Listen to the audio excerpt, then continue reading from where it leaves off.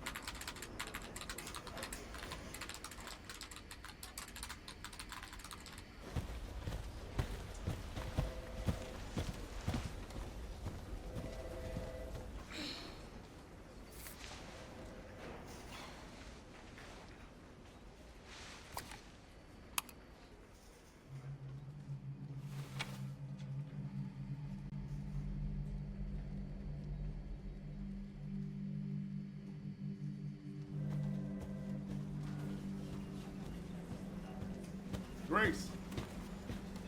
Grace! Grace Ashcroft. Yes? My office. Oh, coming.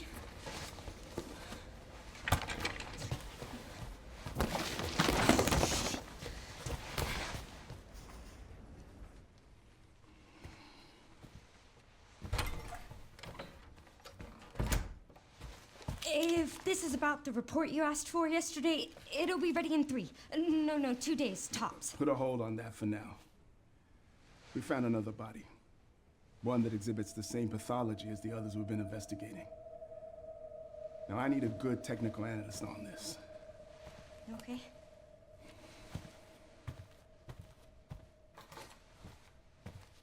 I need your eyes on the crime scene. The Wrenwood Hotel. Look, I know that's where your mother was murdered. And I know it'll be upsetting for you.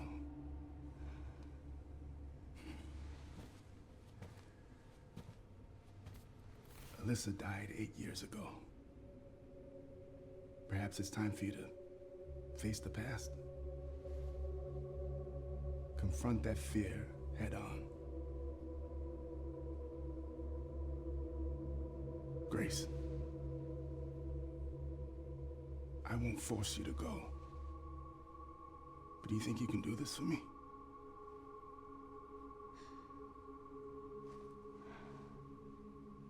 Investigate that crime scene and report back to me with your findings.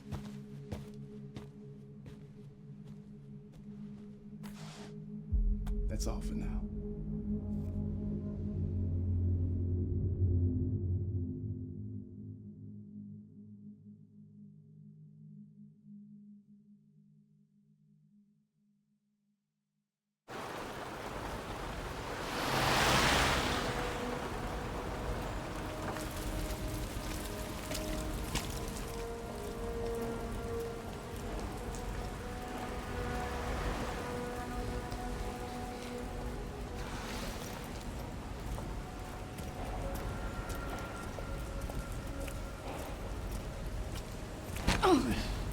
Sorry.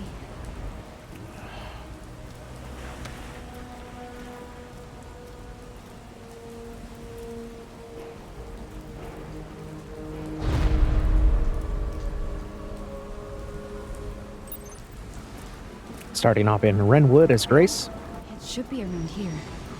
with the option of first or third person. I elected to play actually both characters in first for Insanity. Get out of the way. In Insanity, there are several differences in terms of enemy and item placement. Right off the bat, we get an antique coin. But for the most part, the intro for Grace is business as usual. Move forward, wait for the next cutscene. Not going for the files and collectibles as I did in Standard Classic.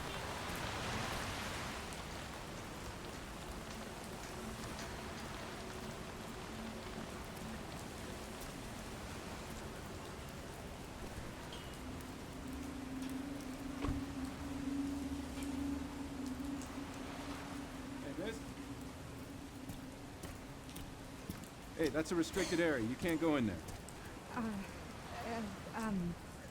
Why? It's an active crime scene. Oh, right. Sorry. Just a sec.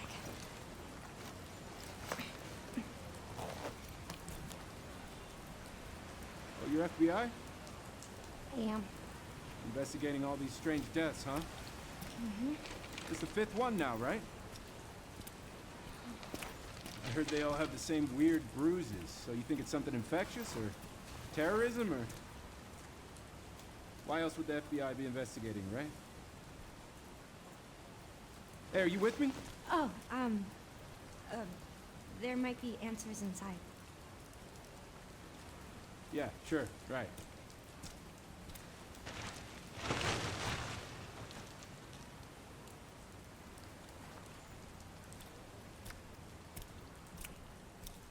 Be careful in there.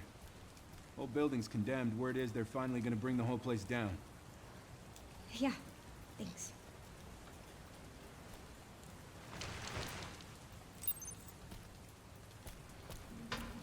I don't go for all the collectibles in Insanity, since you can only unlock Insanity after beating the game on one of the other difficulties once.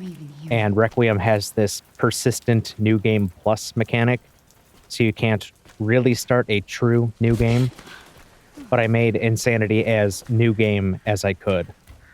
No bonus weapons, no extra unlocks, with the exception of the level 3 upgrades that you get from destroying all of the Mr. Raccoon statues.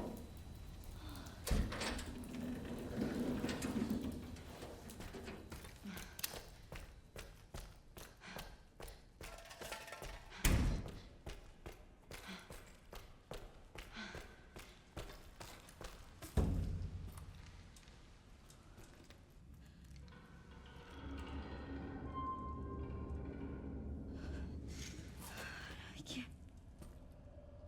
No, it's too much. Come on, Grace.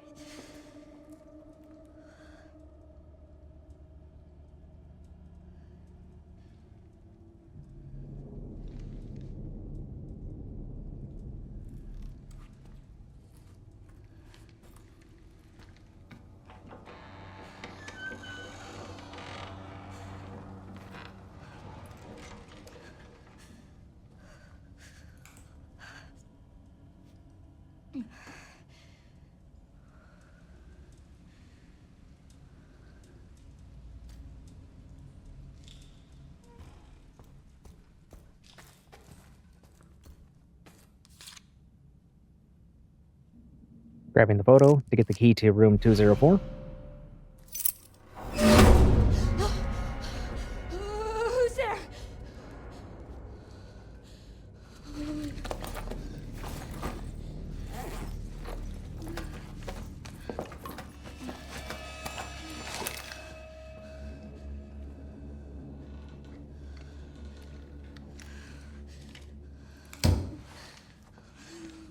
What do I do? Well, we're going to head to room 204. I've got just a couple of mods on here, graphical mods. One gives the ammo for Leon some color in the inventory, and the other is a reshade. Another antique coin behind the reception desk. I did find a mod that gives all of the inventory icons color, but I didn't find that until after that, which I do like a lot better. The entirely grayscale inventory, while it does fit the motif, I didn't really care for. I prefer a little bit of color. Shit.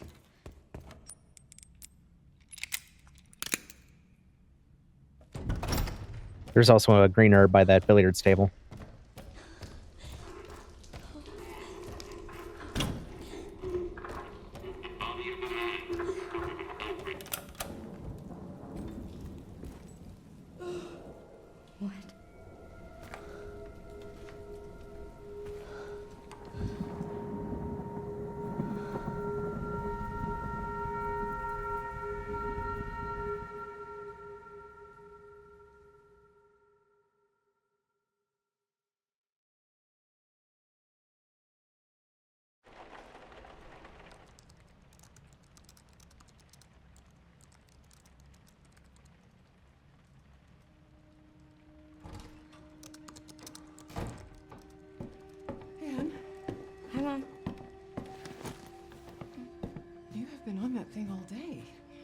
you're gonna work so late. Get some sleep, eh? I'm almost done, just a sec. What am I gonna do with you?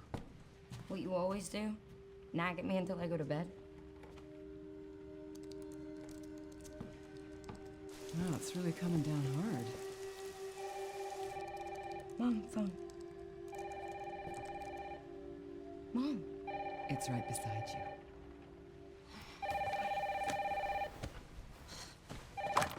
Hello? Miss Ashcroft? Yes.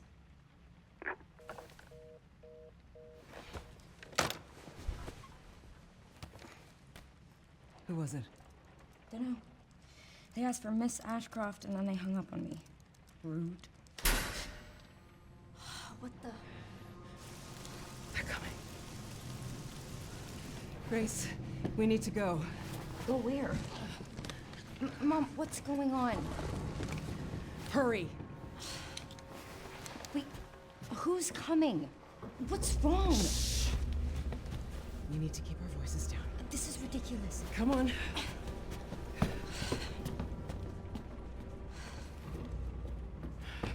Tell me what's going on. Now is not the time.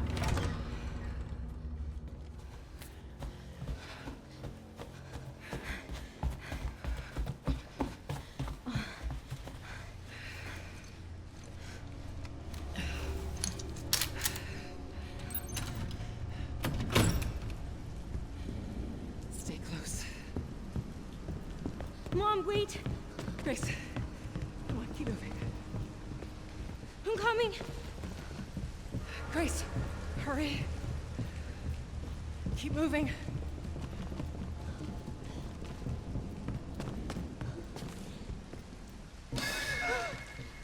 Hello?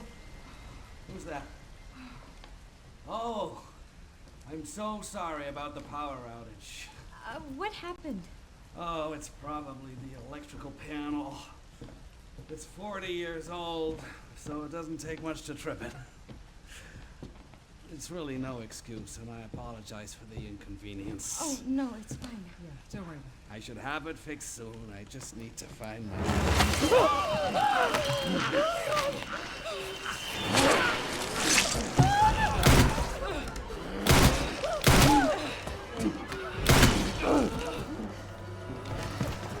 What the hell, Mom? No, Grace, no. Grace, stay close to me. Are you gonna tell me what's going on?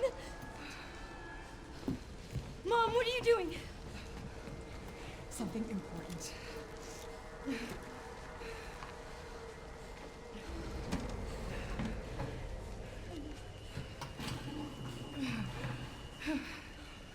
What did you hide behind that painting? I'll explain later. We need to find another way out.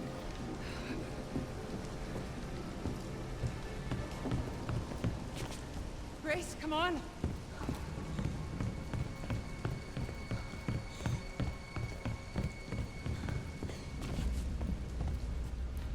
Come on in, Grace. I'm calling the police. No, don't go. Hello? Yes, I want to report a murder.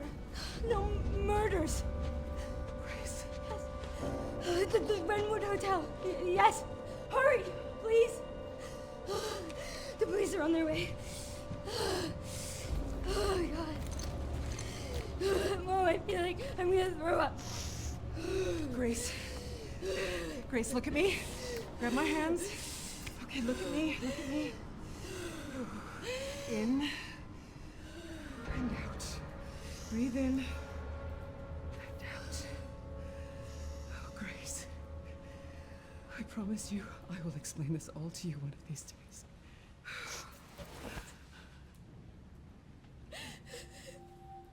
Grace. Please know that you are my hope. Never forget that. What are you talking about? Just... I love you. I love you too. Okay.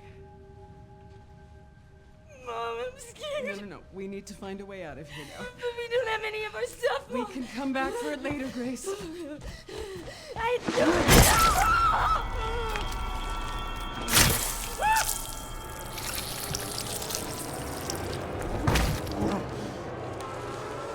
Found you.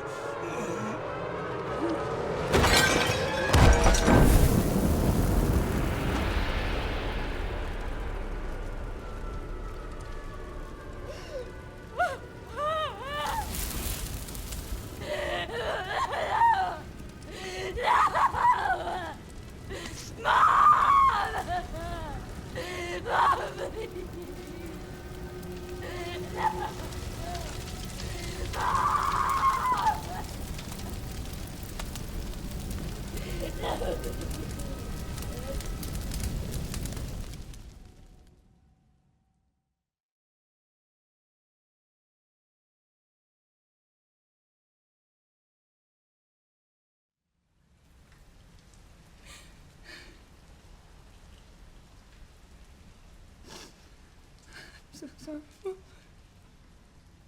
This is my fault.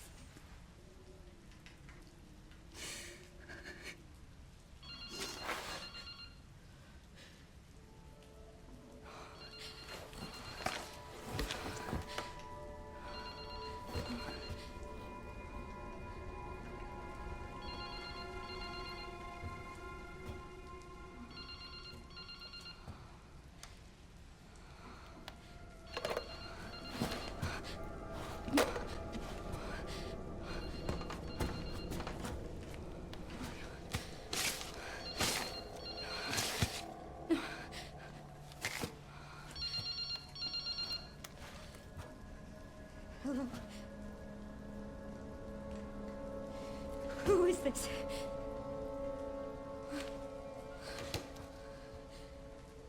I need to get out of here.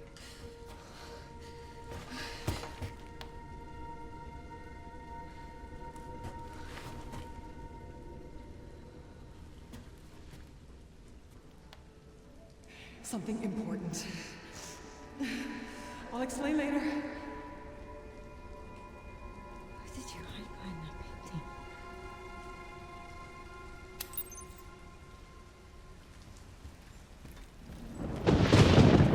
Now to go back downstairs. That portrait.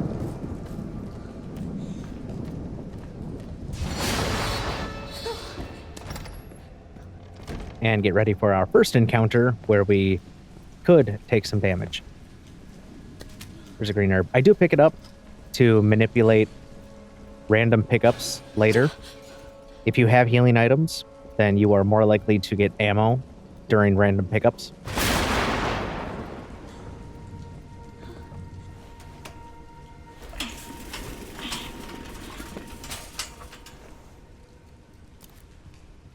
And since we're not taking any damage, I would appreciate more ammo and fewer healing pickups.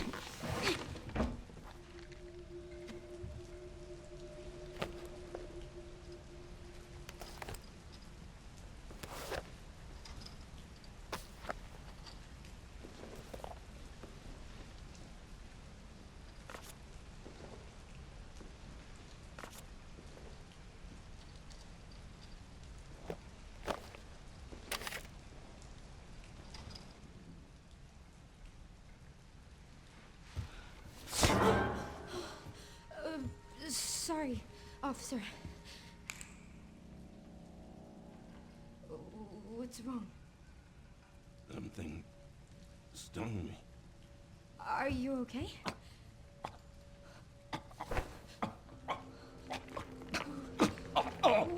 What do I do?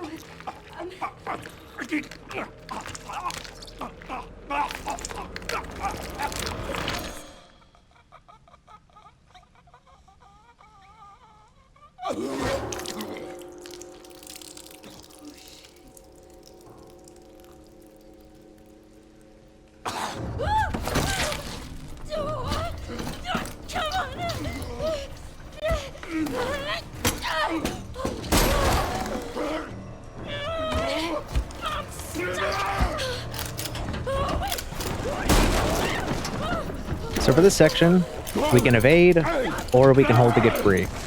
But we can't do both at the same time. So we basically have to wait to see where Cole is going to shoot, move out of the way, and then start holding or tapping if he had it set that way.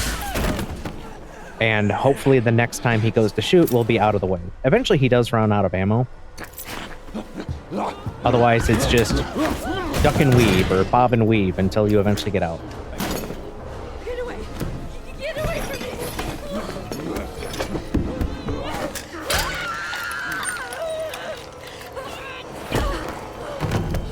Oh, shit! Stay away!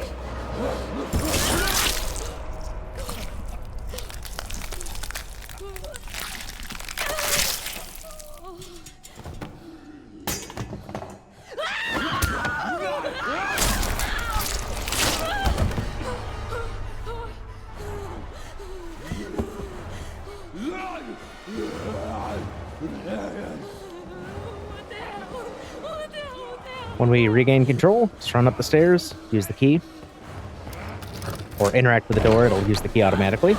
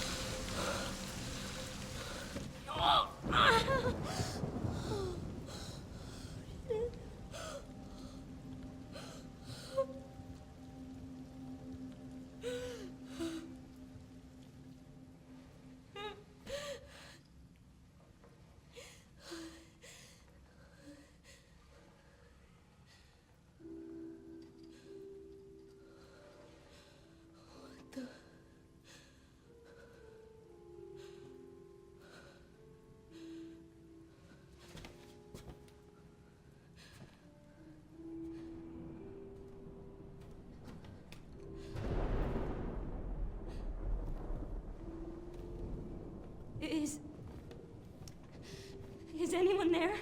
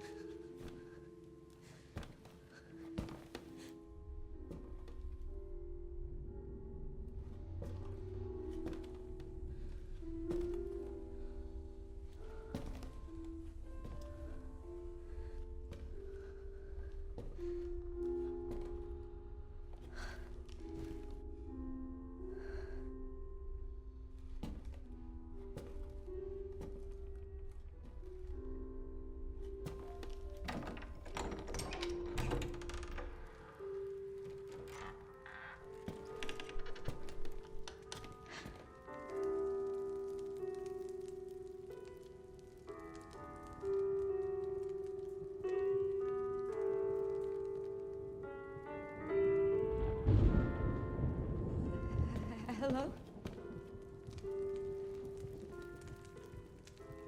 It hasn't been easy. But after much effort, here we finally are. Who are you? I'm the one who planted that body.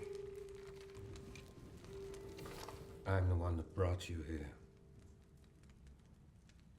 I know now that you're the one that I've been searching for. The special one. The chosen one. Miss Ashcroft.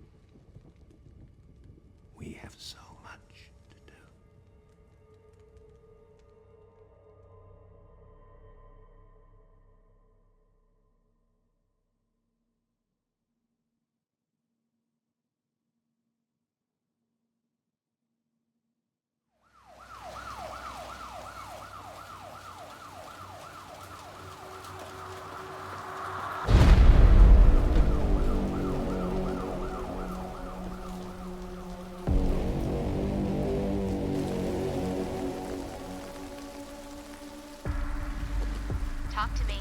Is this one like the others? Same black blotches. And it's not post-mortem lividity. No. No, this is different.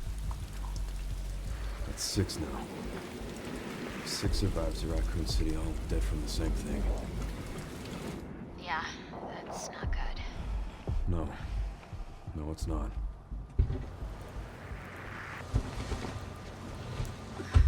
But I have something for you. The team has settled on a person of interest. Someone with ties to Umbrella. Victor Gideon. Who is he? A former T-virus researcher. Hey, I just got a report of a missing police officer. It might be unrelated, but he disappeared near where the 5th body was found. You there, Leon? Yeah. I'm here. You okay?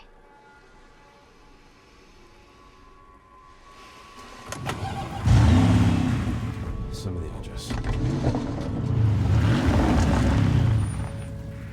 Check it out.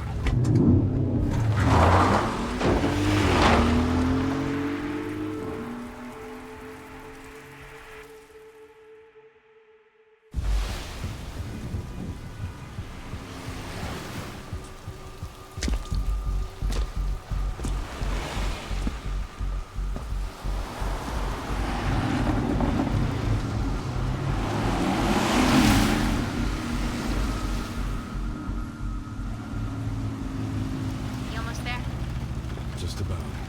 Stuck in traffic.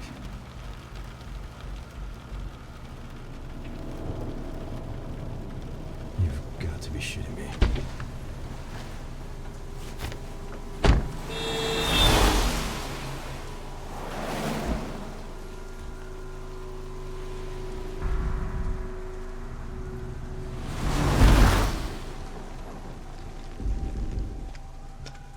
What's going on? Is she okay? Oh, she's fine. I'm just taking her home.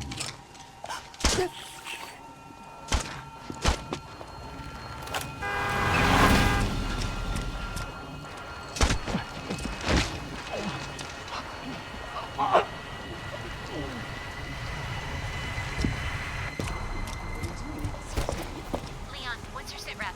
I'm going after Victor. Don't do anything stupid. Me? No.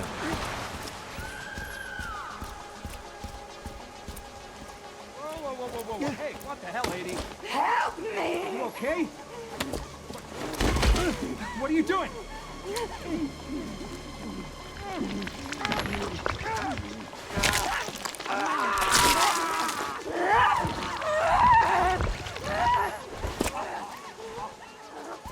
Now we're playing as Leon, and this section took me a while to get used to. Honestly, getting my bearings in Insanity was tricky. Because for the most part, it was get good at perfect countering, perfect parrying to one-shot enemies so they don't all turn into blister heads.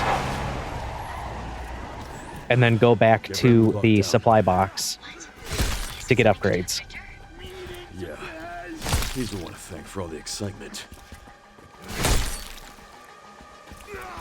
Fortunately, the hatchet has a pretty generous parry window, but in order to get the counter for the perfect parry, so you can one-shot or insta-kill the enemies, it's a little bit tighter.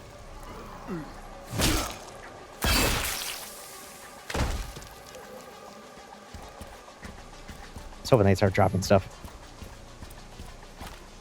So this intro section was quite tedious.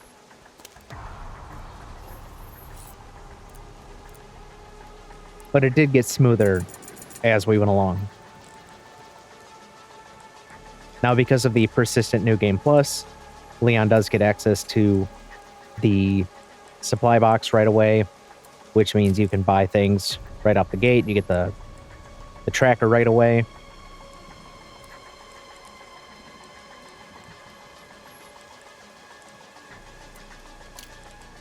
The charms do carry over.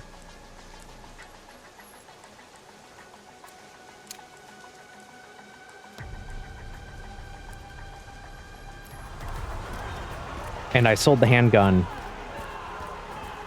so I could primary the shotgun. Can't let him get away.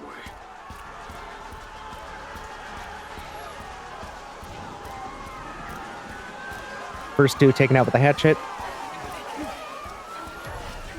Turning down the main road, we have several more to deal with, including blister heads. And I'm going to let them come to me. We can see the blister heads scurrying in the background.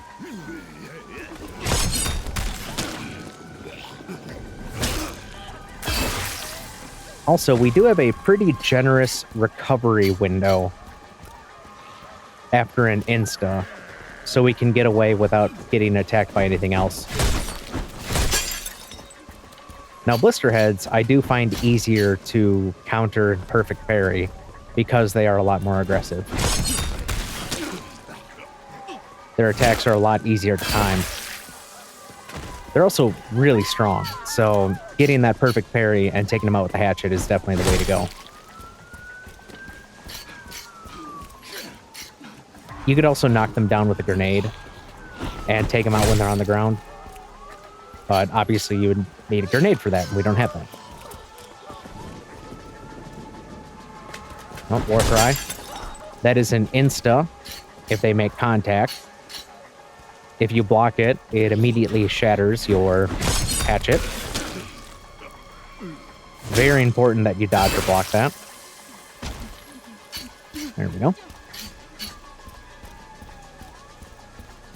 Starting to rack up some points.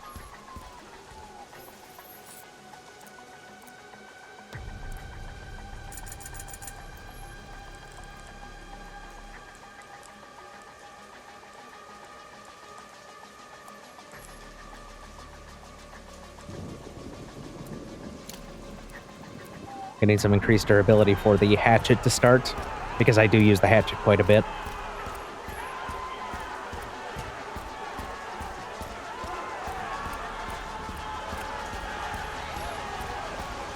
Now for our next round.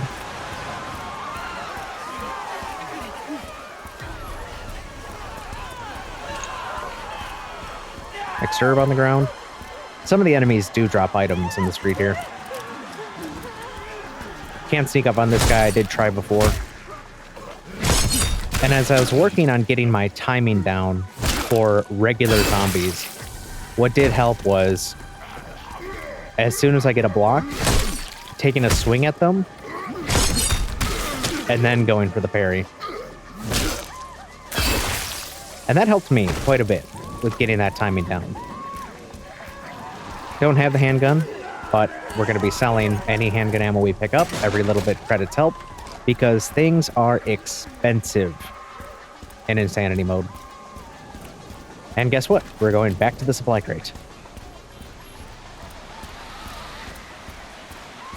to sell the stuff we just picked up and use the credits that we just earned to try to squeeze in another upgrade.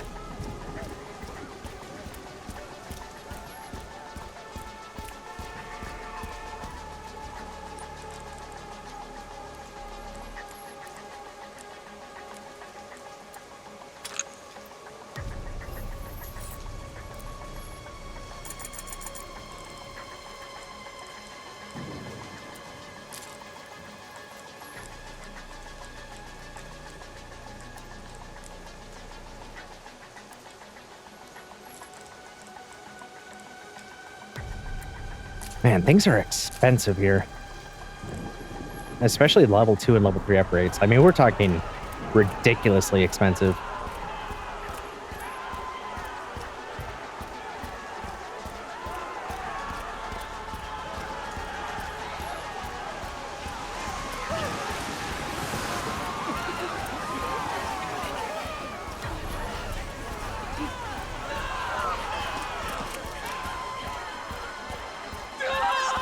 Now for our next group, including the utility worker, who has an iron pipe. These guys are fun because you can take their weapons after they're disarmed and throw them at other enemies. Does a lot of damage.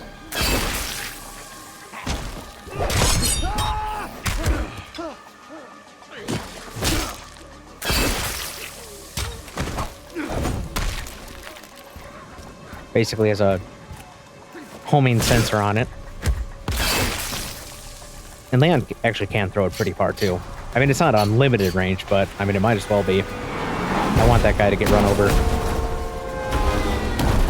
There we go. You still get the points for it. There we go. There's just a handful of enemies left. We got a good amount of shotgun ammo. We got some upgrades.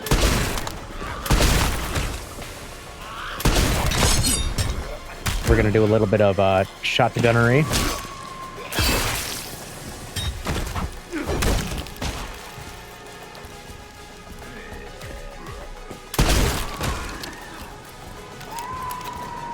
Okay, he's down. What I really appreciate about the tracker is you can tell when an enemy is dead because you get the points for it. The credits or the money, whatever you want to call it. There's no guesswork. There's no, do I have to sit here and look? Nope. I can just confirm right away. They're dead. And Wrenwood is clear.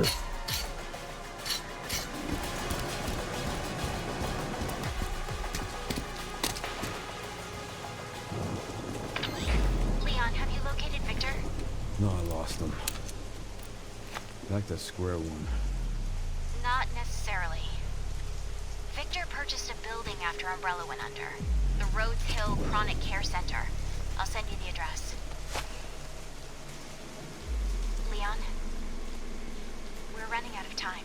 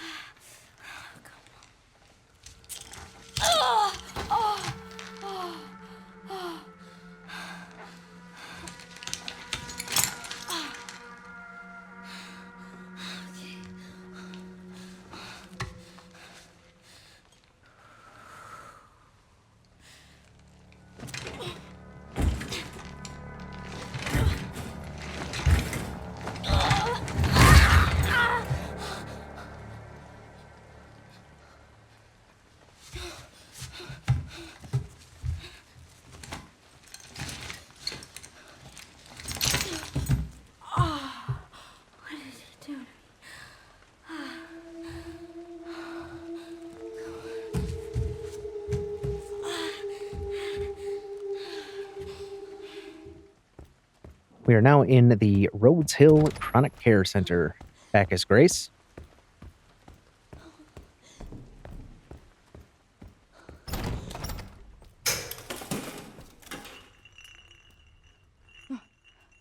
Going into the side room first, so we get an extra empty bottle.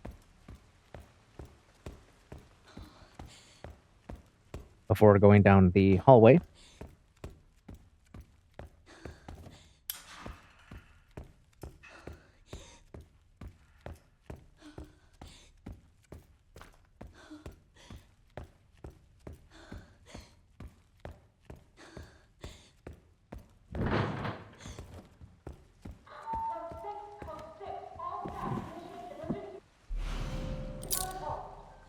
cherub key, which gets us to our first save room.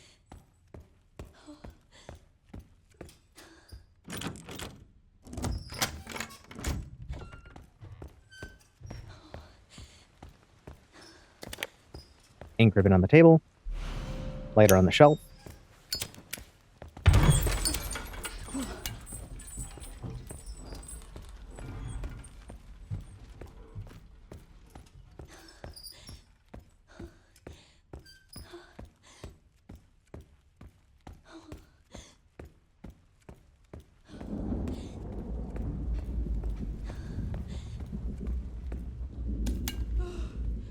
Then back down the hall. Another empty bottle we can grab. Empty bottles are nice for decoys, but also will be used to make some recipes later.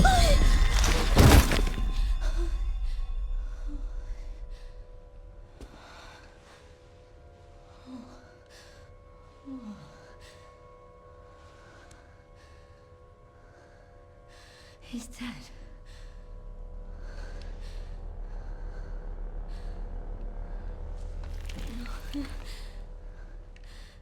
Infected.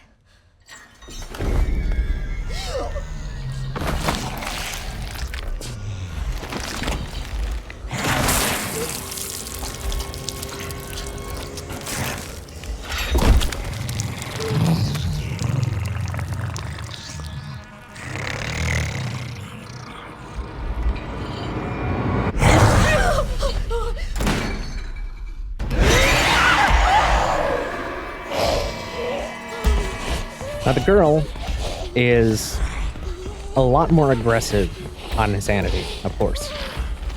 Much quicker.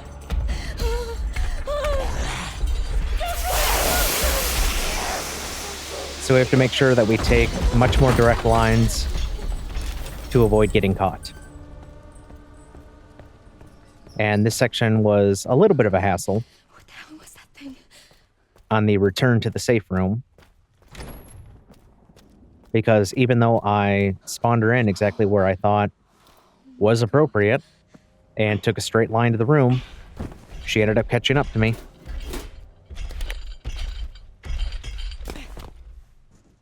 The nurse's station up on the cart, grabbing an antique coin. I do find the movement a lot easier to do in first person overall, but this part especially compared to third person. Moving this cursed cart.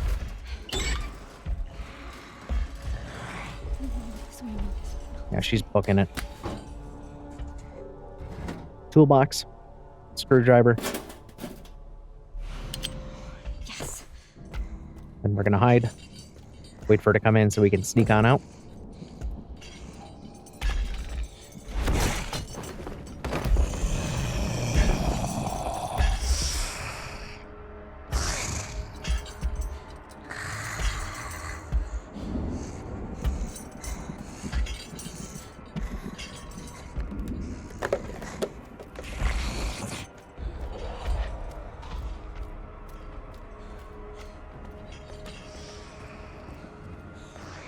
As we try to leave, she'll break through the door. And I just inched forward a little bit there, so she would break the door down, but I wouldn't get stopped and go through that little scripted motion Grace does. Just to make sure I wouldn't get caught.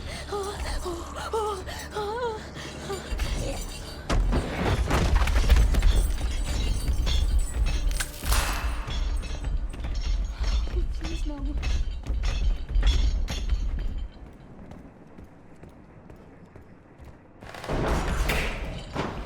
Then as we try to go down the hall back to the save room, of course she drops down. And we just have to wait for her so we can do a lap around the nurse's station.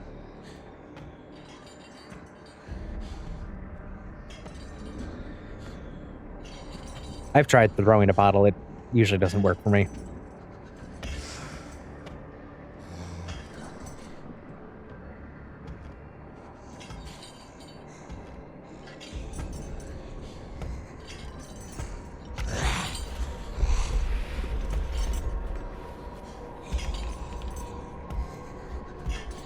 And I want to make sure that she is actually following me into this hallway.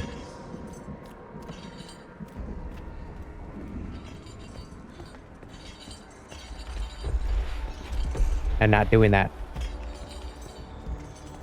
This part I found to be the most annoying. And then I thought, okay, now I'll try a bottle. The question is, will it work? Because last time, it did not work.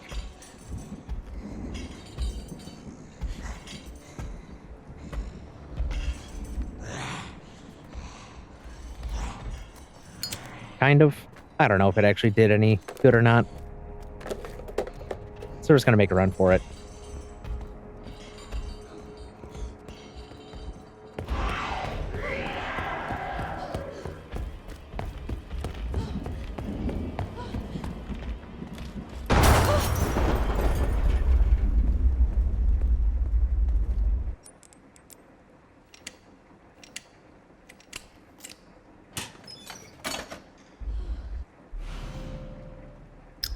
Back in the save room.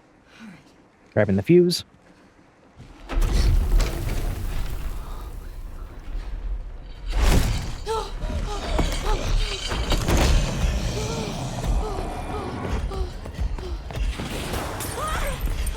And then we run straight for the fuse box and the shutter.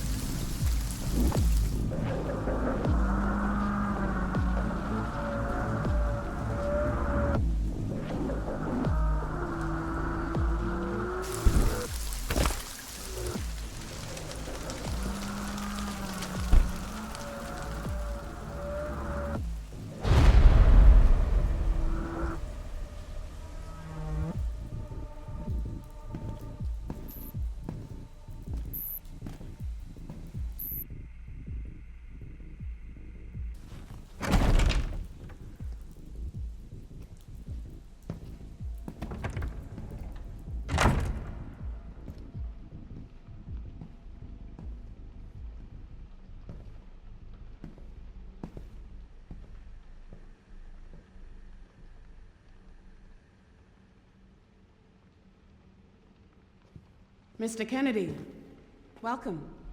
Dr. Gideon has been expecting you. Funny. I don't remember getting an invitation. Well, he's waiting for you. Can't have that, can we? Follow me, please. Lead the way.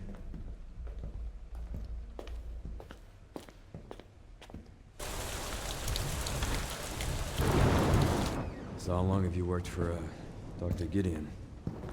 Not long. I just recently joined the team.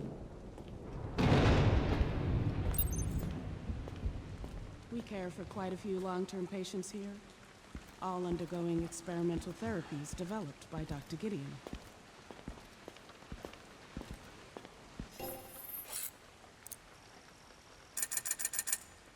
Supply crate before we move on to the next area.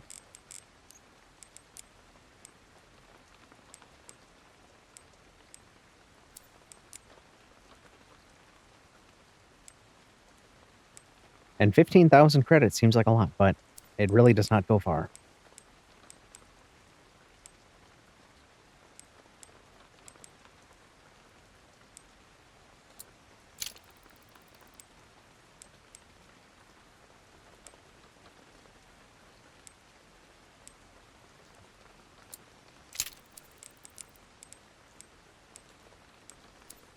And I'm leaving the Connoisseur Charm equipped on the Requiem. That way Grace can use it as well.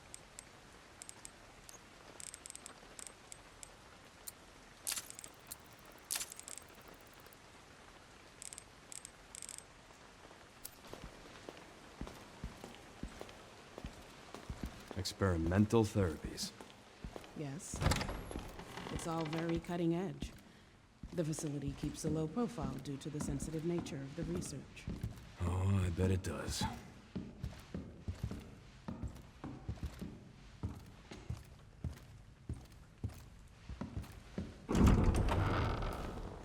Please, wait here.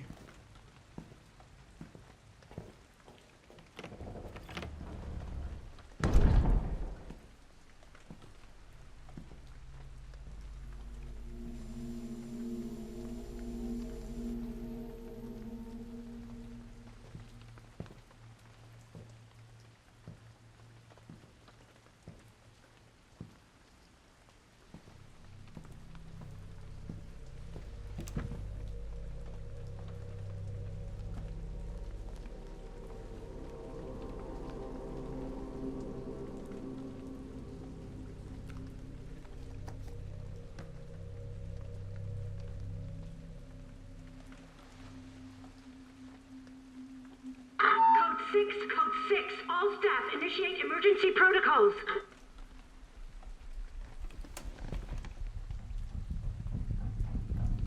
Mr. Kennedy, we need to leave immediately. What's going on? I don't know what's happening. Some kind of mass hysteria. The hospital is on lockdown. Doctor.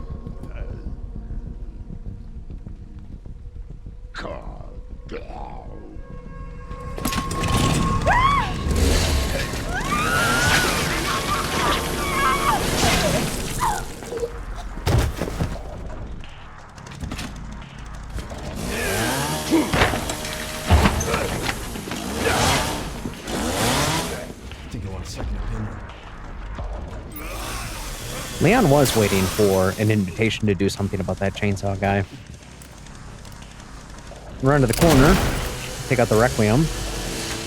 I'm gonna try to double up my shots here.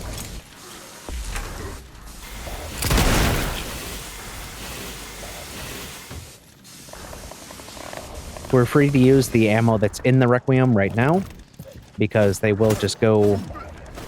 They'll just go away, whether we use them all or whether we use none. During the next section, when it's given to Grace, it will always have one, so might as well use it right now. Just gonna wail on this guy. I'm gonna call him Dwayne. I think that's what I called him before. When there's a chainsaw in play, the enemies will make a beeline towards it. They just really want it. And that's what he was doing. He was just like, I'm gonna ignore this guy who is wailing on me with a hatchet, and I am going to go for that chainsaw.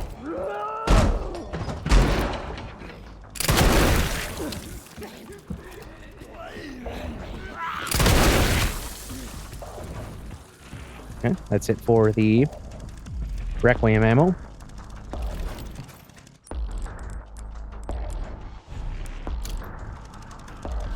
Make sure to put that connoisseur charm back on before we give it to Grace.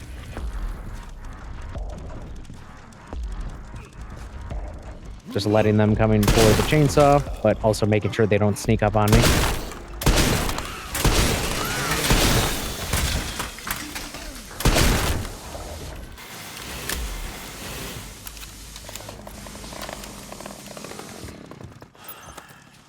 That went well. Nice. When Leon says the line, "That went well," that means they're all done. And instead of using the chainsaw on the wooden part of the door, he opts to try to cut this metal rod and broke the chainsaw.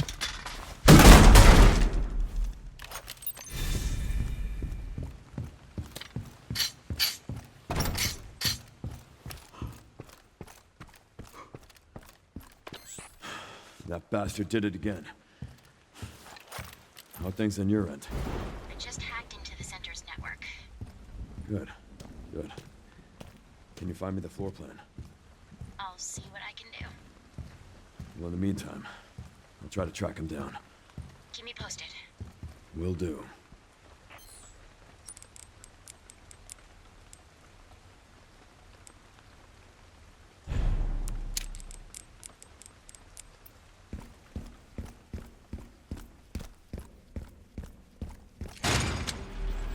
Come on!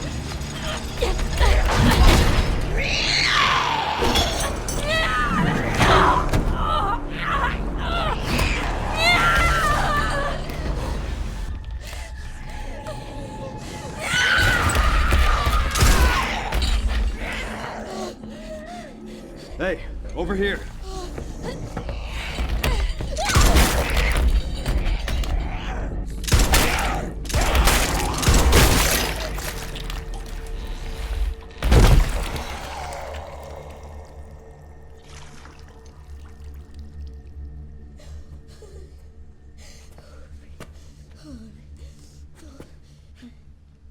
You okay?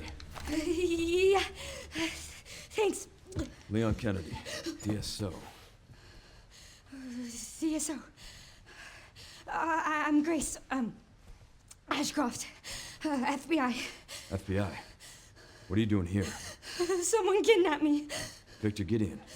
I don't know. Well, we should leave.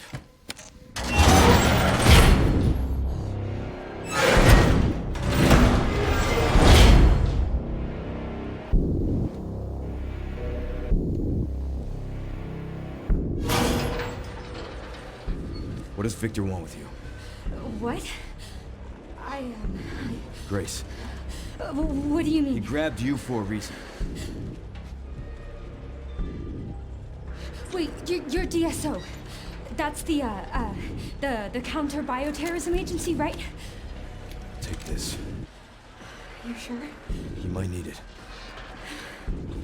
Now go. Get out of here.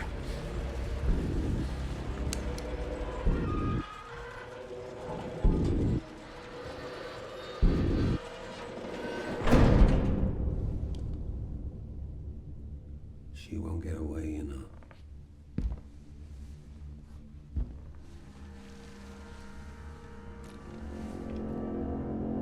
Dr. Gideon.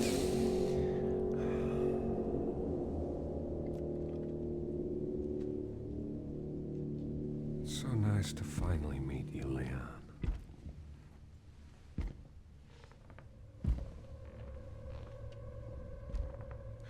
Why don't we have a little talk?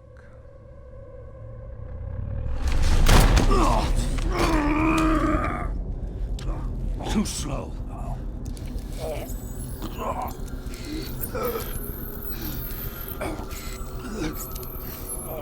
I see you're exhibiting symptoms too. Umbrella's curse.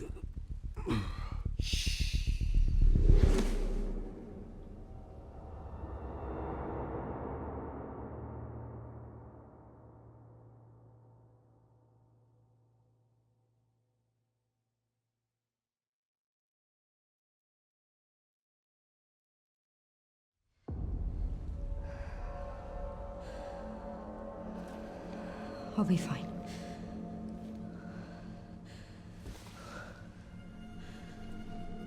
I hope.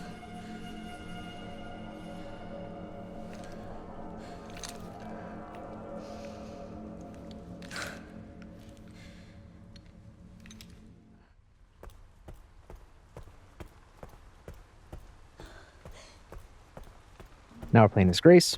We have the Requiem. We have the Connoisseur Charm, so we get that 10% damage boost.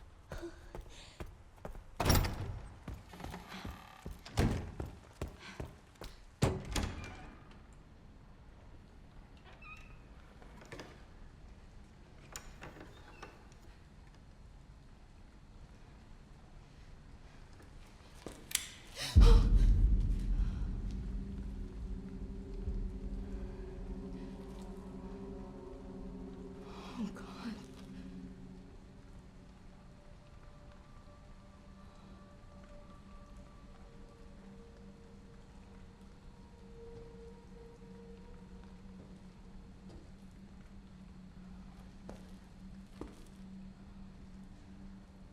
What on earth?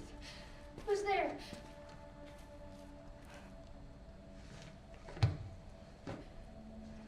Is someone there? Oh, I'm sorry if I surprised you.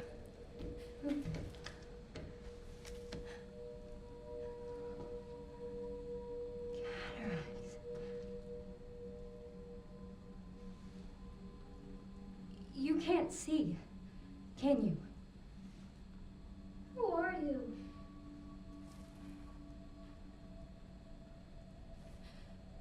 Was there someone in the other cell?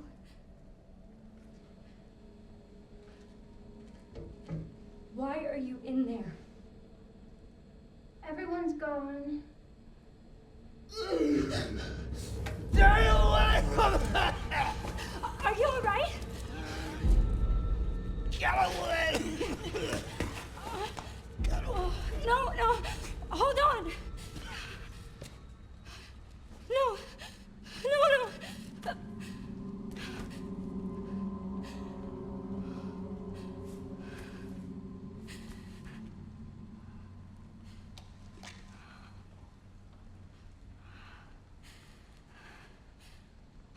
I'm sorry.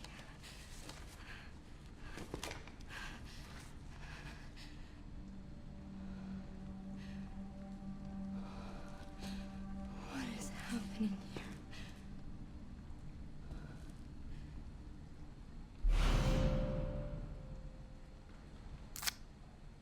Good question.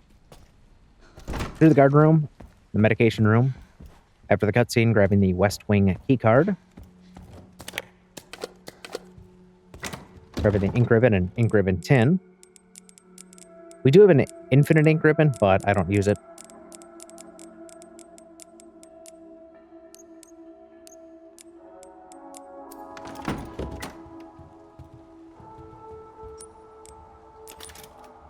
Making our first official save.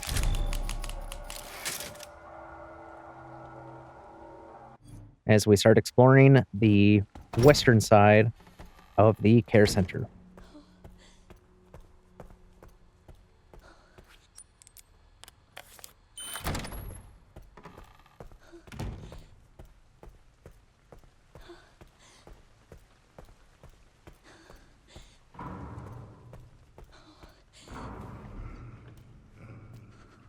Crouching in the kitchen. We have an empty injector. Grabbing that so we can make stabilizer later.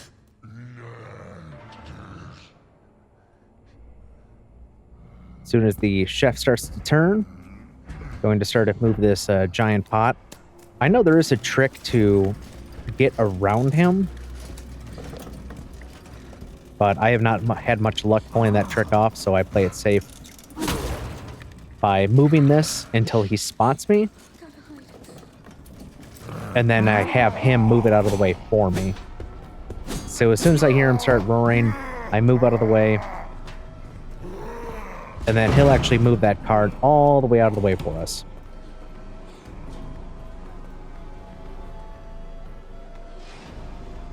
Running back on the hall, wait for him to de-aggro.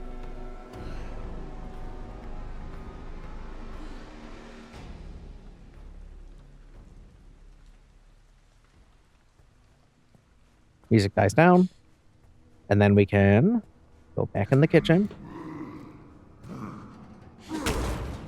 He's going to be doing his thing.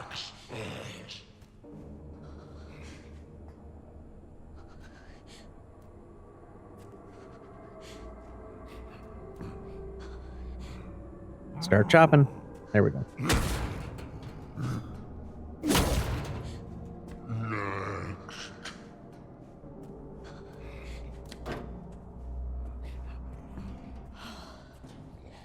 In the hallway, flipping the light switch to lure this guy down.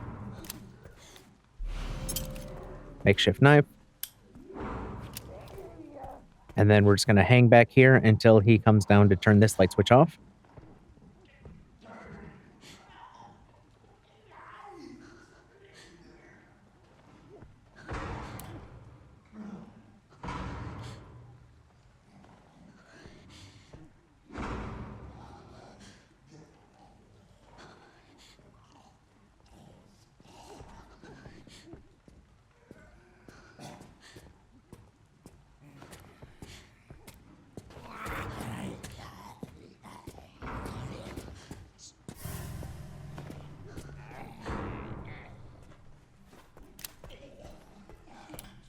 And he will hang out down there playing with the light switch until a further notice.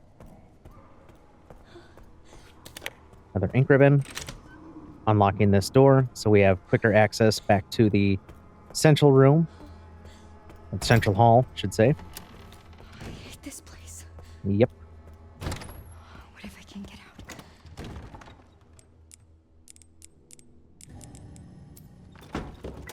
keeping our inventory slim because we don't have a whole lot of inventory space. It'll get filled up really quickly. We do have a lot to pick up in a short amount of time.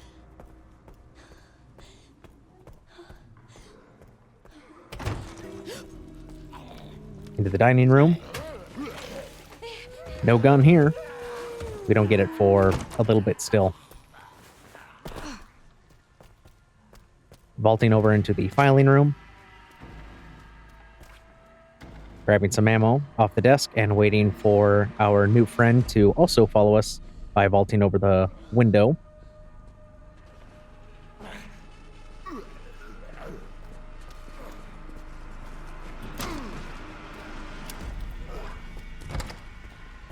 Want to make sure he stays in there.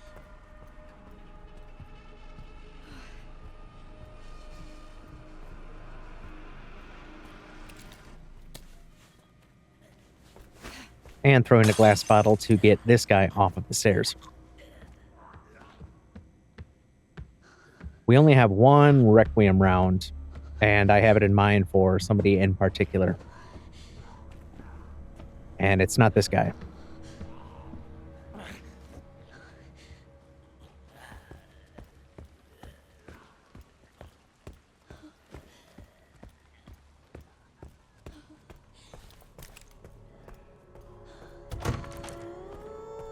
Up the stairs, bar and lounge, running by.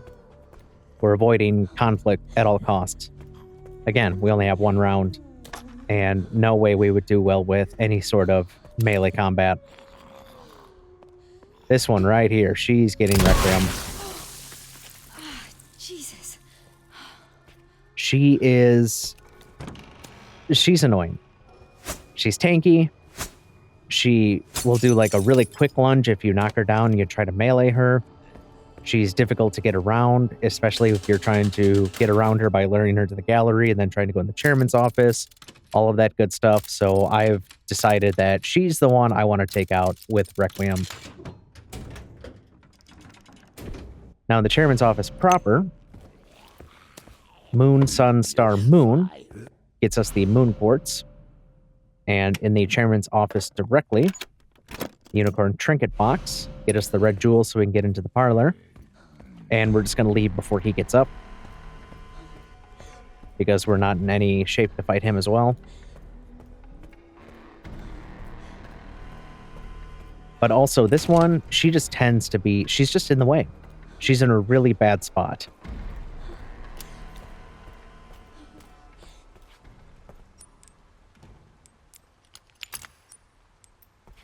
Perfect fit. Yes, I need 2 more. Moon quartz is in place.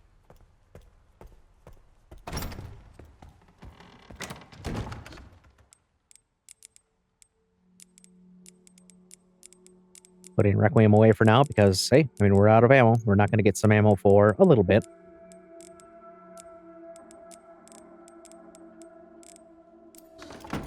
Grab our antique coins because we're going to the parlor.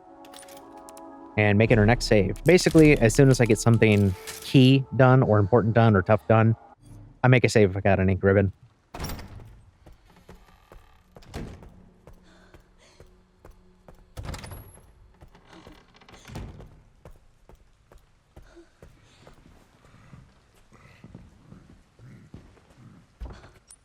The chef is going to start patrolling. Weird. How do people normally get in here? And I just want him to leave us alone for right now.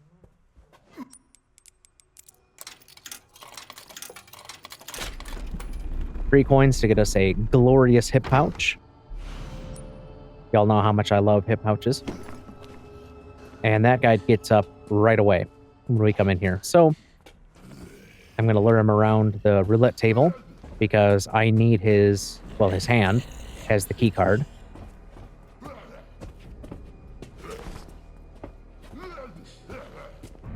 There we go. I just need to make sure that he's not going to corner us.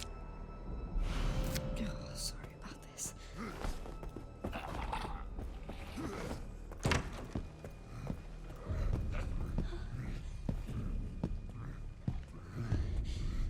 Chef's going to keep walking, and we're just going to run. Now we're going to the east side.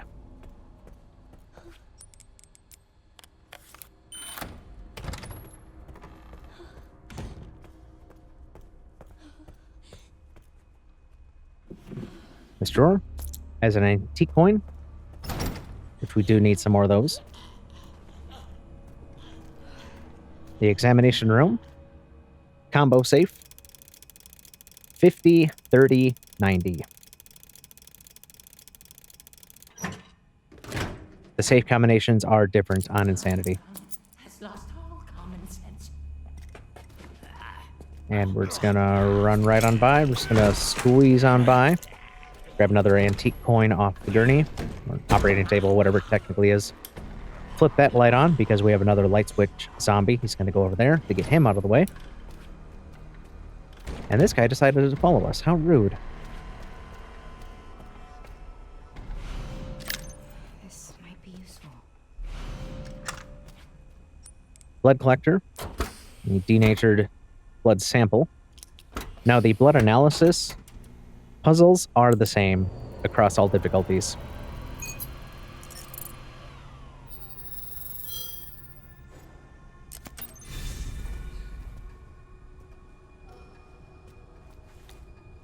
Collecting our first batch of blood, waiting to see if that doctor was actually going to follow us in here or if he got bored and turned around and left. But now we can start making our best friend, the hemolytic injectors.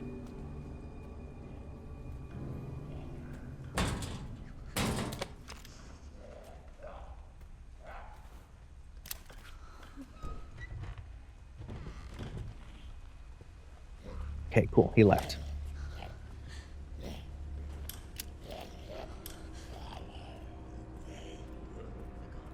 So we're out of the blood lab. Going down the hallway. We have a trio. As soon as we saw the bone saw, it's going to turn around and we're going to hide behind this plant. We're going to pretend that we're a plant until the surgeon walks by and the doctor and the nurse disperse.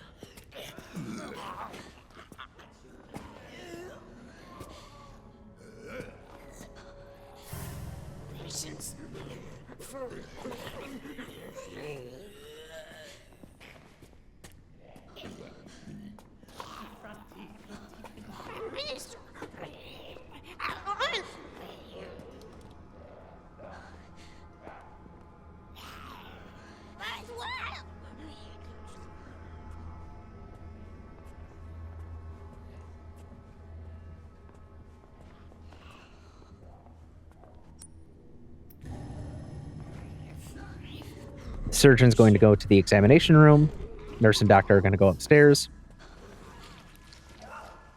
And we're going to the waiting room. And going to break this face open. The noisy zombie. Our friend with the transfusion bag. Both him and the cleaning zombie are both going to get lured over there. And then I'm going to throw my bottle at her, so he takes her out.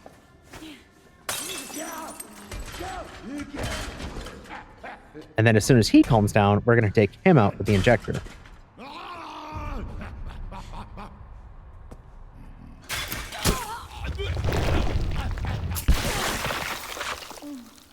That's too effective. Kaboom. Antique coins abound.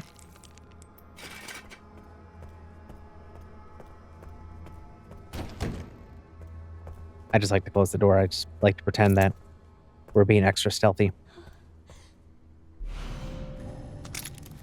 Finally, get the B934 first handgun.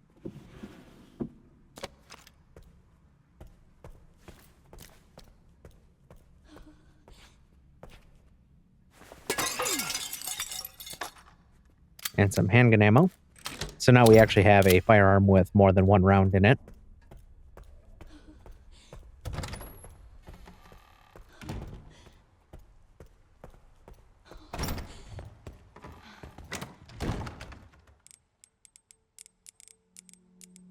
Do some inventory management.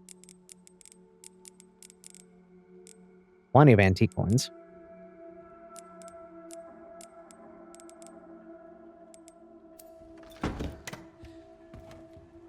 I don't use any of those charms. The Raccoon charm is a pre-ordered charm, so I don't use that regardless. But the Eye Skull and the Takeout Stakeout charm are both charms that you find in-game here. And I just don't like to use them.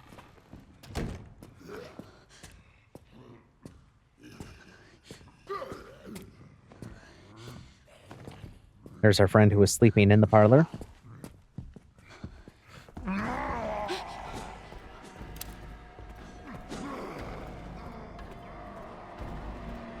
And the chef spotted us. I thought he was going the other direction, but that's fine. We have plenty of space to go around. In the kitchen on the scale there, another antique coin. You do find a lot of antique coins in Insanity.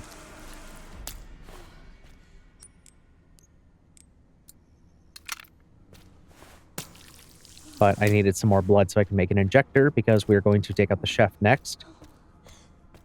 You can take him out with a single hemolytic injector. And that is what we're going to do.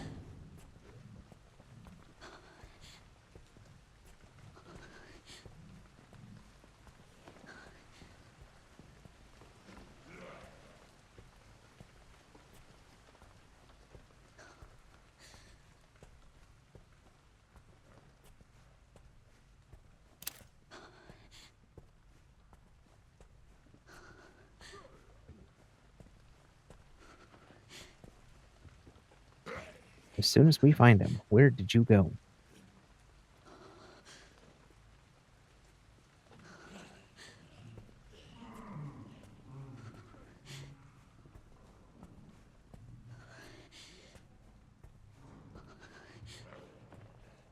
It's a game of patience right now.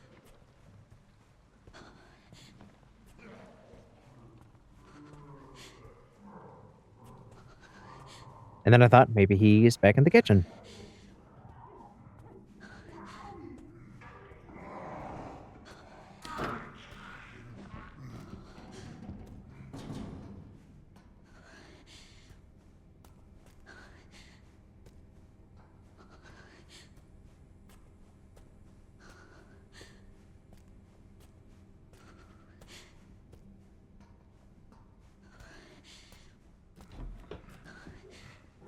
But our friend with one arm is back in the parlor. Where did the chef go? There you are. He was staying just out of our range.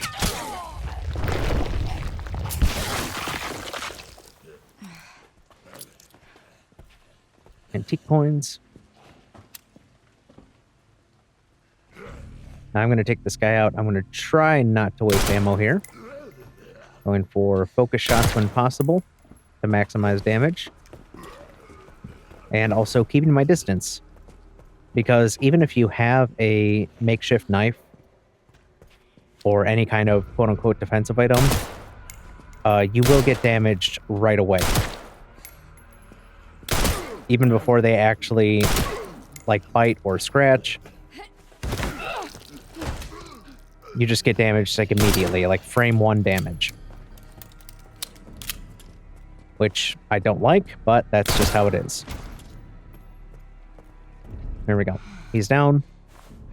The nice thing about having the blood injector here, or the blood collector, is that you can tell when an enemy is down.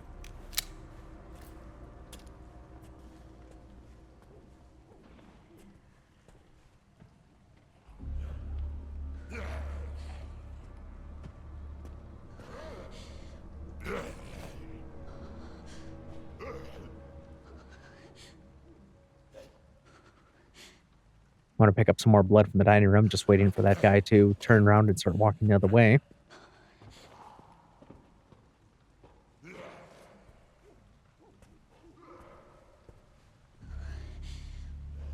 Come on, get out of the way. Move.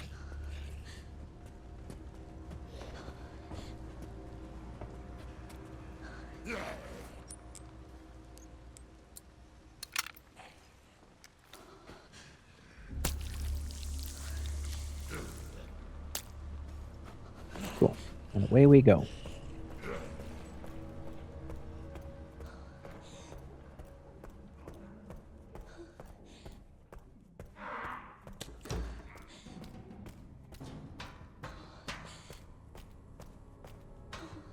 On Insanity, we do not get the pantry key from the chef.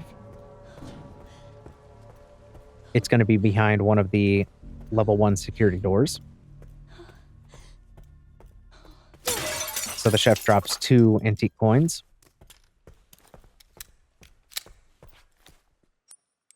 And we're going to take 6 antique coins to get the override manual to increase our blood collector's capacity by 50, so from 100 to 150. We need that in order to make the stabilizers, because you need 130. And our 5 remaining coins for this batch of handgun ammo. And 30 rounds is a pretty generous batch.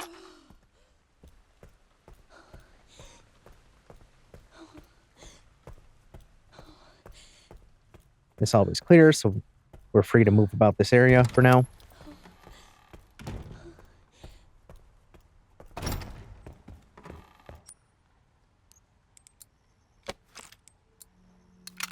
Of course, more injectors.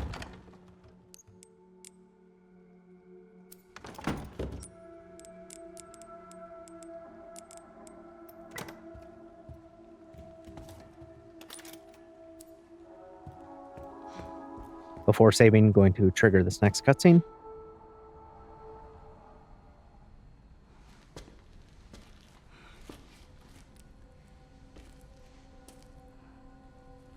Hey. Are you alright? You're the lady from before. Yeah. This is, you're,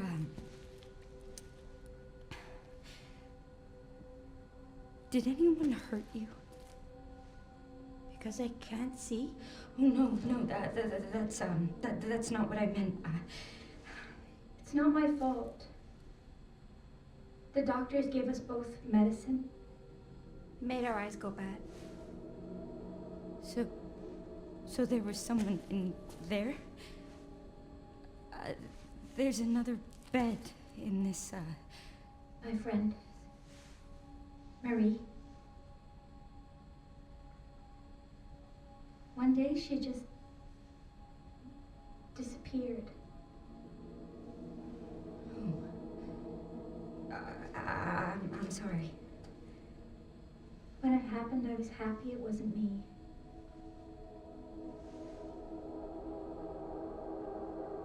Is that bad?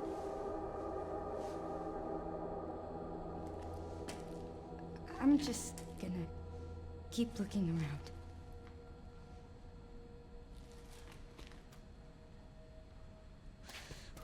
Yeah, we're gonna go ahead and leave. This child's terrifying.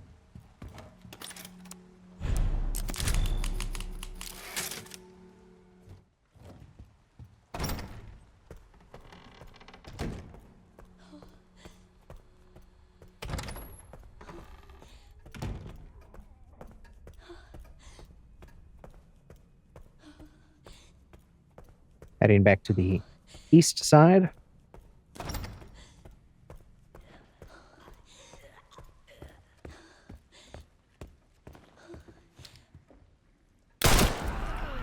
Or try to take these 2 out.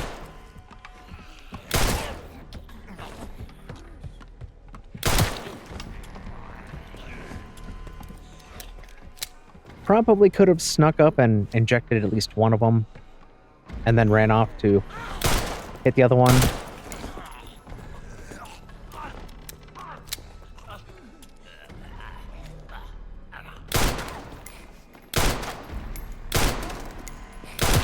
Probably help if I hit him now.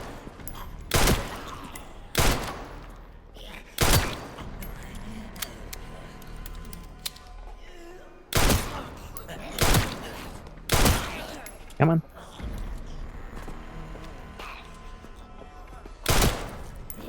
I'll lure you all the way back to the save room if I need to.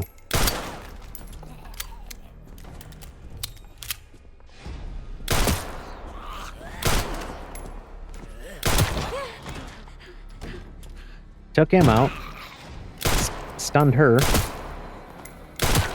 and she apparently can't come in here. I have seen enemies come in here before, just not the chef. So she could have gotten me, but she decided she was not brave enough. So she turned around and cowered in fear after I took out her colleague.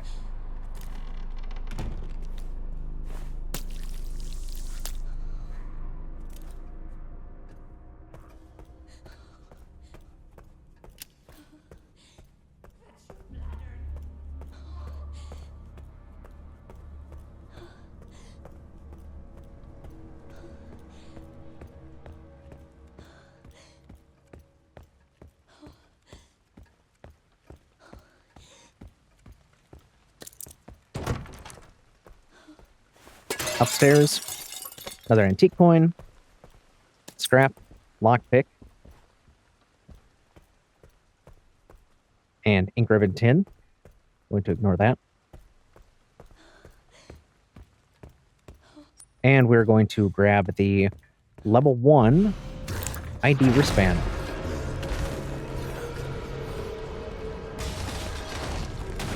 So we grab it, Chunk comes into play. We're going to ignore him.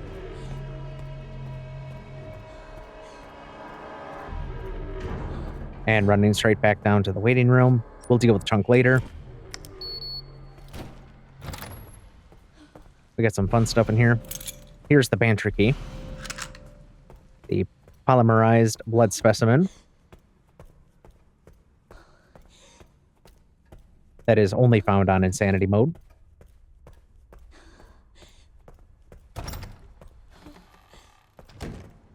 And back to free up our inventory so we can grab some more stuff.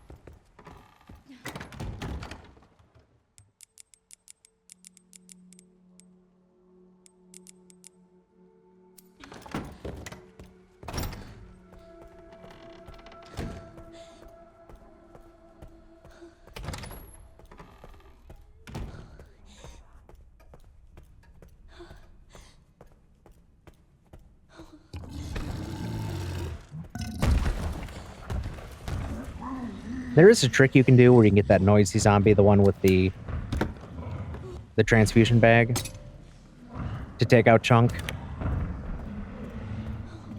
And I've seen a lot of back and forth with, yes, it works, no, it doesn't. It was patched out, no, it wasn't. I've seen it work on the most recent patch at the time of recording. So, to my knowledge, yes, it still can be done. I just chose not to for this one. Because I wanted to clear out that guy and the cleaning lady before initiating Chunk. Obviously, a lot of new strats and tech have been discovered since I completed this. This run was completed on March 10th, 2026, a couple weeks after the game's initial release.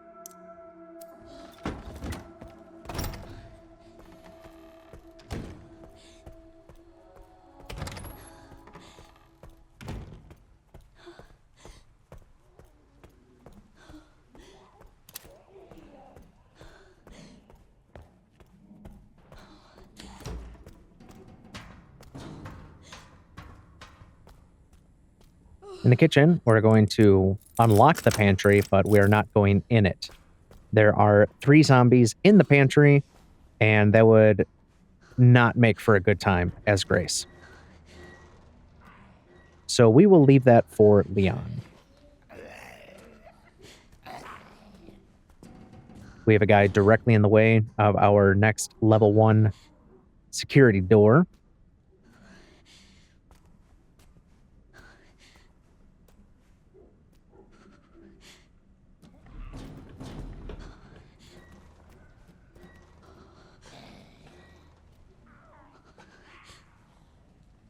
There we go. He's typically facing the door, so we can walk right up to him and give him the old stabby stabby.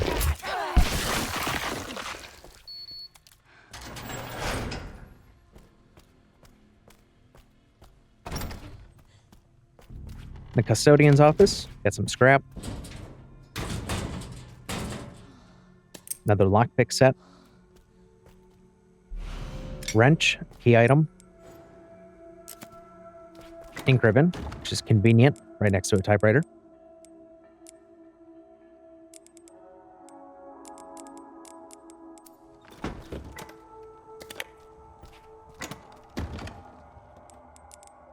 Just gonna grab that and put that away for now.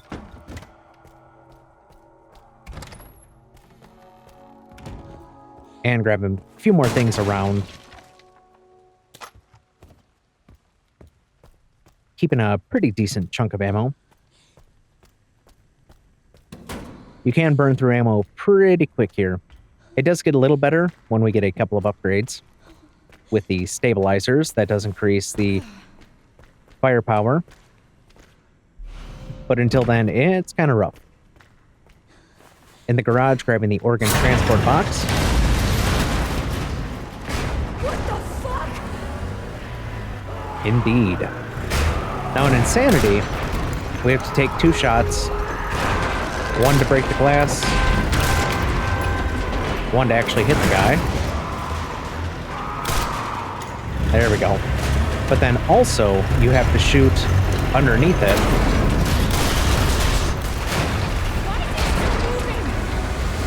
Then it'll stop.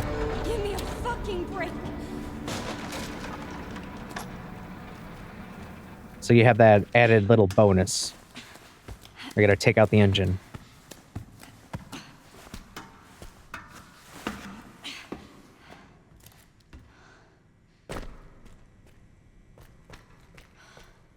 Oh, fuck. More boxes. We're consistently getting ammo pickups from the boxes because we have some healing items in our inventory / item box. So we're manipulating the RNG a little bit.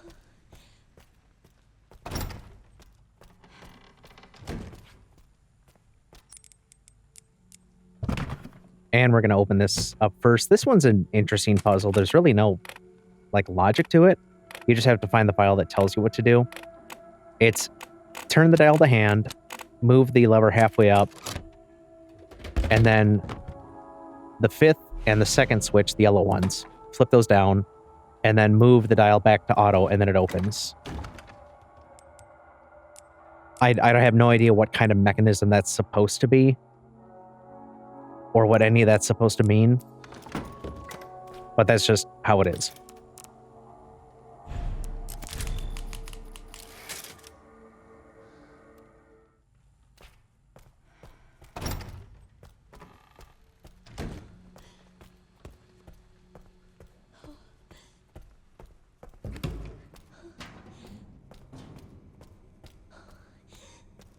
Still not going in the pantry. We're still going to leave that for Leon.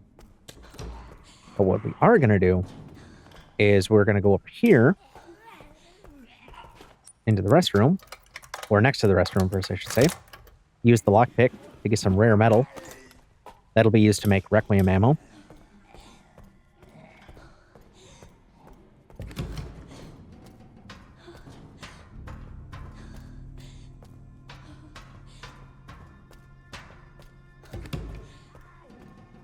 And we will soon have the recipe to make Requiem ammo.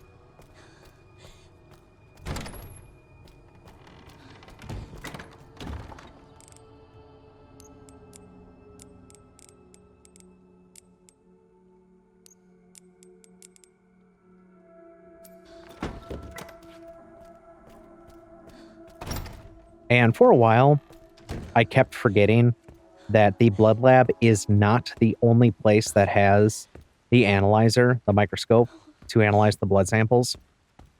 There is also one in the office on the west side, so you don't have to go all the way back to the east side, deal with HUNK and all of that to get back over there. There is one over here. Now in the office, we're going to break this box. And our friend, the noisy zombie.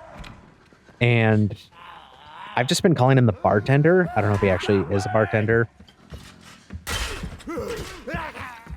But our friend with the pole is going to take out our friend. Yeah, he totally looks like a bartender or waiter. And then we're going to take him out with the injector.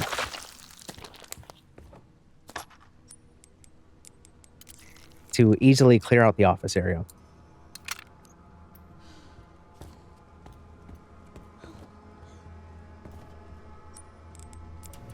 Here's the other analyzer, the other microscope.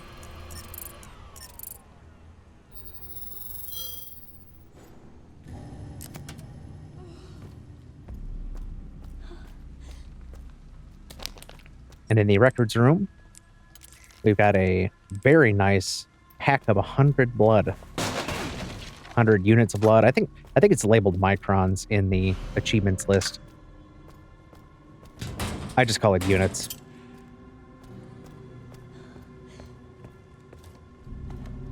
And then we get ourselves another blood sample, blood specimen, the converged.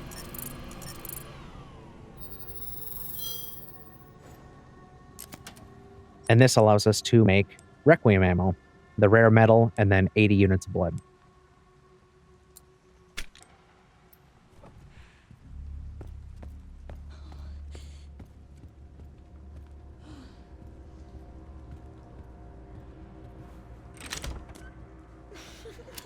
Back towards the bar and lounge area. One of the singers. She's going to come sauntering down the hall, and we're going to stab her for it.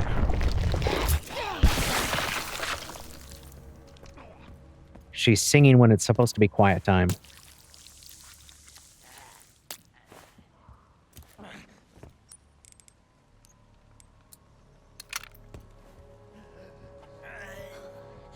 And now we're going to take care of this guy near the stairs here.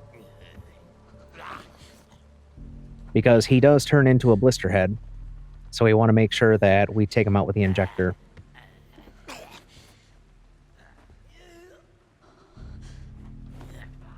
He's also directly in the way. So another good reason to take care of him is because he is directly in the way. I was wondering where my trajectory arc was. Okay, you go there. He starts moving. We're just going to follow him. As soon as we get that prompt, give him the old stab. It's just a little poke.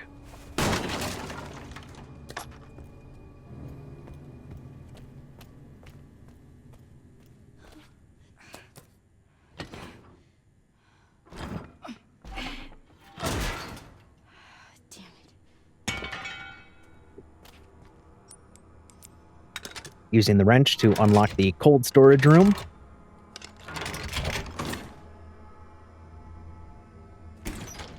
I keep forgetting that it just swings open like that. It feels like it should not open like that. Got the artificial heart. More scrap.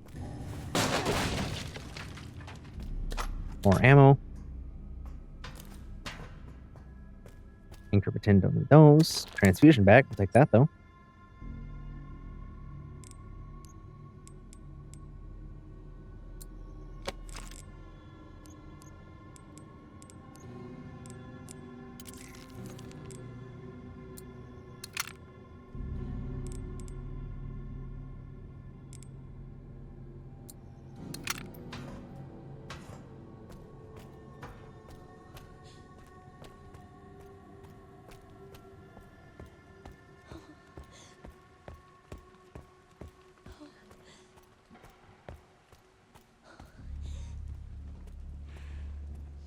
And back upstairs, the bar and lounge. There's another antique coin. There's 2 enemies in there. Got to be careful with one of them especially. He is armed with a bottle. He can and will throw it, and it does do damage.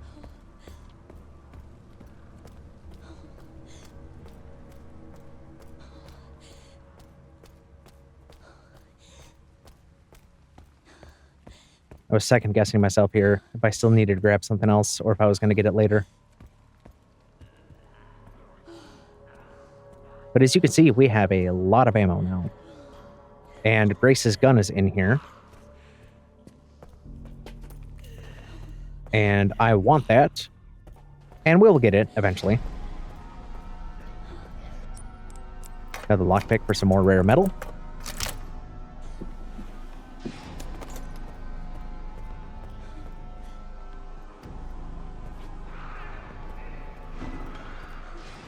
Yeah, we'll come back for that.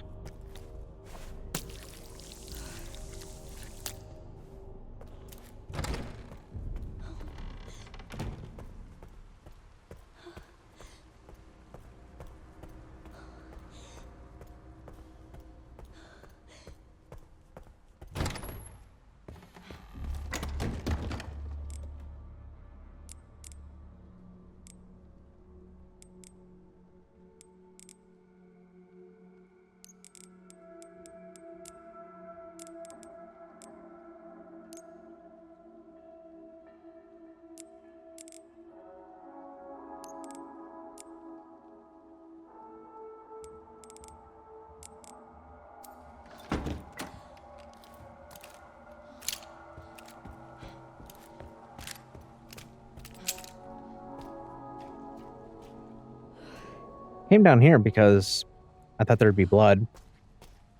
And that is not an insanity. It's only on the other difficulties.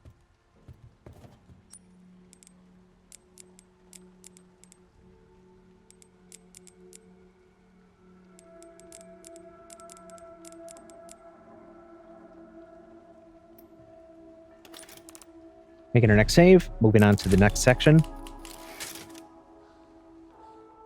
We still have some cleanup to do. A little bit of back and forth. But that's kind of what we've been working with.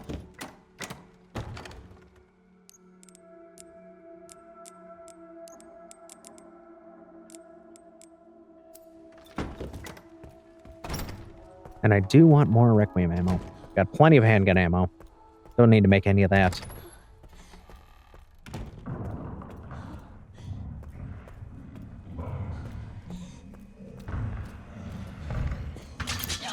Examination room. Run up, take out the surgeon, because he's in the way. And then I'm actually going to back on out of here so I don't aggro that guy, the doctor. Just going to wait for him to kind of swing and shuffle his way back into the other room. In the treatment room. So that way we can put the artificial lungs and heart in this guy. Which, as far as puzzles go, completely pointless. No reason to have needed to have done this if we just needed the wristband off this guy. Fortunately, this guy is on a timer. Timer or tether or combination of the two, something or other. Where all we gotta do is make him walk for a bit. Lead him back towards the central hall. I guess anywhere technically. I just like to go to the central hall. More lighting. And eventually, he keels over. We don't have to fight him at all. We just get the level 2 wristband.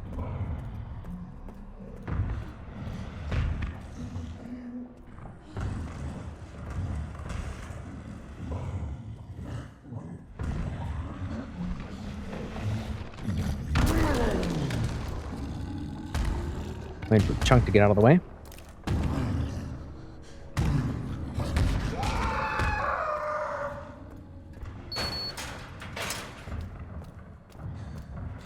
And into the isolation ward.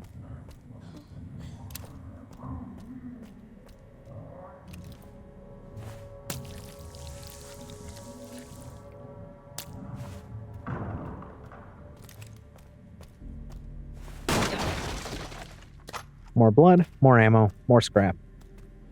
Good stuff.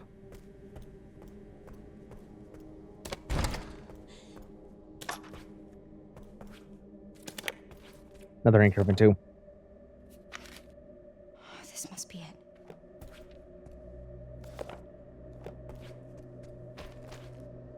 He's dead. What an observation. I'm so glad Grace is on the case. Tell which button's which. It's the security manager.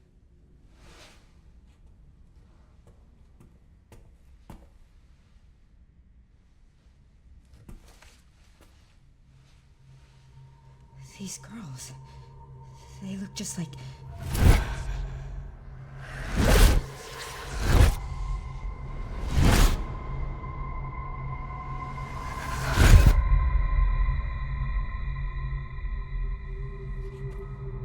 You're the one that locked her up.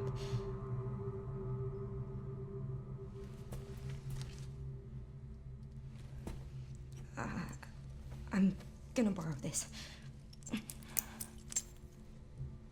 I bet she can read that. She's so polite.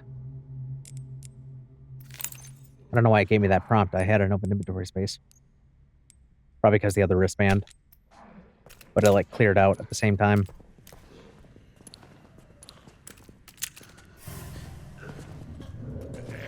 And we got 4 guys who are going to shamble their way out of the isolation ward.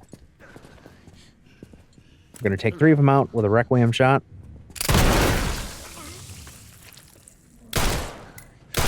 If I had the Power Shades charm, might have been able to get all 4 at once, because of the penetration. And this guy, because I have so much ammo, I'm just mag dumping. I'm like, I just don't want you to catch up to me.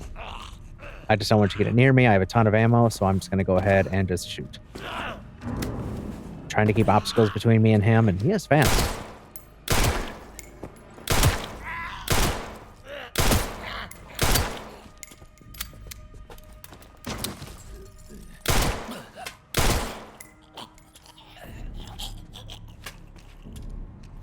There we go. He's down.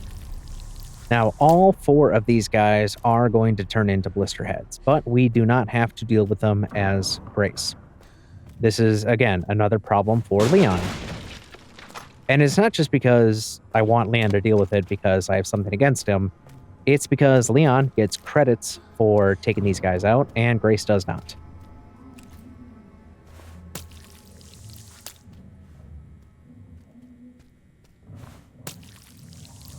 So really, I'm doing Leon a favor.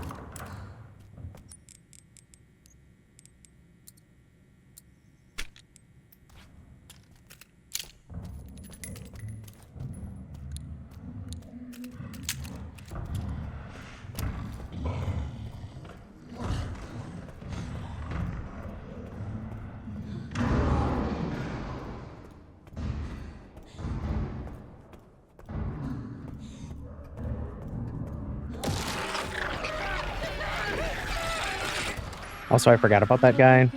He turns into a blister head. But also, I'll leave that for Leon as well.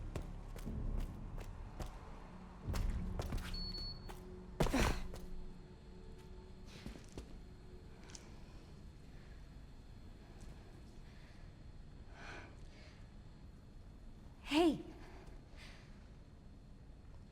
Why did they put you in there? I don't know. I've always been here. Do you mind if I come in? I don't mind.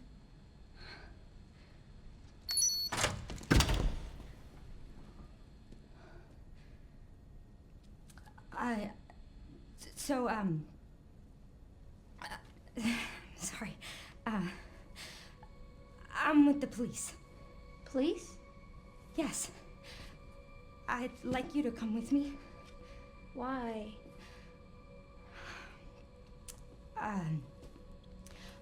I'm Grace. What's your name? Emily? Emily. You like reading? Yeah. Do you think you could read something for me? Please, I really need your help. Okay. Thank you.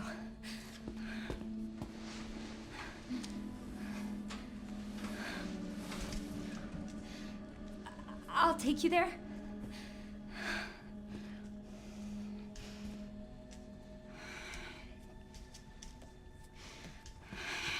There are steps. How about I carry you?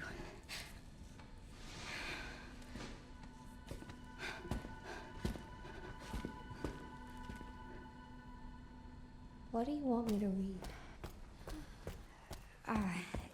There's some buttons with Braille on them. Can you read them and then push the buttons in this order? Star, star, moon, sun. Sure. Thanks. Thank you. Man, this couch looks so beat up. I'll be right back. Sit. Just the way she says that.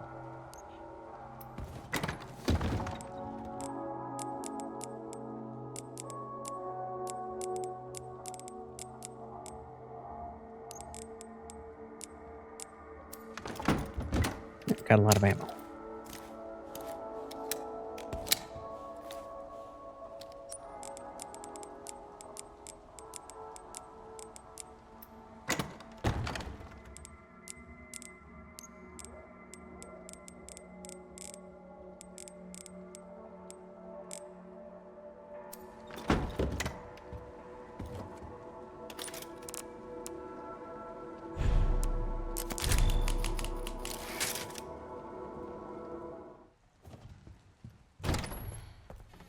Gonna do some other things before we move on to the next section, the basement section.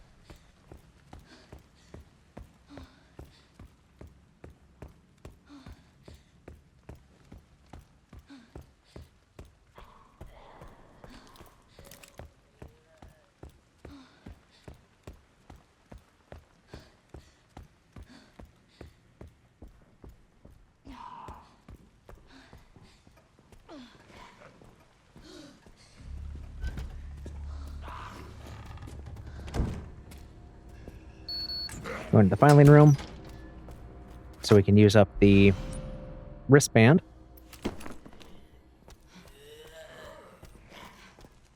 Or continue to use it, partially so we can use it up and discard it, but also so we can get another glorious hip pouch.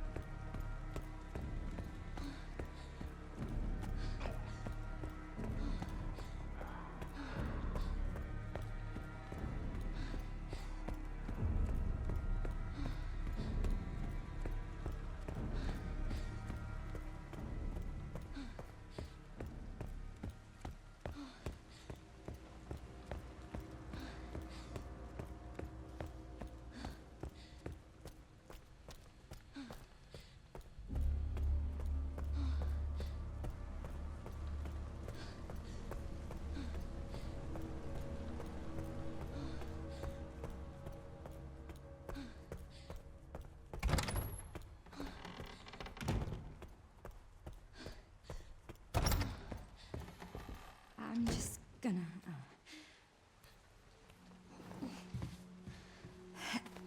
Just gonna pick you up and carry you.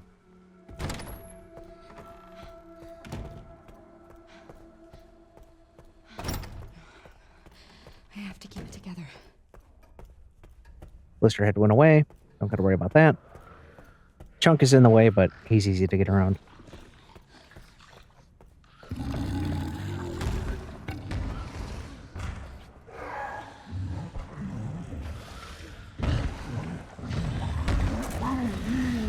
I do a lot more cleanup as Grace after I have Leon come through here. It's just easier to have him take out a bunch of stuff for us.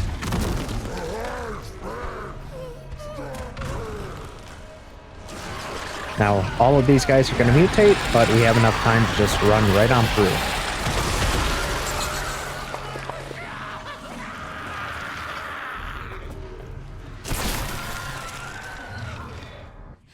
Here it is. You think you can read it? I can try. It's like a giant puzzle box.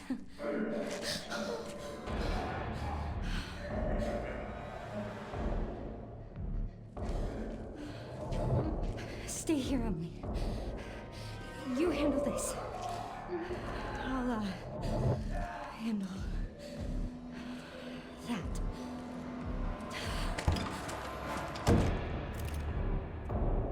Now for our little isolation ward siege section.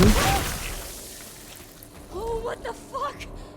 Taking out the first two guys with headshots because they transform into blister heads. There's the security manager.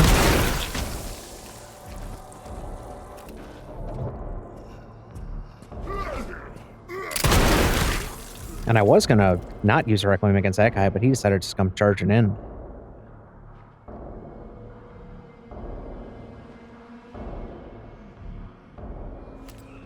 And then I decided, yeah, Requiem, play it safe.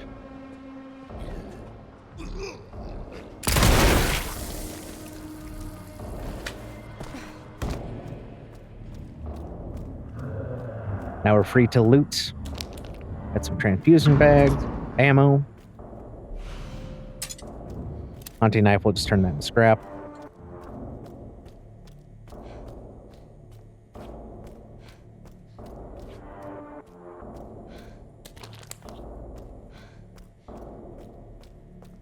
We have to wait for Emily to be done anyway.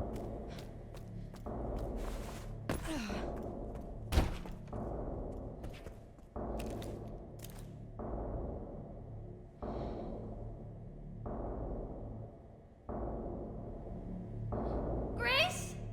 I did it! I'm here. I found this. Well done, Emily. Thank you.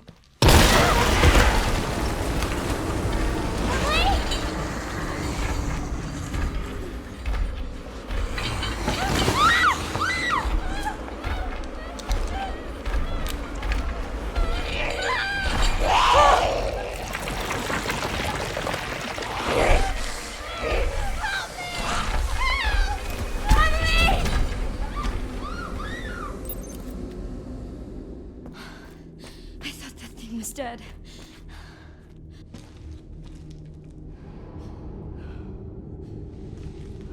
This is all my fault.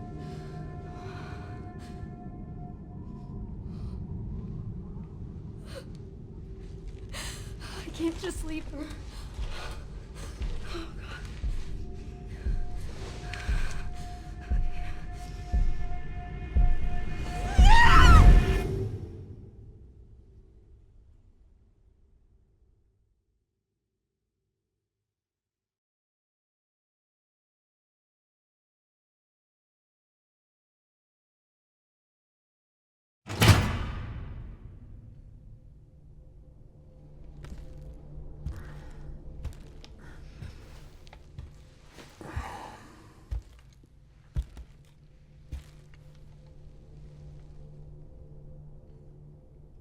Why are you here?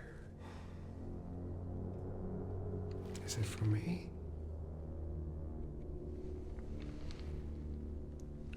Or for her?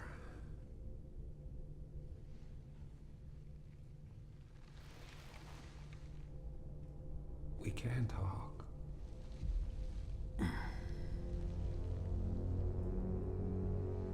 Right.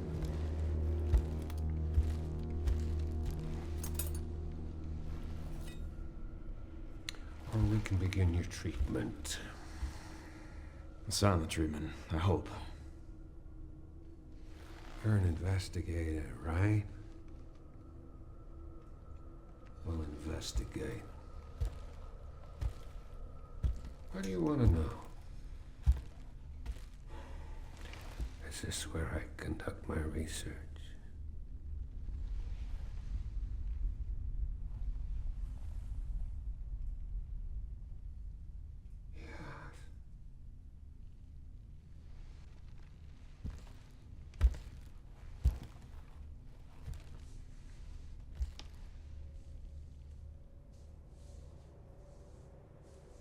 The answers to your disease here.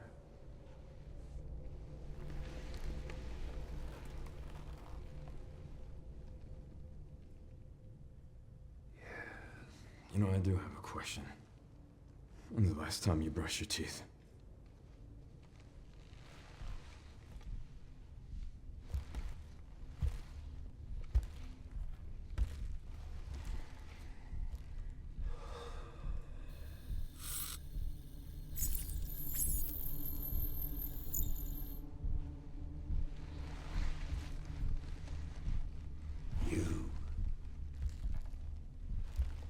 Ignorant fool.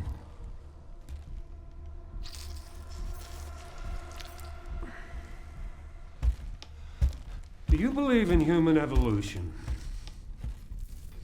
I have devoted my life to studying it, while you have devoted your life to failure.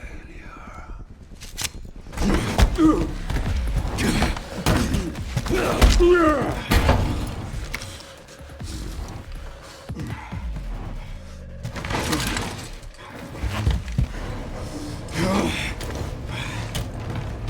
a dead man walking.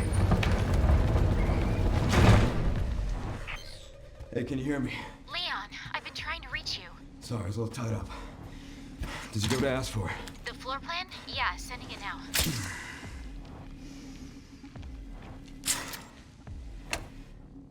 I had to talk to Victor. He is batshit crazy. Gotta make my way to his office. I'm glad that FBI agent got away. FBI? Another supply crate. We need the classic 70 or a rifle of some kind. We don't automatically get it for the section that we would need it for, so we have to buy it.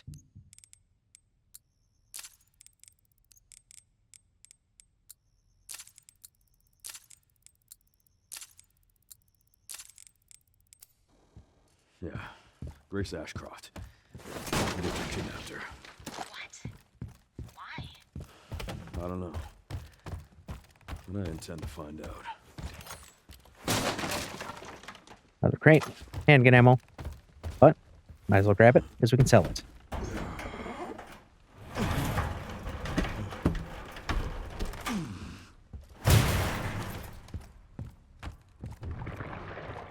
Now we're in the attic for our fight with Chunk.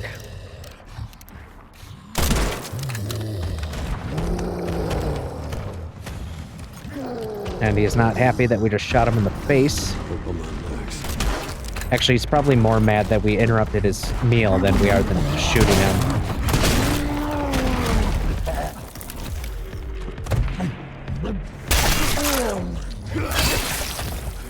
Felt that one, huh?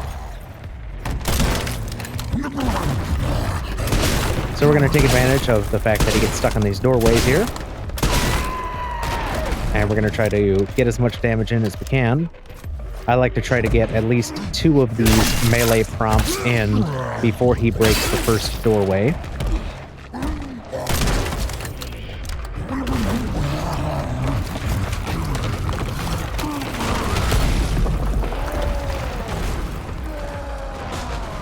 Does a good amount of damage.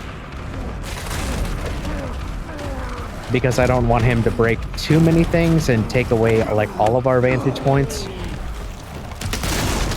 so quickly, but also I don't want to defeat him too quickly because he needs to run around a little bit to break some of these things open, some of these hidden containers.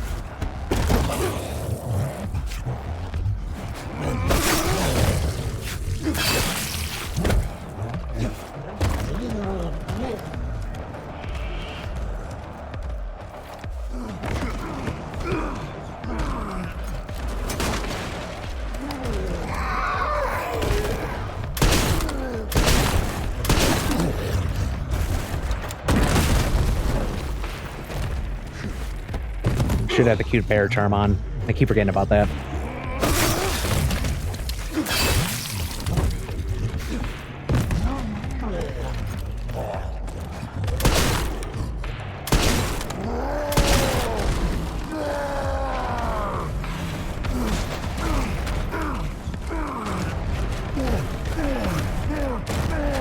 There he's breaking some things open, meaning we can access some things like shotgun shells, med injector.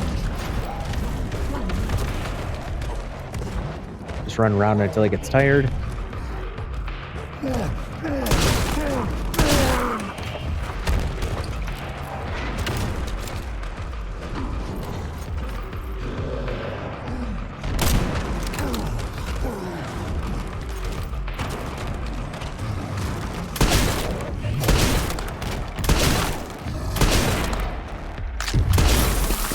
There we go. As soon as we hear that deep noise, that and then we start hearing the leaking sounds, then he's done.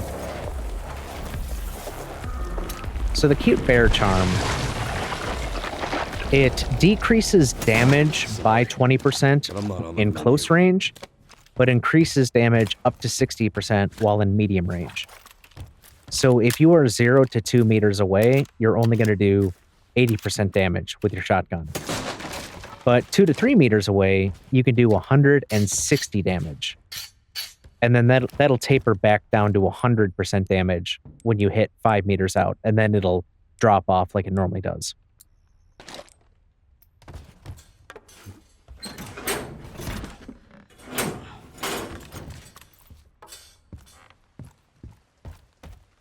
But I tend to not use that charm too much. I find it a little annoying. That's not how shotguns work. And I would have to keep remembering to take it on and put it on, take it off, put it on, take it off. There are some fights where I do a lot of charm switching. It can be a little bit to manage. But that is how the teddy bear charm works, if that is the strat you want to use it for.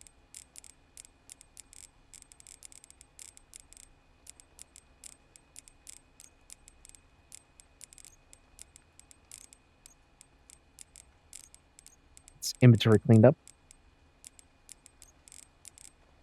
I'm going to sell that.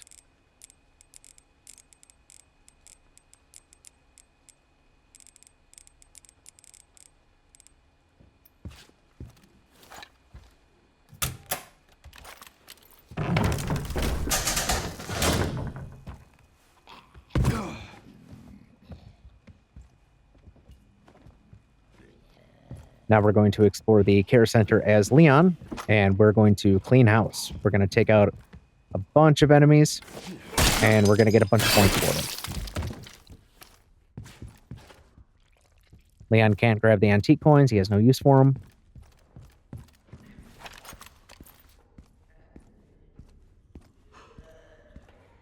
And these warped closets that Grace could not open, Leon can, because he uses his hatchet as a pry bar.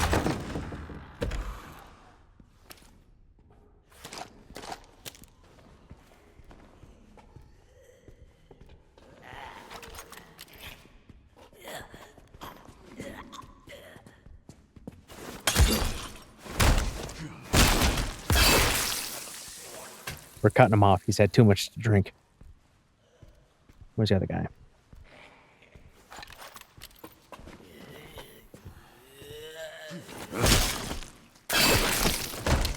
Stealth kills, by the way. No one else hears these. I guess I'll grab that and sell it. I like breaking things, even if they have nothing in them.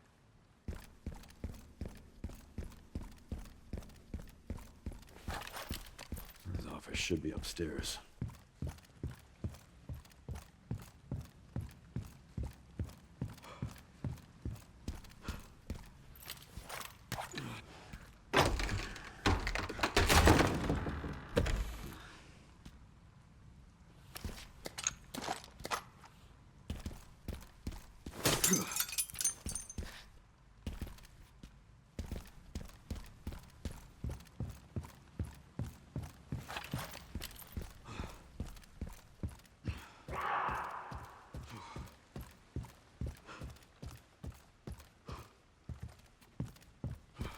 We're going to head towards the dining room, kitchenette area.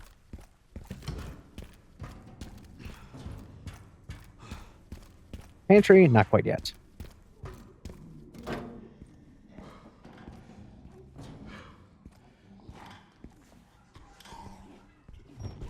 Restroom, got a cleaning lady.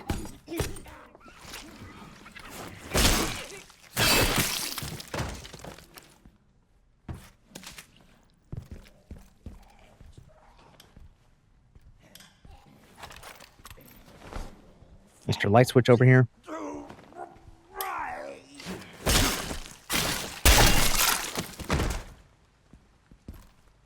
Pretty much everyone carries antique coins around here.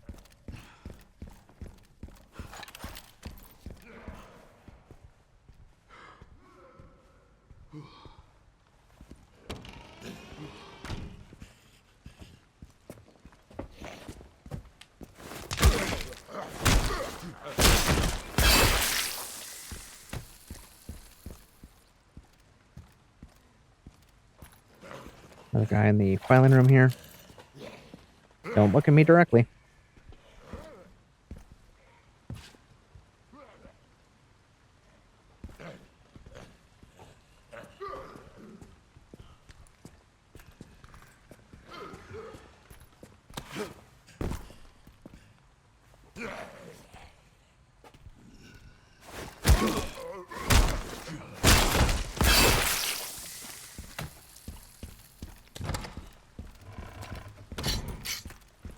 This area is clean.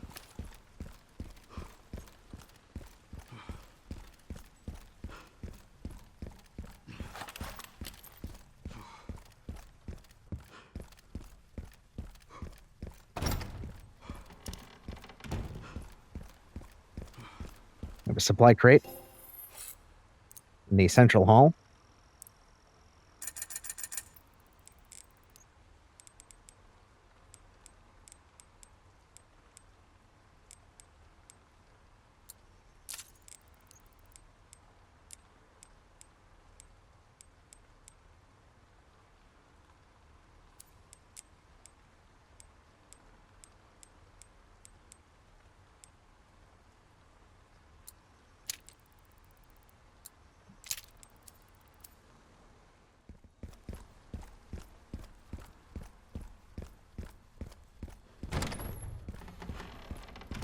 Now we have all sorts of stuff to clear on this side. Lots of blister heads.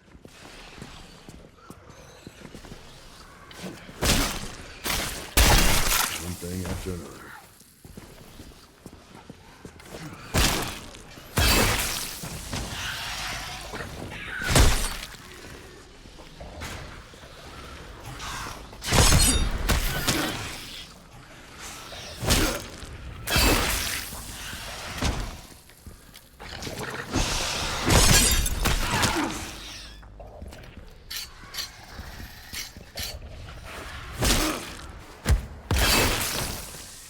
Time to sharpen and then execute. I realized that Chunk despawns when Emily, Grace, but also Emily, go into the basement. And I don't believe he comes back, now that I think about it.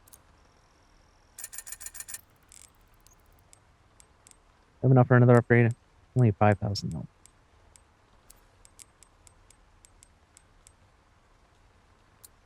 Oh, that's stock though. Yep.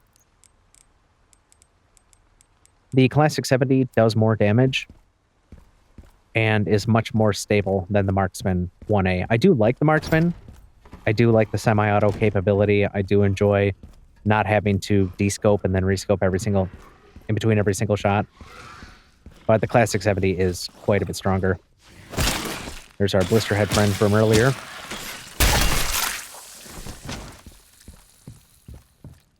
That case over there has a tracking module.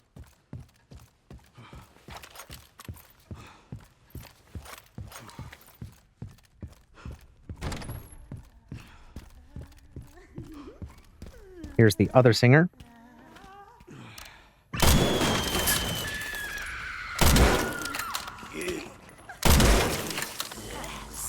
Use a rifle to take her out. Sorry to cut your act short.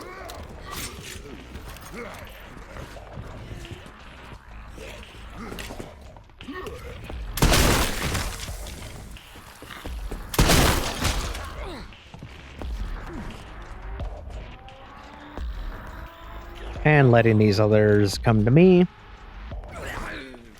Hit him with the 12 gauge. She's not down. Now she is.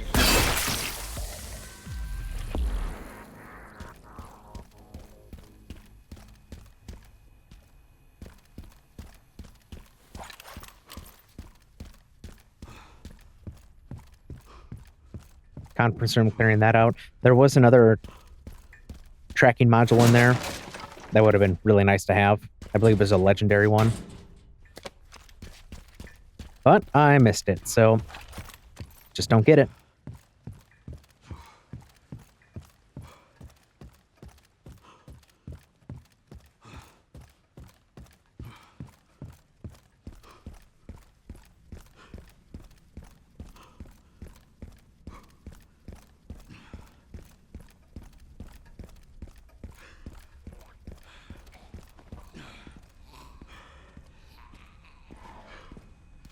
Two more in the examination room / treatment room. The cavities of the spine are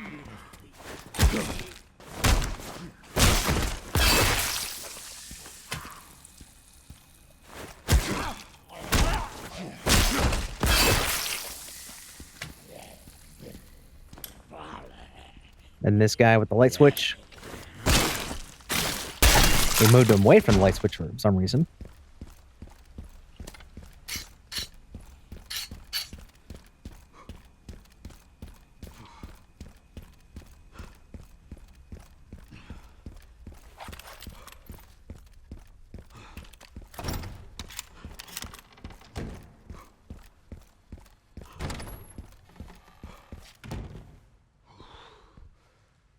Then this guy disappeared. And I'm like, wait, did he actually turn into a blisterhead after all? I don't remember if he does or not.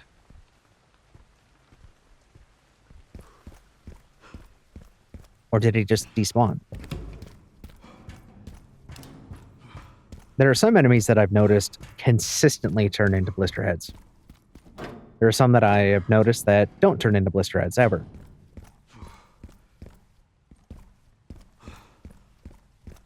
And now he's back.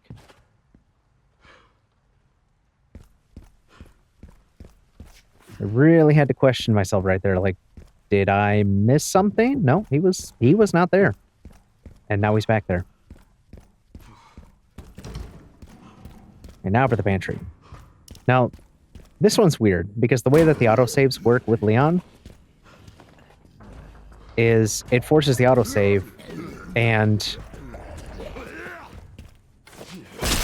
when you enter the pantry, even though there are enemies right there, and if you reload that autosave, which I did, it will teleport them. One guy will stay in the pantry, the other two will go into the hallway in front of the kitchen. I don't know why it does it that way. I think the autosave mechanic in this game is kind of interesting, to say the least.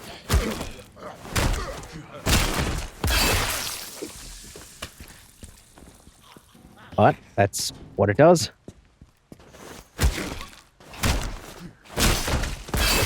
I wouldn't have an autosave directly in front of enemies. Like before you open the door for an encounter, sure. Or when you unlock the door, makes sense. When you are already in the room with the enemies,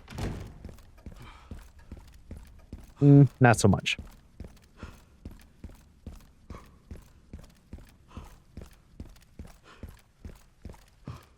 Okay, have we cleared everything out here? I didn't forget this tracking module, though. But I forgot the one in the conference room next to the corrosive, which was worth a lot more. Well, can't win them all. This was not a 100% run.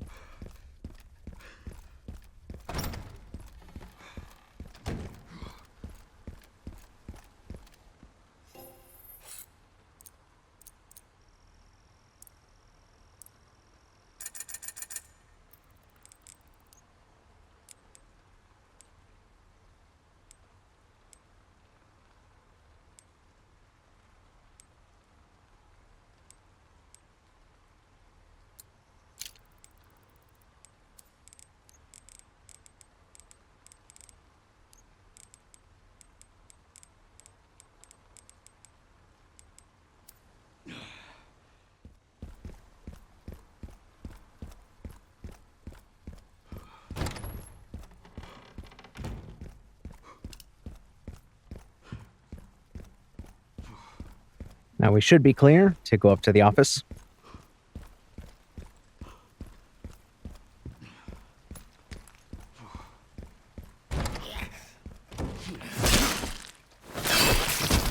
I'm almost clear. I forgot where this guy came from. So I thought we got everybody. The guy in the dining room with a knife. The guy in the records room. Or filing room. Then there was a guy on the stairs. So it's like, where did this guy come from?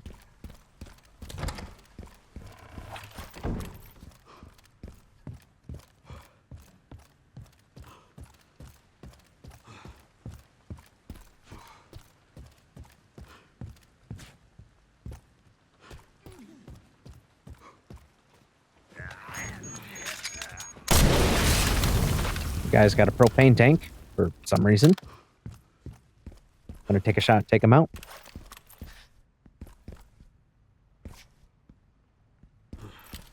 Now for the director's office section. I have a handful of blisterheads to deal with. What a fucking shit. Wake this guy up here.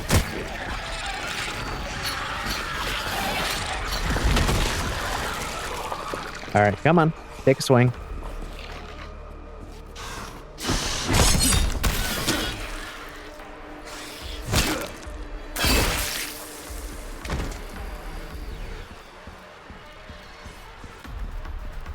This guy over here, let's take him out with a shotgun blast so we can make sure we have quick access to his axe here. running into this meeting room here. And apparently, it's either when they're mid-transformation or just the fact that I was behind him, but throwing that axe at the one from behind took him out. Didn't set him up for an instant, just took him out outright. So I was happy about that.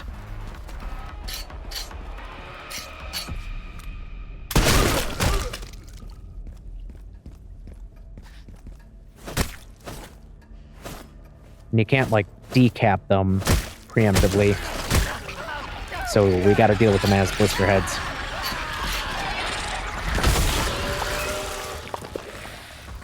But we can waken them up ahead of time.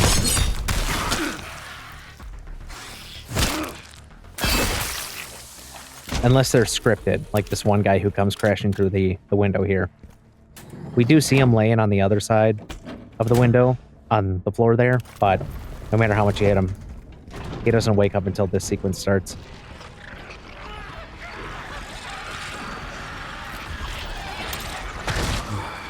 Every single time. And then I was thinking, oh, you know, I'll do the grenade, I'll just stagger him with that, and then I can run in, and then I decided, oh, let's just hang back, and what is he going to do? Where did he go?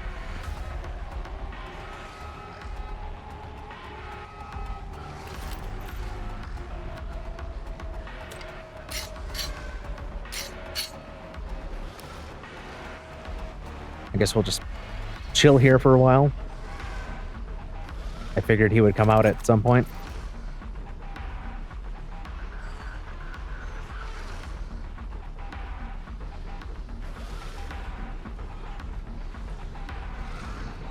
I guess not, so let's try to approach him very safely.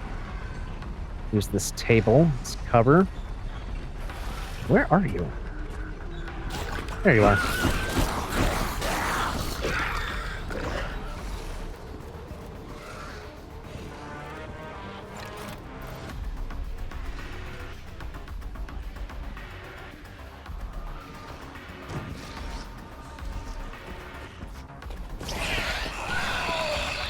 Warcry, don't want that. I'm just gonna run around.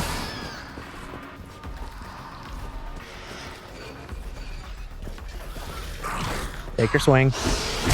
There we go. That's the last one. Now we're free to loot. Well, that's my cardio for the week.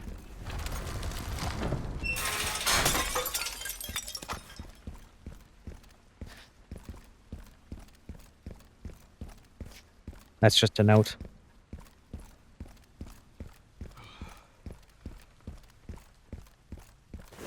Yes, burst their heads if you want to survive, which is very easy to say. But considering they have, well, depending on the enemy, they have, you know, 3 to 5-ish times the amount of HP as a regular zombie does.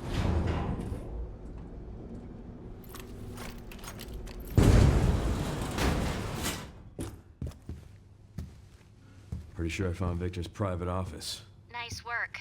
Lock it up. Yes, ma'am.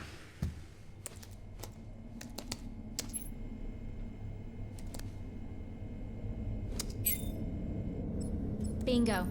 I have the IP address. Just give me a minute. And I'm in. Okay, hit me.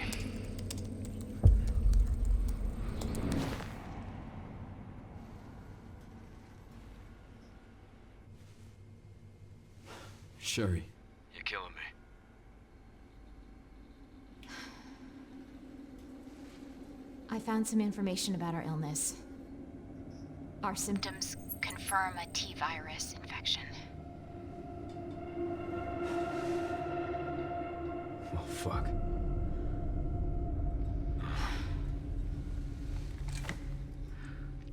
Well, hey, at least we're in it together, right?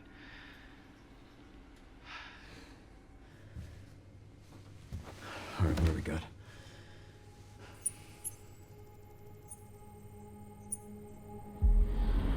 Elpis.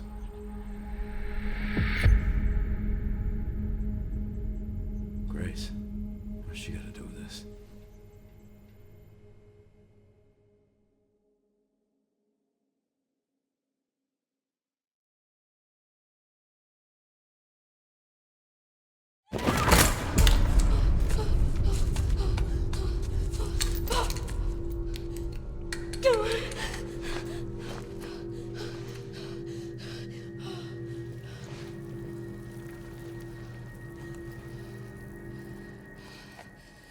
on, Emily.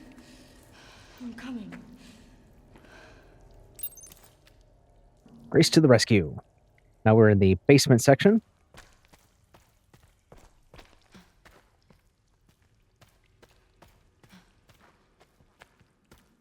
Why is this under the hospital? Great question.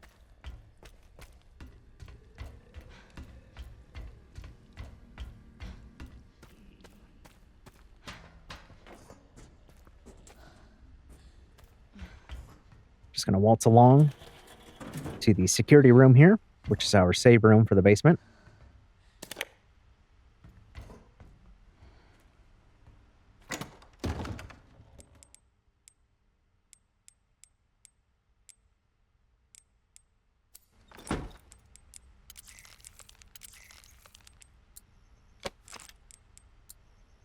Of course, we got to make some more hemolytic injectors. We are going to preemptively take out some enemies that will either get up and be an issue for us, or ones that are known to turn into blister heads. So we're going to stop them before they become a problem. Leon does not come down here at all.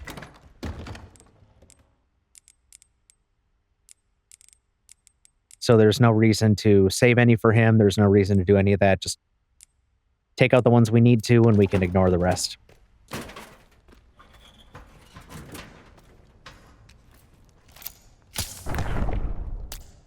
First guy to poke, lounging in the furnace. Into the holding cells for a cutscene.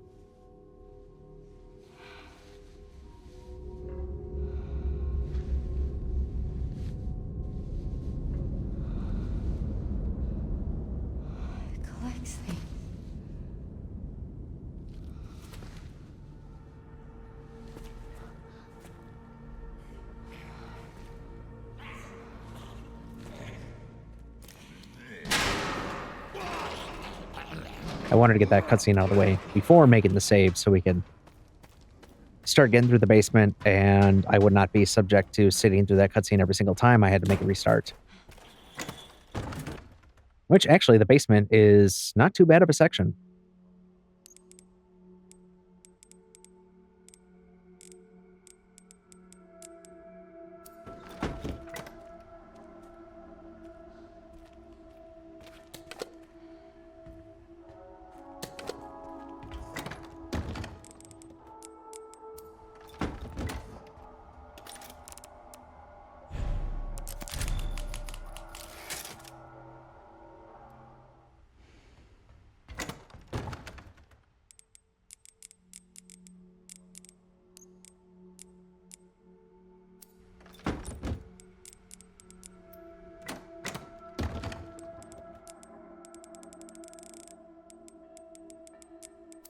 Don't need quite so much handgun ammo. We are going to pick up more while we're down here.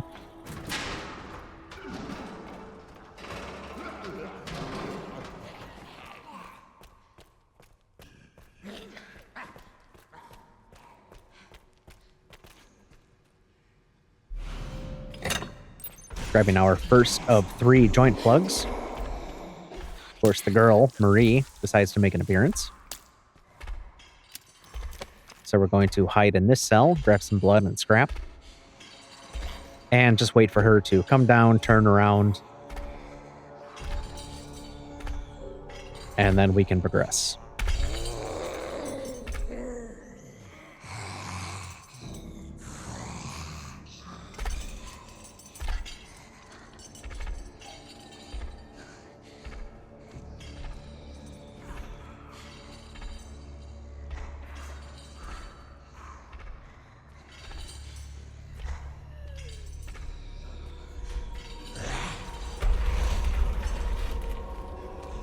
She turns the corner, goes back towards the furnace.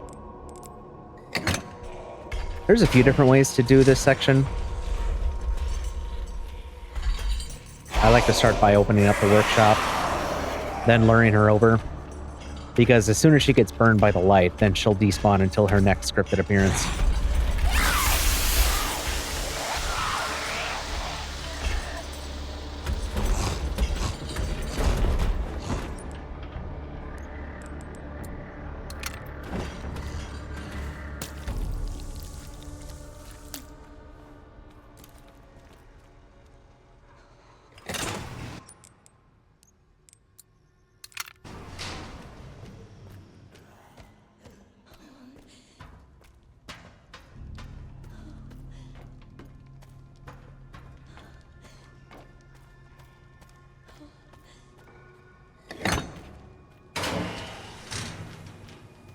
Now through the furnace, so you can go back towards the inspection area.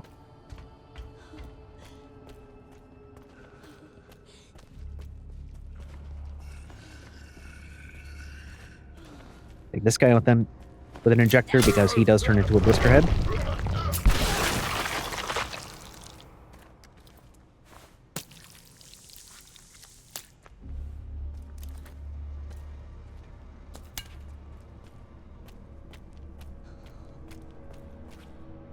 Got another safe down here.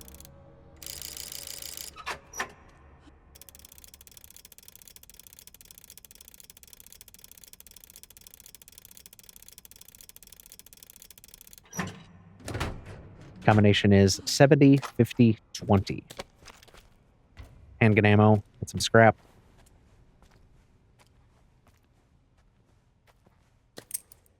And a lockpick.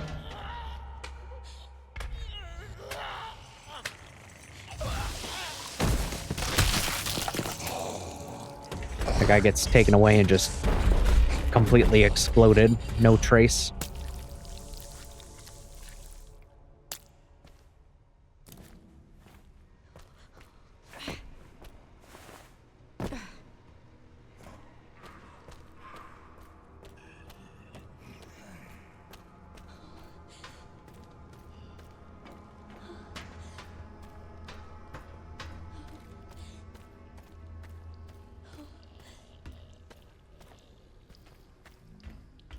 And I realized that I did not actually grab the other joint plug from the inspection area.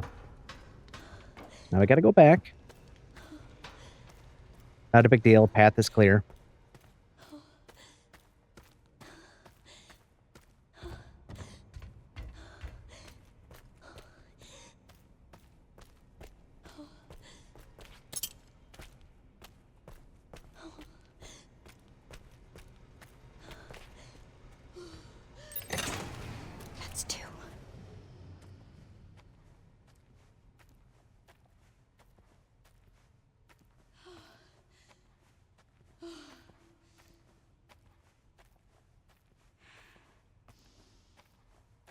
We're just going to creep and crawl our way back to the furnace area. That's kind of our central hub for this section.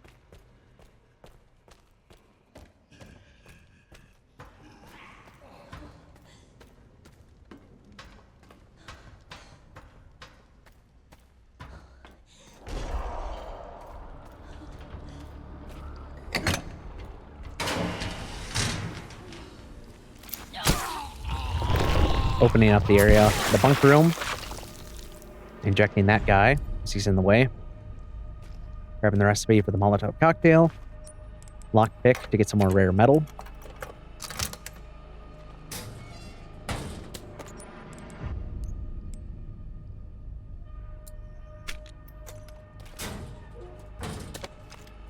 More scrap. There's also blood and handgun ammo in here as well.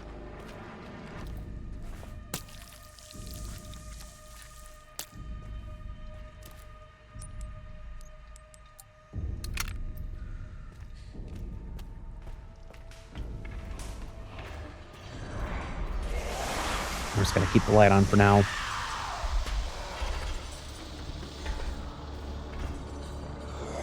There, she got burnt. She goes away.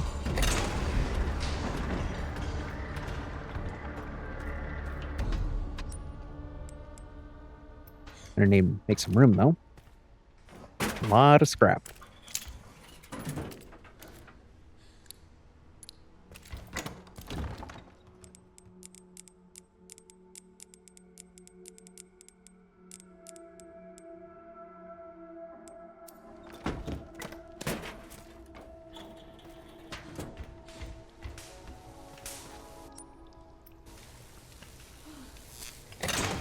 Taking this out locks the bunk room up. There's nothing else to get in there. And we don't want anyone else in the bunk room to wake up anyway, so it works out nicely. Taking that guy out by the elevator. Don't actually know if I needed to or not. I just heard that he becomes a problem during the escape, but I did not actually confirm that.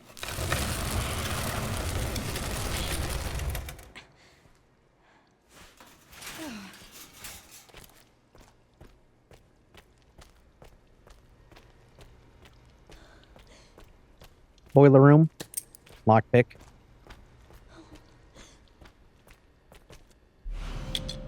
Square socket wrench, empty bottle, more blood.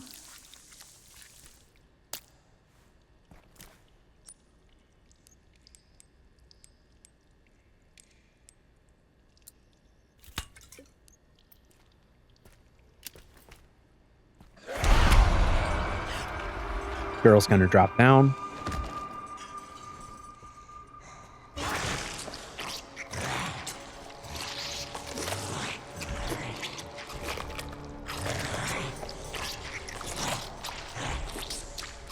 And she'll eventually put the body down and start moving. And I want her to move clockwise around the room.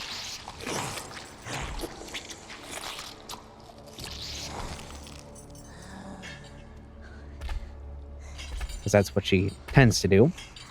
But of course, one time, she just randomly switched directions and started moving the other way, and I ran directly into her.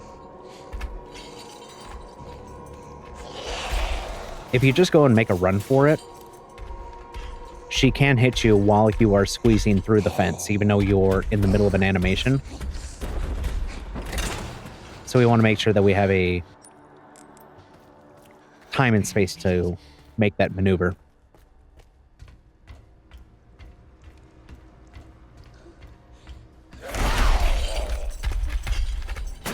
She's going to pop out. We can just run right into the safe room. You always have to wait for her to leave. She likes to take her time.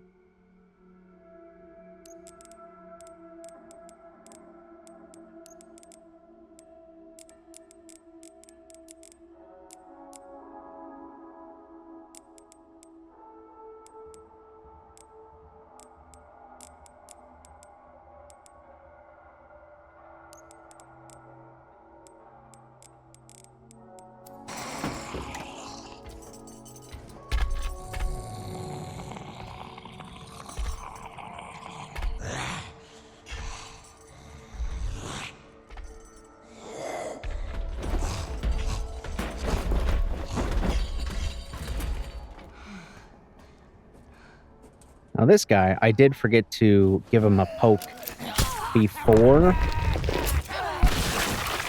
but you were able to run right up to him and give him the old stabby.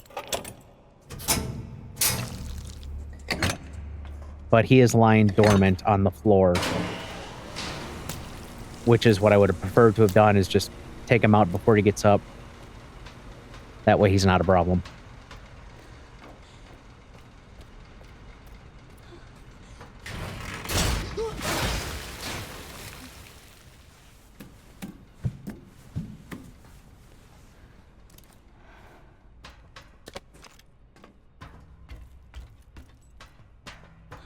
Climbing through the ventilation system, got some scrap, and then up the ladder to the processing area.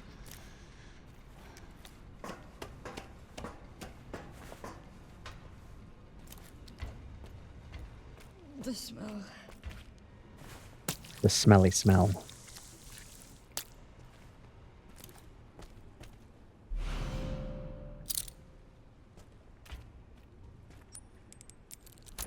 Forklift key.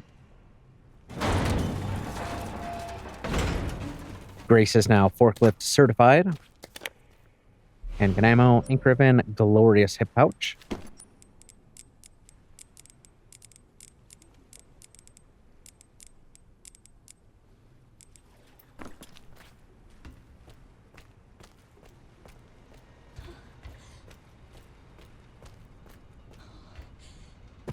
And then back to the furnace area.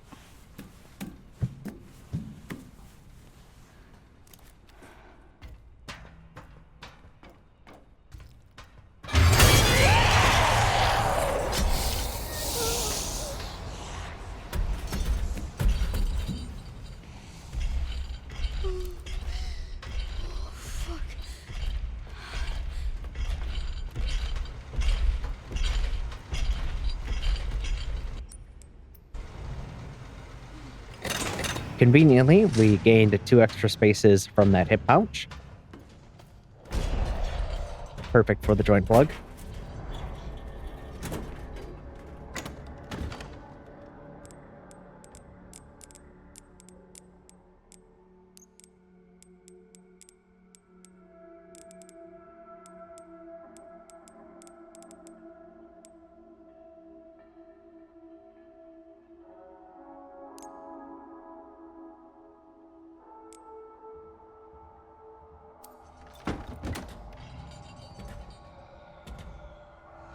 I just need to wait for her to go away.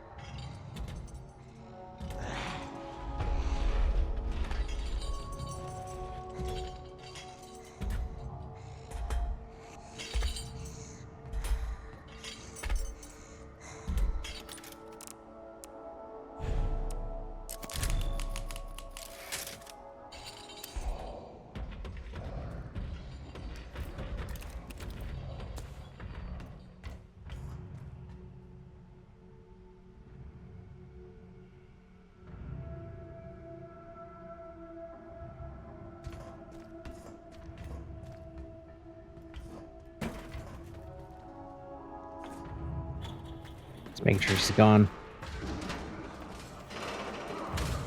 As I mentioned earlier, a couple different paths that you can take around this. I like to go towards the workshop. I'm going to use a Molotov on these 2 guys. Get them out of the way. Synchronized falling.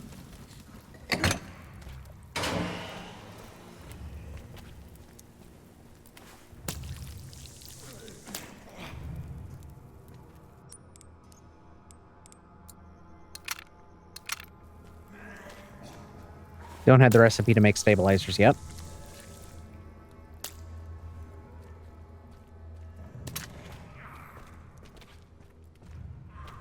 And in hindsight, I really should have. I should have backtracked to the blood lab, got that recipe so I could make stabilizers. But I did not. And that's okay. It's nice to have, but it's not a necessity by any means.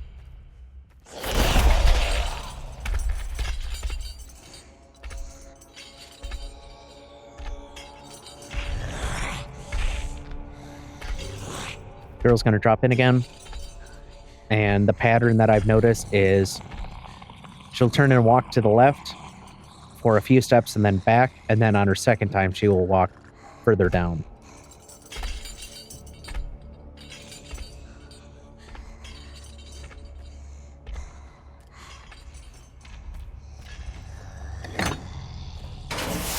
Light comes on, and she goes away.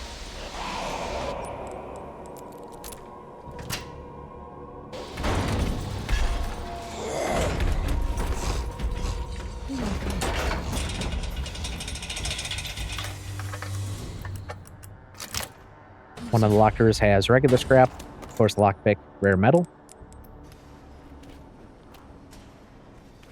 And we're going to follow the bodies through the processing area. Oh God, I really don't want to go in there.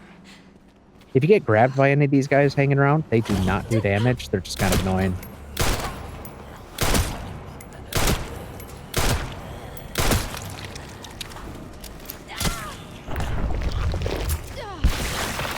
Because we don't have a whole lot of room to work with here.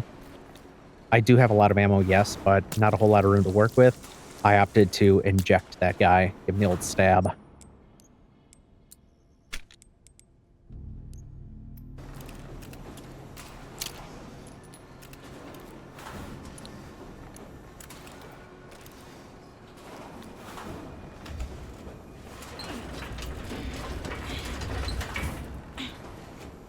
Moving this cart out of the way so we can change the direction that the bodies are moving in. Just waiting for an opening.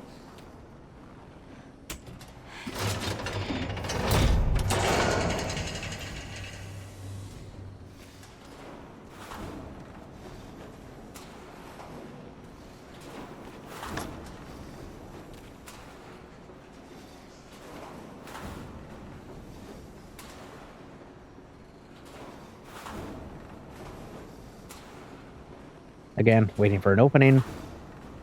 While the grab doesn't do damage, I just prefer not to get grabbed. It's just kind of annoying.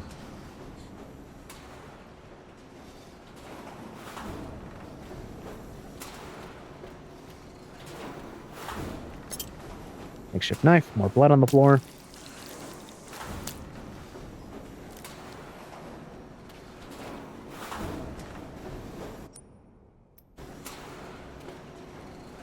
Another guy will drop in, but we don't actually have to worry about that. We can just kind of like shoulder our way through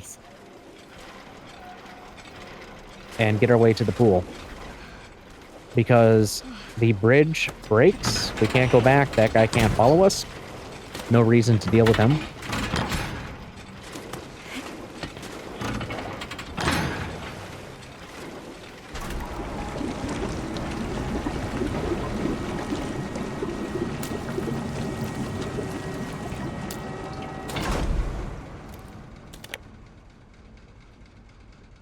Driven for a fresh save for the collection pool, which is actually a pretty cool scene.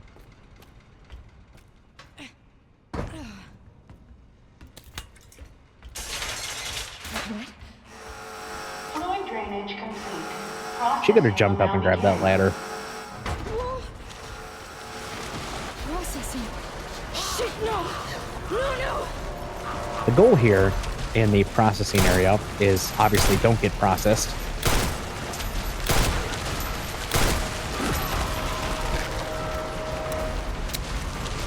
And taking leg shots to stun enemies so they get processed for us.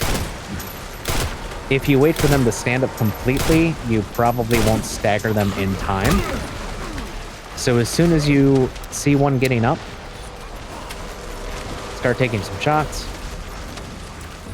I've got the Requiem out for this big guy here. Getting way too close for comfort.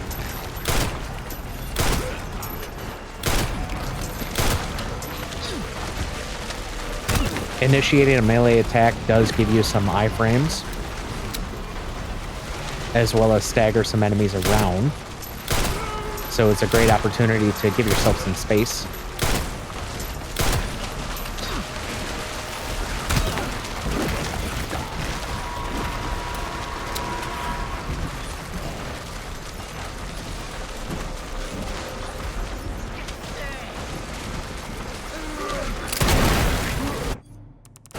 I was contemplating trying to line those two up. It didn't work. And then I thought, oh, I'm going to get grabbed by this guy for sure. But he actually moved just out of range for me. So that was nice.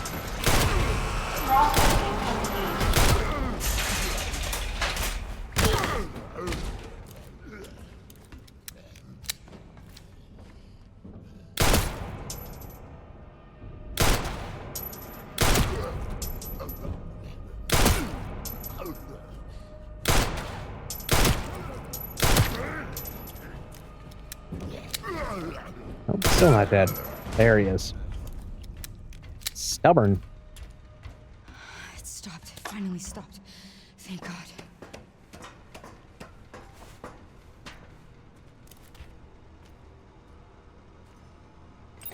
Joint plug number 3. Last one. Now to free Emily and get out of this place. Yeah, get out of here. This place sucks.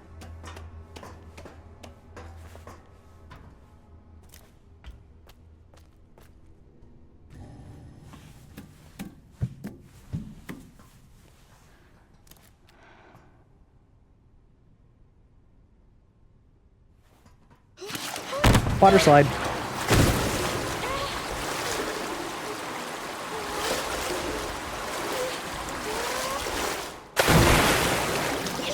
Oh, I got in my mouth.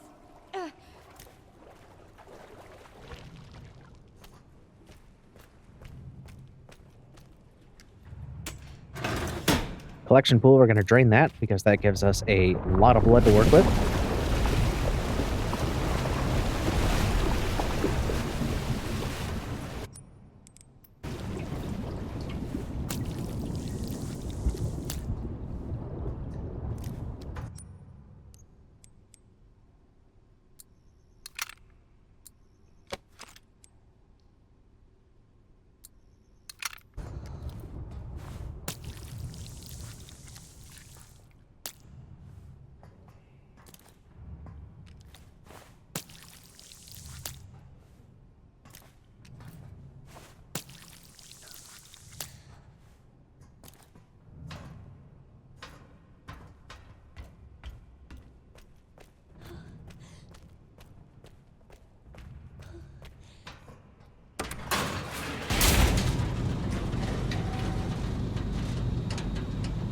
Now all we have to do is grab the other 2 joint plugs, and then we can get Emily and get out of the basement section.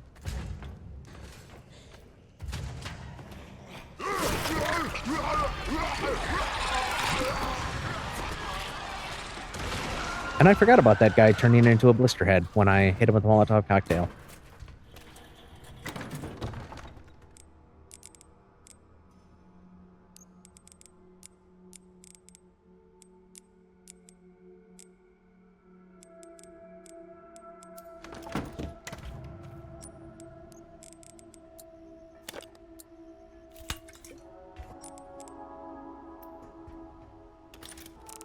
So obviously that's going to be a problem. What I typically do is I typically just shoot the guy who comes out of the cell, but I thought I was being efficient by just hitting him with a Molotov.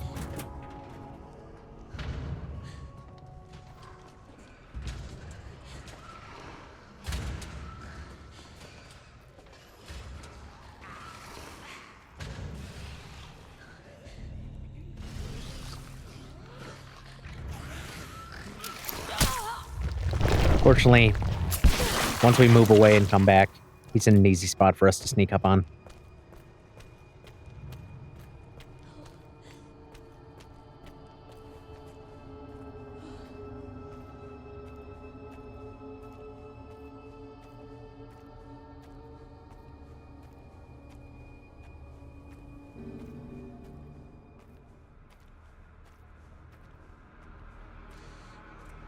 Now when we take this plug out, the girl's going to drop in.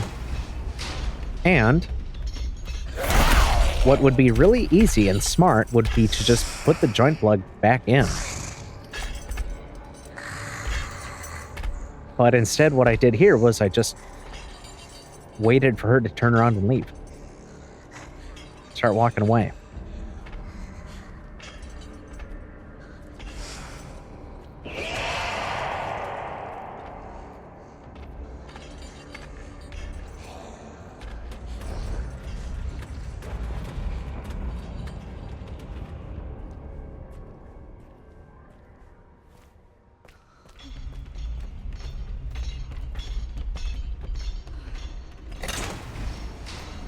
Now we have all 3 joint plugs in our inventory. All we have to do is set them down, and after the cutscene, run straight for the elevator.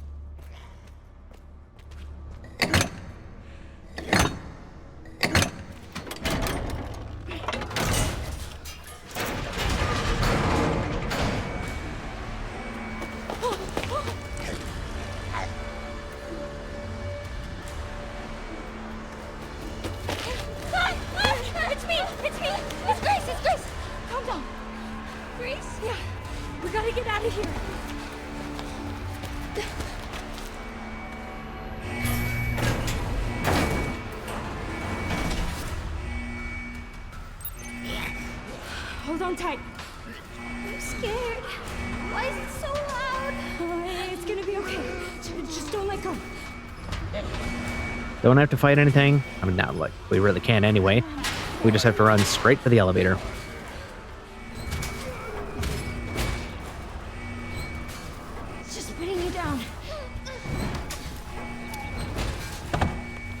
move this little pallet with, is that concrete? Something, probably.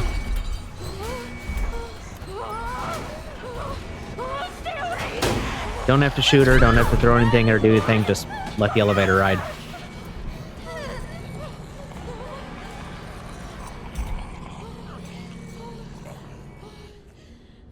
Grace? Are you hurt?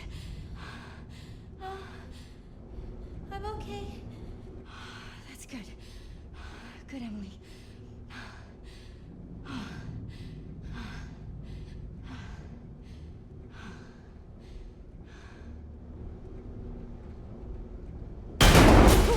What's going on?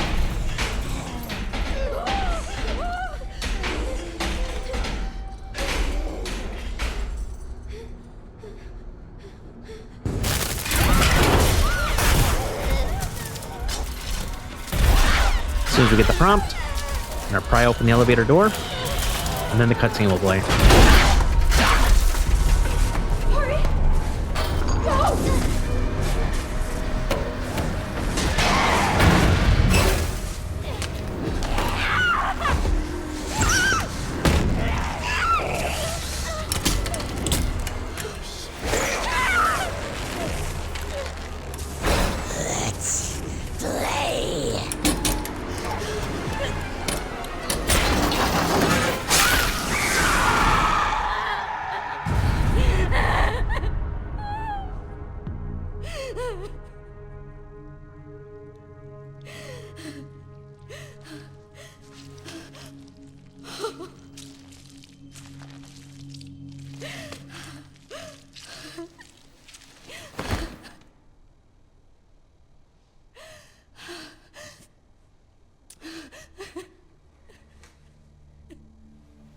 Grace?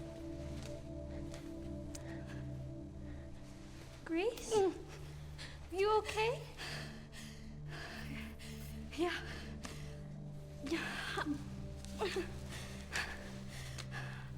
How about you? You okay? Here, I kept this safe for you.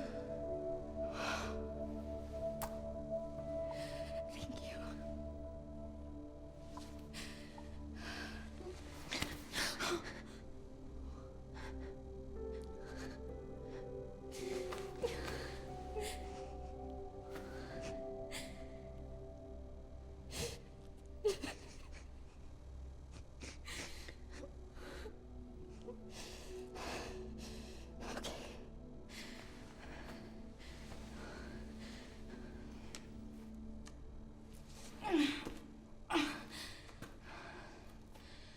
Let's go.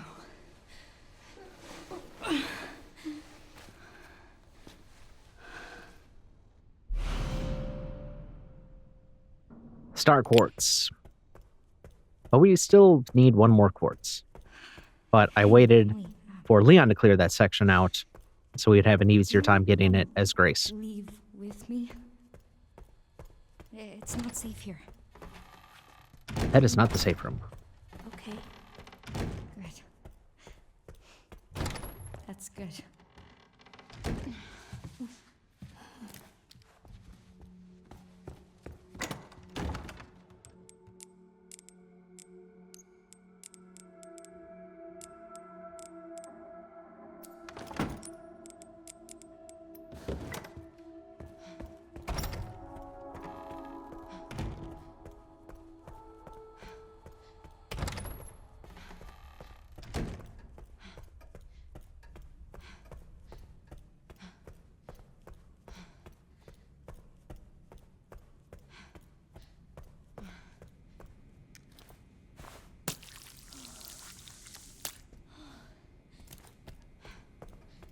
Now we can finish cleaning up the care center, since Leon was generous and eliminated pretty much everything. There is one enemy that I forgot existed because I did not unlock the door. So that one actually did kind of surprise me because I did forget about it. In the blood lab here, we do have a guy who is camping out in this room right here.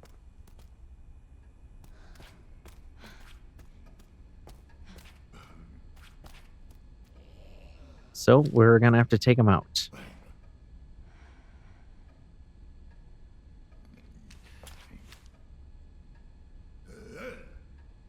Just trying to get at least one good shot in.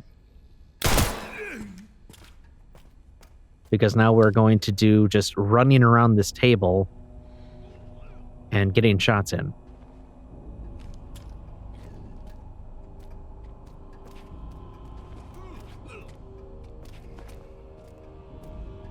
If he wants to come out, that is.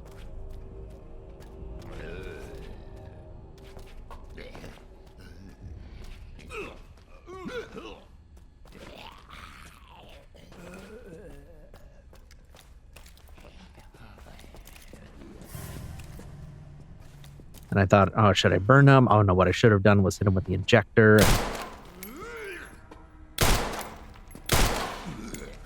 And then I'm thinking, oh, wow, it's a good thing I have like over 100 rounds of ammo because I currently can't hit the broadside of a barn.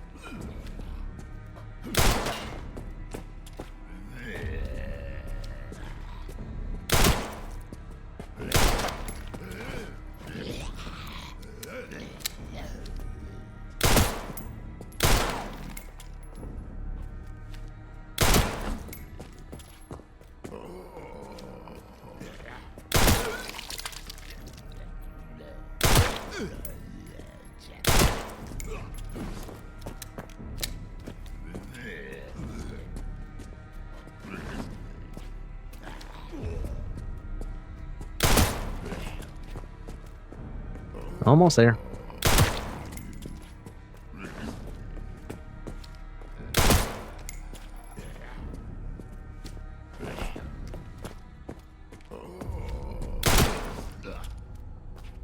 There we go.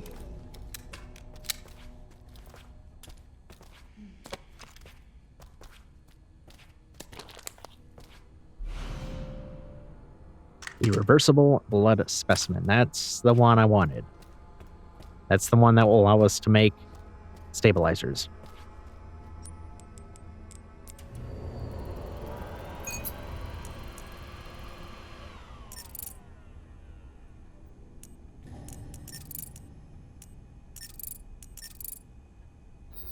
Well, and steroids as well, which increases your maximum health, but we don't use those. This is a steroid-free environment.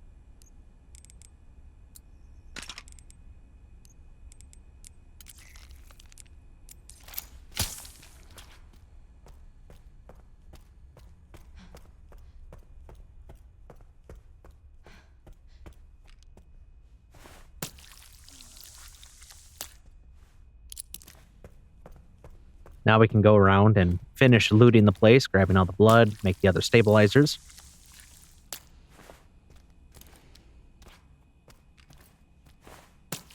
Because they are pretty pricey, 130 units of blood apiece.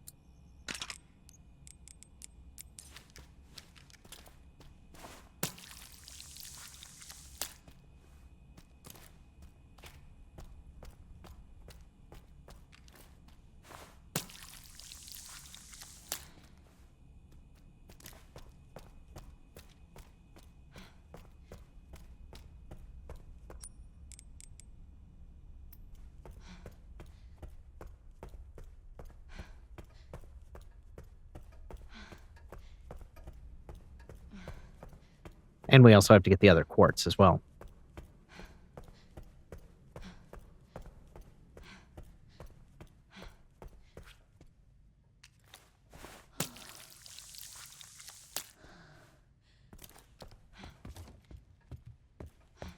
Since Leon cleared out the conference room, we are free to just waltz right in, grab the corrosive acid, and waltz right back out.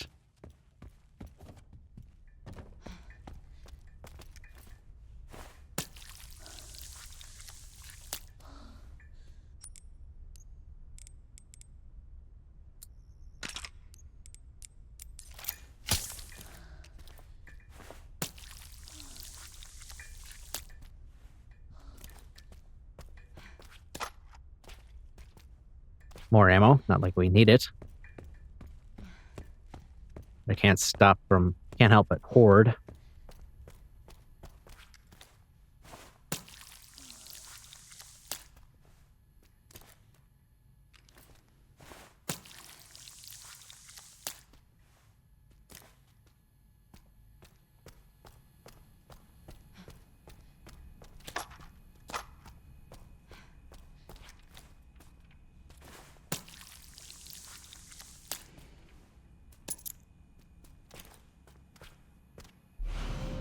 There's the corrosive.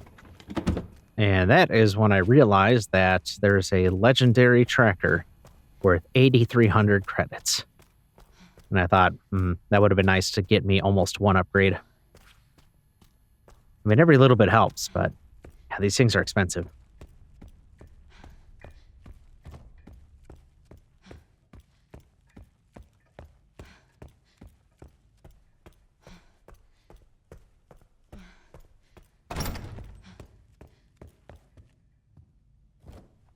These are just a bunch of files, nothing else to pick up. Corrosive.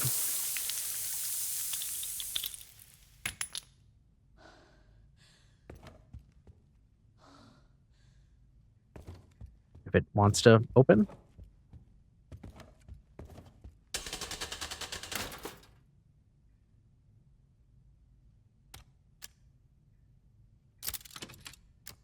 So to get this quartz, star, sun, moon, sun. And there is the third and final quartz, the sun quartz.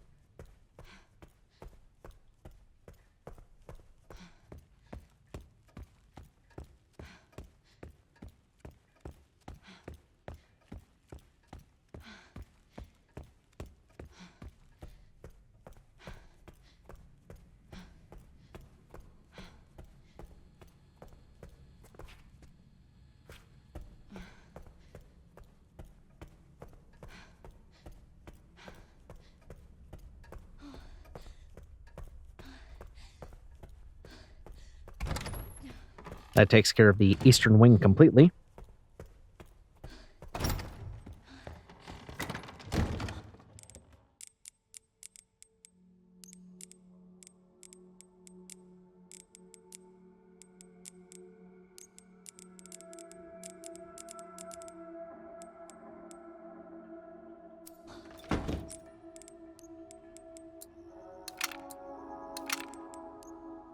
As we continue to loot and craft.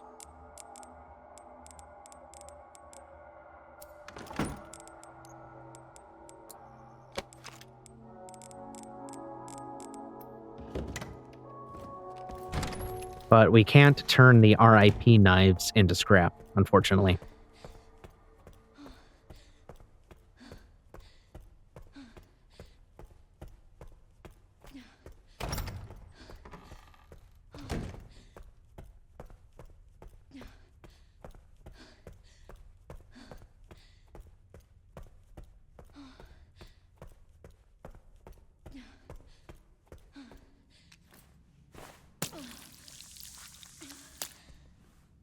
Now we're finally going to get Grace's handgun here, which is an upgrade in every way, shape, and form to the handgun, the first one that she finds.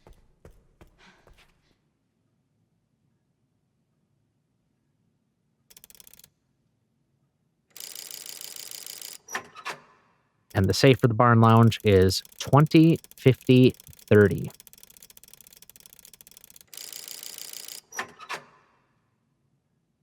Except I kept forgetting what direction I technically had to turn it first.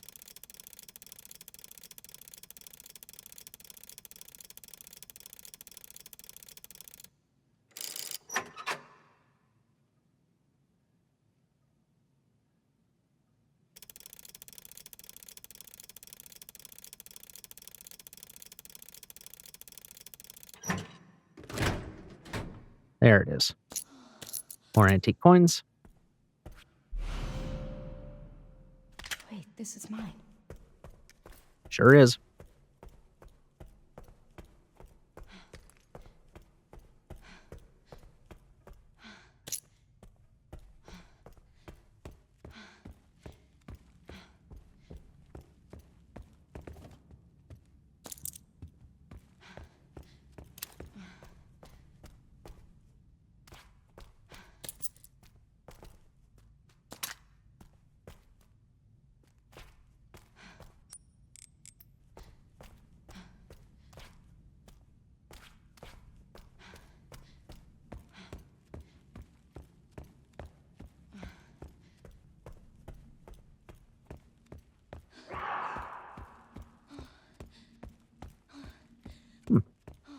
What was that noise?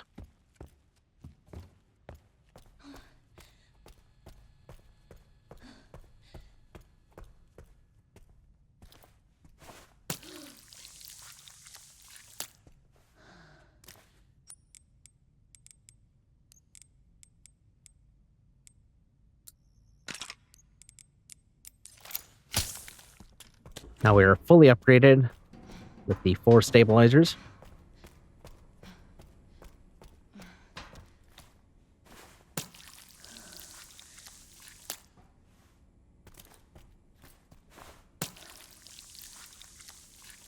And we're almost done looting the place.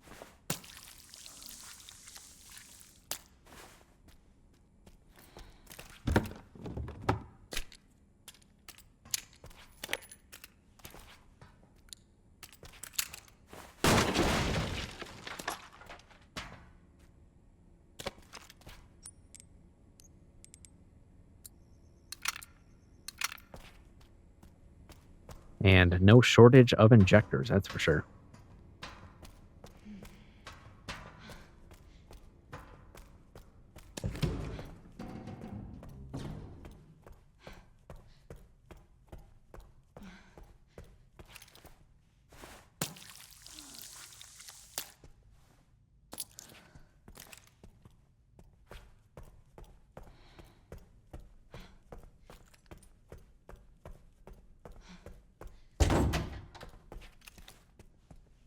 Bathtub. 100 units of blood.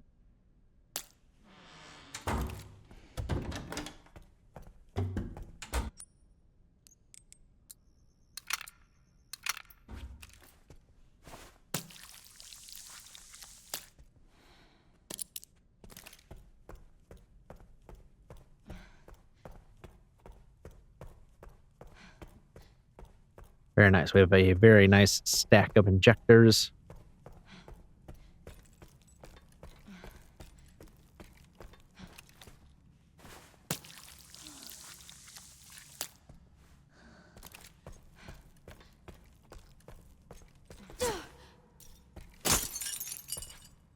And antique coin in there. Transfusion bag, empty bottle.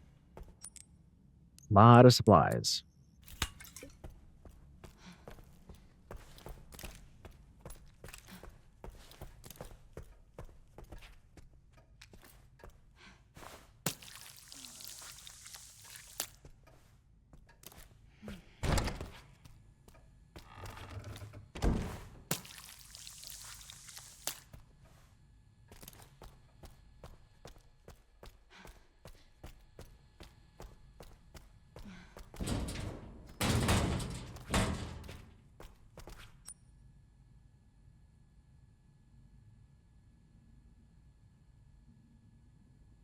Checking the map, just seeing if there's anything obvious that I missed.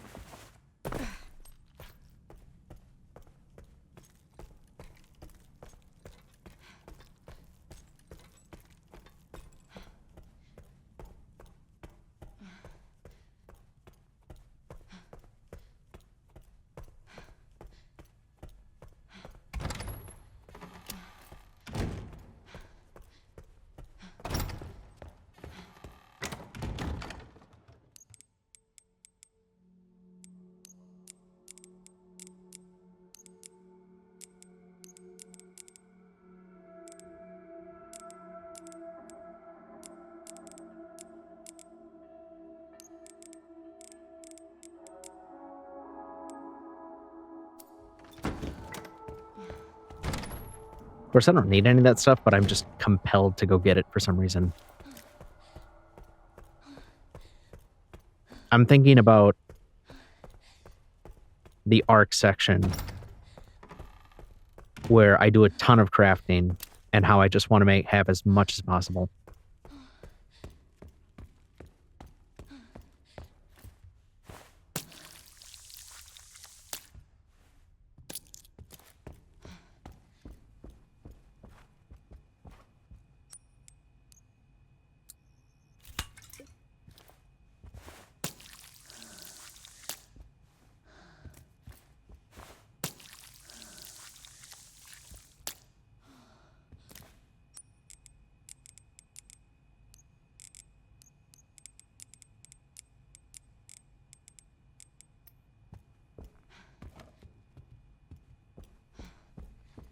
Need more scrap, though.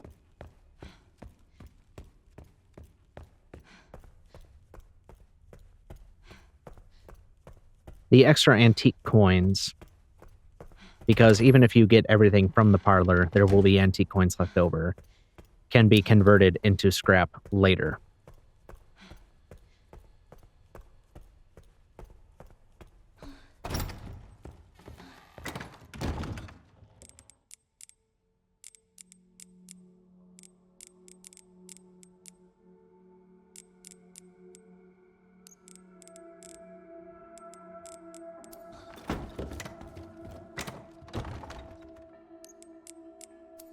Grab the quartz. Grab the child. Let's get out of here. I'm tired of this place.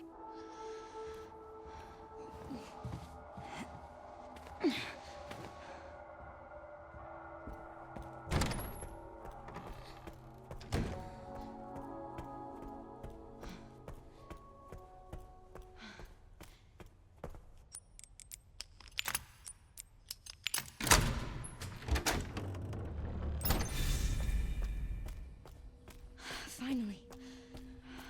We made it. We did it.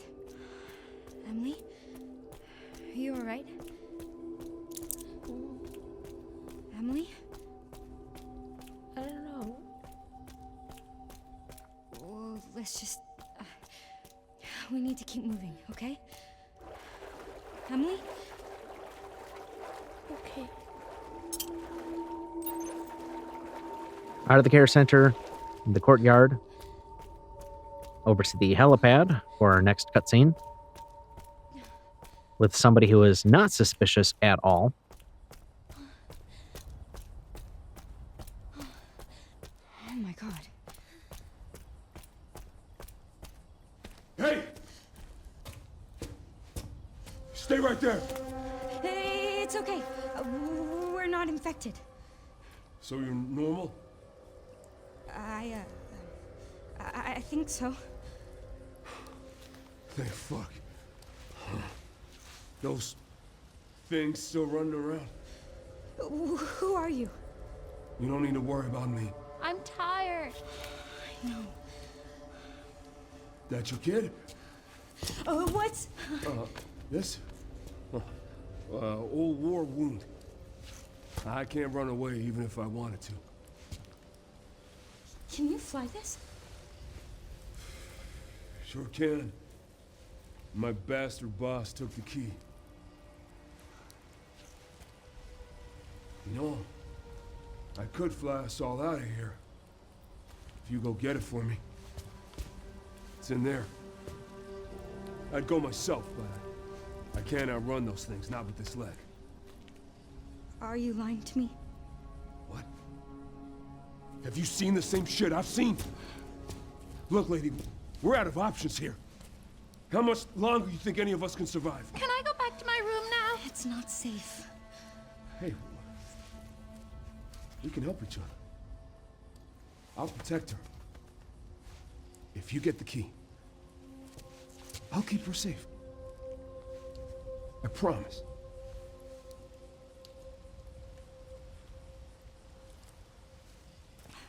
It's a deal. Come on.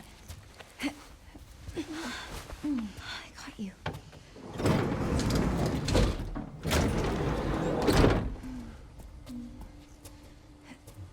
Ready? No. Come on. Gotta strap you in. Oh, I'm Grace, by the way. This is Emily. Harry. Thank you, Harry. No problem. I'll be right back. Mm-hmm.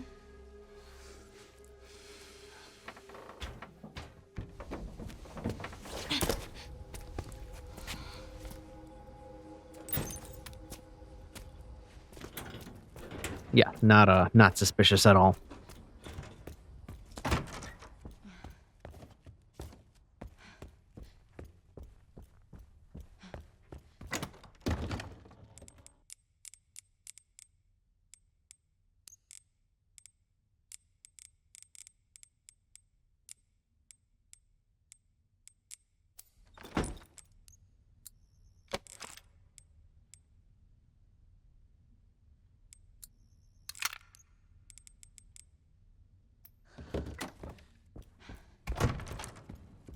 the VIP suite. There's a bunch of stuff that we can interact with in here, but the main thing we need to interact with is this bottle of wine, which of course I rotated the wrong way, so it took the long way around. This gets us a double helix model. Open up the lectern, put that in, and of course the room is a giant elevator, and it starts lowering.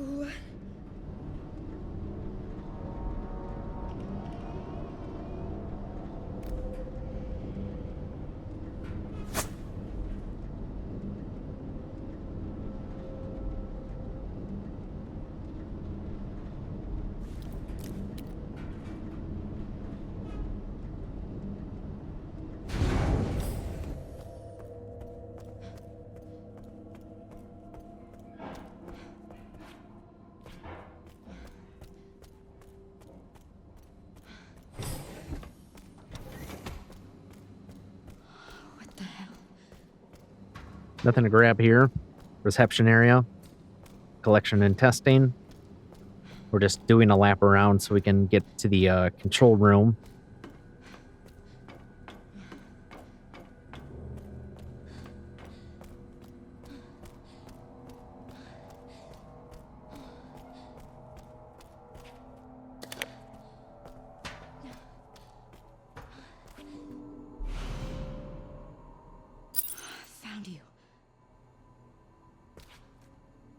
Helicopter key, and we're hacking into the security system. I'm in.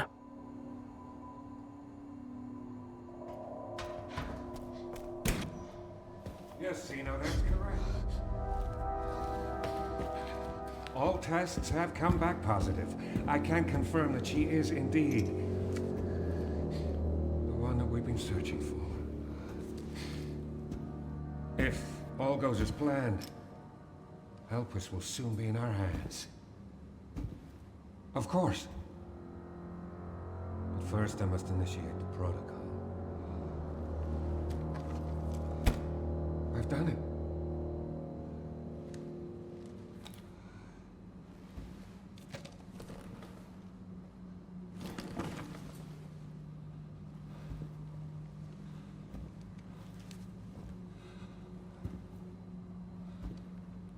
I've done it.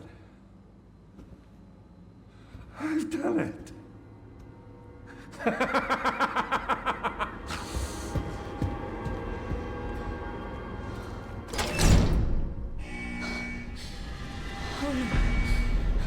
The self-destruct protocol is initiated. All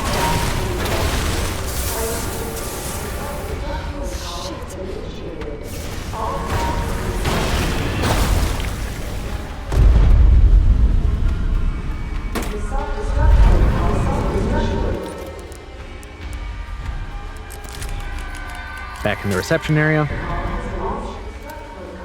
for our second lap around. This time we have a lot of enemies to deal with. Fortunately, we get these fancy tanks, which I'm still not 100% sure how they work. I recently started playing with an SRT, just trying to figure out like how exactly this works, if it's based off of how much of the gas gets on them, or number of seconds of the constant exposure. I was watching their HP values go down, and it didn't really seem to follow much of a pattern, or whether you spray in one spot or spray around. Honestly, it just couldn't really make sense of it.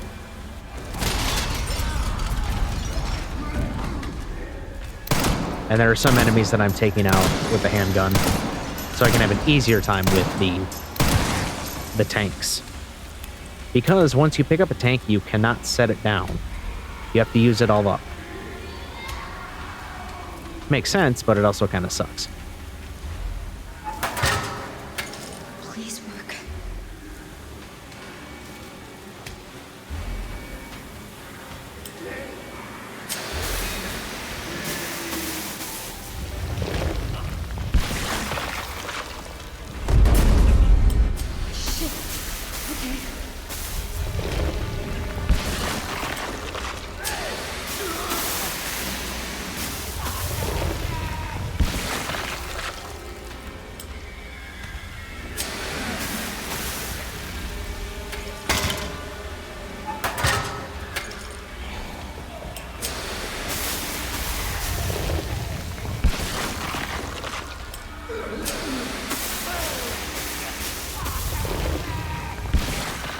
okay.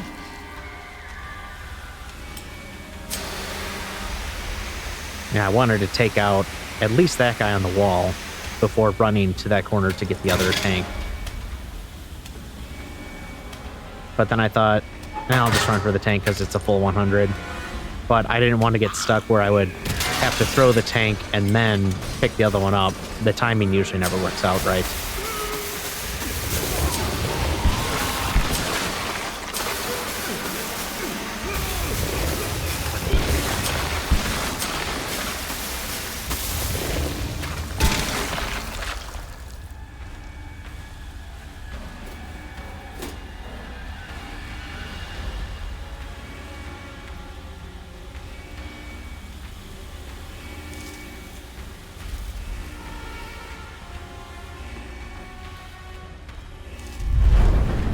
Linear path, just keep following.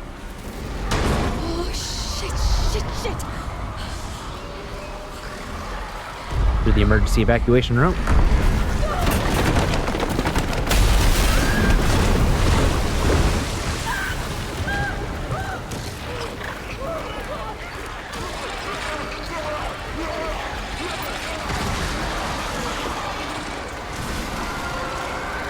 And up the stairs we go.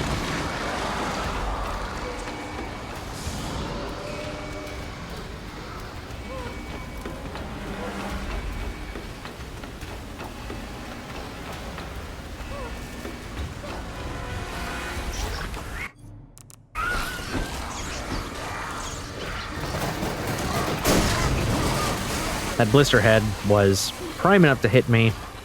I could have used an injector. But when I paused, I thought, wait a minute. I can just get around him. That's right.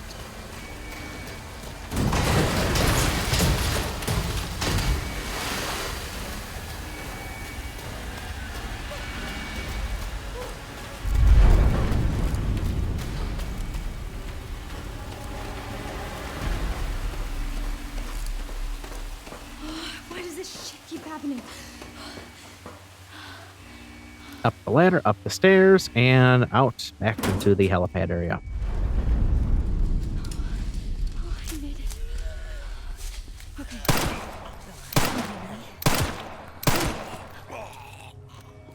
Wanted to stun him, make sure he doesn't catch up to us while we vault the window. Window ledge, windowsill, whatever.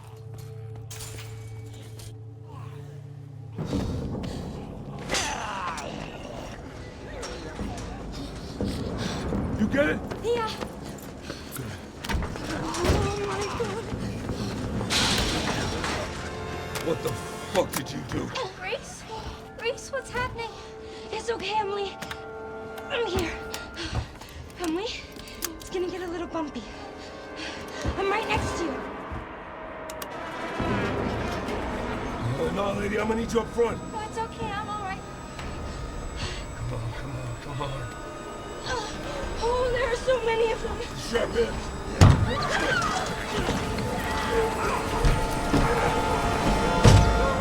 Oh, come on! What's it look like I'm doing?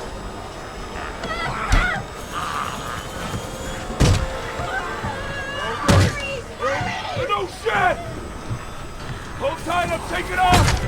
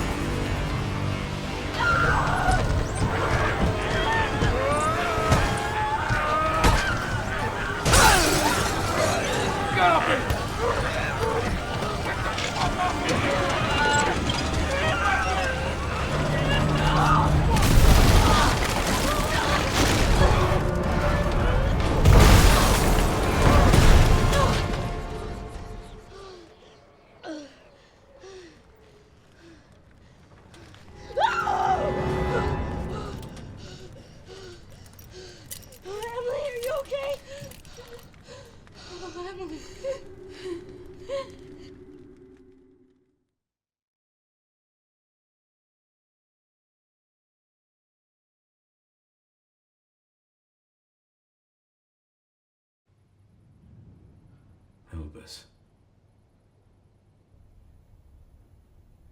Grace.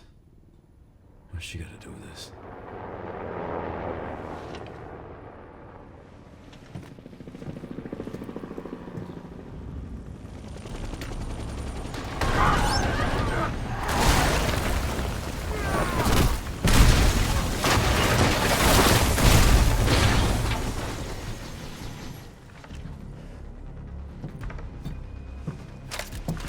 Hello, gorgeous.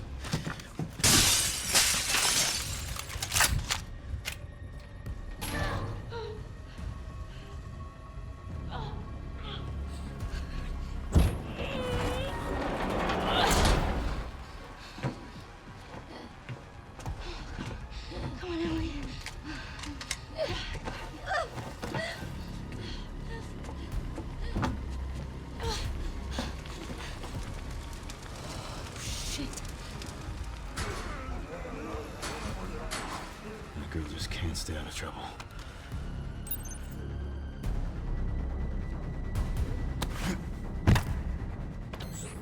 Sherry, Grace is still here. The FBI agent. Yeah. Found some files on Victor's computer. She's connected to this somehow. Is she okay? No. I've got it covered. As far as helicopters in the Resident Evil universe go, this one has to be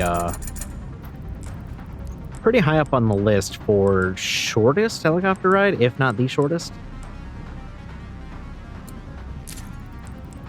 I mean, they barely took off from the helipad and got over the courtyard before crashing into the cemetery. They covered very, very little amount of space. Very, very short amount of distance.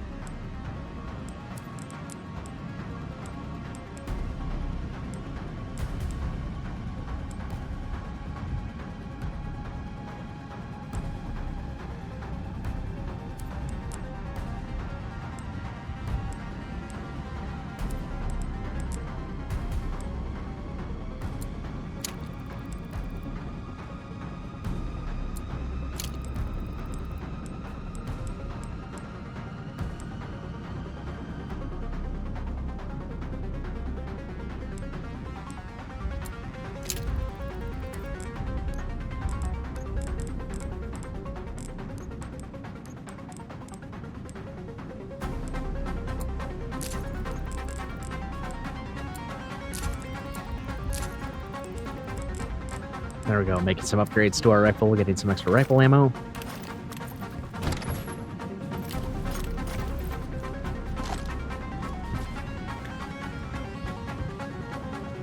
Really wanted that maximum stability.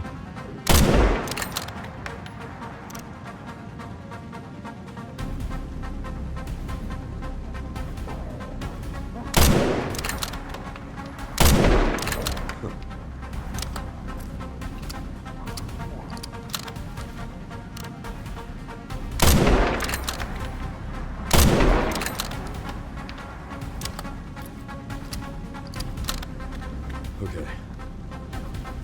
Leon says, okay, we move on to the next section. Large gunpowder. More rifle ammo.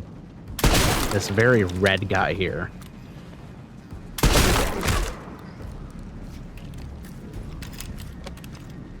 Now we have to be mindful because while we do have this going on, we are also going to have a blister head show up behind us.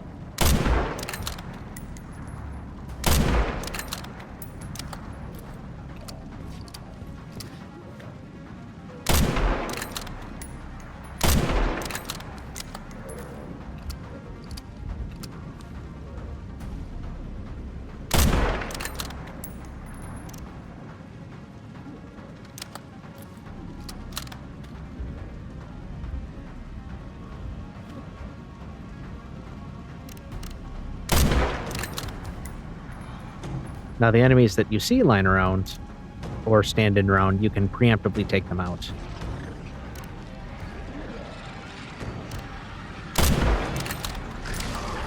It must be time for me to get service.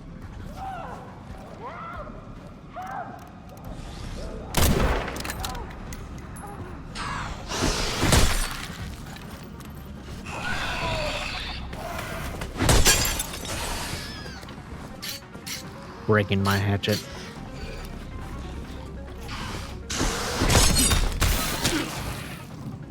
Get him out of the way so we can get back to our regularly scheduled sniping duties.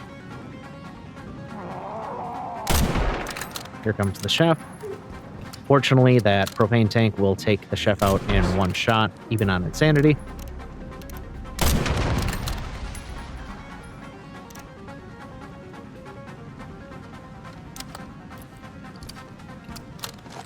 All right.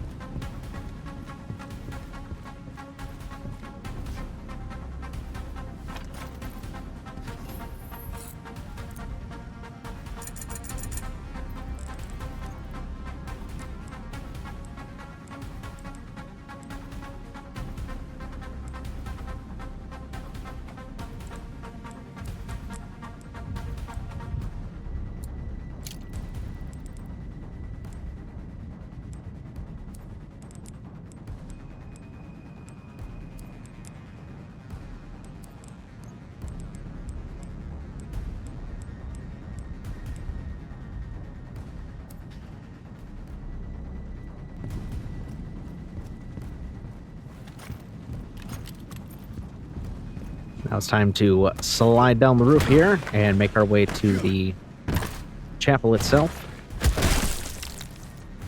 Excuse me. We got some sleepers here. Of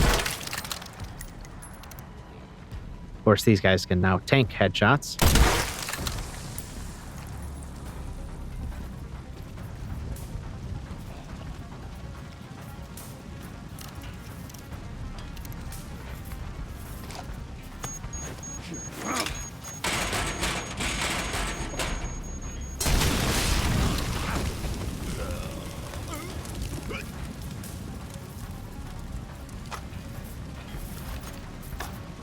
And of course, collecting our loot as we go along.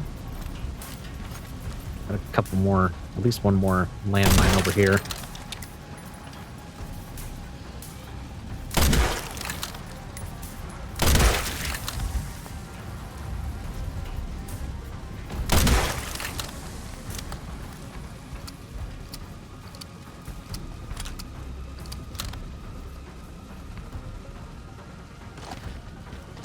Confirming they're dead so we don't get a surprise grab.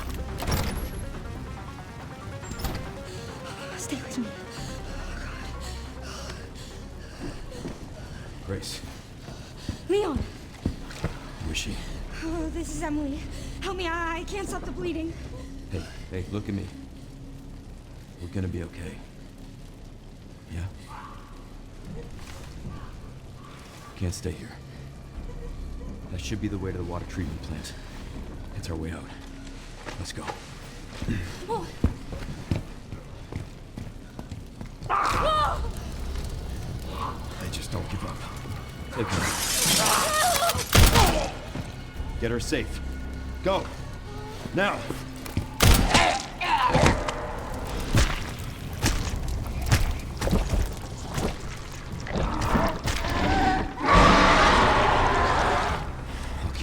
Busy. Blisterborn time.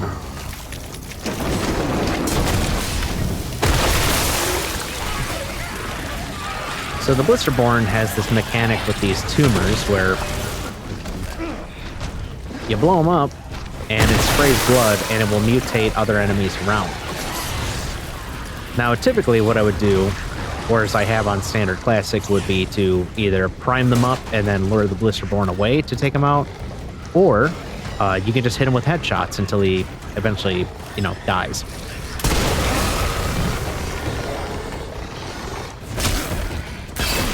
But I felt confident using the grenades and the explosions and the throwables to kind of speed things along.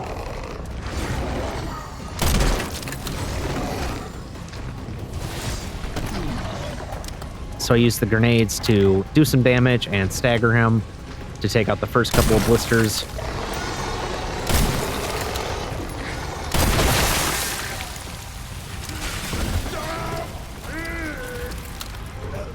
And we've got some throwables on the ground so we can get some easy kills that way.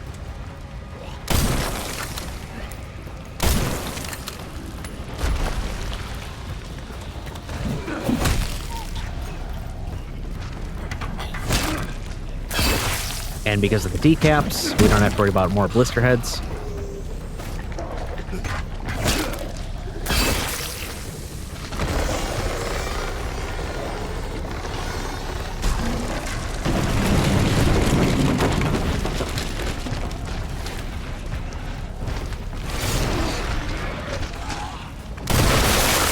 Trying to hit the prompt to throw that axe. Wasn't working. Oh well, we got him. Got some goodies over here. Matte injector, hand grenade. 3 handgun rounds. See, that'd be something for Grace. Like, that's a Grace pickup right now, not a Leon pickup. Oh well.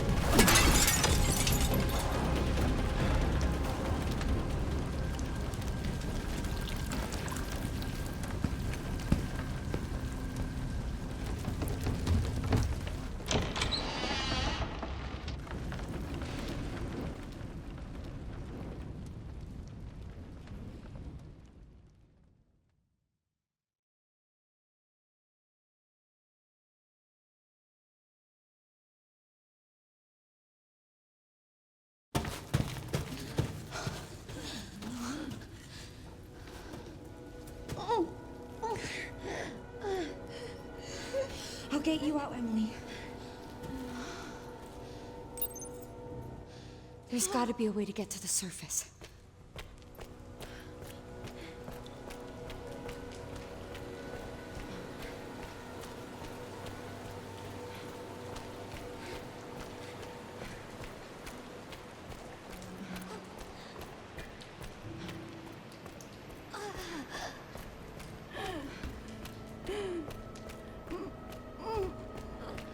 I'm sorry, I know it hurts. I'm so sorry.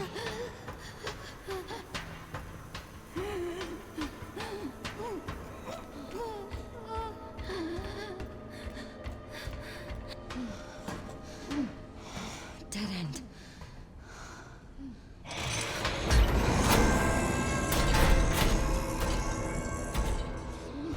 Can't let that thing hurt her. It's okay, Emily. Here, rest here. There you go. I need to keep you safe. Okay.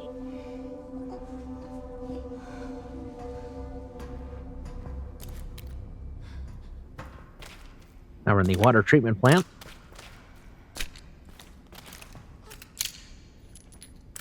And a nice pickup of Requiem ammo.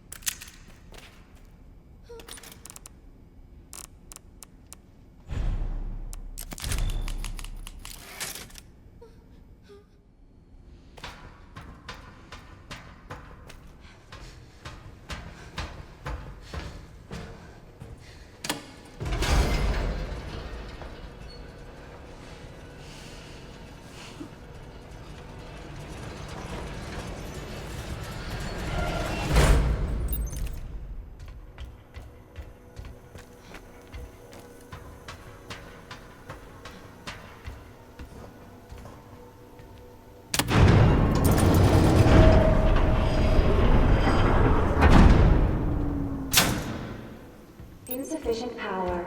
Reset the power distribution units on the lower floor. Gotta get the power on. It's my only chance. So we left Emily in the storage bay. We're going down to the lower floor, where we have to, of course, flip 3 switches, while, of course, dealing with her. Of course, of course.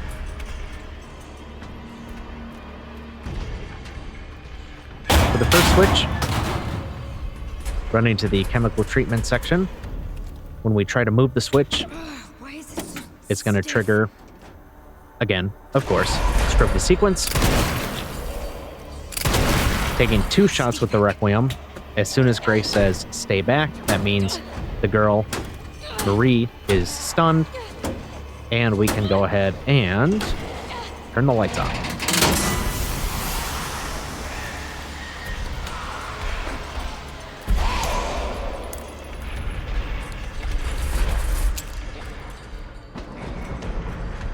Two to go.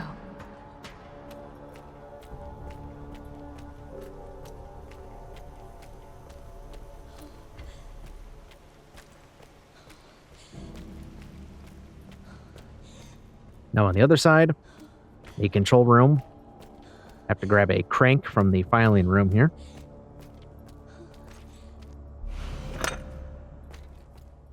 Crank lever.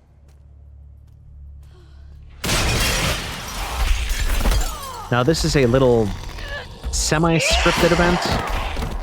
If you shoot her before she grabs you, you can actually skip it, but this does not do damage. What the fuck? Just die already.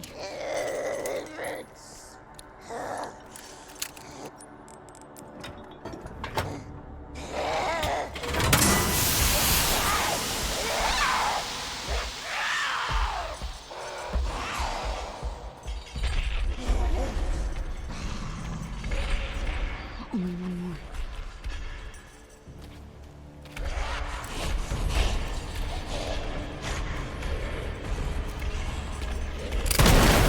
Just have to down her one more time, get her out of the way. Give me a break.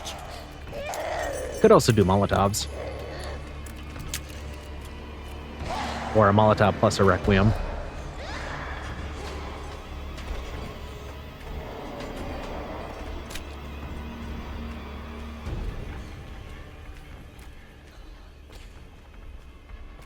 I was expecting her to crash through those barrels. That is a thing that can happen. Power has been successfully restored.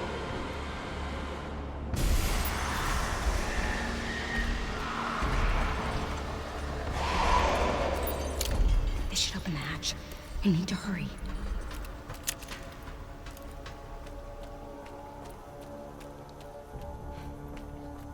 Now all we have to do is run straight to the hatch, open it up, take a few shots with the regular handgun, and then she's done, and it's cutscene time. We're getting out of here. Get out of the fucking way. Come on. Open.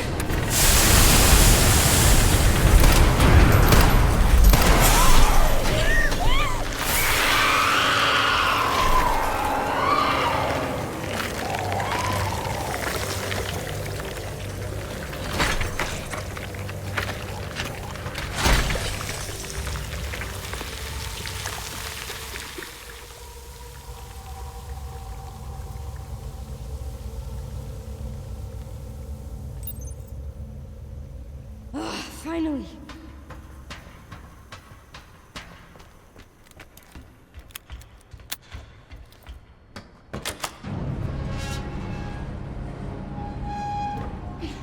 Emily, it's me.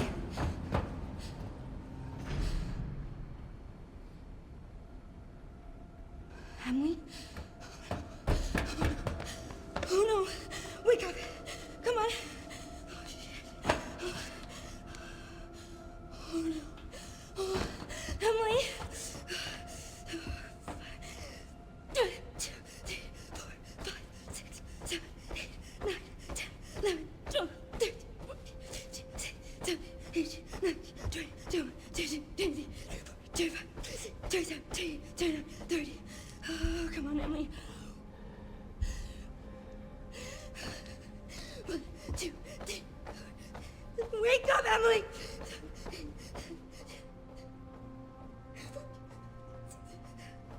Come on!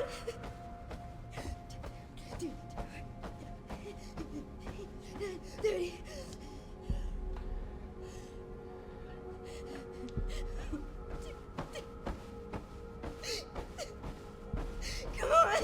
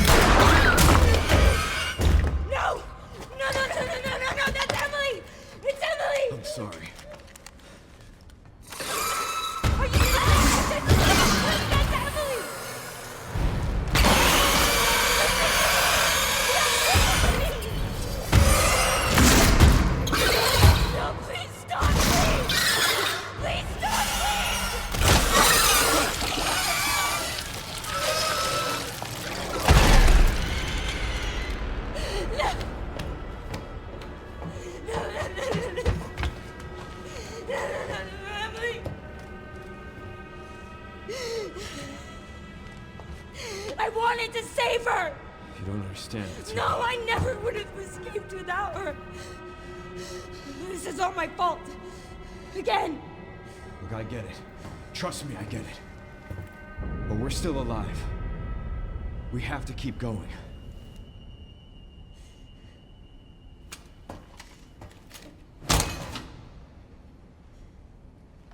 No.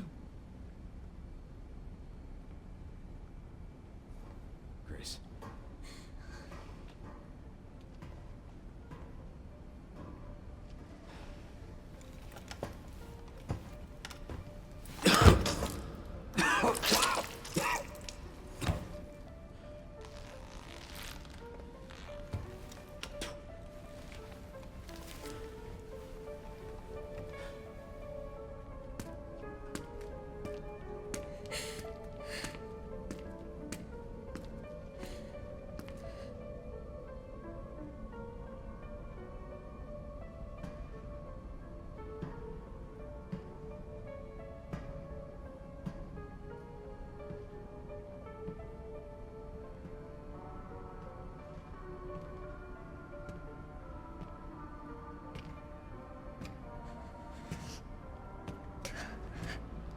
Elpis is within reach, Grace. I'd like you to come with me. Come with you. Well, you feel lost, but you're not. You're exactly where you need to be.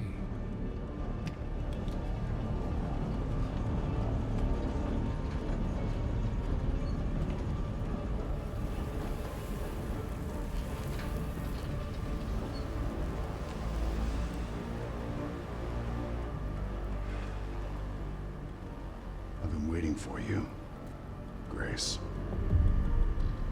Who are you? Raccoon City.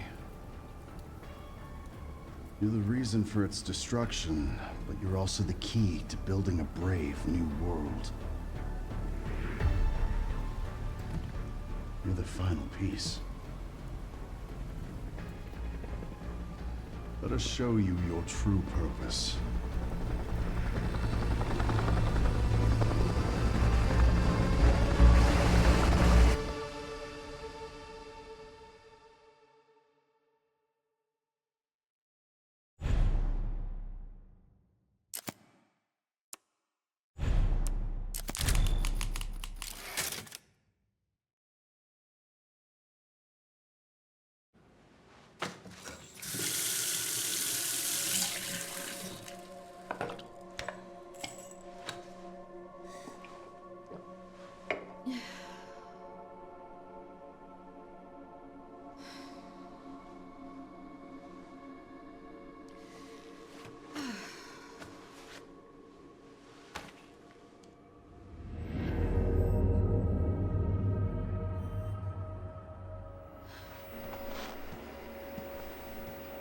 Hey, checking in.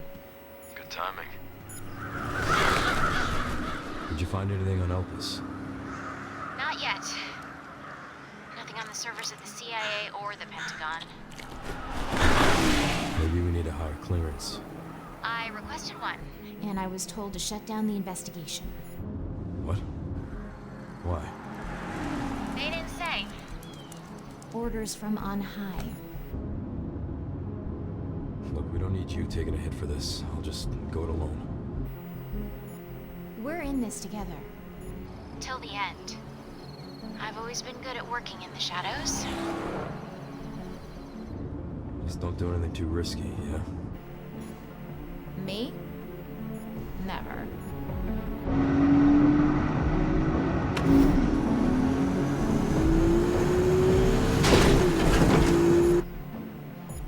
I'm gonna find Grace. She definitely has something to do with Elpis.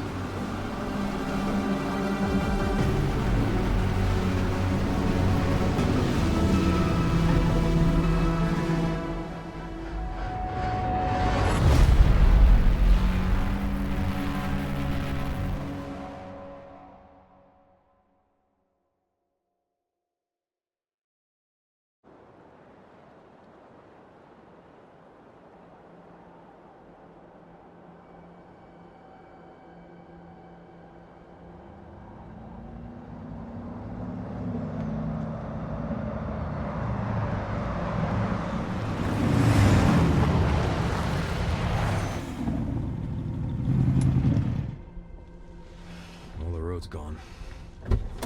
Have to find another way around. All right. I'll leave that to you. I think I found a clue as to where they might be. Some coordinates on Victor's computer. Got it, thanks. Right in the center of Raccoon City. Welcome to Raccoon City.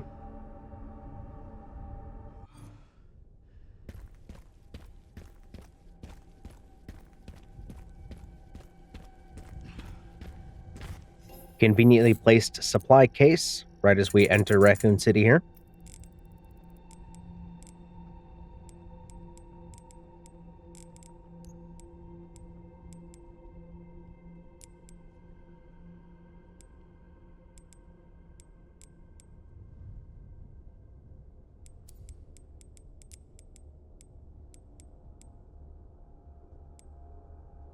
It took me a while to decide what I wanted to upgrade. I mean, pretty much every single time I visit a supply case because everything is so expensive in Insanity. And even though I tried my best to farm points and maximize upgrades, I still ended up not getting everything upgraded by the time I got to the end of the game. And I didn't even have a handgun. I probably could have afforded it if I wasn't buying extra ammo and things like that, but rather take a bunch more ammo than a single upgrade, I suppose. The first section of Raccoon City. We got some zombies to take out. And we're going to try to give them the old hatchet treatment.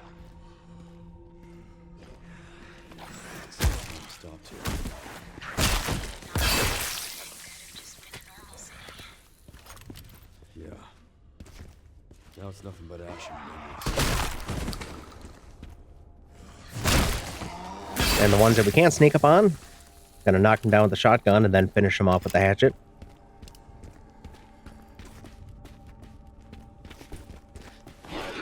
Got one lurking around the corner in the cafe here.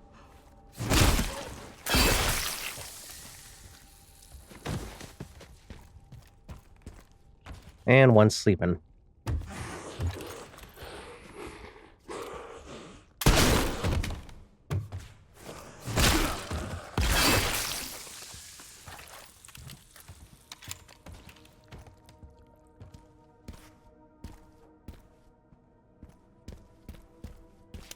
Tracking module and scrap in the back. Decent chunk of credits too, 5,000.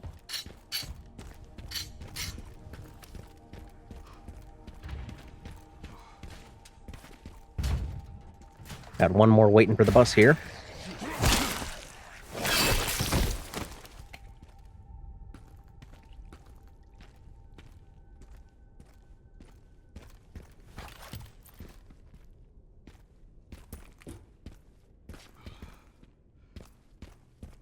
And in the hotel, got a med injector here. Sell that for 1,500. Shotgun shells on the floor. That's a note. Don't need that. Some scrap.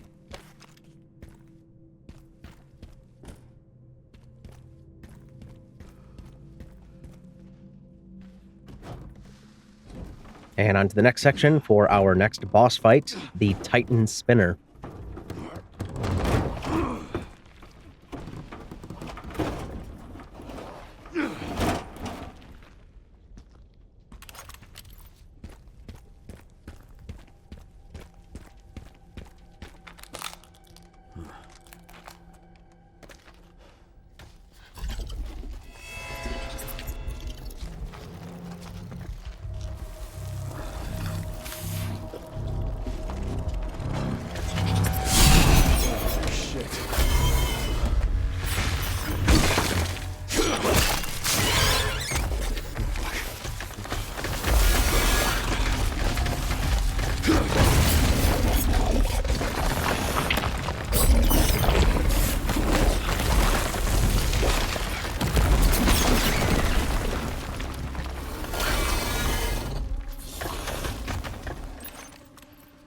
I appreciate how Leon's immediate response to basically anything is to just hatch it.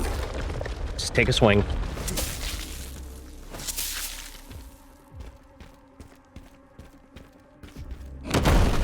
Spawn the spider in, run back to the beginning.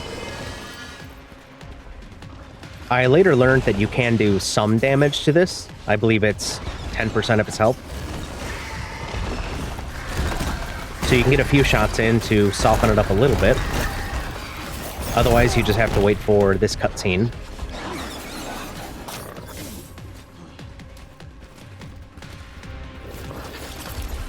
And make our way through the building, through the cobwebs and the doors to get to the arena.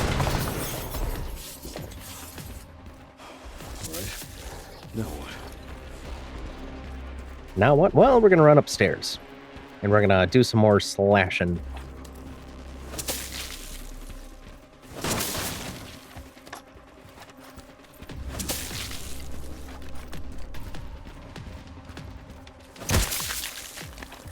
Got some spiders here. They're worth some points, which is nice. Using a grenade. Taking out a bunch of them. Just got a couple left here.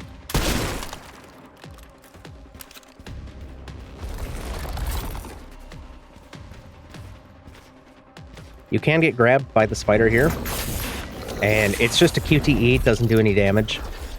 But I just prefer to bait it out and avoid it.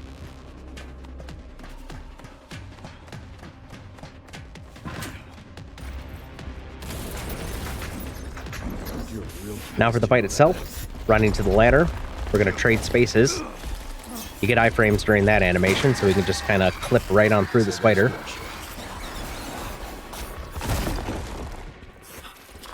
Gather up some supplies and run to our first little station here, our first post.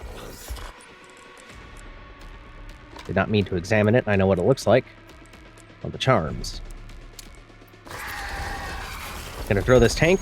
Give the propane treatment. And hitting the weak spot is a 140% damage. The head is 95%, the body and limbs is 80%. So going for that weak spot is a substantial damage boost. After mag dumping with the shotgun, switching the charm to the rifle, getting a few more shots.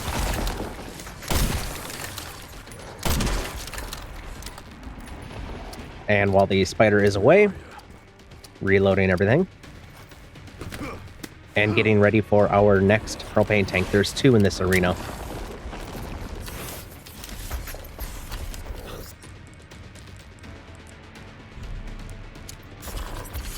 We're gonna do the same thing. Propane. Haven't you had enough? I don't know how to pest control. When Leon says that line, we're moving on to the next phase of the fight, where the Titan Spinner will start spawning minis. Give a couple Requiem shots to the face.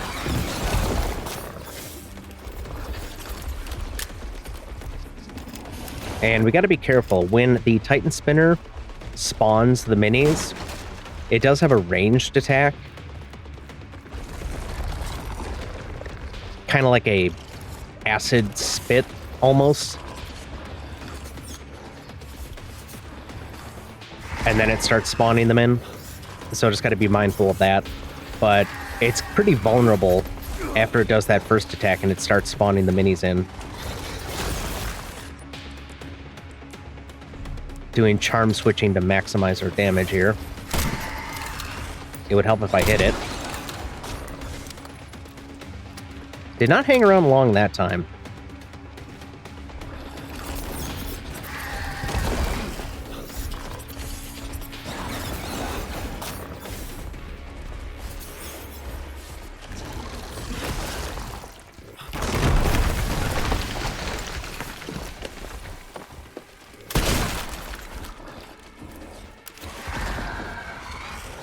I guess just did a one and done right there.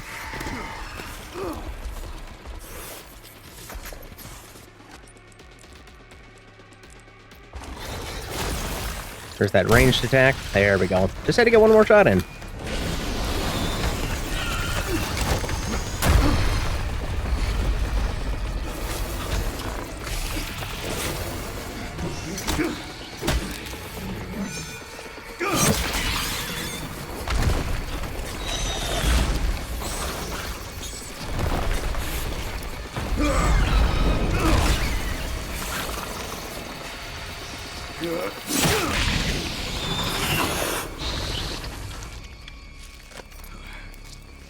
I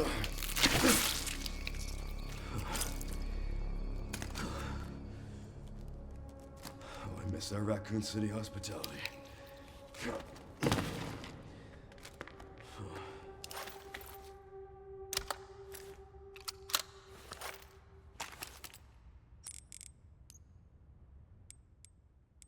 Titan Spinner is done. And we are now in the subway.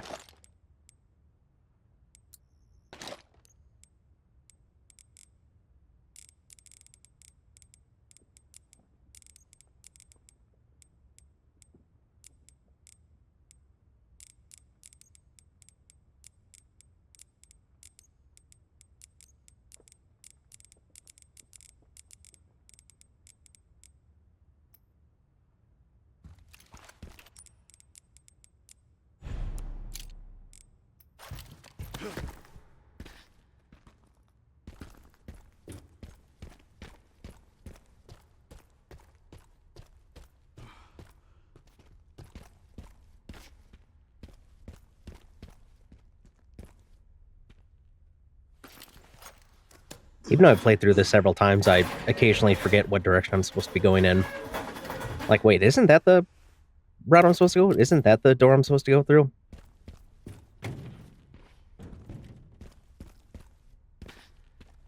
Or did I forget something? Okay, I missed the prompt right there.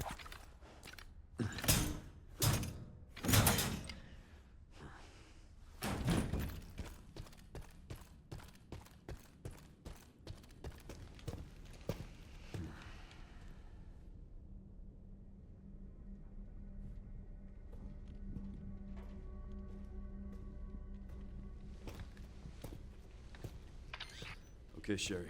I've hit the barricade. Looks like someone else was here first, and they were planning on busting their way in. No way around? The Army Corps of Engineers erected it to seal the city. It goes on for miles.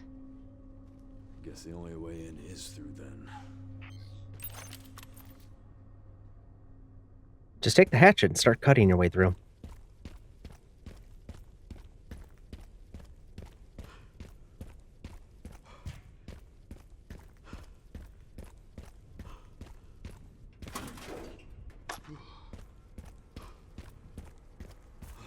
There are vehicles around the city that you can open up the trunks or the storage compartments of. Sometimes they'll have ammo in them.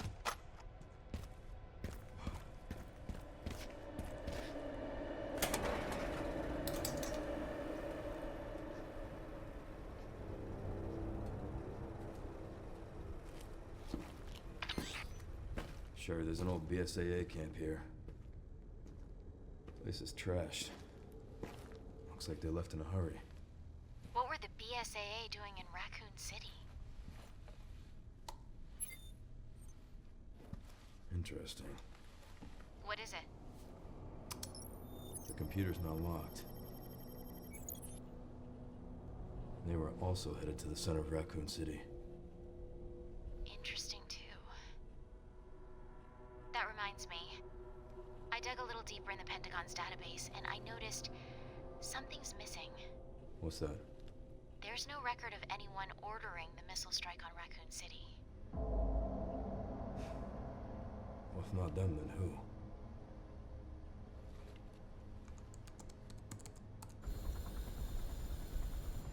We triggered the alarm. It looks like your campaign to make the DSO stand down really didn't work, Zeno. I'll leave this matter to you, then.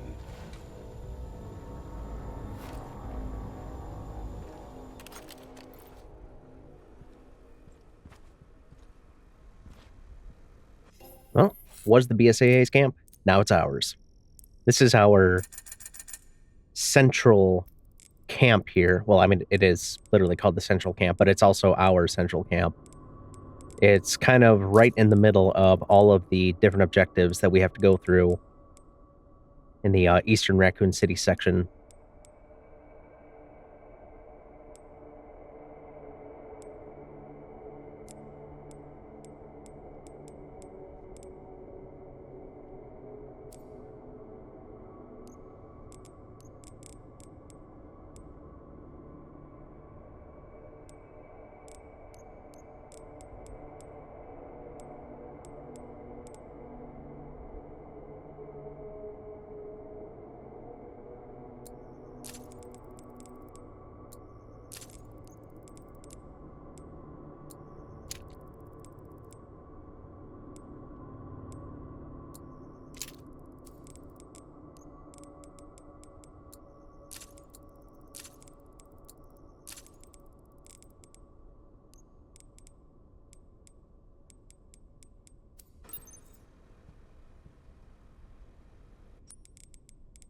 Now we have our upgraded case.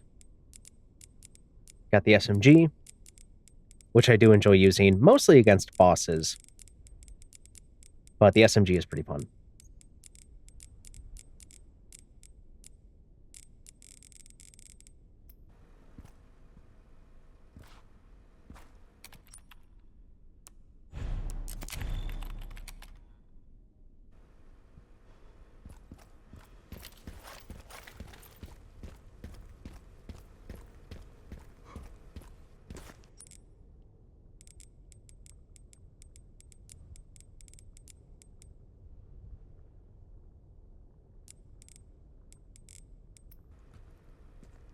Should check the camp some more.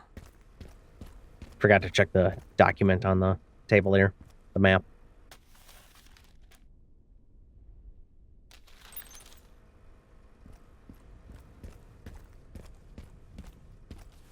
There, now we can go into the logistics warehouse.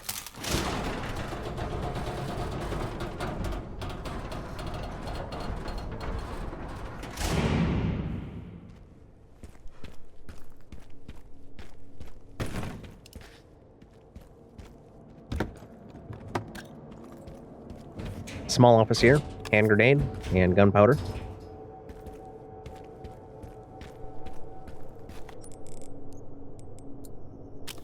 Gonna make a stacked hand grenade. I do really like the stacked hand grenades. The regular hand grenades just seem really weak. The stacked hand grenades are, well, literally 2 hand grenades stacked on top of each other, but they do more than twice damage. In the warehouse itself, we do have a couple gunners in here, so we gotta be careful. A few things will ruin my day faster than a gunner. Just catching a stray bullet out of seemingly nowhere. That was a really, really good grenade right there. I know he's on the left side. We're just being mindful of where more enemies will spawn in. Just kind of camping in the corner here. Unfortunately, they don't run out of ammo, so there's no way to just make them waste their ammo.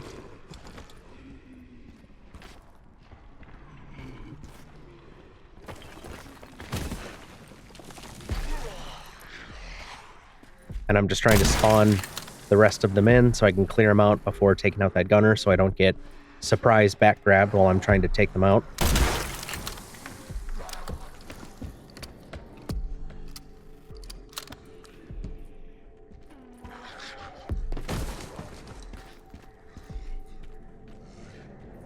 I heard you. Where'd you go? A couple more spawn in over here once you walk back.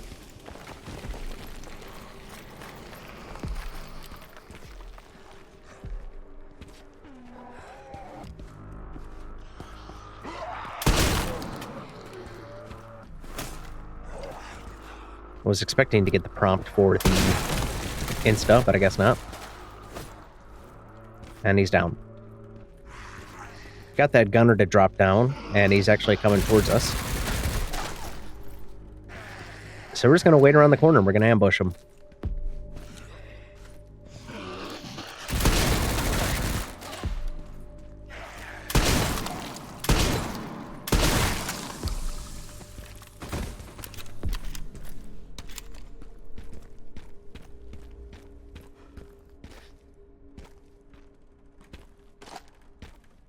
We get some machine gun ammo for our trouble.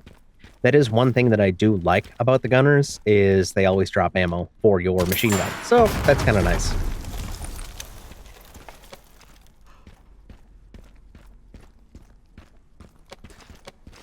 Now we can pick up all of our loot before heading up to the second floor.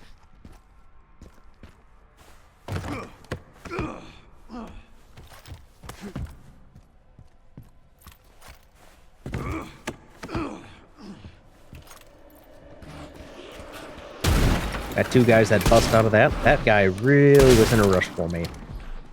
And I'm surprised I didn't get grabbed from that. Rebar guy here is a hassle because he can throw that rebar and it will clip through the environment to get you. And I thought this guy died when he hit the ground, but I guess not. That time he did.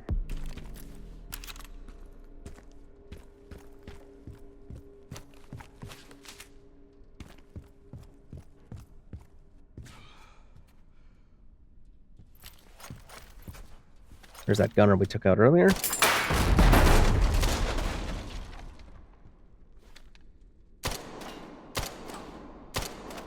Trying to knock that down. There we go.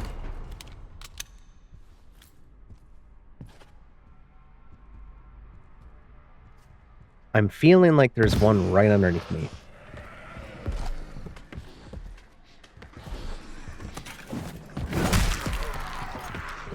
Spear on the ground. I do enjoy the throwables.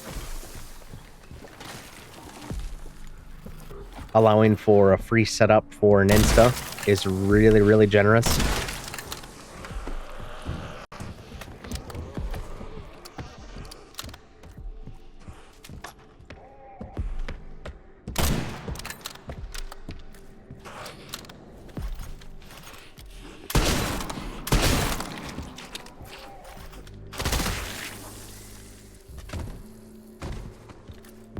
Oh, it's always fun when they fall off the edge.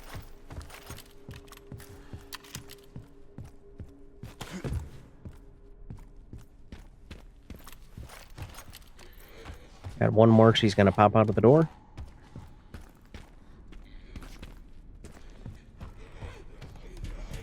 Come on out. I'm trying to bait her back here, but she doesn't want to come out. Like, I saw her, and I'm like, okay, cool, she's gonna come through. Okay, now she's gonna come through.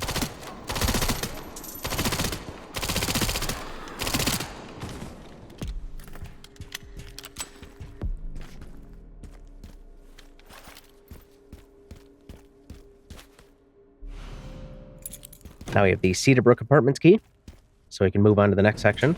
Bad news, Sherry. This place is overrun with zombies. What? That's impossible. They should have all been wiped out by the missile.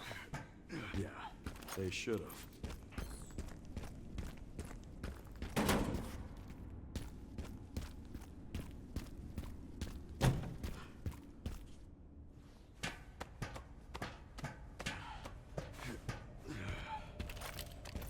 Should be a part for the detonator somewhere around here. Yes, like right there underneath the big red lights. In that yellow case.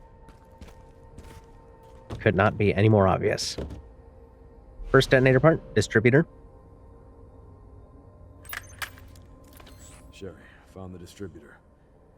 2 more parts and I can jerry-rig the detonator for that gate. Great. Can you see any more from your position? You know the BSAA camp?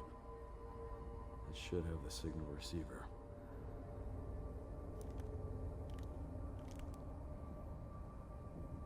Gas station, of course. Relays over there, huh? That should be a fun trip.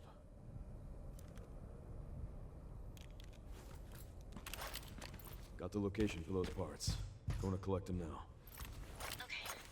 I'll look into the BSAA in the meantime. Wanted to take shots at these guys to get some extra points, extra credits. I was kind of surprised to learn that they are actual enemies and not just like background set pieces that if you did try to shoot them from a distance, you would just clip right through them.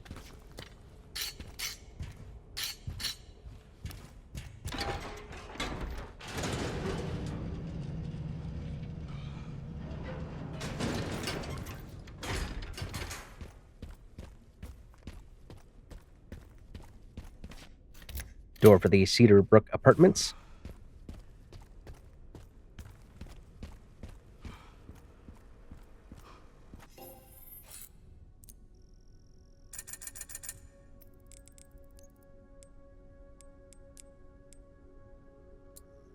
Making some upgrades to the SMG here.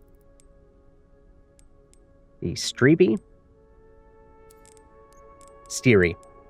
Others be in there. I know it's the Scorpion Evo, but in game here it's called the Steery.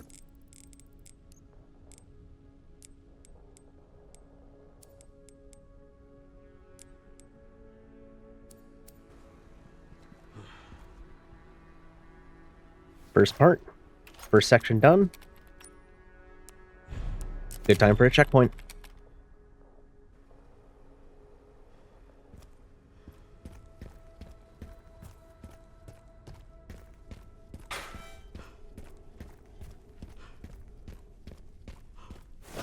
Got some hanging supply cases.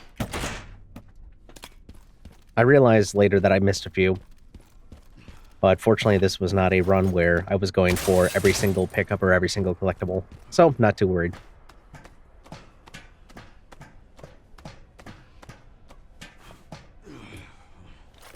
Got a hand grenade from that first one, and this is a pretty nice pickup. Got some Requiem ammo as well as large gunpowder.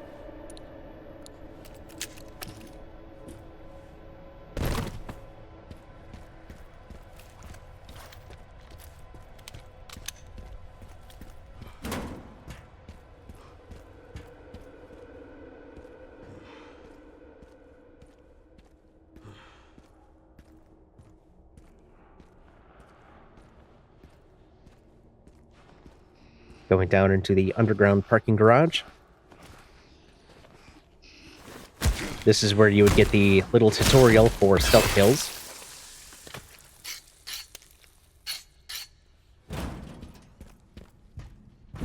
We've been doing stealth kills for a while, so we're pretty familiar with that.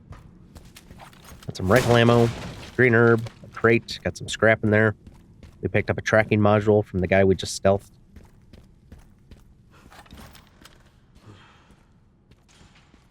Now, instead of just that one guy trying to get out the gate, we've got a few sleepers, which I'd forgotten about. So I'm like, oh geez, back up, back up, back up. And of course, now they're all awake, alert, and now I got to deal with all of them.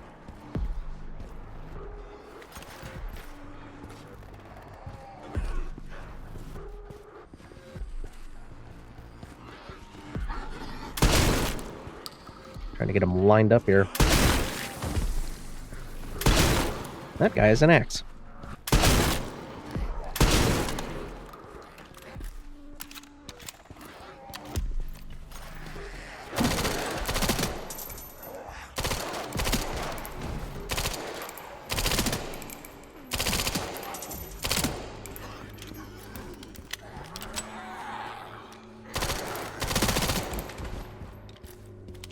Be a bit stubborn. And of course, Blisterhead. But that is why we have this. Interrupt his transformation just by throwing something at him. Throw an axe and we get some machine gun ammo back for our troubles.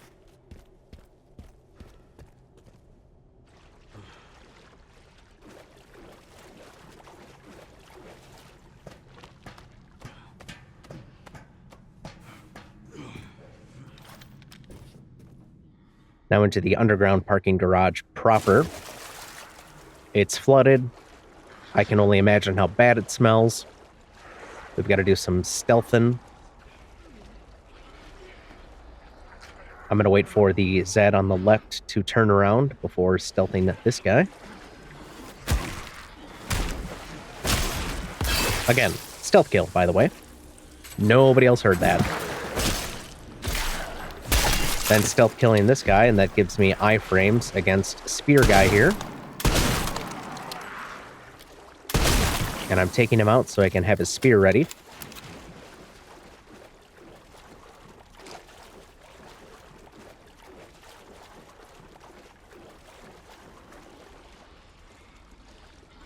This truck can be opened up. Some supplies inside. Got some machine gun ammo here. And rifle ammo. That's a really nice supply crate back there. We'll get to that here shortly.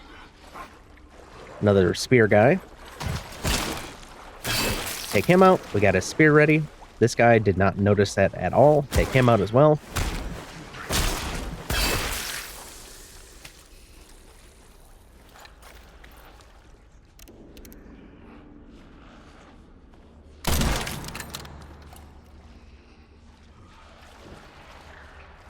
He tends to not get a decap because he turns into a Blisterhead. And I'm watching to see if the other two follow him out. But that is what we have the spears for. The spears make for easy blister head kills. If he wants to come towards us, I guess he just wanted to go sit in the corner. I would really appreciate if you would come this way, please. Like, I actually want him to aggro towards me.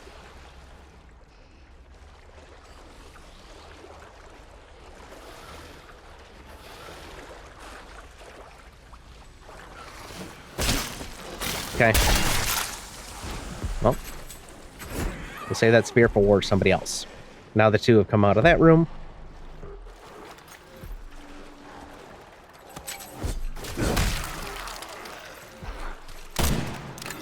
That is not the shotgun. That was my bad right there.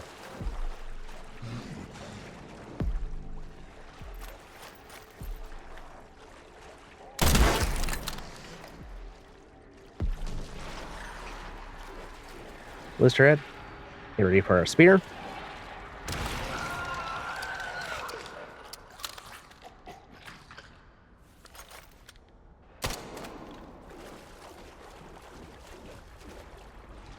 Again, with the lack of aggro, I figured they would be just running towards me. I figured they'd be really excited to see me, but I guess not.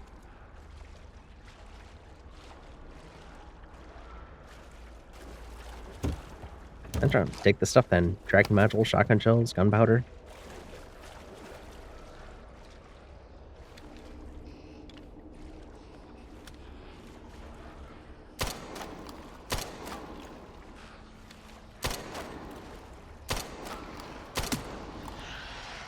There, finally got a hit.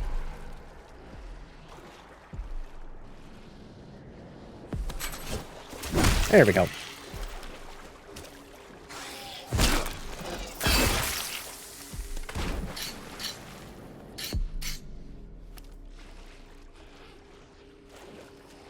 And this whole time, this guy was none the wiser.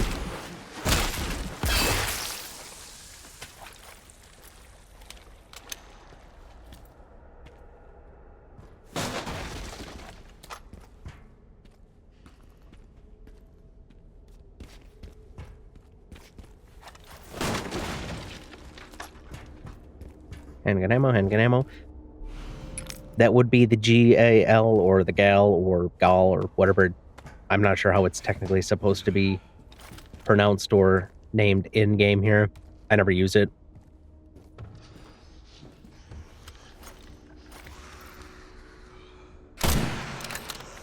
But because we're Insanity, then it's just already in the supply case, so it's not available for us to pick up. But it would be nice if something was in its place, at least like an item pickup, or at least ammo for the SMG right there.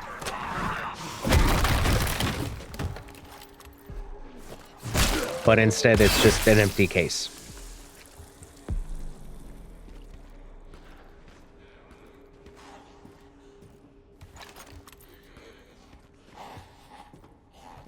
There are a few more enemies to deal with and another pickup, but I didn't feel like dealing with them.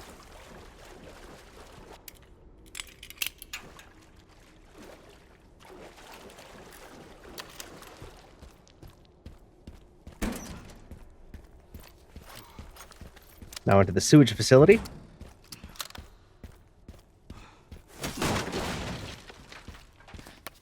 Large gunpowder. It's a crank door. We'll come back for that later.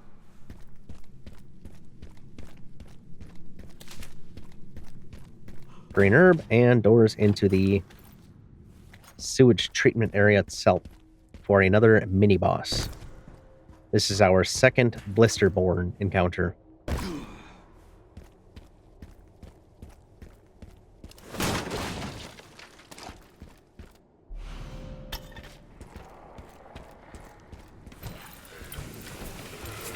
Got 3 zombies coming up from the ground here.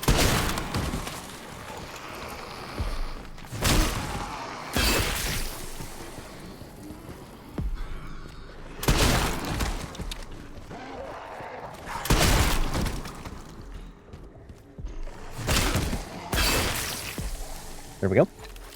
Now with the Blisterborn, same as the first one, if there are any zombies or corpses that still have their heads intact that are nearby the Blisterborn, when one of the blisters are exploded, they will turn into a blister head.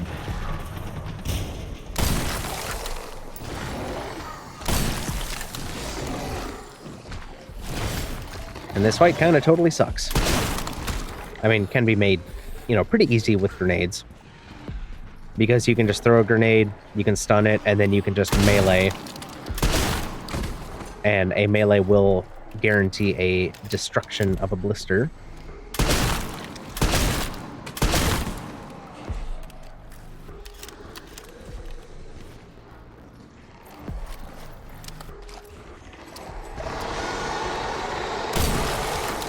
And of course, I'm trying to go for my usual strat of priming up the blisters so I can easily take them all out one right after another. And a guy with a spear showed up out of seemingly nowhere. I know where he comes from, but it just appeared to be out of nowhere.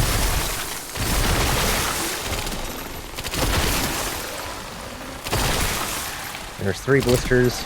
It's got 1 more. That's right, that's what we got the grenades for. We'll have to deal with that blister head here.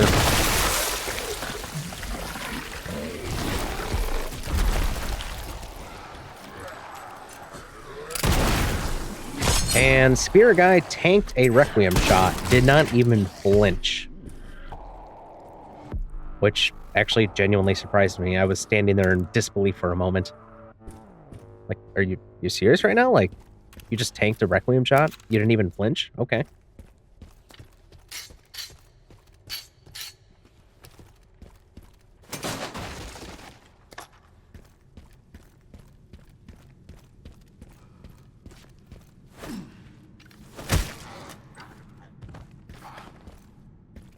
I was not expecting to one-shot him with a hatchet swing. Not even an insta-prompt, just a regular old swing.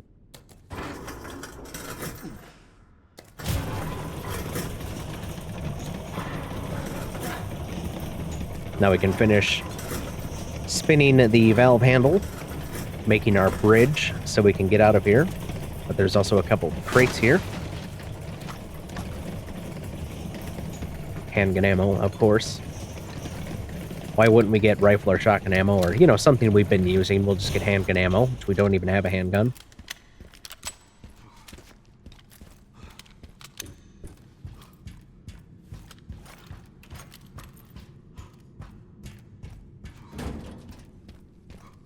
There's our second battery.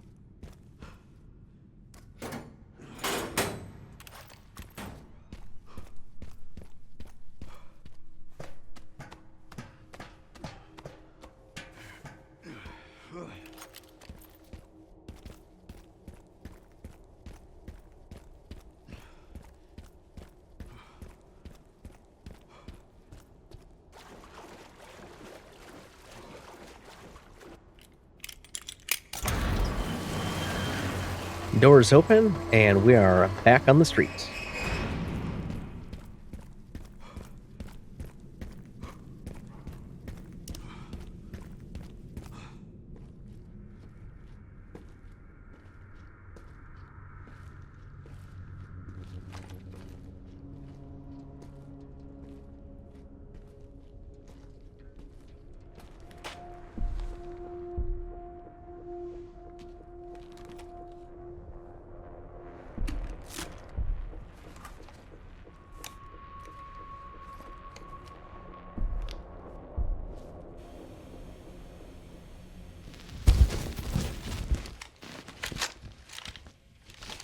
Encountered 3 infected and eliminated them. That's correct, sir. Do we proceed? So the rumors were true? What rumors? The missile wasn't just about stopping the spread. Don't be ridiculous. Affirmative. Listen up. Our objective hasn't changed. We rendezvous with the advanced party in the center of Raccoon City, then head for ARK. Our mission is to retrieve Elpis. Move out!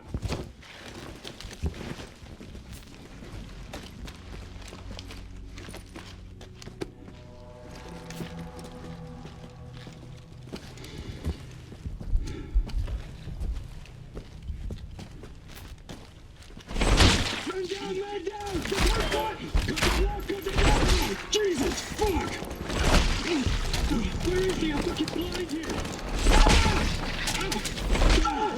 Oh, my fucking leg! Get cover! Get cover! Please help me!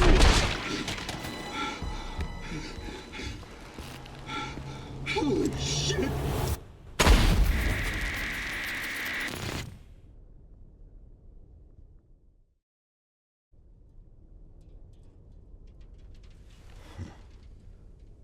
I thought I had a short fuse.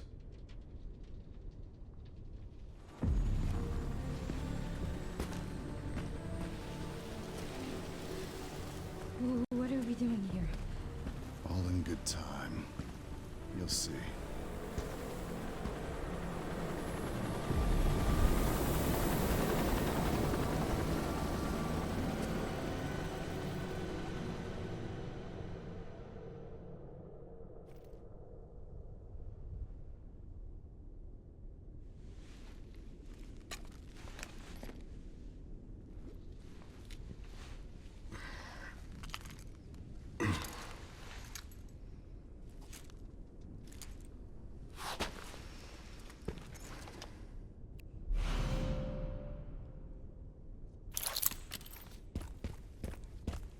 Now we have the BSAA container key, so we can open up these big blue containers that we've been seeing around the city. This one's already open for us, very convenient. There are 3 more. Send some footage your way, Sherry. What the hell? The guy at the end, white suit. Can you find anything on him? Yeah, hold on. The database is coming up empty. So there are ghosts involved with Elpis, too.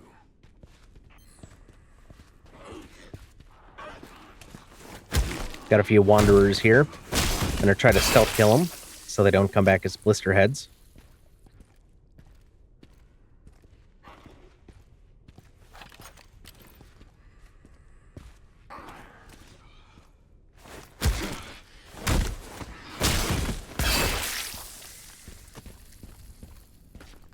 Here's one of the trunks we can open. Of course, more handgun ammo. Some pickups are static, some are random. That one is a random one. And if we get handgun ammo, of course, just keep selling it.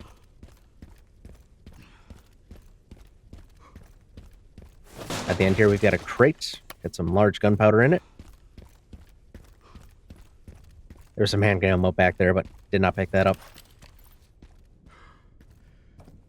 Don't pick up everything.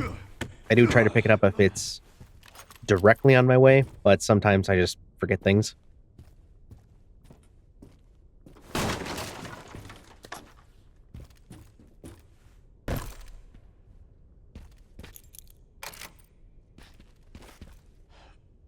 First container we're opening here. Normally this would contain the Marksman 1A rifle. But again, since we're Insanity, we don't get any of the weapon pickups. We're just going to wait for all 3 of these guys to be active, and we're going to take them out with the tank. For some reason, that guy did not get exploded enough. But that is okay, because we have a spear guy, so we can readily take his spear that he just drops for us, very polite of him, and take it out.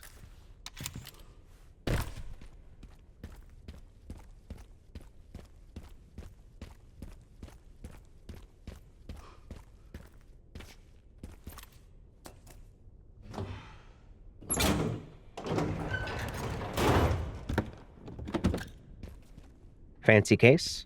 Gets us a hand grenade.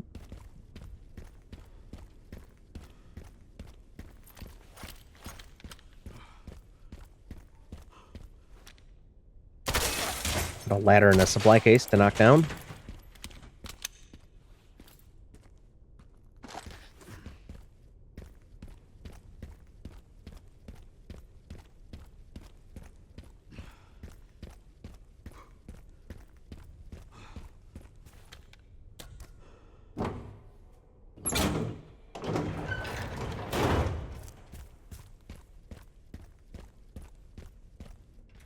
And just doing some casual looting.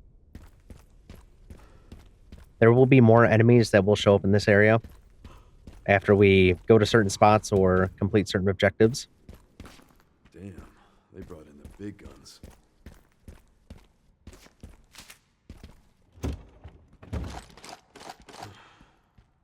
Very nice supply crate pickup here.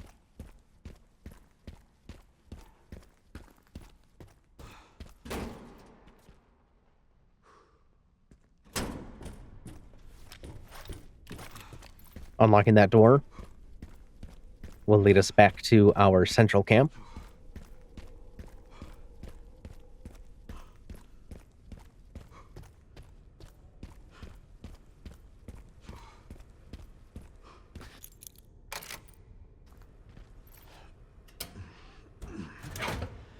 And our next BSAA crate. This one's necessary for story progression. Key item, repair kit. And this motorcycle, which we'll be riding soon. Beautiful. Just need to get through that gate.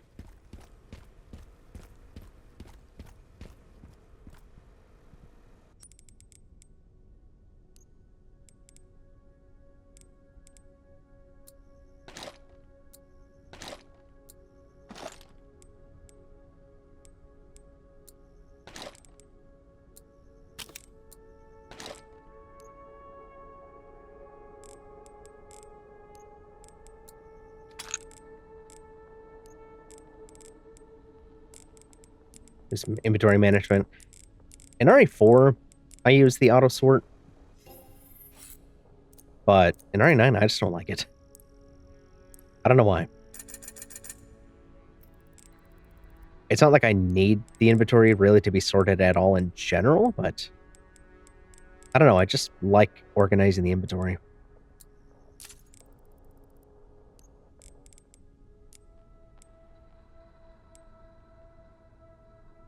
We get a nice 50,000 credit supply here. That'll get us like a couple of upgrades at most.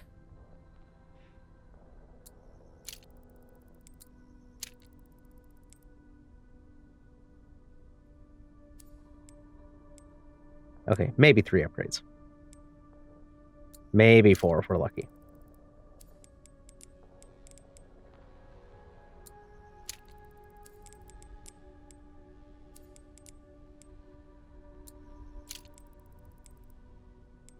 Okay, I guess it's 5.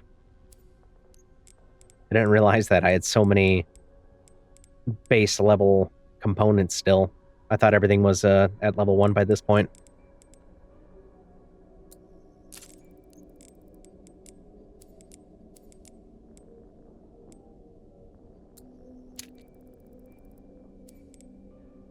There we go. Nice set of upgrades all around.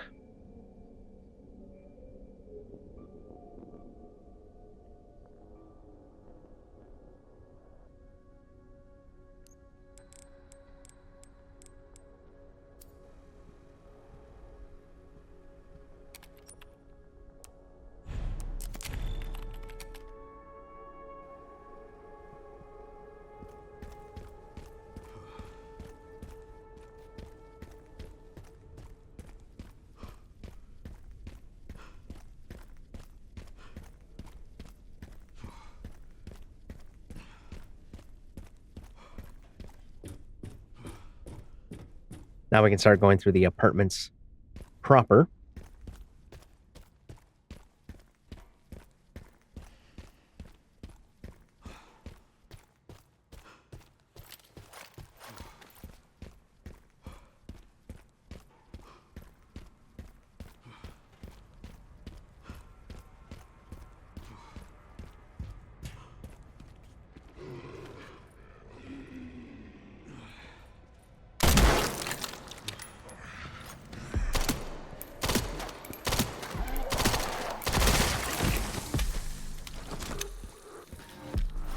Man's got a forehead of steel.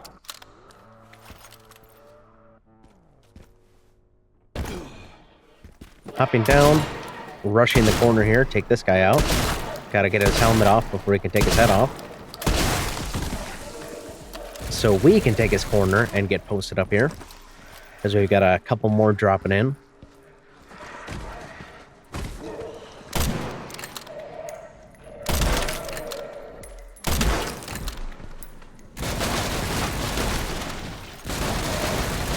Taking cover, waiting for a break.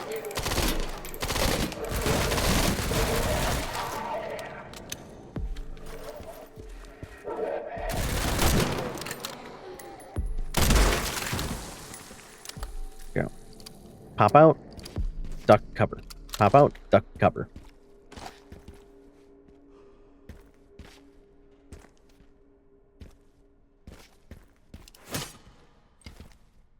I was just wondering if I could break those. Put a supply crate up there.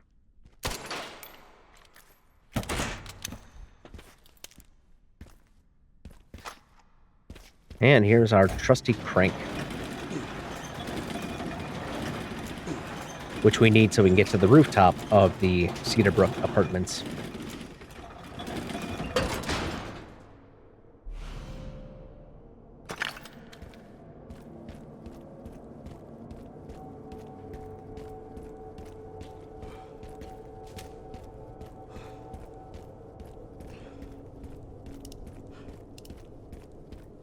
But before going up to the rooftop, I decided to go and open up this other crank passageway. Because even though I don't need to, technically, it's an optional area, I just feel compelled to use up all of these key items so they go away from my inventory. I don't have to wait till I get to the next section and then just discard them manually.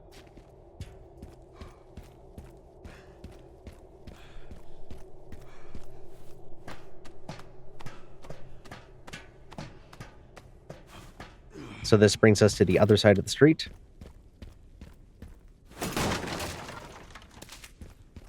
Well, we've got a crate and then 2 enemies, 2 sleepers.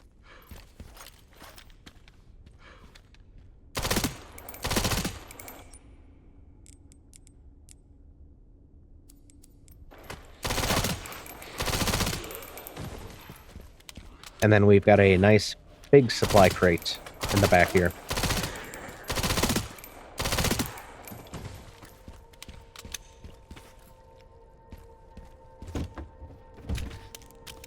Got Requiem ammo, tracking modules, stacked hand grenade, shotgun shells. It's a nice find. I do love the stacked hand grenades. They are very fun.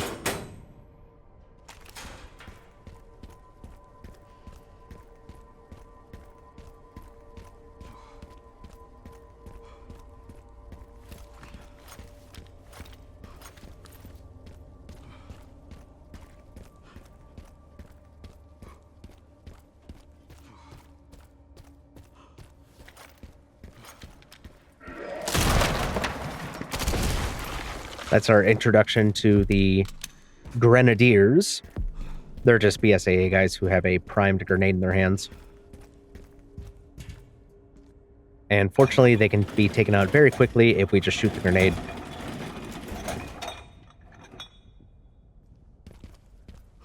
Crank is used up, and up the ladder we go to the rooftop.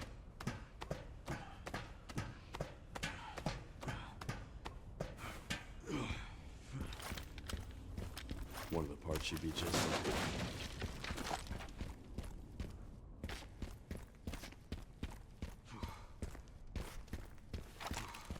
One more pickup before we go up there, though.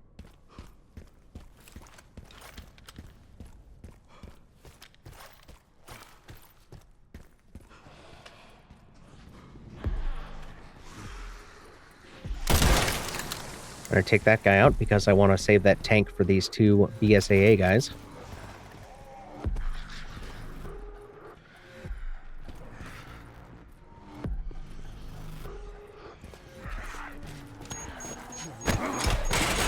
Ouch, man, that's gotta hurt.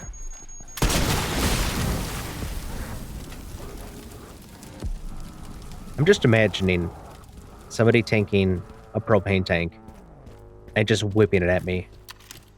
And just how bad that would hurt. Shotgun shells, another stacked hand grenade.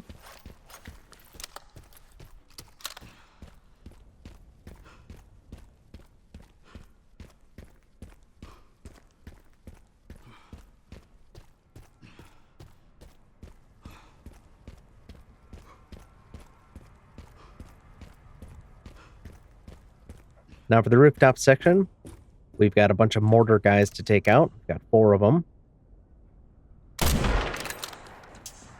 First one we're taking out before he can even get a shot at us.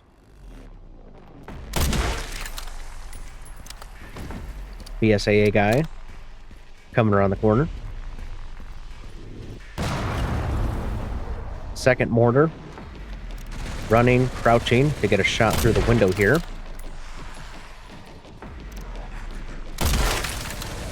And the rifle is our best friend up on the rooftop here.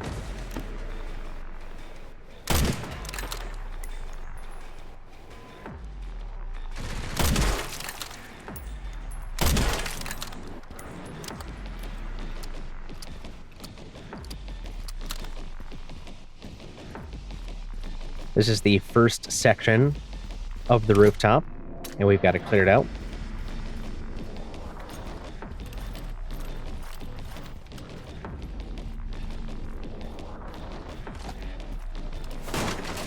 So we're going to pick up all of our loot, and then get ready for the second section, which is much more difficult, because we're sandwiched in between 2 mortars.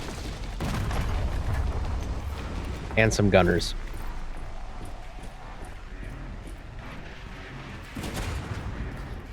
Running into this building, I guess technically. Popping out, taking out that first mortar. Running back into cover.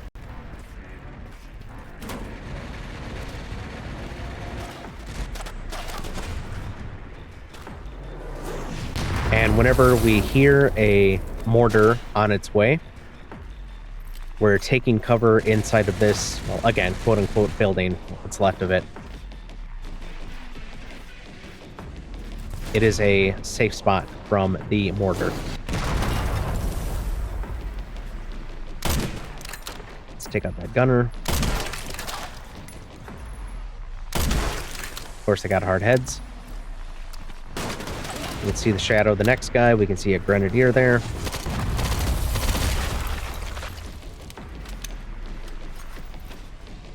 That's just a regular guy, standard.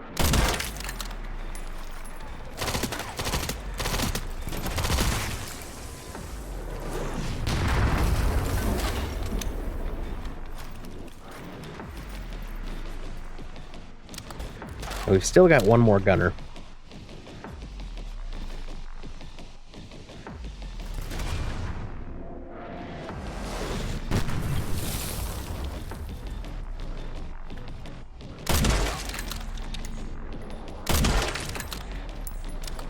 Okay, gunners are down. Wait for the mortar again. So we have a clear window.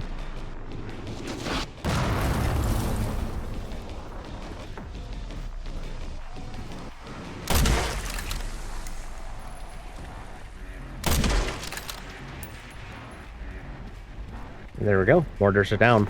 You can also run to that mortar, the last one that we took out. And you can climb up there and you can bait the guy out and then jump back down. But what I like to do is throw a grenade up there and then jump up there and then commandeer that mortar to clear out the rest. I found that to be very, very easy and consistent.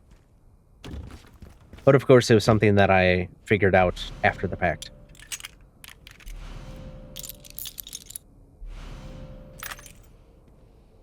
We have the signal receiver. It was broken, but we fixed it using the repair kit.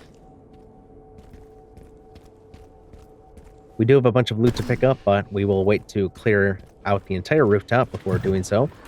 When we approach the ramp here, the final wave of enemies will start approaching.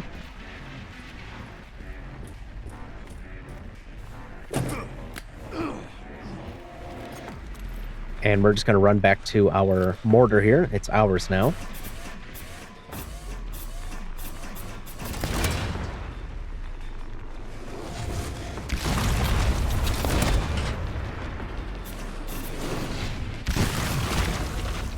Makes for very easy kills. Also, it is just fun.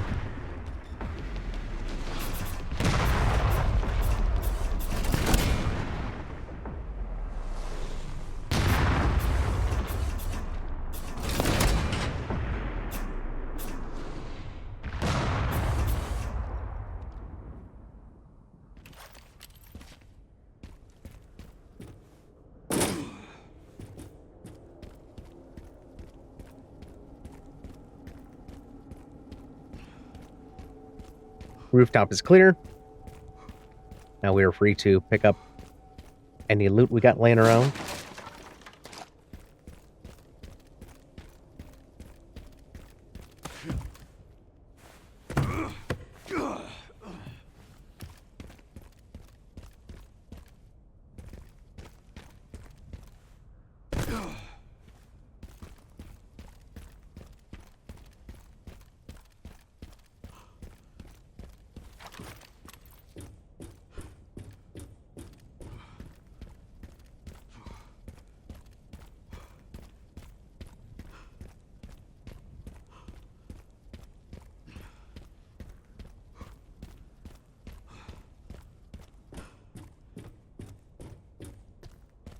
Sherry, got the signal receiver.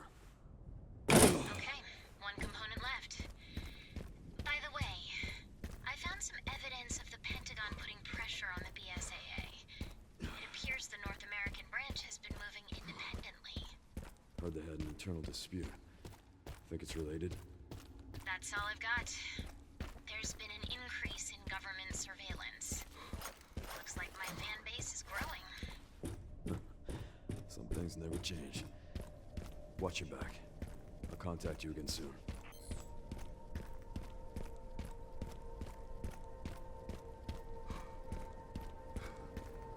Leon's dialogue will change very slightly if you have the repair kit and you fix the signal receiver before the conversation. If you don't fix it, he'll just say, got the signal receiver or what's left of it. But if you have the repair kit and you fix it, then he'll simply say, got the signal receiver. Which I appreciate that. Nice little touches.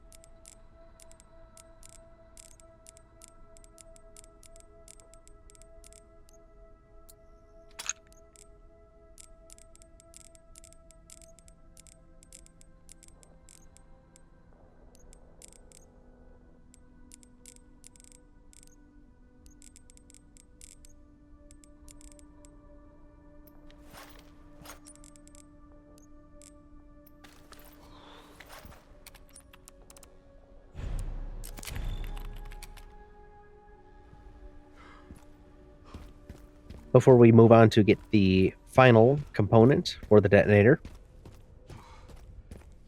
we've got to go gas up. Got to go to our gas station, our local Stagla.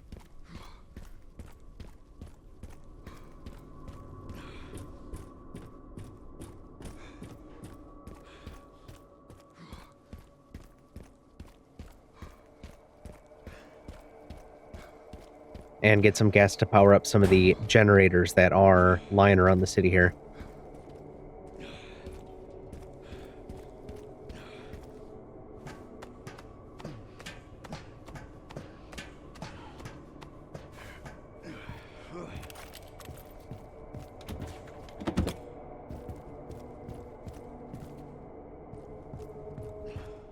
Now for the gas station, we will have an arena fight going on here shortly.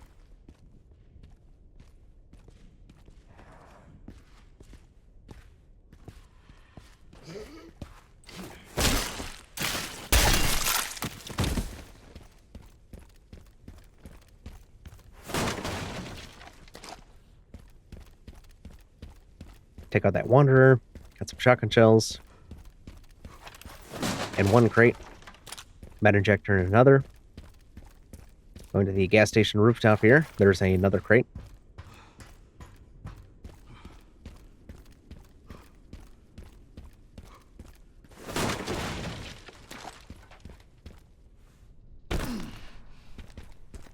There is a sleeper in the gas station, but he will actually despawn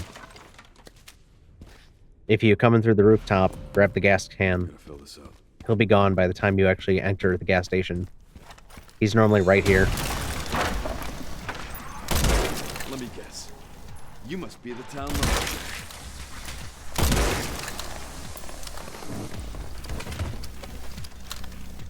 Now for the gas station fight.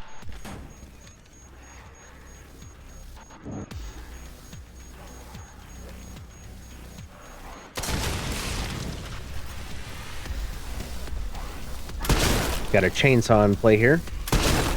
That's a note on the shelf here. We don't need to worry about that. I was hoping that I could just get a prompt to insta-kill them from behind, but that did not work. Like when they were going to pick up the chainsaw. Got a 2 for though. 2 for headshot.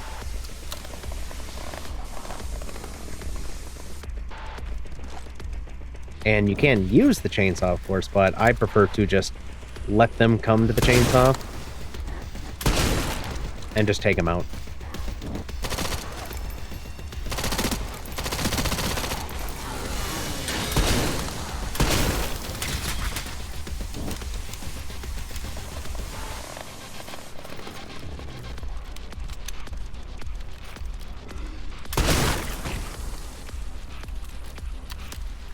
And eventually we will get a special chainsaw guy.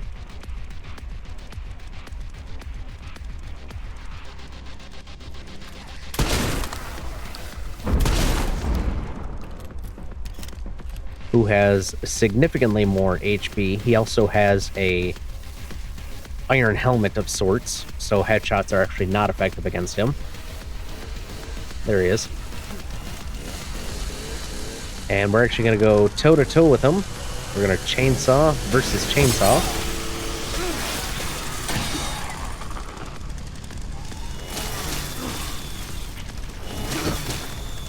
And we're just going to do this until our chainsaw breaks.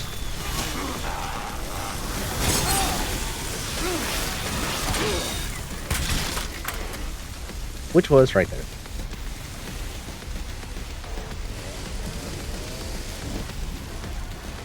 Great, he is now on fire.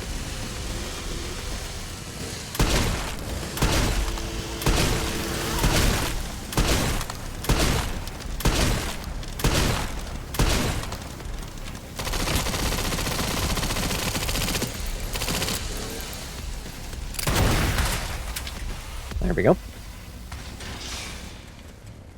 Fortunately, we'll know when he is done for good really quickly.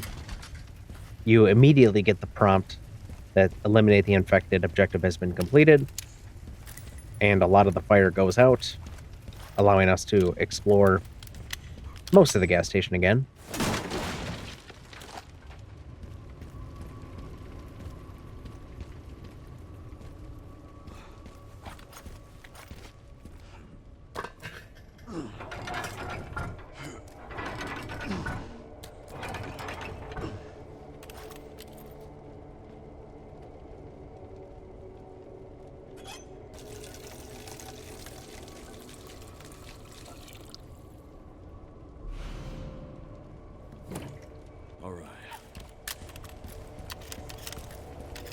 This fuel, which is somehow still good. Magic fuel.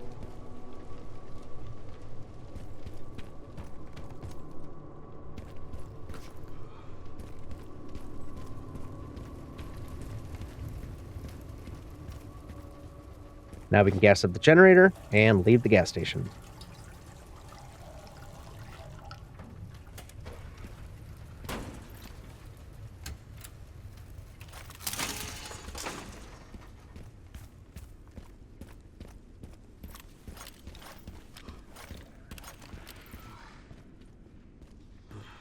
Now we've got a couple of blister heads on patrol here.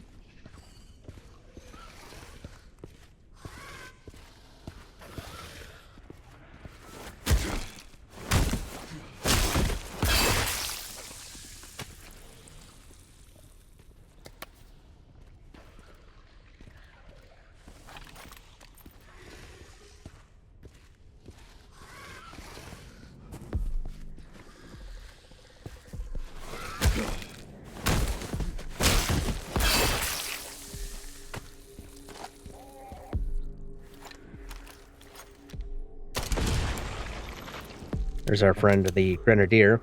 I don't actually know where he spawns from. I've had him show up a few different places now.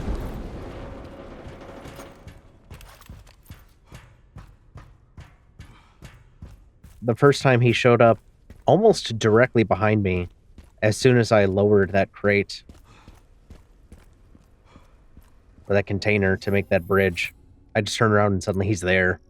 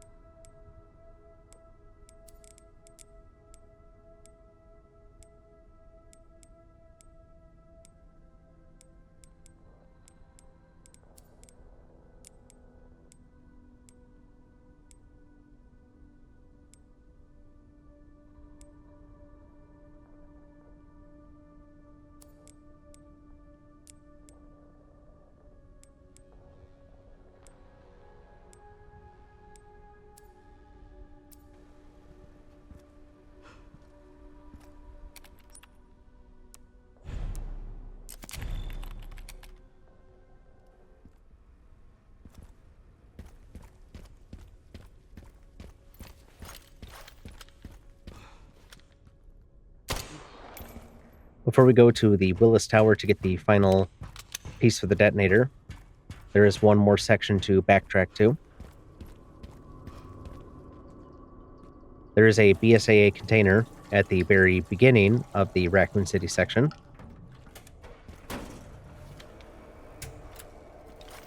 That contains one of the charms, specifically the BSAA charm, which gives you a damage boost to your rifles if you do not have an optic equipped, don't have a scope on it.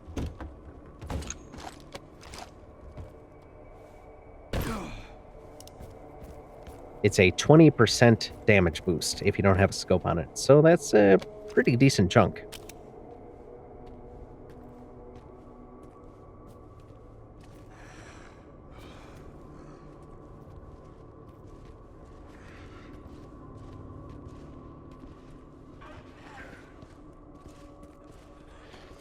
Got a couple wanderers here.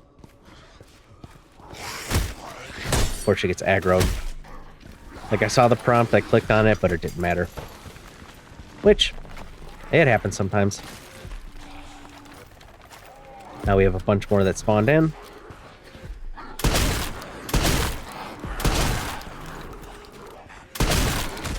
I was ready to parry.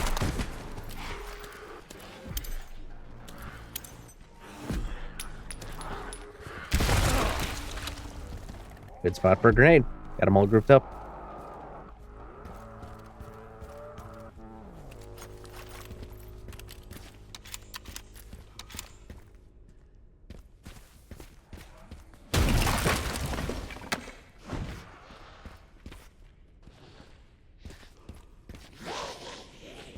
Of course, we got a rebar guy. These guys are annoying. Well, I've got a propane tank.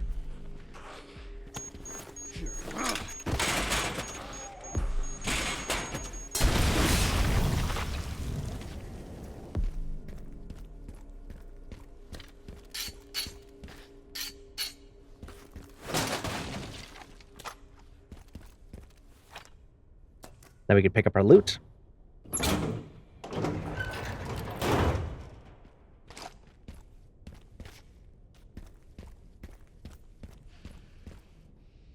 And this gate right here, it's another path leading back to the central camp. They have a lot of those. There is no shortage of paths that you can take to get back to the central camp.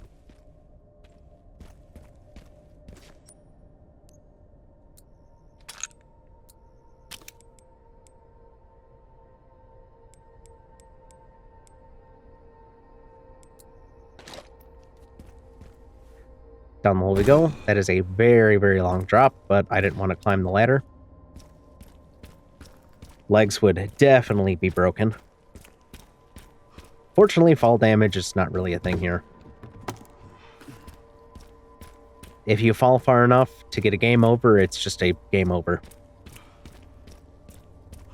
But to my knowledge, that's really only in the next section with the glass that you can shoot out. I don't think there's any other spots where you can fall that far. I'm glad fall damage is not a thing in this game. I hate fall damage.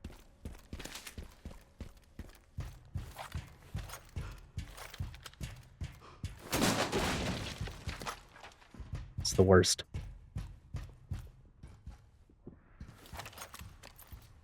And it is dark in this subway. So we've got 3 enemies here, a couple wanderers and a sleeper.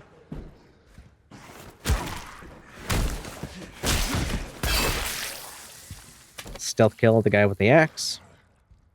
I'm gonna throw the axe as soon as I can. There you are.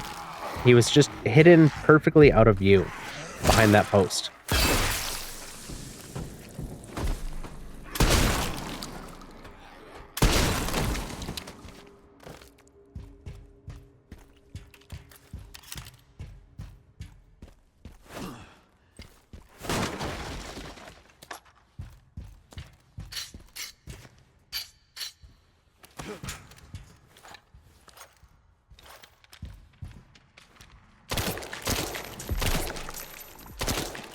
For baby spiders.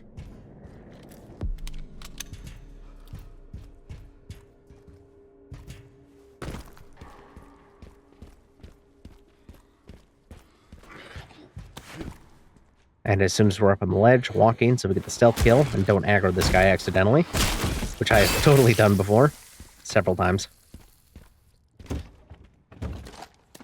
Nice supply crate, got some Requiem ammo.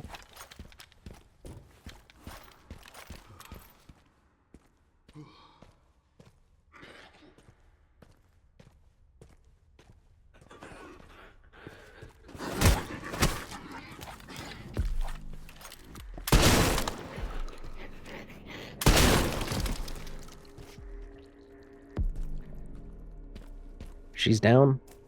Let's unlock this. So we are ready to leave as soon as we finish our backtracking. We've got a sleeper up there. That shot I knew was going to miss. I don't even know why I pulled the trigger at that point. I don't know why I thought that guy was in play at all. He didn't even have a head. Of course, I didn't see that at first.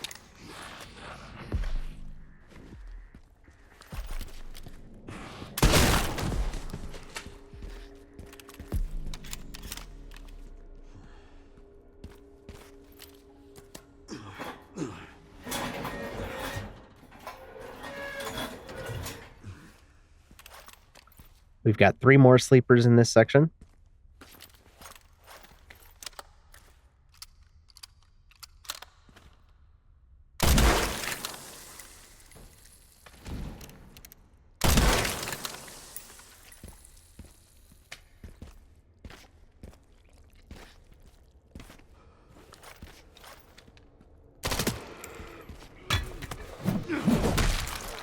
Take advantage of that free throwable here.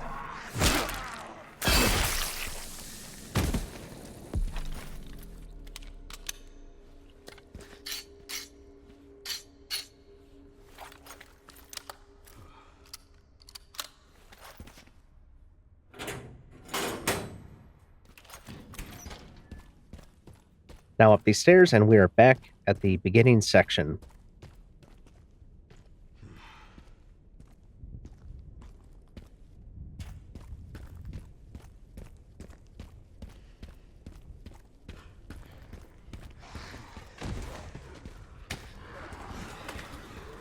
getting everybody woken up here.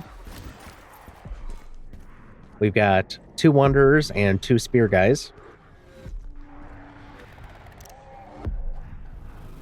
And what I want to do is take out these Spear guys. They don't turn into blister heads. So I can use these spears to set up insta-kills for these 2 guys, because these 2 other guys will turn into blister heads.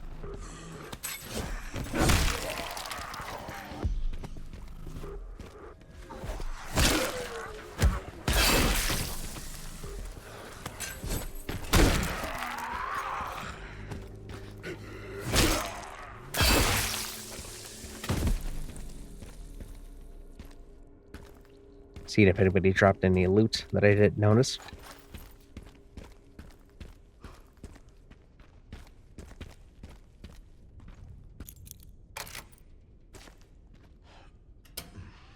This is our last BSAA container. We already have the charm out of it. But we do get a very nice 8,600 credits out of it.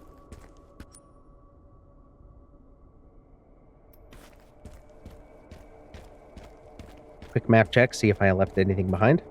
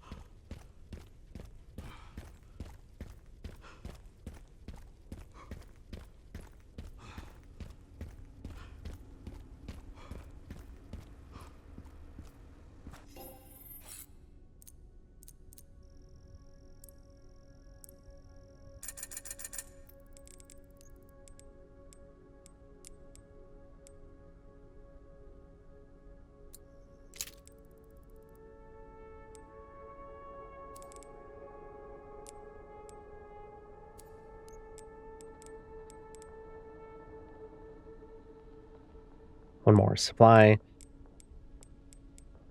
case, supply stash, whatever you want to call it, before we go to the Willis Tower.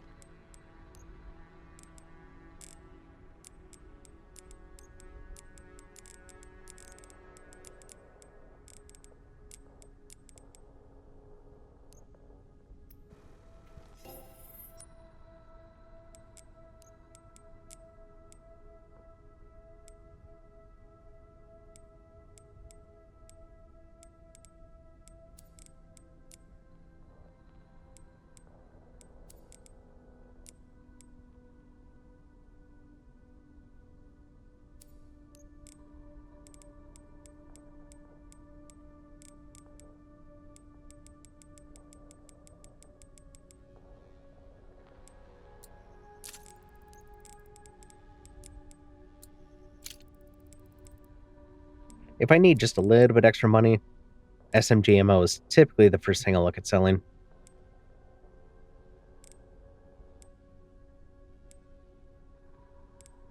Haven't really done much to the Requiem.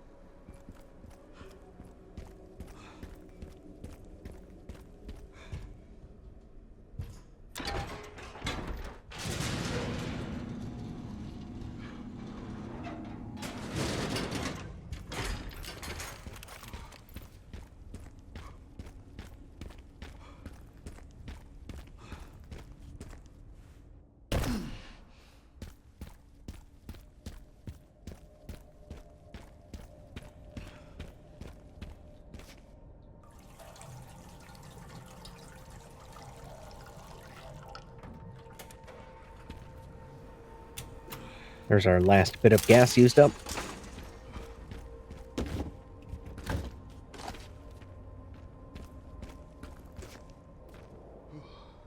And a zip line over to the Willis Tower.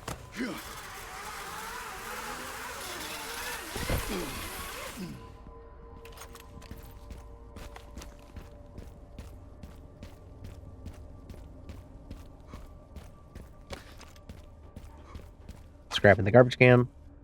The guy we just stepped over is actually an enemy, like a valid enemy, not just a set piece.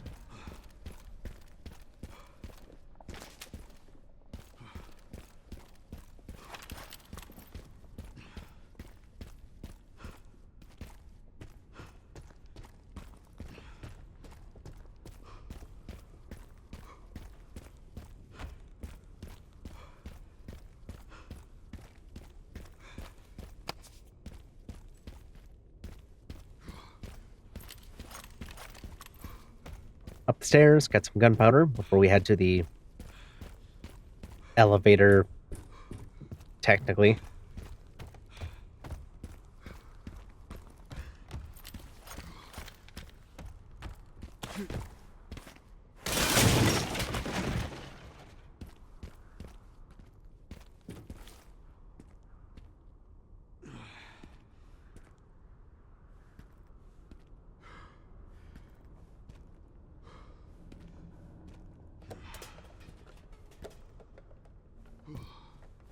Little tightrope walking.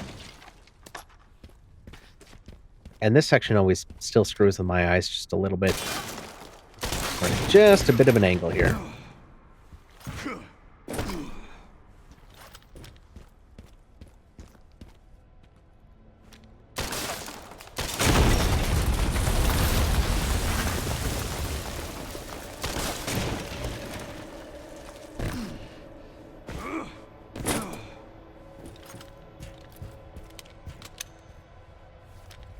Through the door and into the elevator shaft.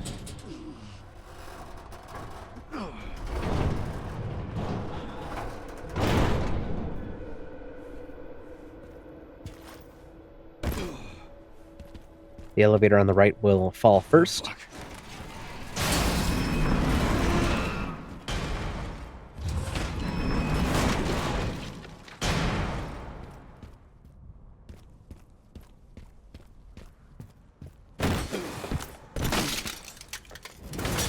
Now for this section, the glass, which I actually do find pretty fun. You can get a lot of really easy kills here. All we gotta do is shoot the glass out from underneath the enemies.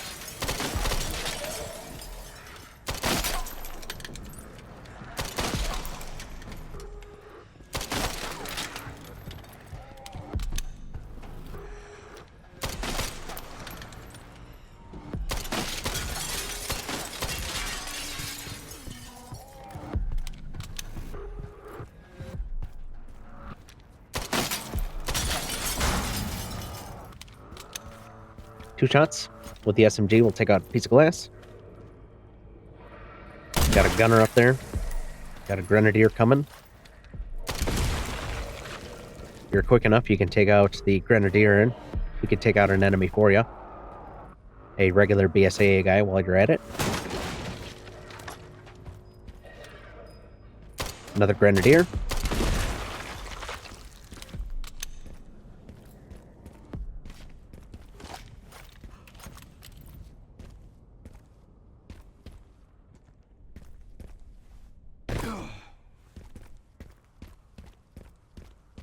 Okay, let's find those detonator parts.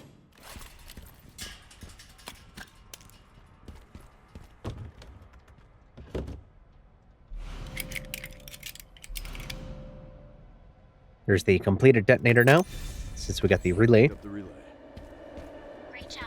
Now to get through that gate. Yeah, just gotta figure out how to get down from there first.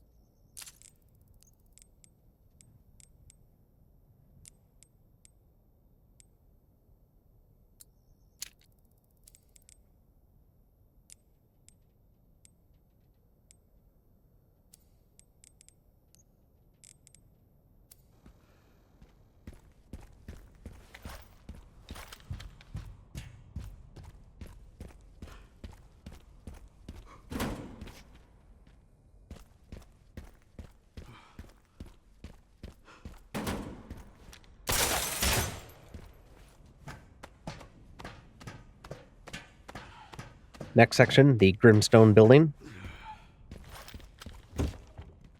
Up the ladder. Nice supply crate. Machine gun ammo. Hand grenade. Requiem ammo.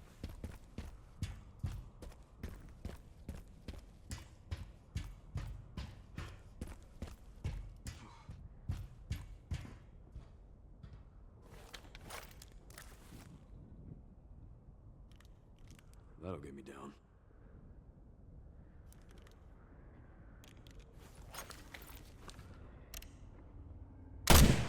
Got 3 wanderers that we're going to take out with the rifle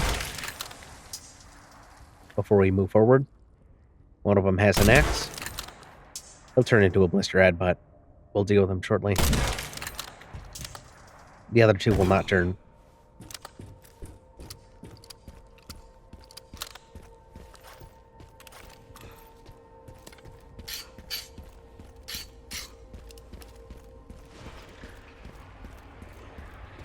We can hear him transforming now.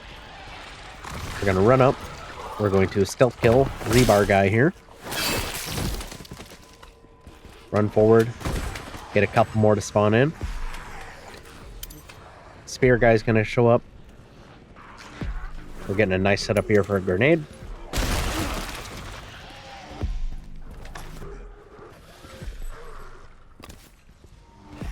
And letting our friend, the blisterhead, come towards us, so we can hit him with that rebar.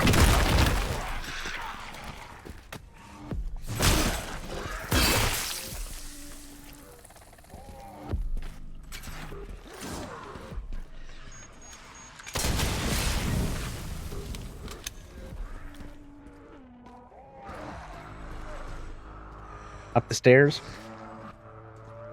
Got some more encounters. We knocked that crate down. There's a couple more enemies inside. One of them's a blisterhead.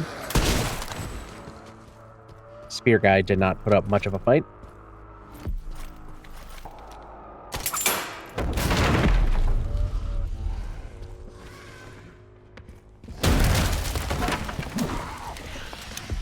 Running forward just to get those enemies out of the crate, so we can lure them towards us. And we've got a spear here. Take out the blisterhead.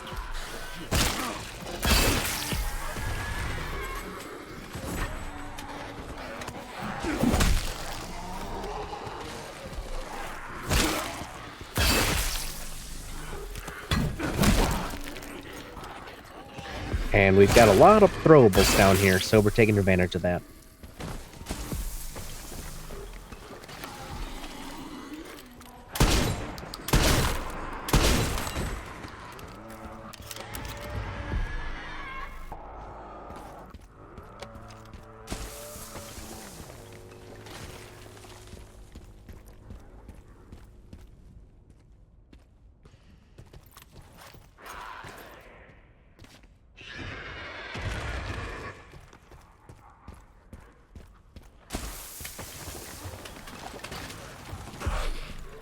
Rifle ammo and a green herb in the crate. But I decided I did not want to deal with the rest of the enemies here. So we're just making a run for the ramp here so we can slide down in style and turn the first of 2 valve handles. Now for the other side.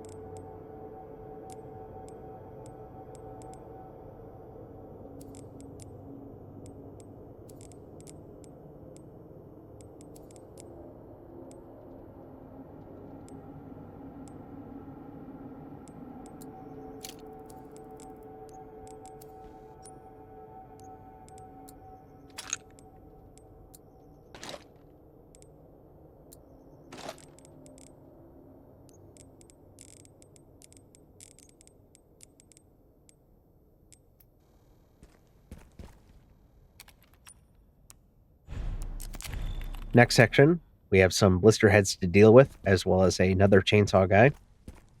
A special chainsaw guy, I should say.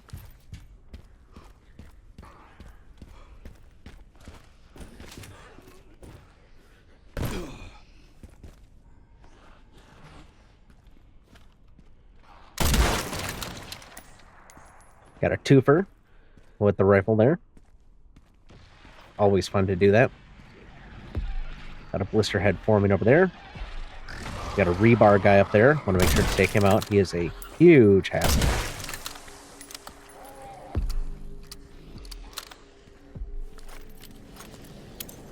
Here.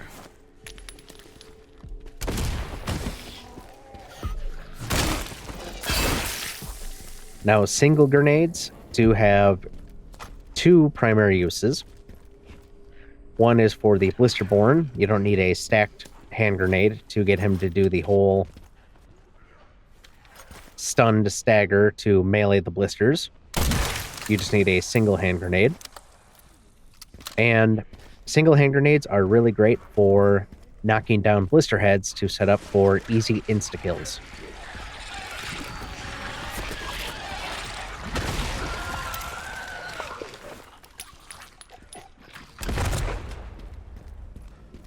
And I was planning on using the hatchet, but that one just got knocked off the edge entirely. Which also worked. Saved me a swing.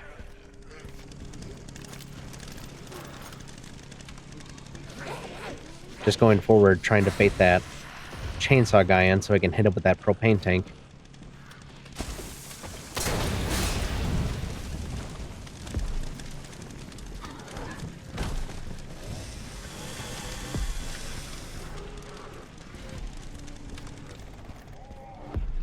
Because I want to hit him with both tanks so I can have an easier time. And of course he's still up. Got a sleeper.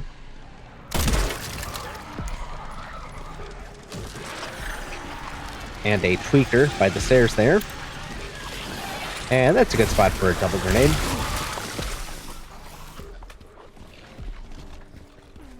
They took out both of these Zeds as well as the chainsaw guy.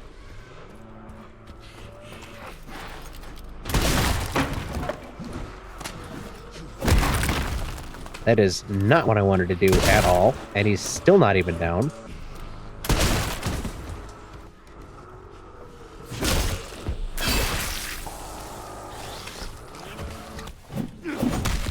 That is also not what I wanted to do. I wanted to use that against one of the blister heads, but I guess I just don't get to.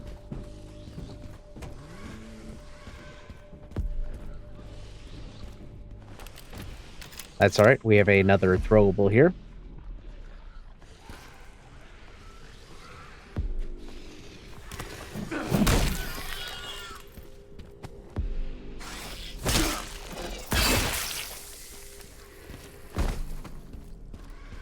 Now just one more to deal with.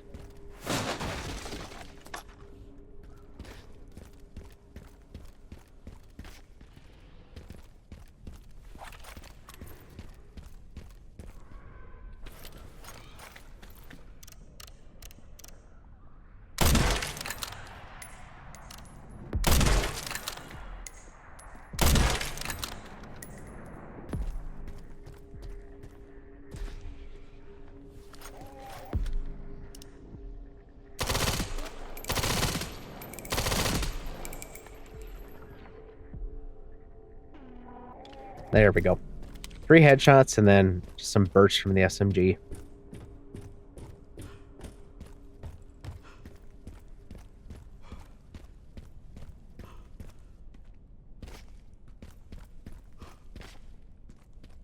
That guy's got something, but we actually can't get it, which is rude.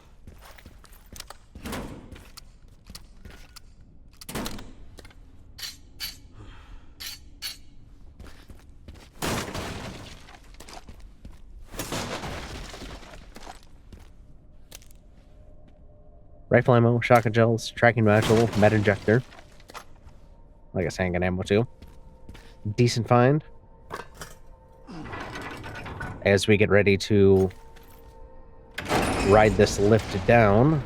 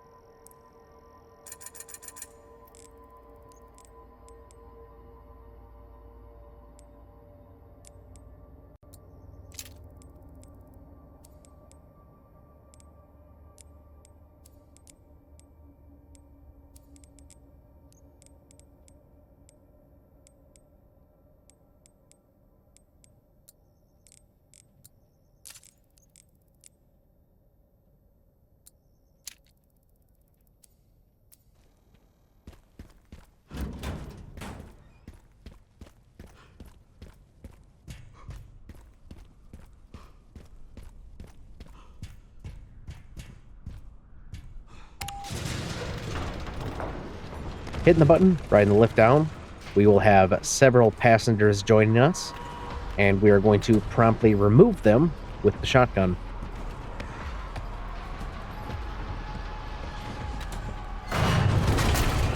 Now what?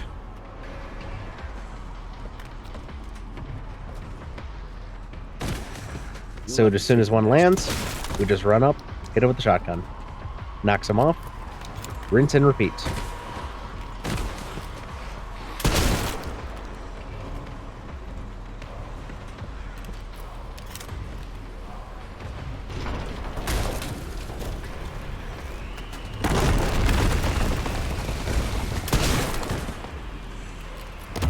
Eventually we'll get a blister head.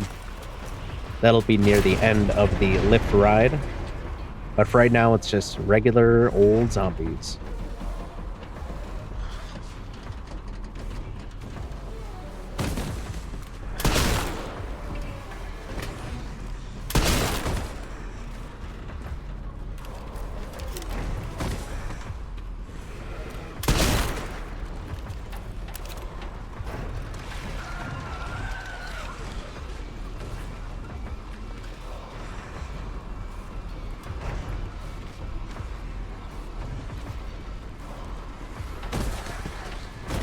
There's the blister head. It's going to take several shotgun shells. It's going to take 4 of them. Fortunately, we do have plenty of time from the time they land before they would actually start attacking us.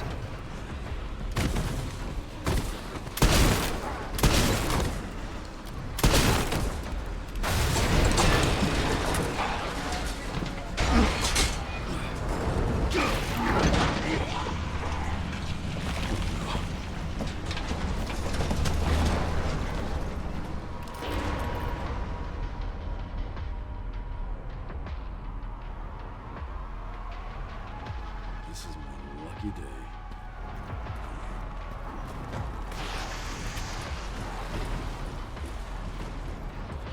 Now we're in the basement. We got a lot of enemies. Got the explosive barrel.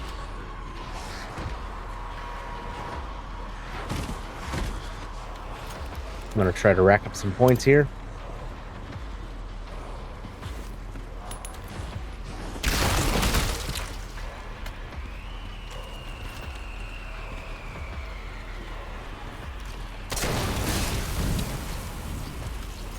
Double stack grenade, then the barrel, then just clean up the rest here.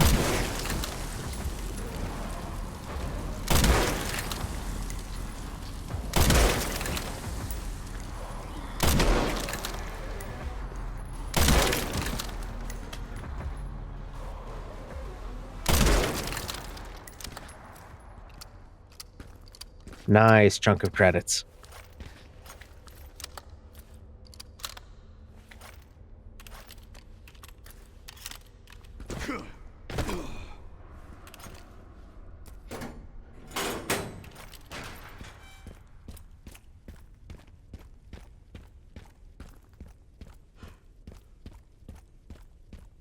That took longer than planned.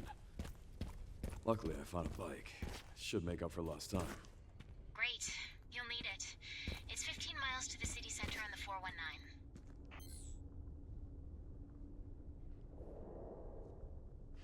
Now we set the detonator down. Then it's cutscene time. And we've got a motorcycle ride to the Raccoon City Center.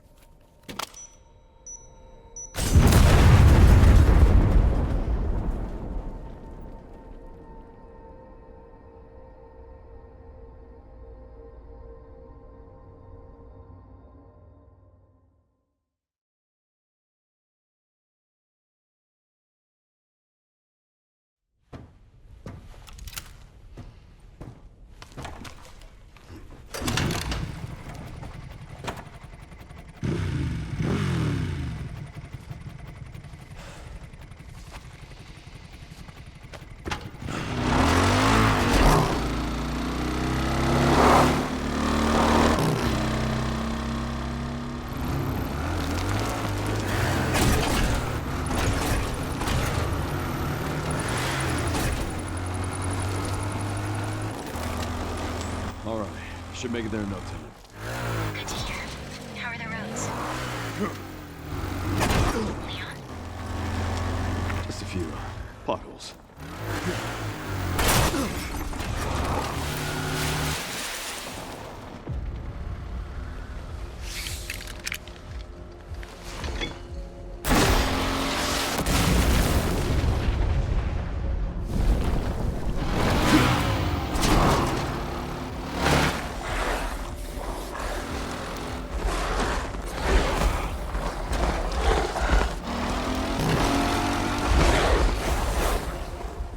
just keeps getting better and better. For the highway chase. Got a bunch of dogs here. We don't have to take them all out. There are some that will just be running alongside and they'll eventually go away. But we do want to try to take out as many as we can because, hey, they're still worth points.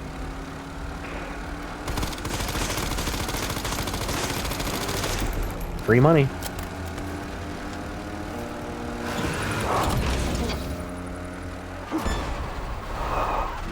Pups could use more training.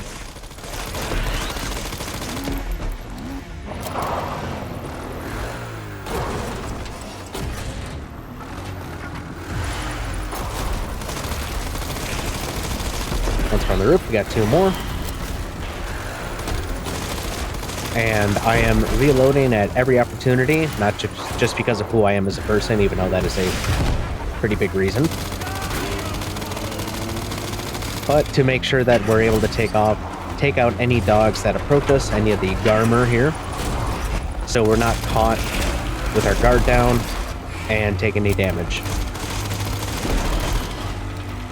So anytime there's a break, reload. And we shot Victor a few times. We got our Road Rage achievement. The man loves his RPGs. So much for the directory.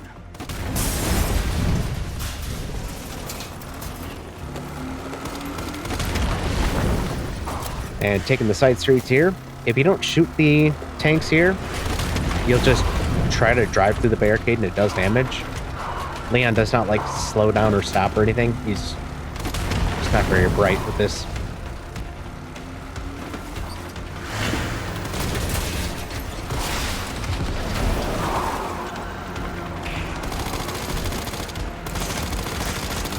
Getting more shots on Victor. When we see that red chevron, that means he's getting ready to attack the rocket launcher.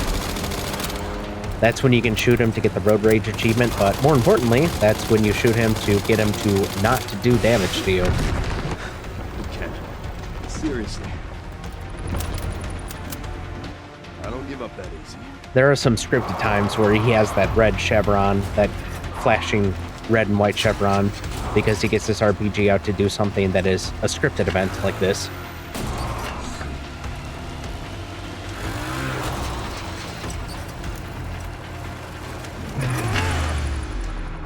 Big jump, sick jump, bro.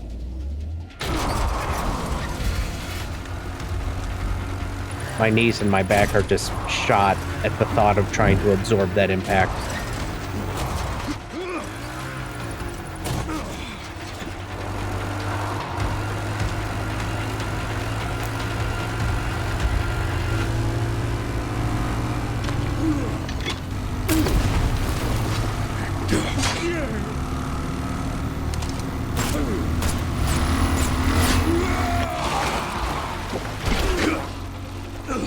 I've had enough of you! I know the feeling!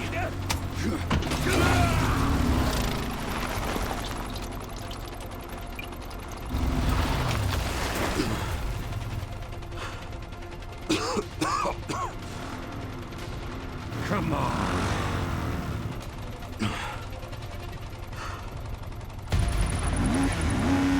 For this battle of the bikes, all we have to do is shoot. Aim and shoot.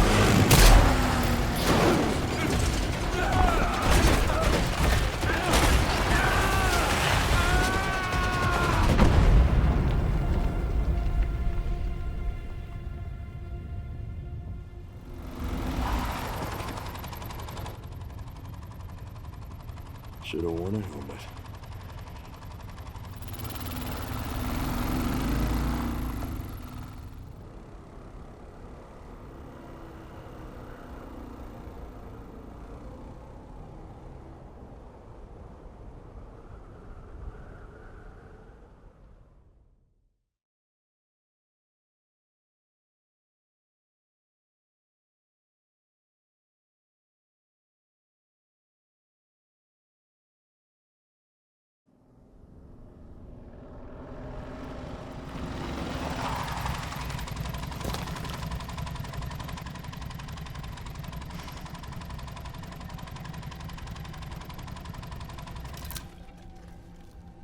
should be close to the coordinates.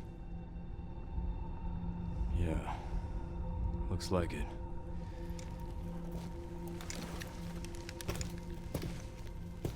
I'll take a look around then.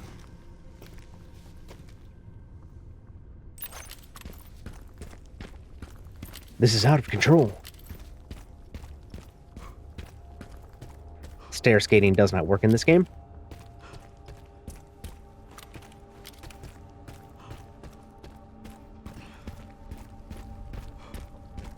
Can't believe it's still standing.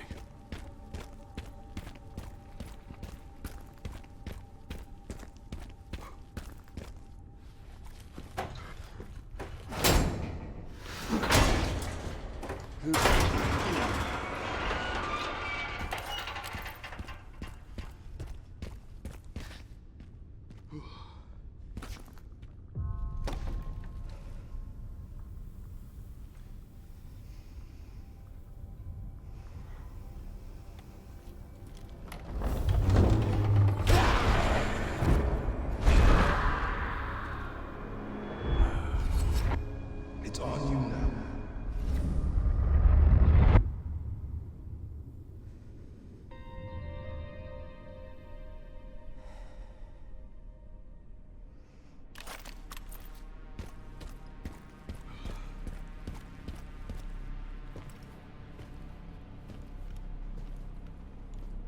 Sherryman RPD.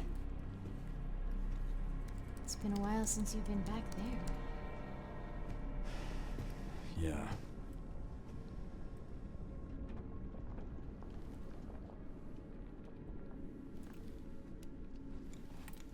Looks like the BSAA set up HQ here.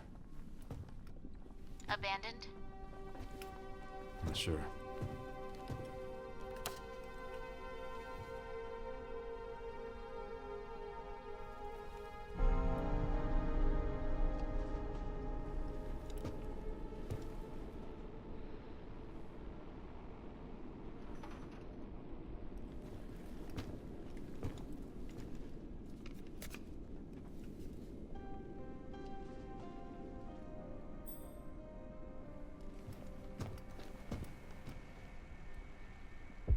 That fucking guy.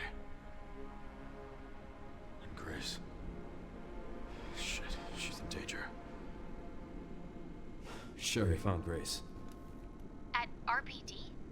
Yeah, exactly. Someone's been expecting us.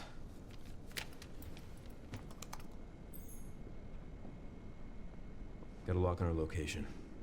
Headed there now. Copy that. Send reinforcements. East hallway.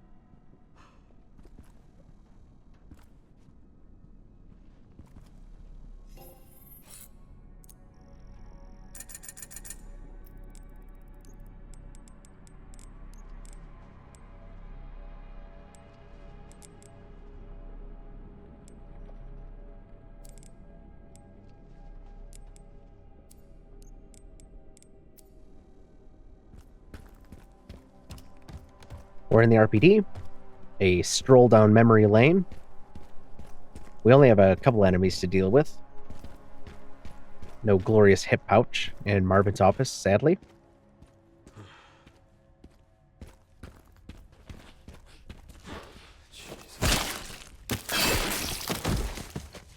Rest easy, officer.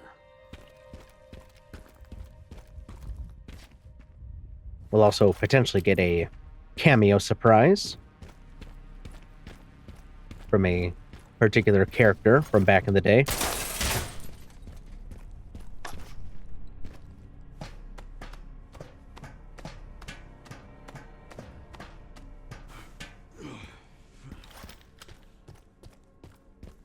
Up the stairs, down the hall, towards the STARS office.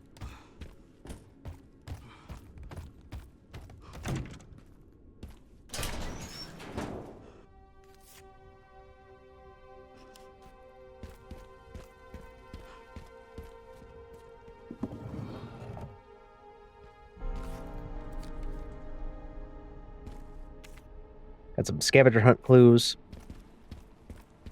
Library card.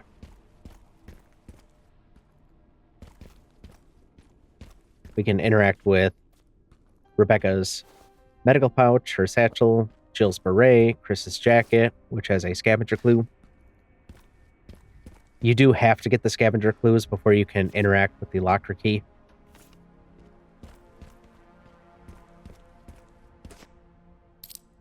Library card will get us the book, which has the photo, which has the solution for this. It is RRR, Rising Rookie Rebecca.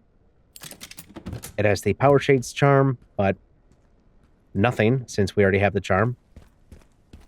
I wanted to check it anyway, just in case. Same with the locker. I already had the charms, but I thought maybe, just maybe, we might get something else. The Power Shades charm gives you unlimited penetration on the Requiem, and it increases damage of the last shot in the cylinder by 40%, so that is a substantial damage boost. Of course, now we can vault over some things. Can't do it 99% of the game, but we can do it right there. Nice shotgun shell pickup.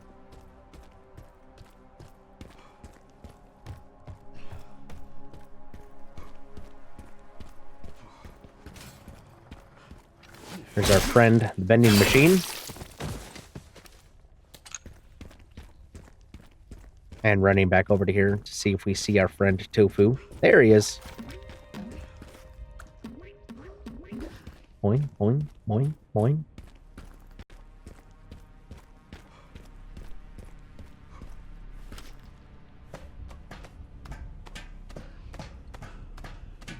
And I totally spaced on getting the mechanical jack here in the library.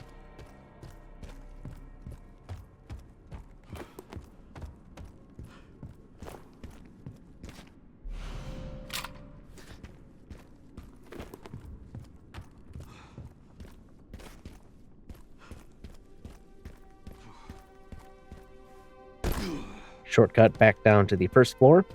Then we can open up these rusted shutters.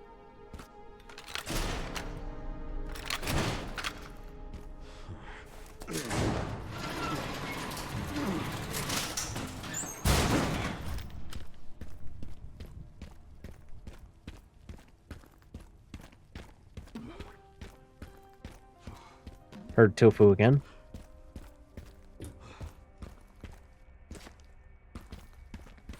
But he's already come and gone. That's okay. We saw him. Hey, there he is.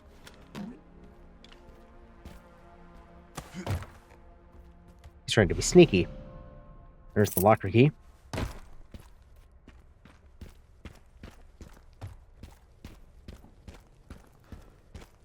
And this has the Star's Emblem charm. Or, well, in this case, though, there will be no charm in here. Just some tickets to the Raccoon City Zoo.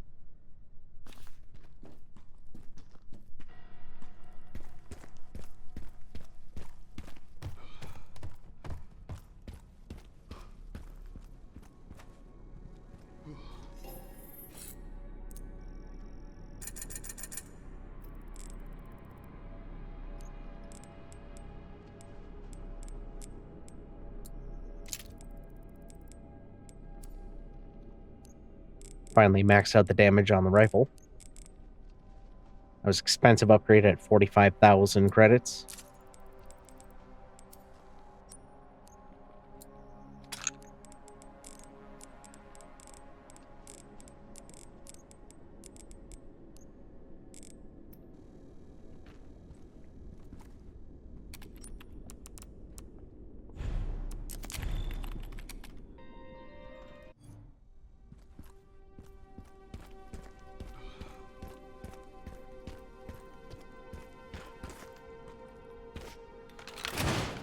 Opening up the other rusted shutter. The jack is all used up. Next up is cutscene time, and then another visit to the Orphanage. Our favorite section from Resident Evil 2 Remake makes a triumphant return here in Resident Evil 9. You need to understand.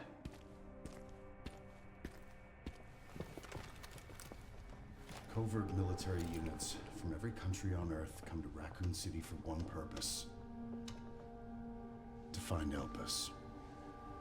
What is Elpis? The power to upset the military balance of the world. The last virus, created by Spencer. Designed to control human consciousness. Mind control? They couldn't let it be stolen. So they launched the missile strike to hide it. To hide a virus. Why do something so extreme? Extreme? Is it? When the president tried to investigate, they had him assassinated. And you are the key to retrieving Elpis. Emily. In a way. But not the girl you met.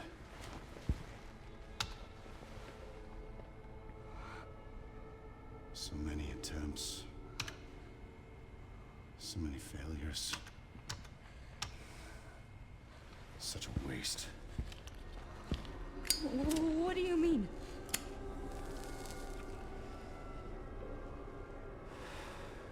Copies. Crafted to duplicate you. All useless.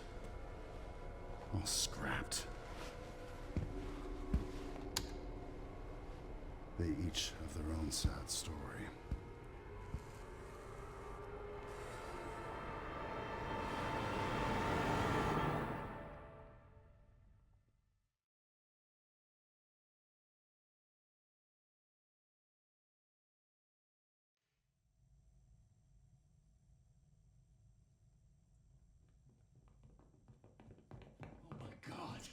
Do something. I called security, but nobody answered. They are out of control. Doctor, we can't contain them. Sedate them now! Are you kidding me? Get out of my way! Hey, are you awake? What?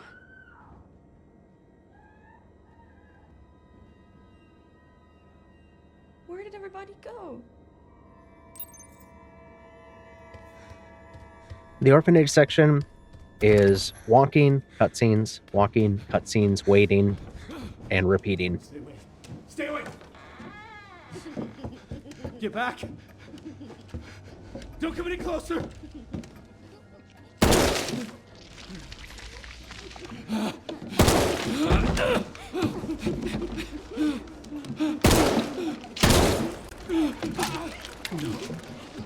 No, get back! Get back! Hey!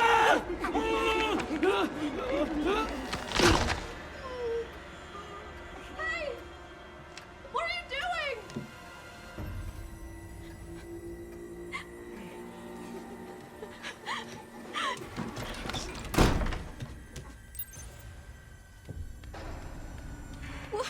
What was that?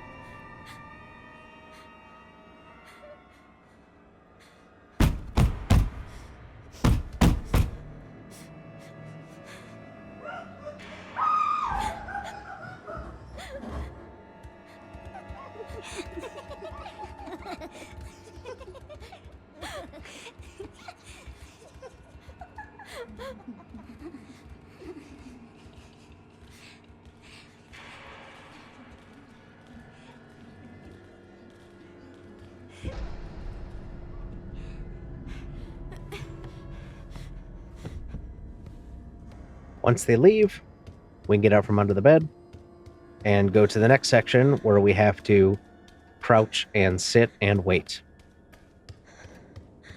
This whole section should have just been a cutscene. I have since installed a mod that just skips over this entire section.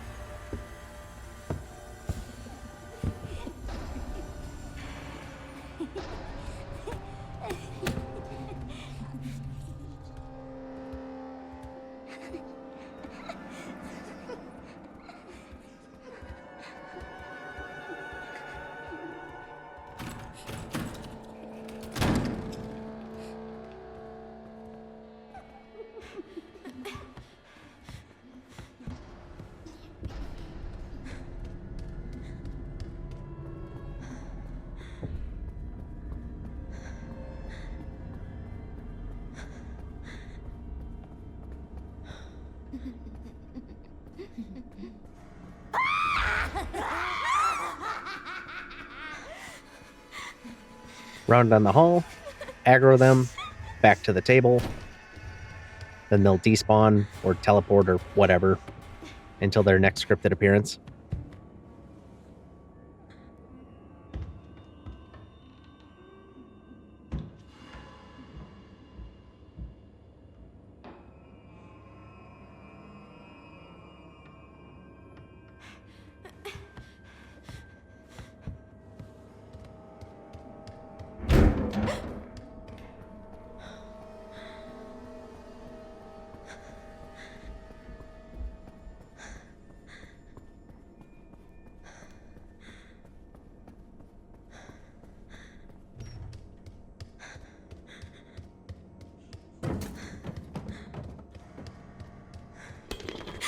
Running straight to turn on the lamp and get in the key.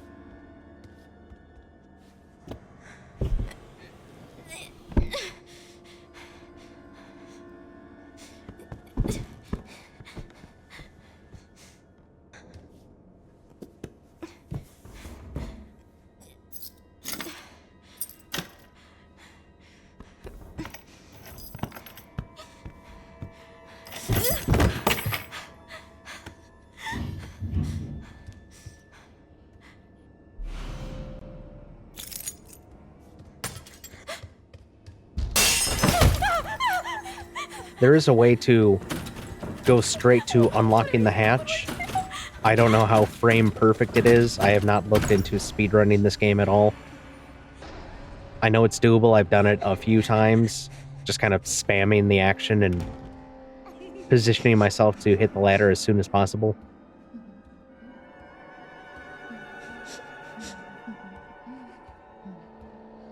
A little bit risky, otherwise it's just, as soon as they show up, we just run and hide behind the boxes.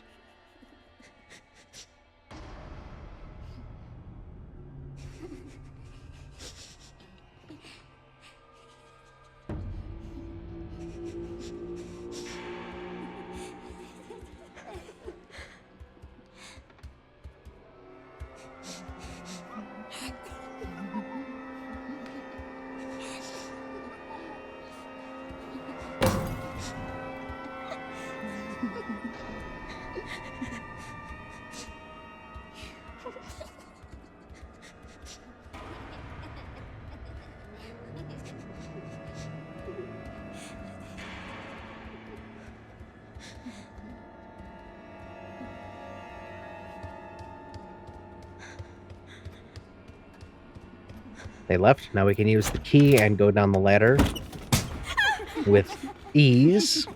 Well, they show back up at the window that they broke, but fine, go down the ladder.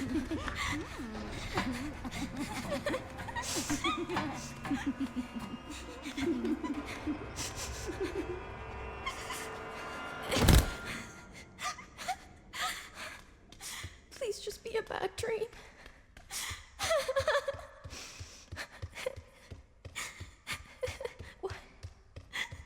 Why did they?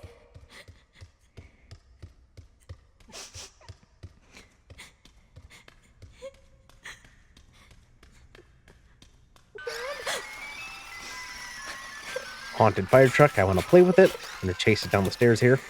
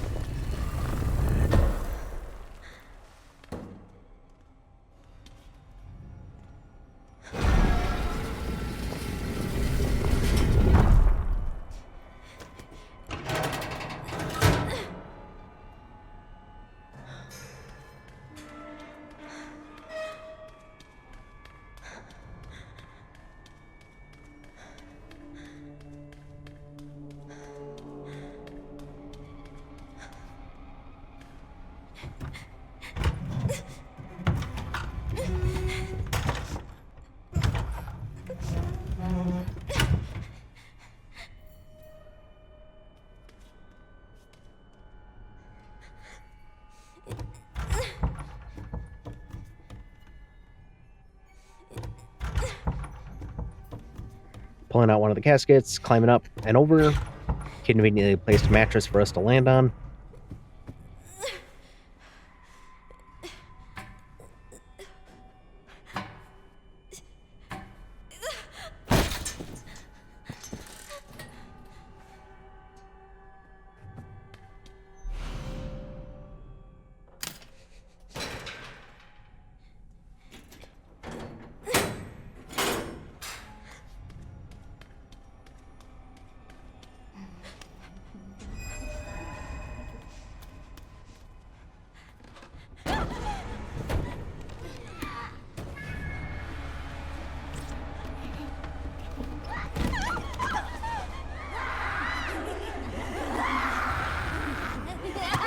Just need to make a run for the ladder.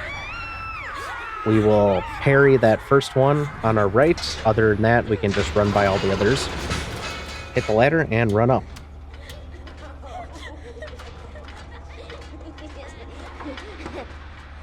And then the rest of the section, there are a couple files, a little bit more exploring. Otherwise, it's just cutscenes till the end.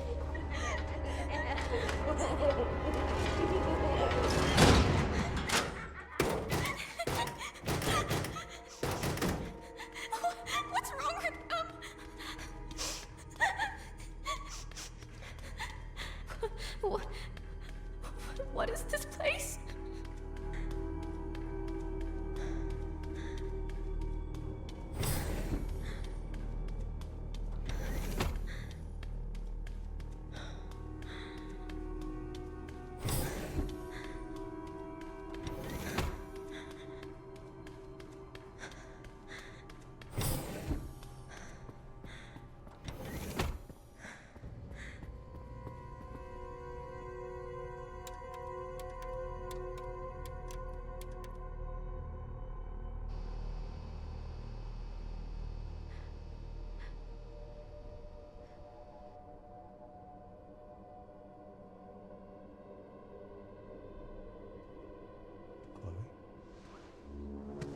Is that how I...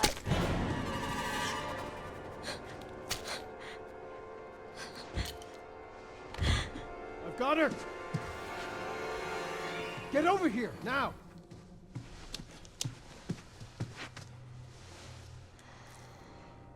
She's showing symptoms too. We need to get rid of her.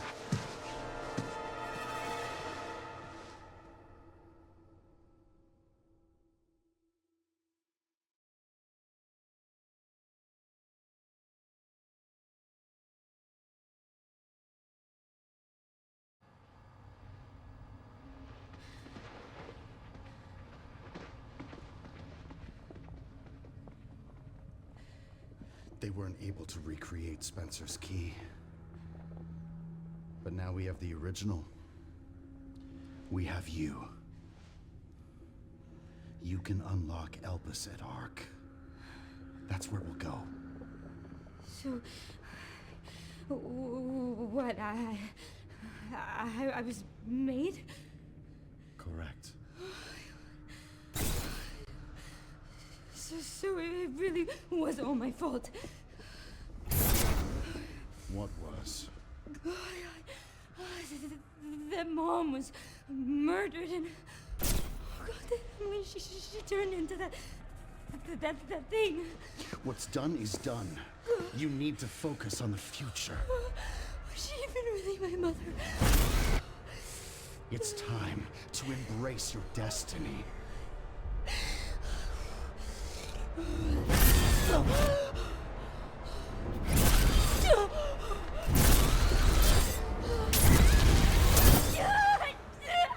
Grace!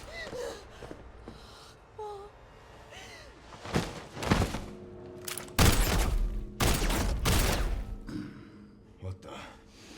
Mr. Kennedy, I had a feeling you'd make an appearance. Sorry, but I don't have time to spare.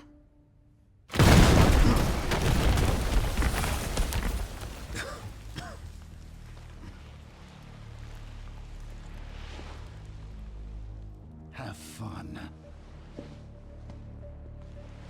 Hurry.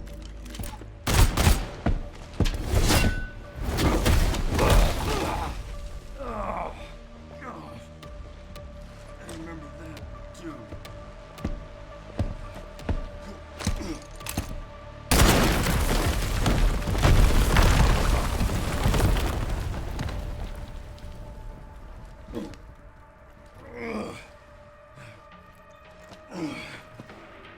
Sherry. Wasn't there an orphanage around here? Yes, there was. Why? I'm gonna do some digging.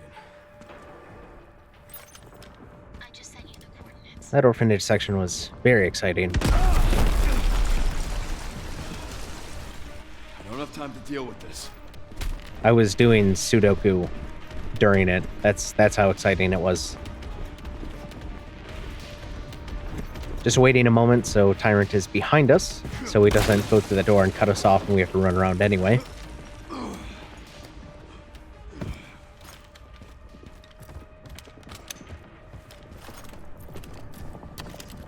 Down the hall, the waiting room. In comes the helicopter. And then running back towards the chief's office. Give me a goddamn break.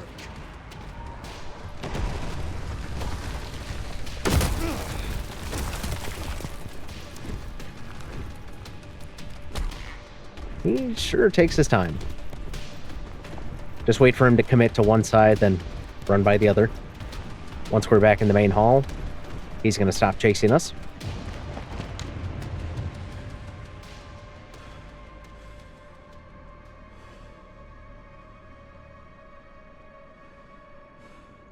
Everything all right, Leon? Yeah. I'm good.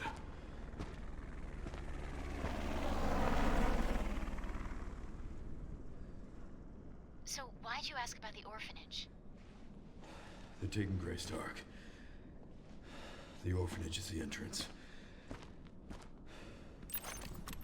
What is ARK? I'm not sure.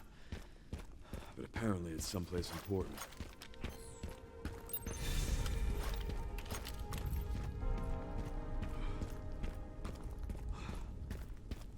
Now we're behind the RPD. Going to the underground parking garage first. We got 3 enemies down here. They're sleeping, but we're going to wake them up.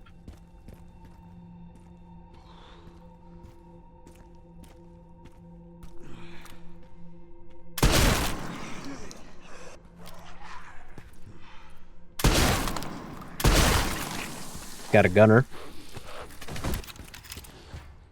There's a cop. I'm pretty sure that's George from the files, if you find them.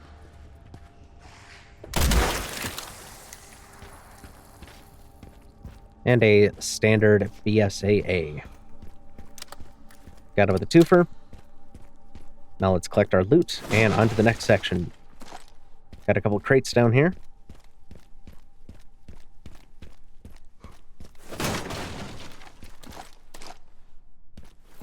Good chunk of shotgun shells and rifle ammo. Med injector, tracking module, more rifle ammo. This is where we would find the silver finish scope for the Classic 70, which does have an extra magnification or zoom level compared to the standard scope, as well as the cute bear charm. But same with the other charms and weapons and weapon attachments. We already have those.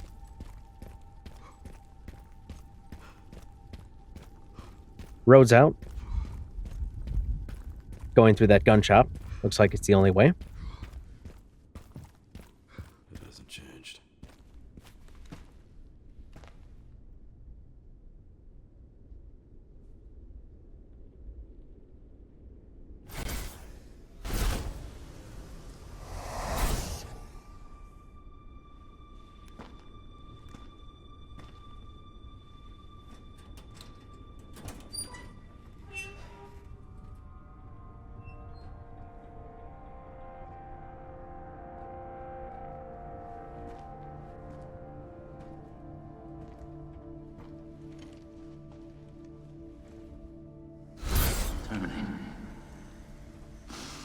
It's my fucking daughter. You're a cop. You're supposed to know something. How did this happen?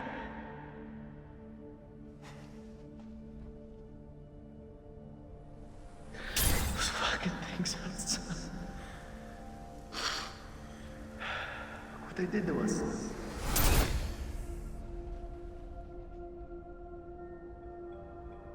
I'm so sorry.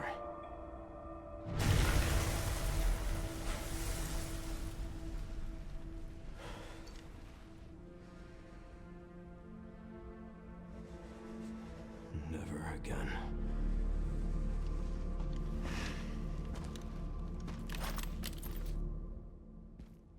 Never again. Robert's W870 police shotgun would be found there, provided this was not insanity. Some shotgun shells in the crates outside of the gun shop Kendo. Then we're going behind towards the orphanage for our next boss fight. Nice find here. Shotgun shells, rifle ammo, machine gun ammo, med injector.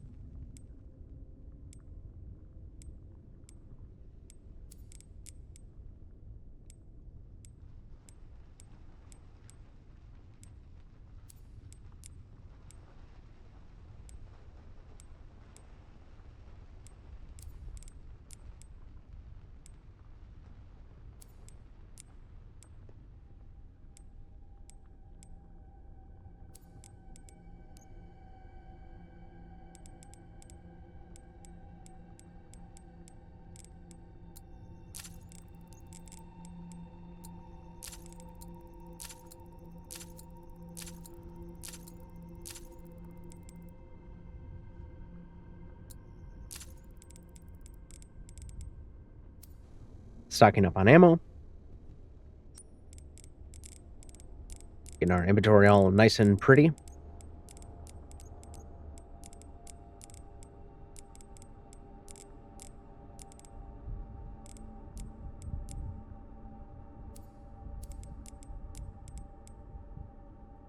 Making sure I have the charms set how I want them.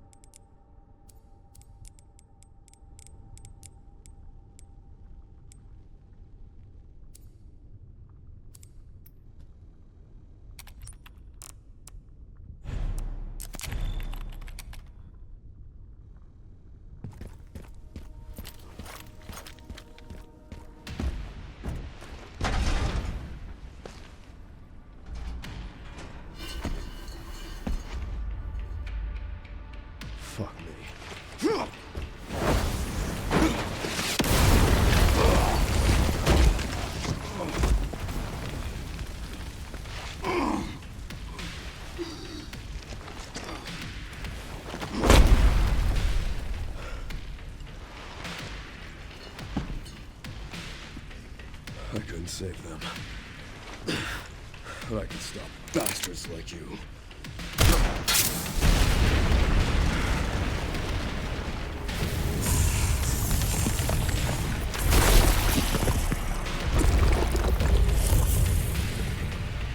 When will Leon learn that, like, every Tyrant does that? Super Tyrant fight, opening up with submachine gun burst. And we're taking turns with him, doing some laps. Waiting for his hop up on the car move.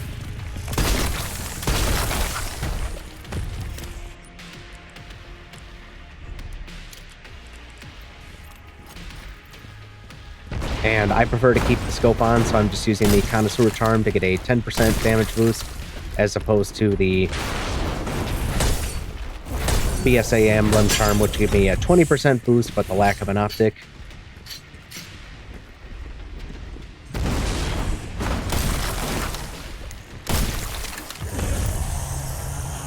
He goes for his charge. Obviously, we want to run clockwise, so I get into position to make sure that I have room to move around him, using these other cars as cover when he throws a car.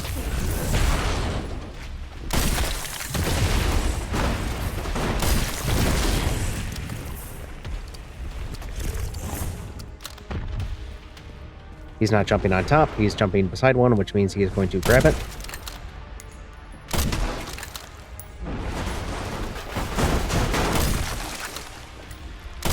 Super Tyrant's weak point is 110% damage, his head is 100%, and his body and limbs are 80%.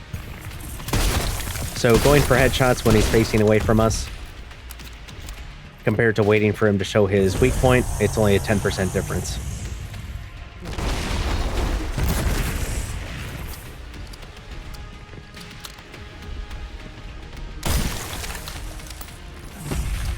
There's his first phase.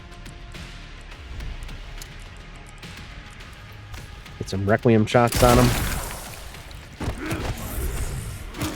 before dealing some pretty decent damage with the hatchet here.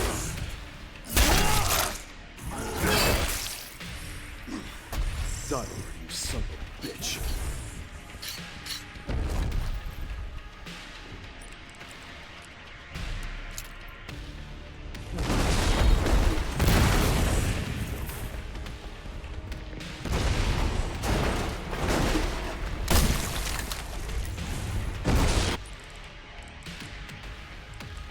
And it's mostly switching the Connoisseur Charm.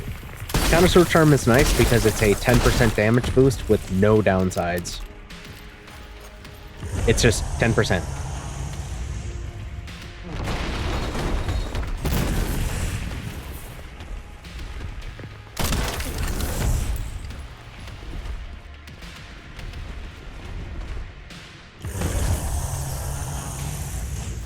And he does this attack a lot. Fortunately, it's easy to avoid if you get a position where you don't get hung up on a car.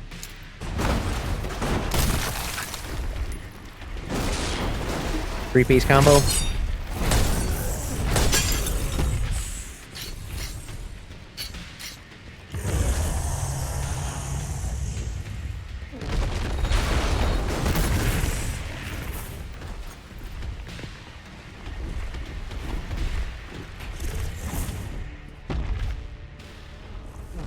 Going to pick the car up, using this car as cover. That should not have hit the car, but it did.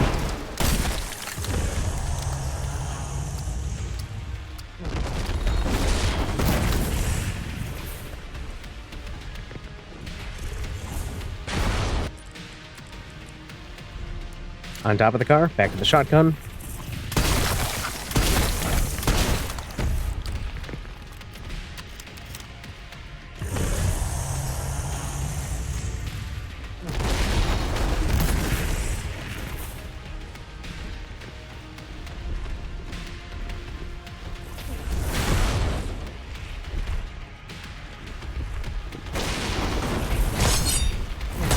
Three-piece combo.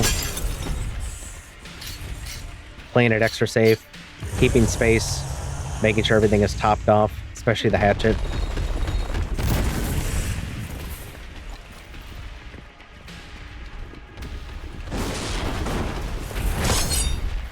I couldn't squeeze behind that car, so I got stuck and just had to run into his three-piece. That's okay. I like when he does this. I like when he jumps on the car here.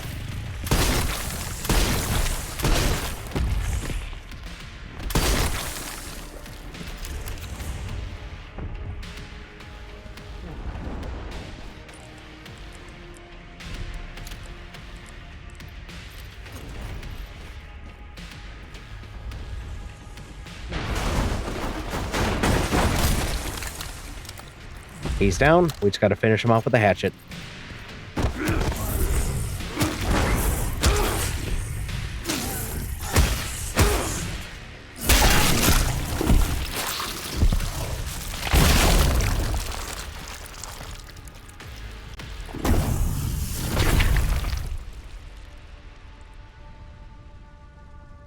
I'll stop you as many times as I have to.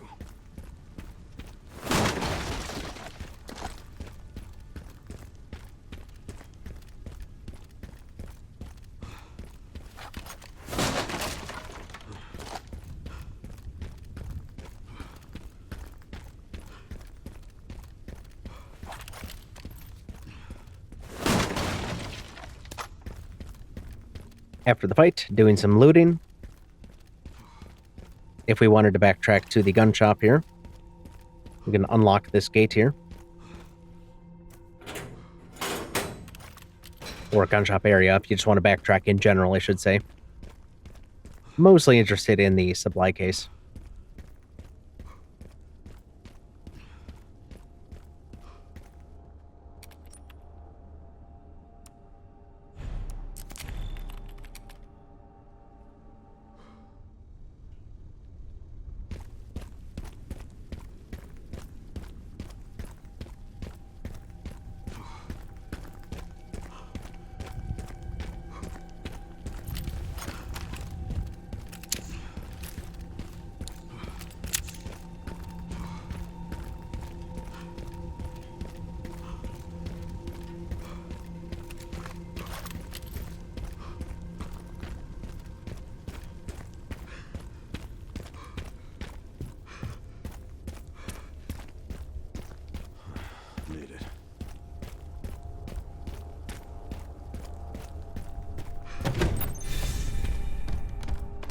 At the Orphanage, Sherry.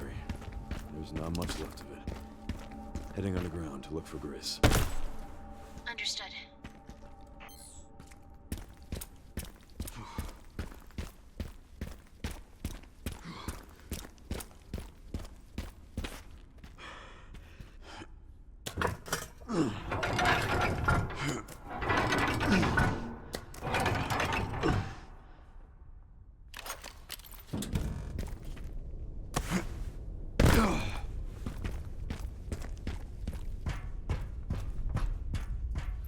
Linear path, nothing really do or pick up or interact with.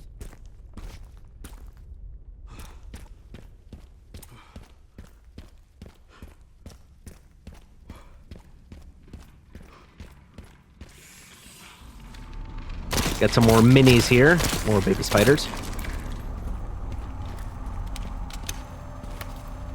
And large gunpowder on the bench. Interesting, they just randomly threw these in, even though we're pretty far away from where we took out the big spider.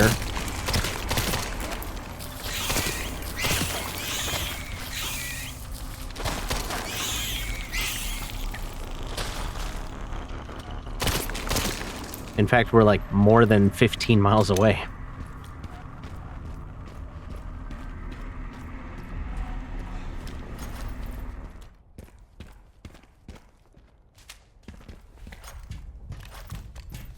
Now we're at Blackthorn Station. Some rifle ammo.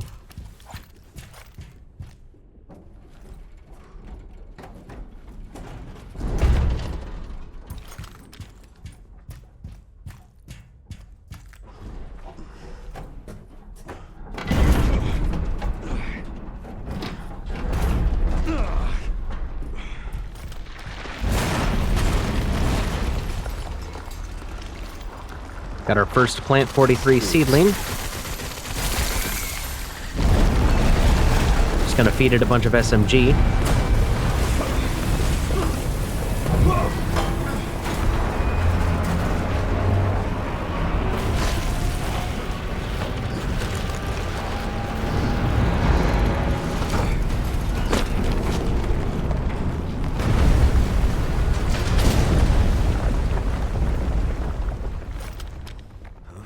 This is my stop.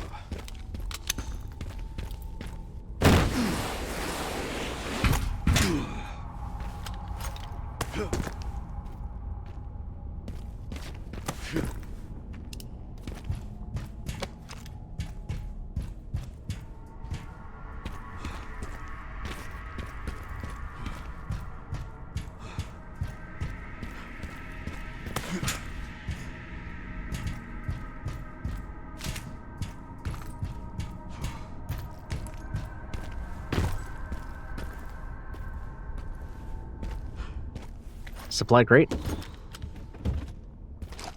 Shotgun shells, handgun ammo, machine gun. And a nice big old cable for us to climb down. Or rappel down.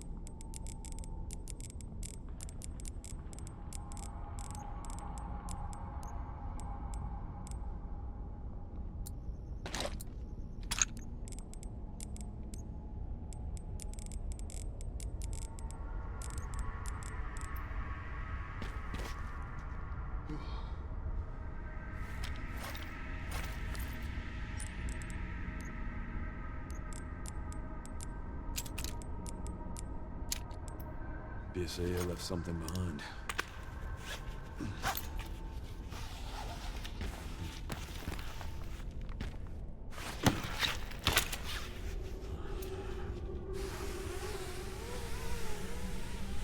And we're just gonna slide on down to the bottom.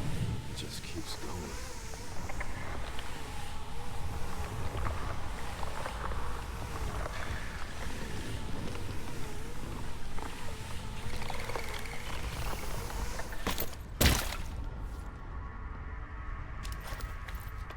Finally reached the bottom.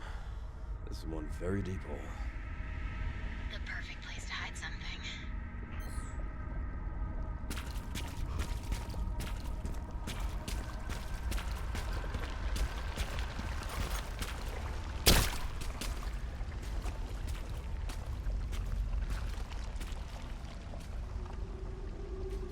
Got our next Plant 43 seedling.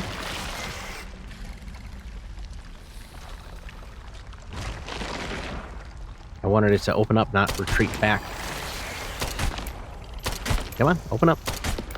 You know you want to. There you go.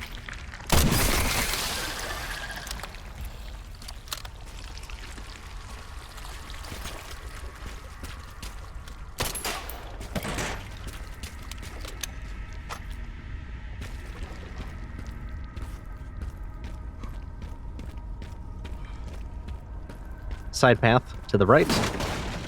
Just a crate, some handgun ammo. There's another side path with much better loot coming up.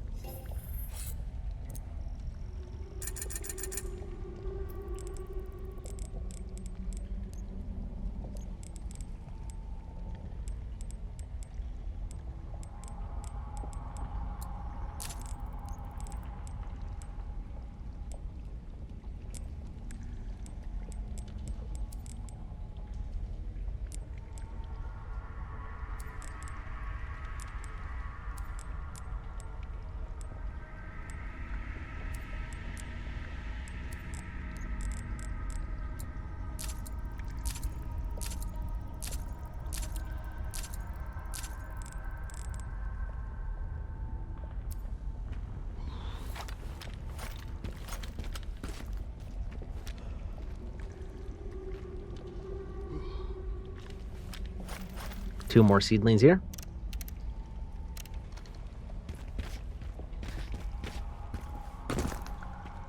Just trying to get into a position to where I don't go too far forward and I can't move back.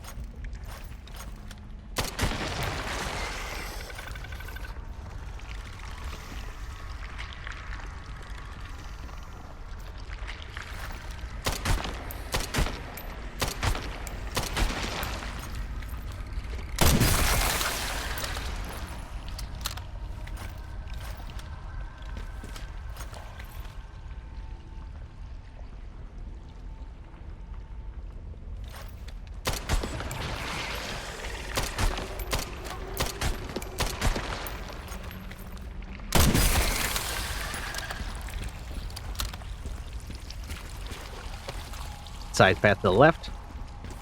Scrap. Another seedling.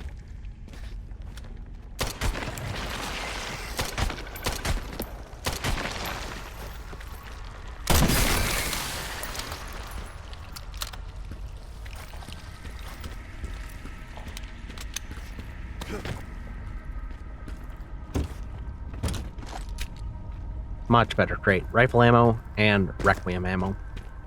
And med ejector too, which 1,500 credits. Better than nothing.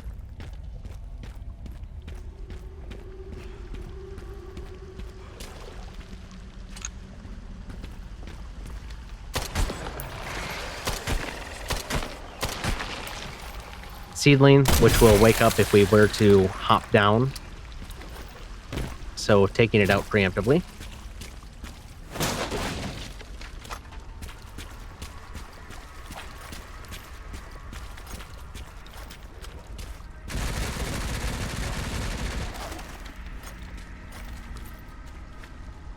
We have a gunner down here, which was an interesting choice to replace one of the seedlings with the gunner. I'm looking, I'm not seeing it. And I'm thinking, wait a minute, is the seedling even here now?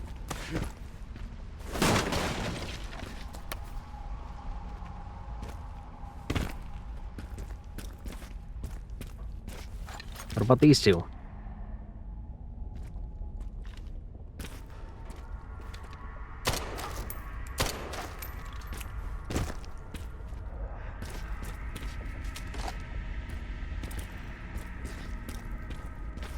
Nope, just another gunner. Which I thought was an interesting choice to replace a couple of the seedlings with gunners.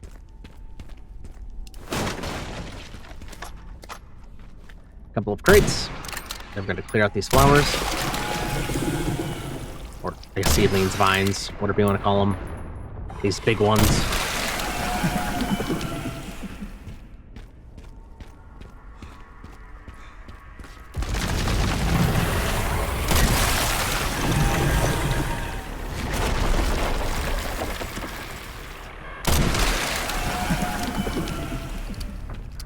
Everything cleared out. Running back to the supply case one more time before our next boss fight.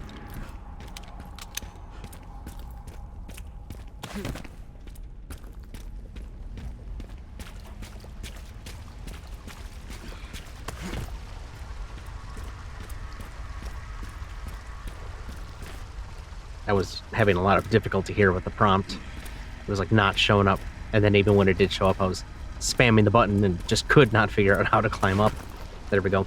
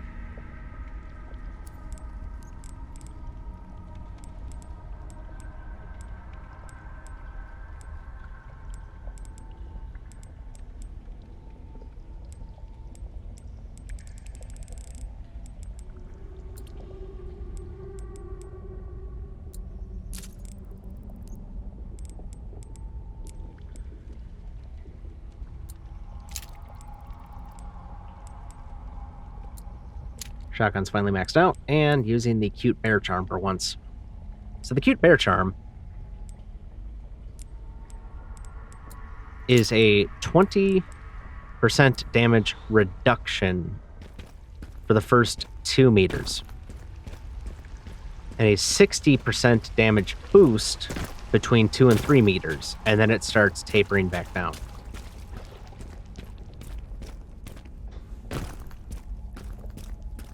I find it to be pretty limited in its application. But this upcoming fight, I find it pretty handy because we're in that mid-range pretty frequently. We can't really get close. So Plant 43, we open up with a good old-fashioned mag dump. Just so you know, I've killed every flight I've ever had. And we're going to stick kind of close to the middle here while strafing, kind of run around in circles, avoiding the attacks. We're keeping an eye on the big vines on the sides who are peripherals. And we're keeping the firepower on the Plant 43. I guess we could call it the head. It's got the mouth. Keeping the pressure on it because if we do not attack it for a bit, it will do a kind of a charge up and a strike attack. So keep that pressure on, keep the firepower going on. Kind of stun locking it to death. Or until those tanks become available, I should say.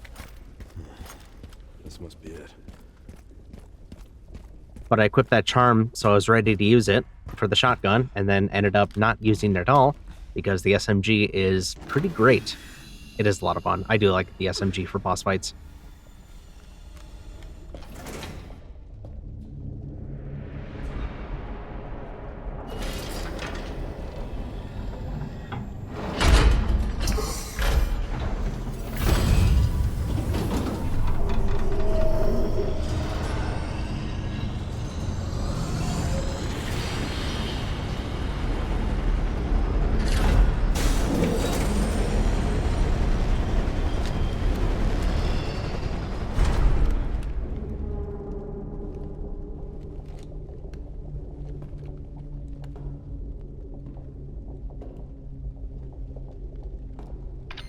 Sherry, I found some kind of massive facility.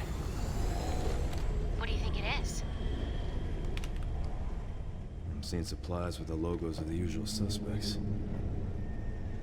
Well, whatever it is, clearly wasn't meant to be found. Yeah. You're telling me.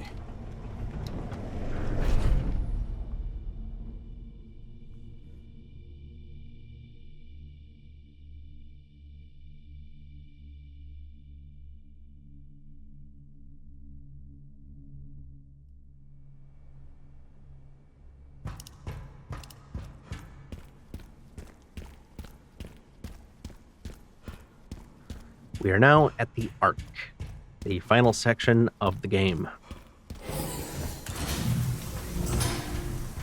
We saw the Umbrella logo, Tricell, HCF.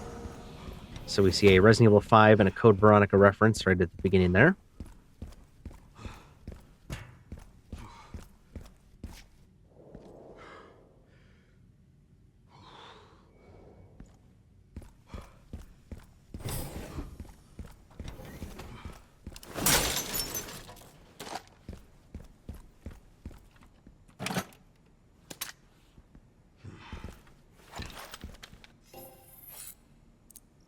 The staff room, our first save room in ARK.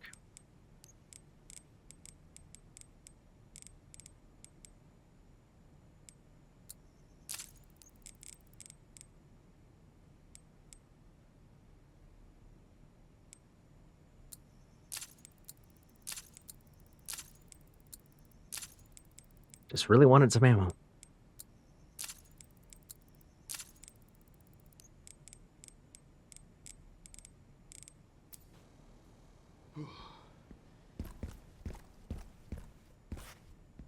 That is not the save station. Save station's over here.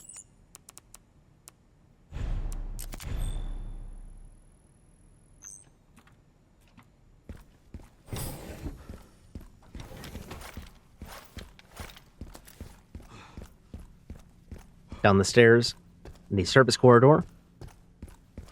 Then into the server room.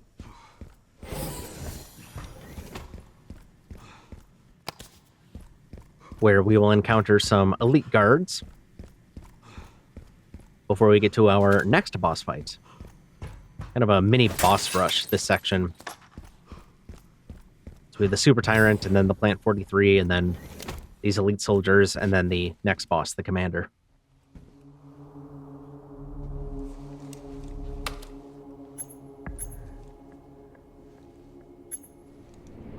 Where is that? Okay.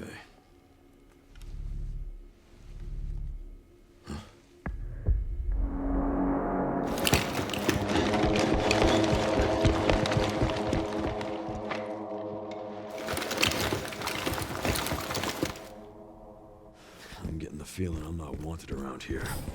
So in the server room, we're just going to prime up a stacked grenade. As soon as the doors open, and we eliminate this batch of elite guards in a single throw. I'm going to take their machine gun ammo, our prize,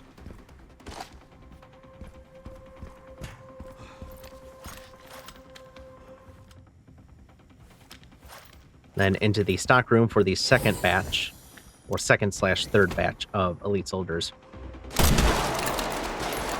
Doing some sniper action.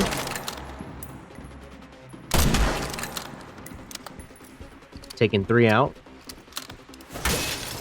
Then the fourth one we will take out once we get on this catwalk here. Because we'll be able to see him and he'll just be standing there.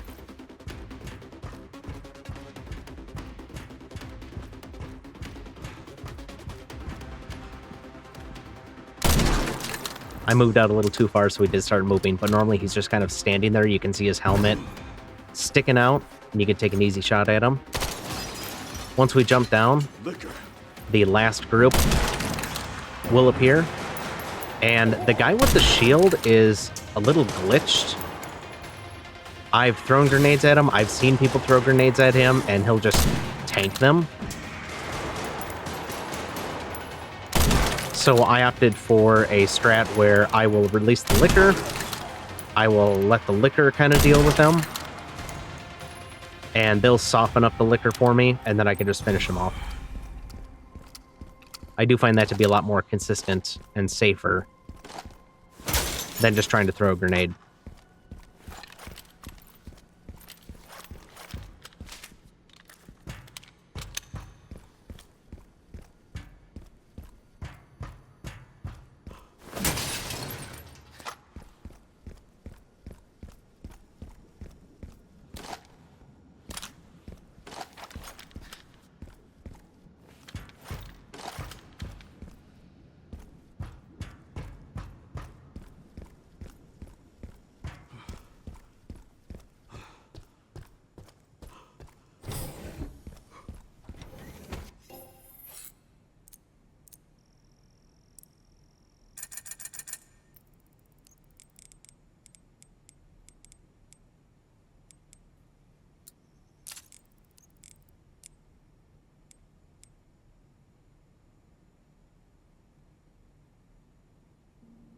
Now for the next boss fight, we want to make sure that we have the level 2 power for the hatchet.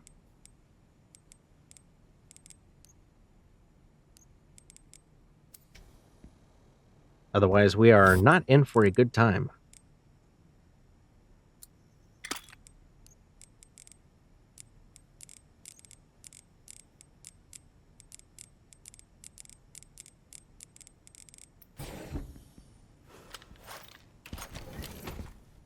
So to do a little bit of contemplation here.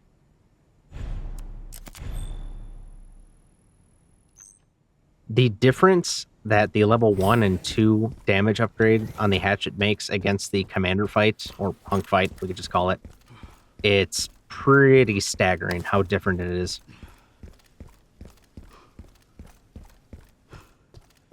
When I was practicing the fight, I would get very consistent to what I thought was the final phase, and then I couldn't get past it for a long time. And then I realized, wait a minute, I need to upgrade to level 2. Why haven't I upgraded to level 2 yet? And then as soon as I upgraded to level 2, first try. I'm like, great. I can't believe I forgot about upgrading the hatchet, because I'm so used to using the hatchet for instas, which doesn't matter what level it is. You don't need it to be level 1, 2, or 3 upgrade damage. You just insta-kill.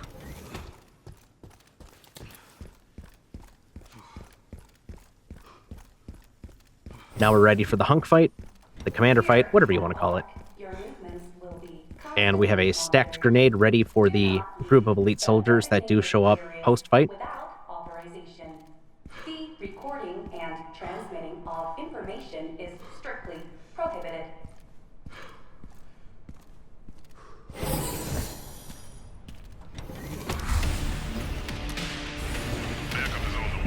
Not necessary. I'll neutralize the target myself.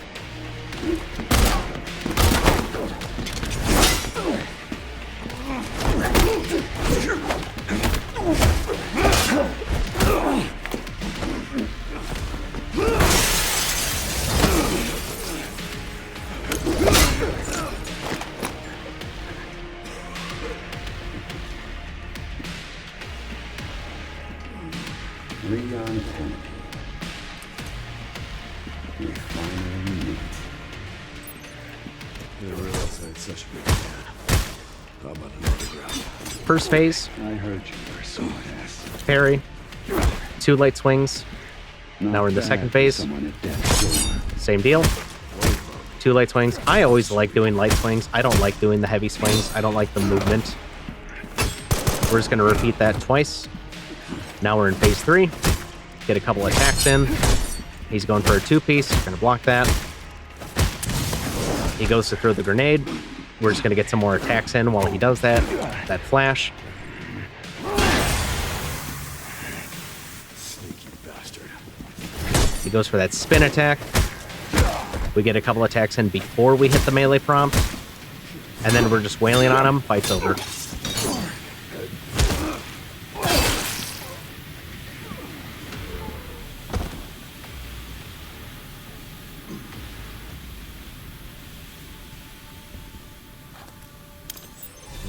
Grenade ready as soon as that door opens. Coming from you, that's quite the compliment. That takes out 2 of the elite guards, and there's going to be 1 more coming down the stairs. So being very careful with them. They do show up immediately. They will interrupt your conversation with Sherry. It's very rude of them, but they will.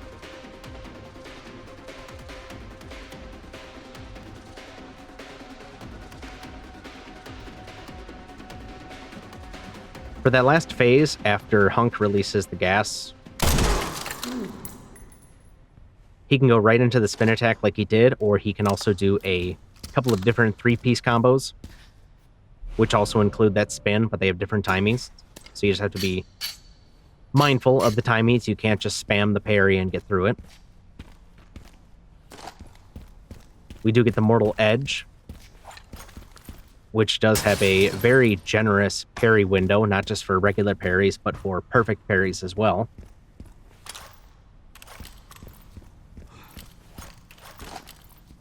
Now we're free to collect all of our post-boss fight loot.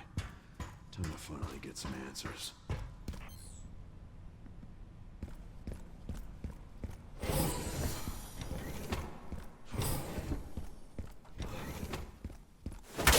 As well as the loot from this guest lounge here. Just a couple of crates and some files here.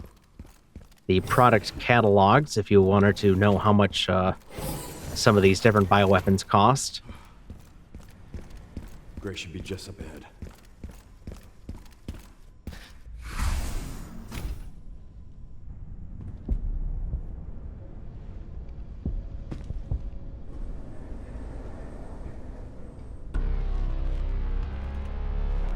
Grace, this is where we are. The world is under threat. The technology to control another's will already exists, but it's not efficient at infecting others. I believe Spencer solved that with Elpis. The connection sealed Raccoon City to save it for themselves, and it's been waiting here ever since.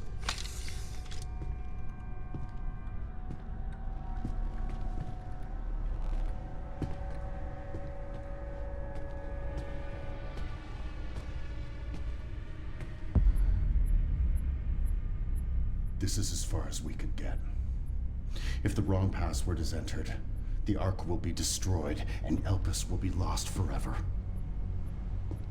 So tell me, Grace, what's the password? I don't know. Of course you do. You're the... Leon! Don't embarrass yourself, Mr. Kennedy. You can't beat me.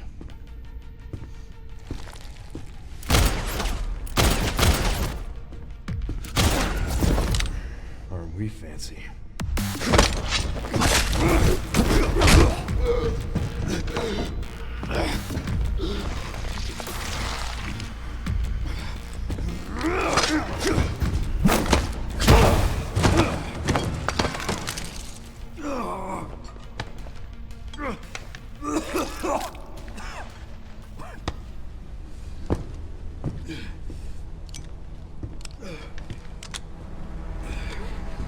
Don't move! Oh, wait! You still need me, right?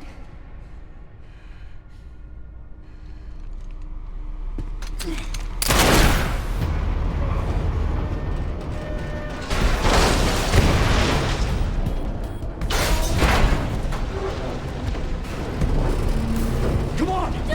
Grab time!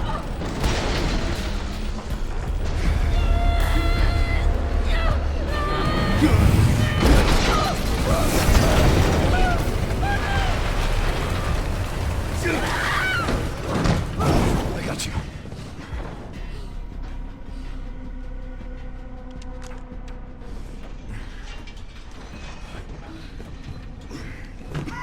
Are you okay? Me? I feel like $1 million.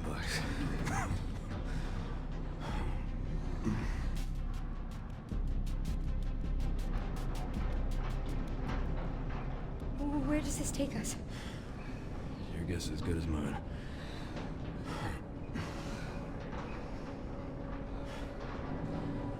Time to get off. Come on.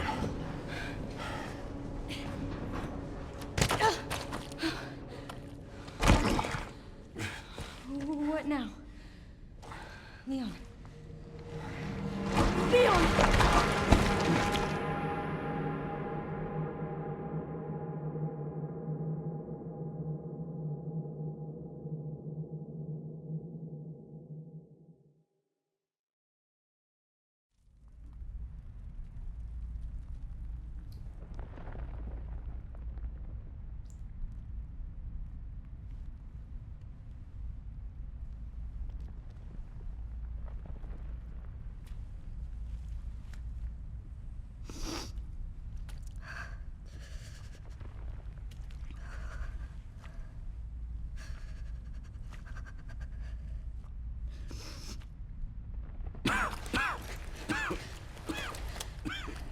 Leon, are you okay?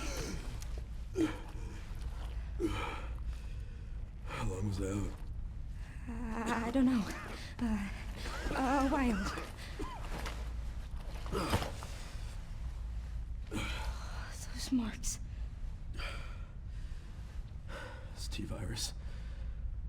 Stage 3 infection. If you're so sick, why would you come here?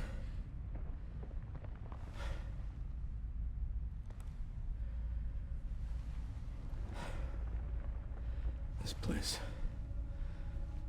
Raccoon City was where it all began for me. Where it all happened, I couldn't make a difference. So I am here now. We can't stop Zeno.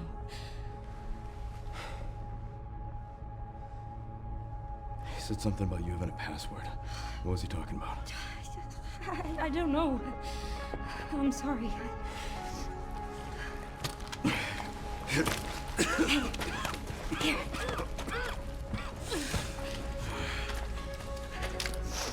I'm going back. I'm gonna destroy Elpis. I'm coming with you. No, you're not. I don't want any more regrets. Whatever it takes, count me in.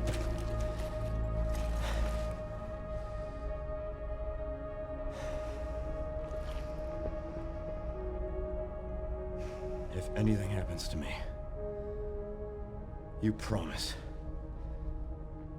you'll end this. I promise.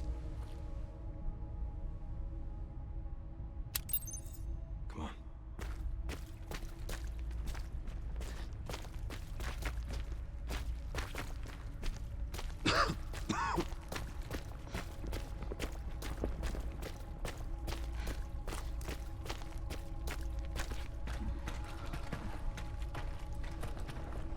I can check it out for us. You think you can give me a boost? Guess we're about to find out.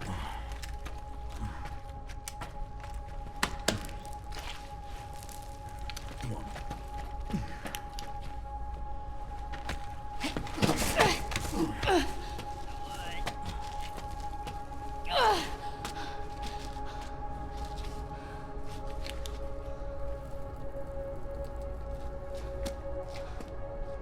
Watch out for yourself up there, yeah? I will.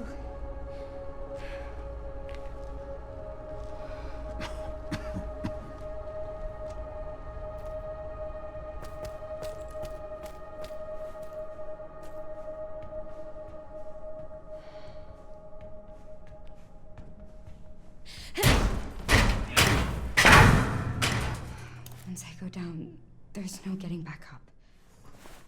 But there's nothing to backtrack to, so don't get why she said that. Now we are continuing as ARK. This time playing as Grace.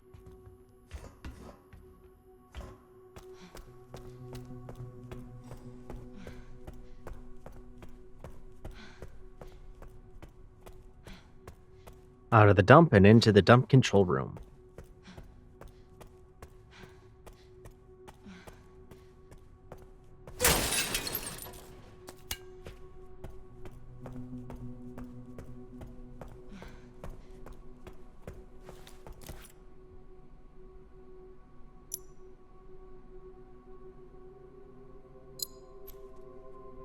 Okay, just beyond here.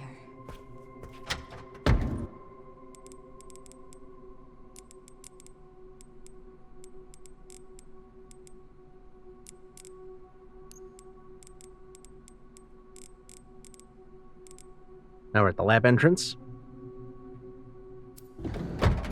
Take an inventory because it feels like it's been forever since we last played as Grace.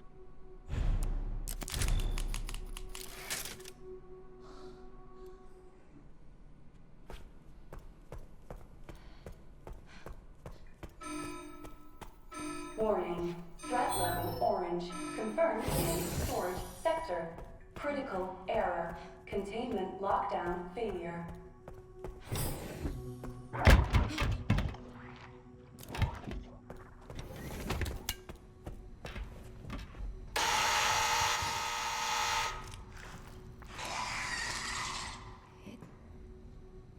Can't see. It cannot. It can't see. It can't see why kids love the taste of Cinnamon Toast Crunch. And it can't see me sticking it with this hemolytic ejector. Insta-kill. I am so glad those work.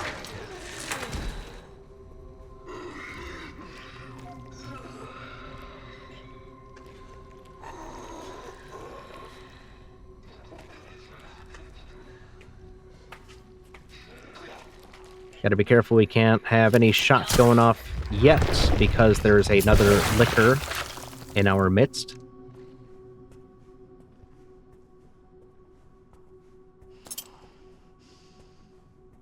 So that first ARK zombie, we're just going to let him get up and walk, stick him with the ejector. As you can see, we have a lot of injectors to work with.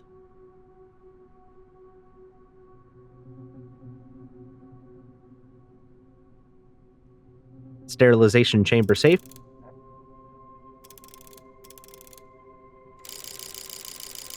I started putting in the other difficulties combination. It is 80, 50, 0 on Insanity.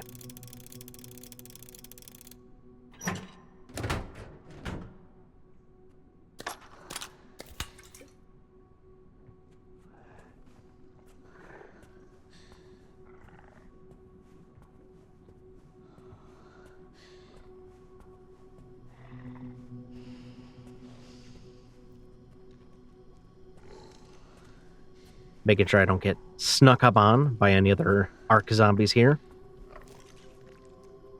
While I wait to inject this liquor here, because we don't have that beautiful blue acid yet. We will soon.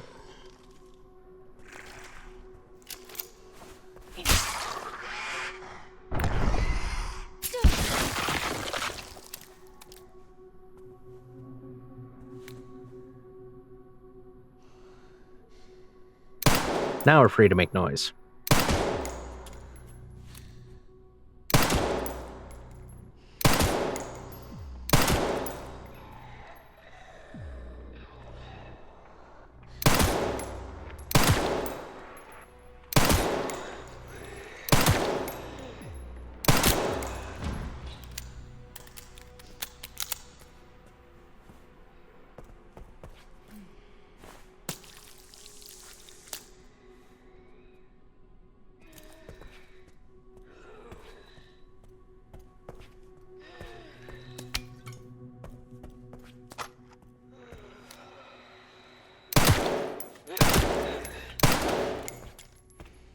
And we have a ton of ammo, too.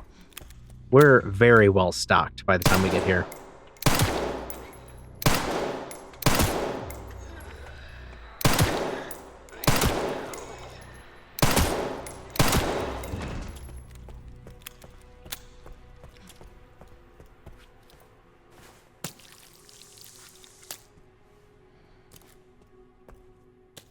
And with the 4 stabilizers, we have a 25% overall damage boost. There's the override key for the dump control room, and another bottle of acid. These bottles of acid will one-shot lickers. So if we're not in a good position to hit them with an ejector, then tossing a bottle of acid at them is the way to go.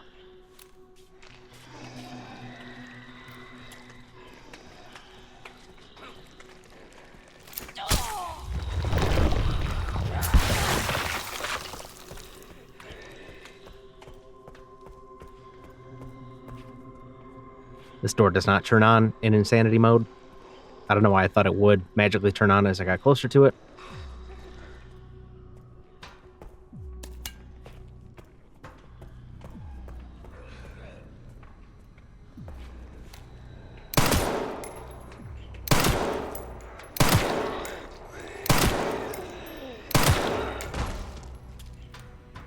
We will be coming back here in a little bit to finish looting. I mean, there's another room we have to unlock and go into. There's more blood to collect, all that good stuff.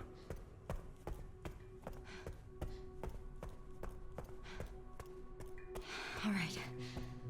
I'm not dead yet.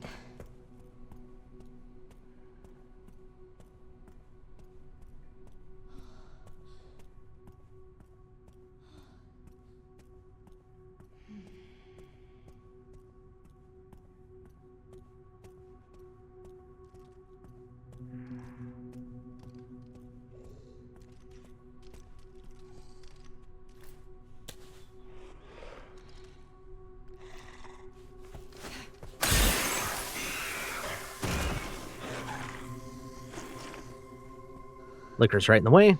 He gets a bottle of acid for his troubles. That blue Gatorade.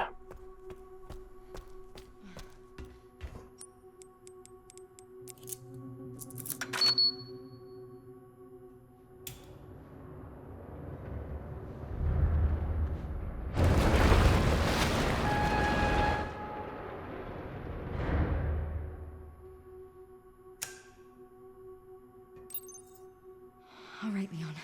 Be careful. I need to get going too. Nice. Magnetic key, which will unlock a couple of doors for us.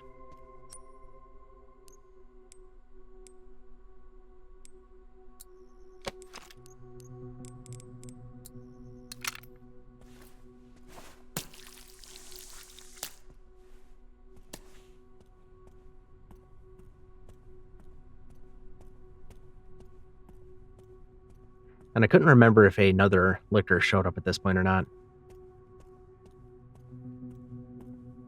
Typically there is one in this room, but he was way at the bottom this time.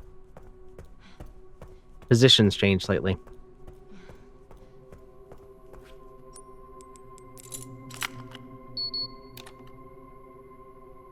First magnetic key door open.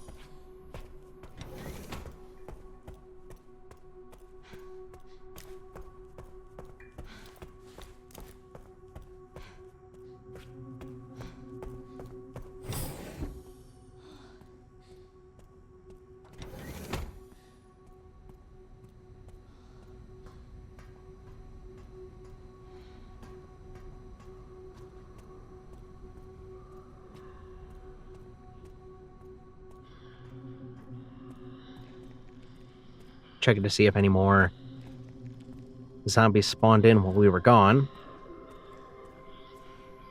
They will be showing up once we grab the next key item, but just being extra cautious.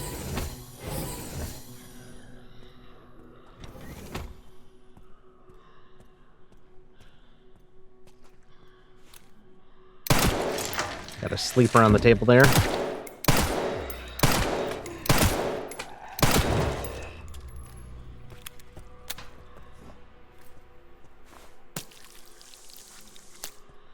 Got a Molotov cocktail on the table, very conveniently placed as well.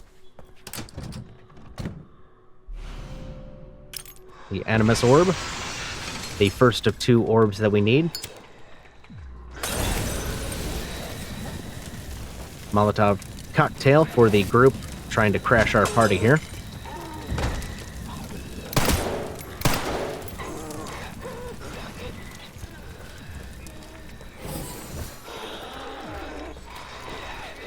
Trying to get them all grouped up, lured together, so we can hit with another Molotov.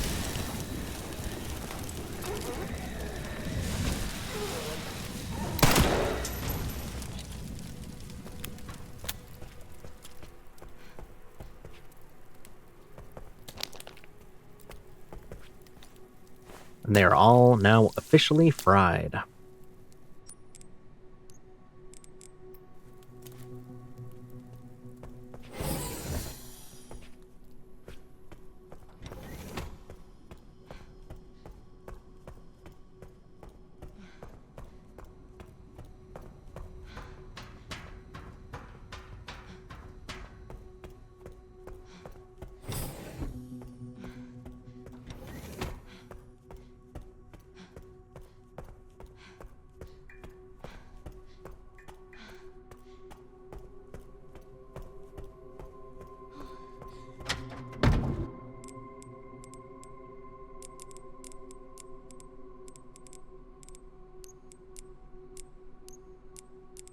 We got a ton of ammo. A lot of blood, which we will be using quite a bit. I'm stockpiling blood because we are about to get the recipe to create the bottles of acid.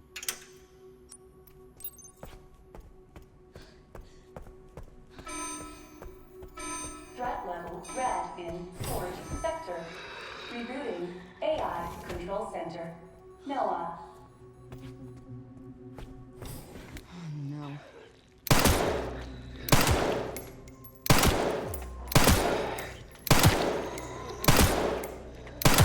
Monitor control room. Got a solitary guy on there.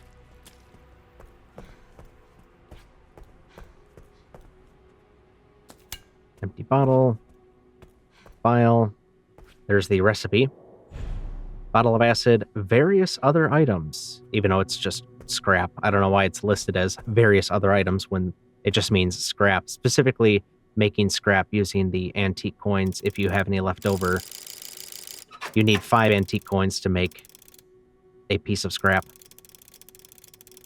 Again, mixing up the combinations. It is 20-070.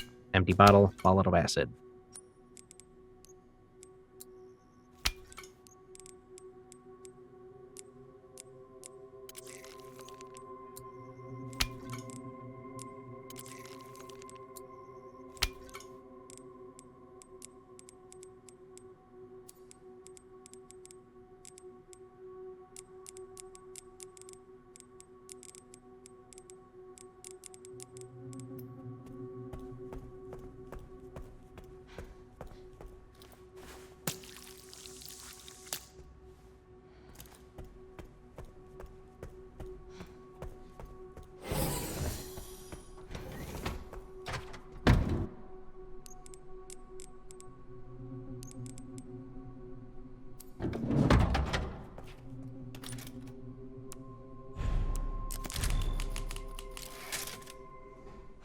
Still have a ways to go.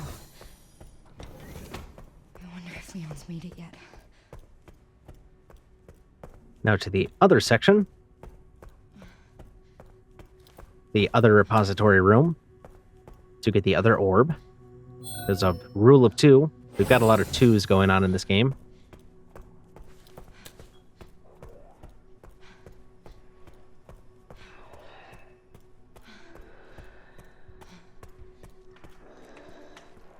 Down the stairs. First ARK zombie getting injected.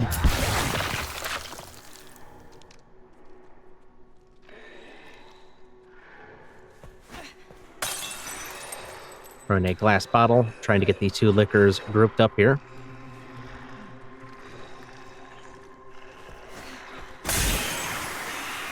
For a double acid liquor kill. There's a hip pouch in that container there. You do get a lot of resources. There's a lot of crates in this area. There's a lot of pickups in general. But we don't have any boss fights, and we're really close to the end as Grace.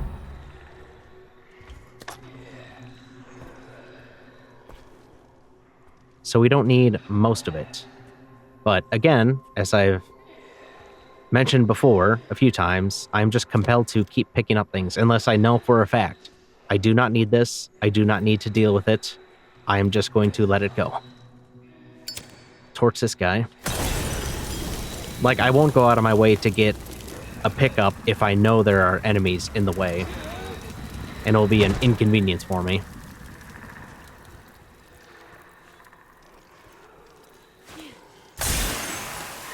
Bottle for you. Bottle for you.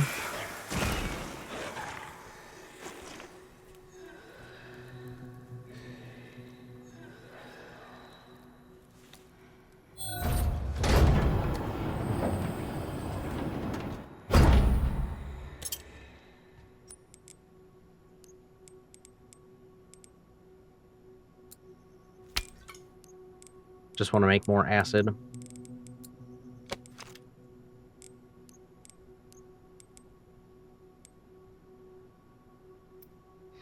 Because we have a few more liquors to deal with.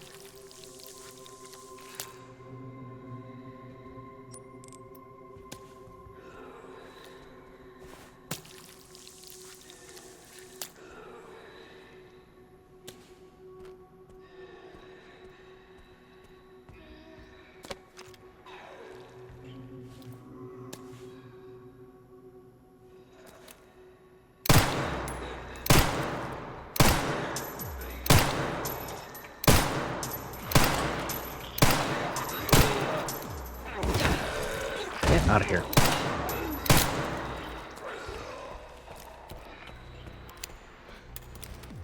Would have been easier just to throw the Molotov.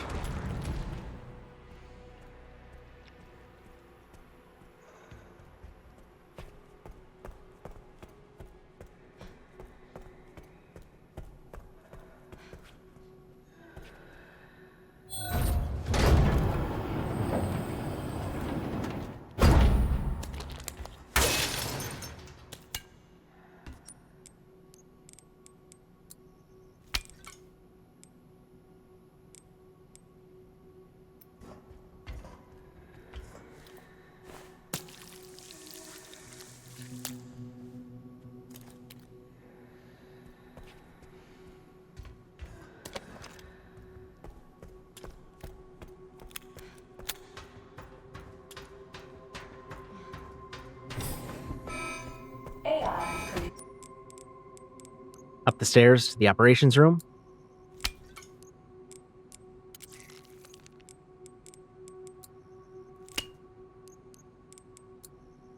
Control center. Noah. Reboot failure. Now, I already have enough bottles of acid and Molotov cocktails. But again, I'm just compelled. Just gotta keep making more. Just gotta keep grabbing more. Inactive. There's the other orb, the Noblesse orb. I did it. You did it, Grace. Good job. Proud of you.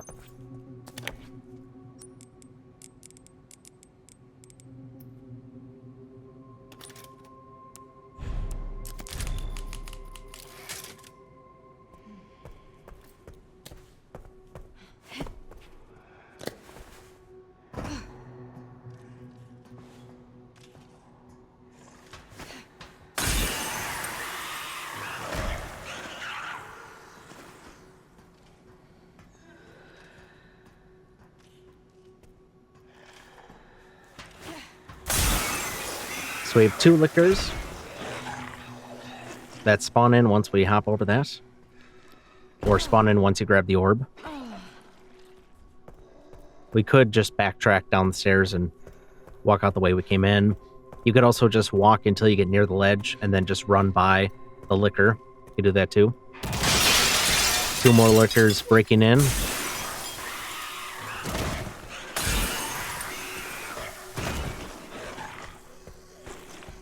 And 1 more right around the corner.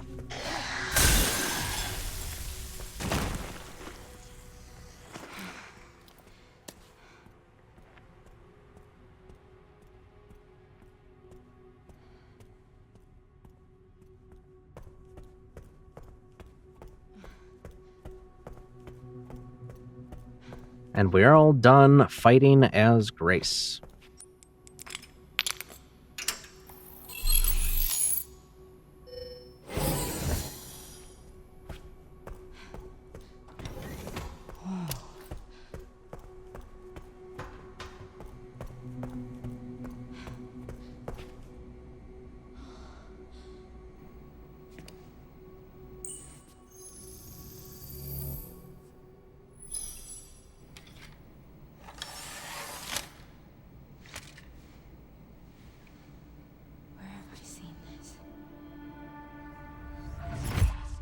Something important.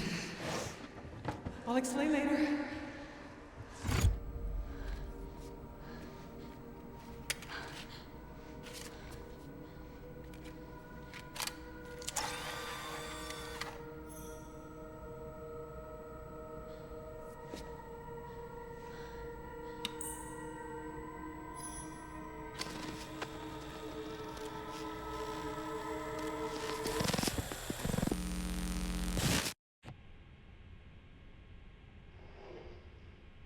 Shutting yourself away in a dark room like this is quite the change for you, after the life you've led.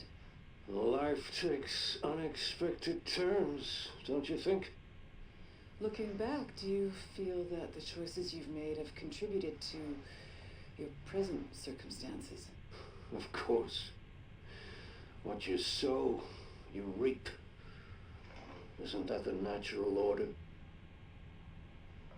So, tell me, Lord Spencer, what would you like the world to know? The truth.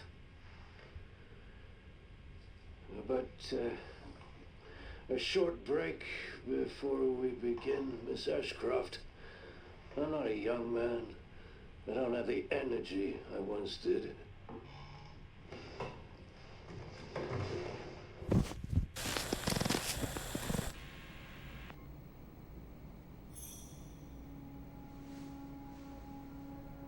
Why would Mom hide this?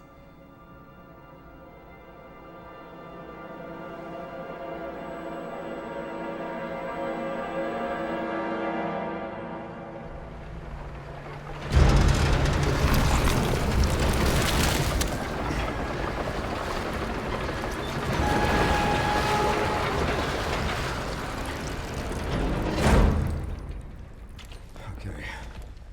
Back in biz. Fuck. You alright, Leon? I am now. Grace cleared the way for me. That's not what I'm talking about. Your body can't take much more. I'm gonna settle this. You just sent us a chopper for immediate evacuation. Can't take much more, but don't really have a choice. Gotta find a cure. Containment breach. System-wide surveillance.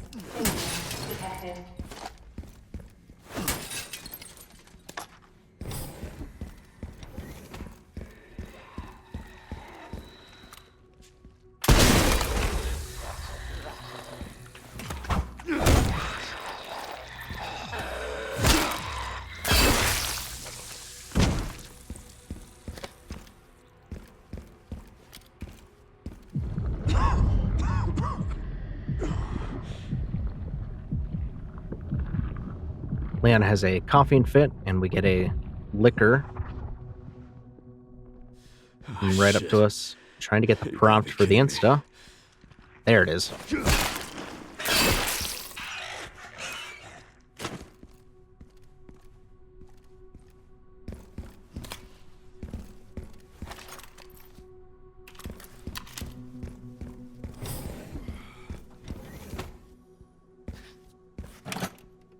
B4 staff room, save room, med injector crate, save point supply box, all the goodies.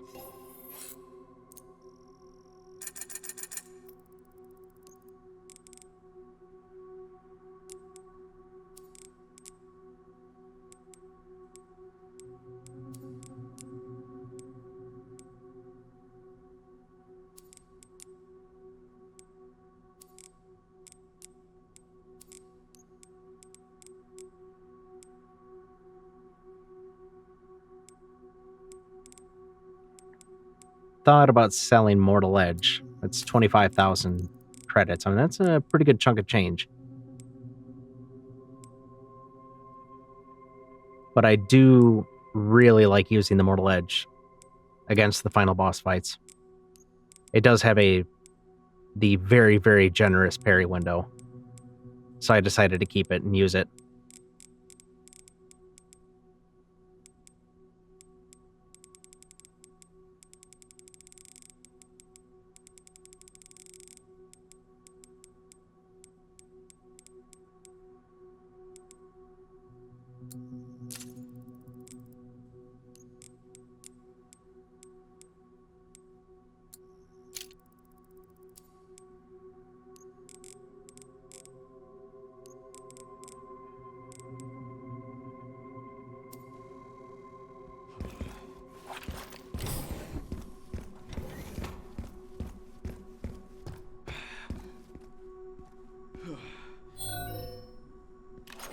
Another bioweapon repository room.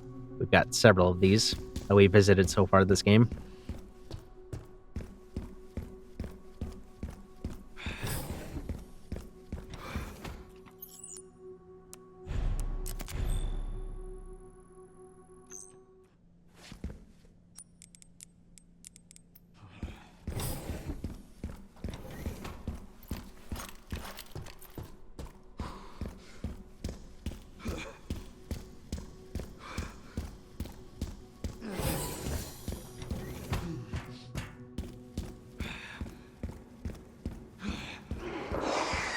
Now this section with the liquors, running forward, getting them to drop in.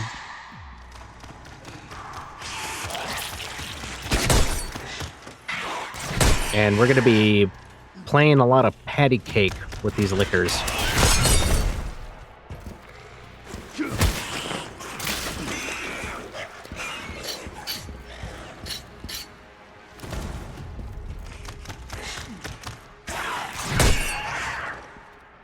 They do take quite a bit of damage. So setting up for the perfect parry to finish them off with an insta with a hatchet is much, much faster.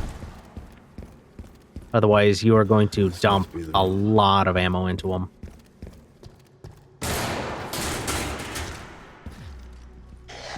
I'll take out as many of you fuckers as I can.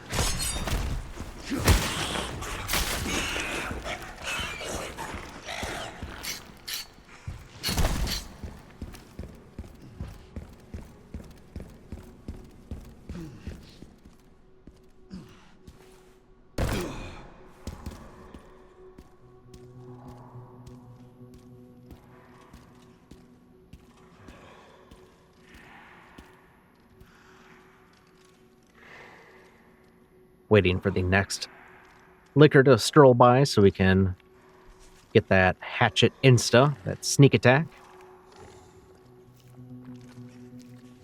But for some reason,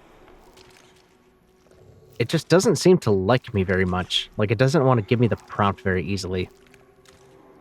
And the liquor startles very easily even though I walk. Like, I wait for it to walk by me, then I go to walk slowly behind it so I can get that prompt, and it doesn't want to cooperate.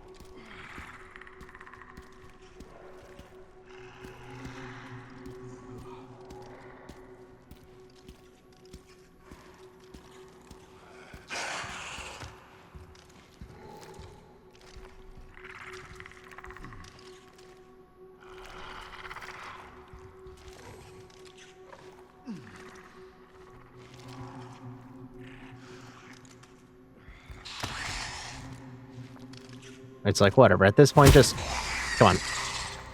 1v1. Square up.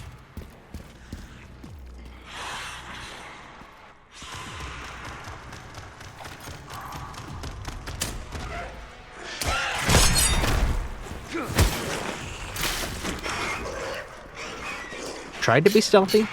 Tried to be, efficient. But it just didn't want to work with me. So we had to go take a little bit more of a head-on approach.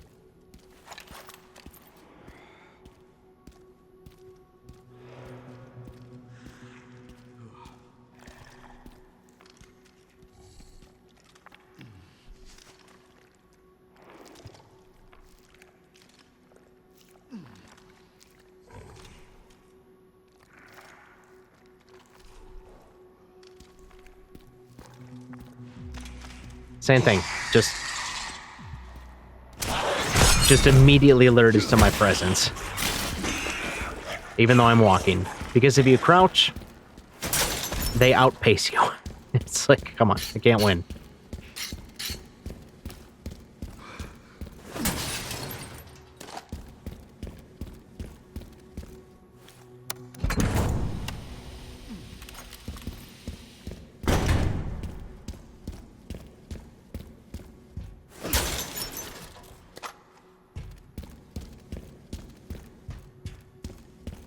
Now we have some time to run around and make noise before our next liquor encounter.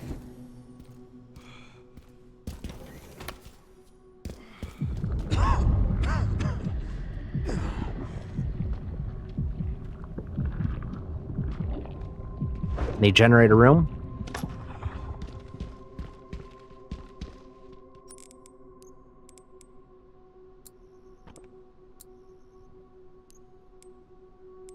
I'm going to hit this button to lower the next set of pods so we can continue, which is also going to spawn in several enemies.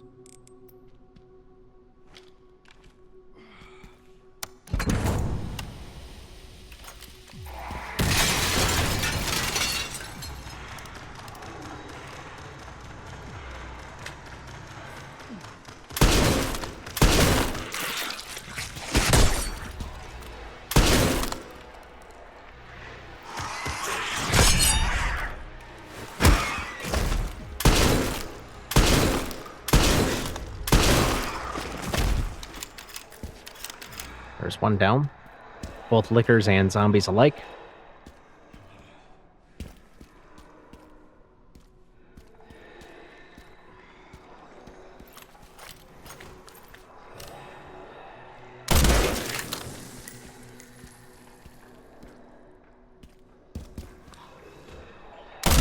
Letting them come to me. Playing it safe. This section is not very pleasant. It's not a fun and easy section.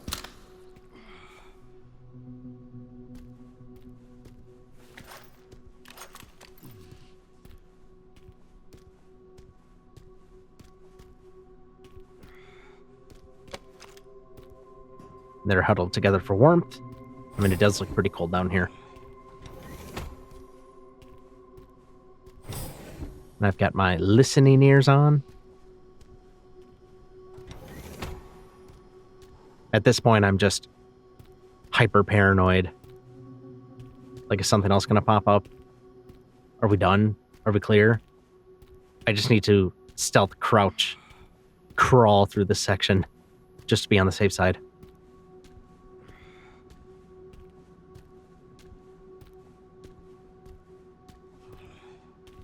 Is that guy going to pop out? No, he's not. Okay, we're good. Even when I have experience with something, even when I've done it tens or hundreds of times, Not for this game, I have not done this hundreds of times. I did practice each section several times to get more consistent strats. But there are still times where I'll just forget. I'm like, wait a minute, did I do this already? Or is this something that is a factor? Or did I just misremember something? Or is it RNG based? There have been a few occasions, actually many such occasions, where I will have a "that's never happened before" moment.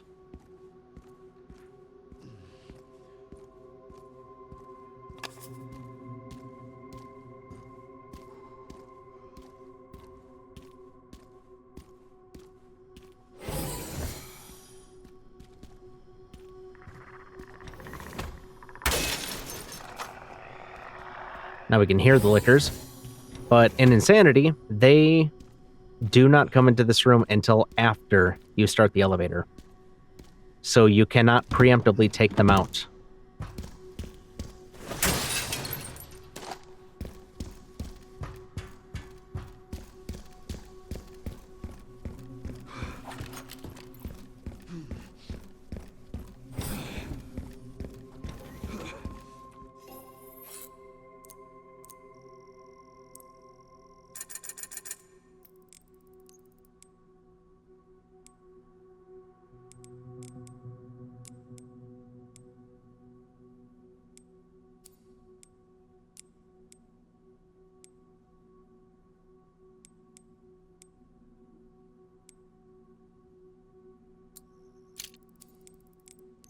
Maximize power for our Requiem.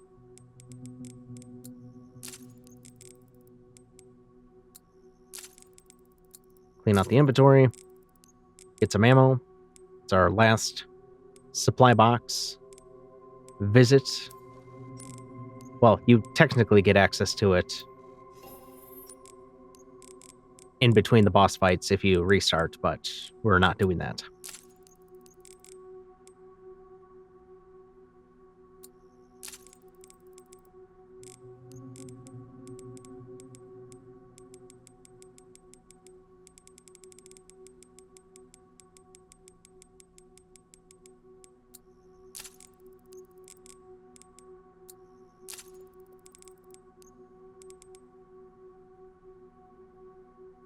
And this is where we are at upgrade-wise. Would probably have to skip the SMG altogether if I wanted to upgrade Requiem altogether. Or I probably could have done some more farming somewhere else. Or just did more hatchet work and bought less ammo. Either way. What I did here was obviously sufficient, but just forward thinking for future runs. Security threat detected.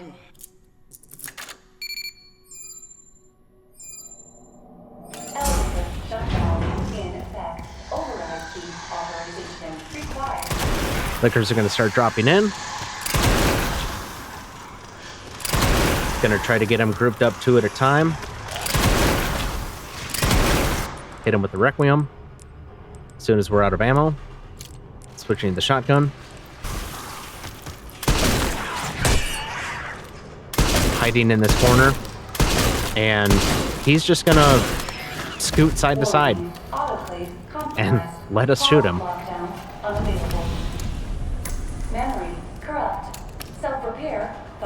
Now we just have to deal with the regular zombies. Aerosol monitor warning. Pod lockdown unavailable. Yeah. Let's get this over with.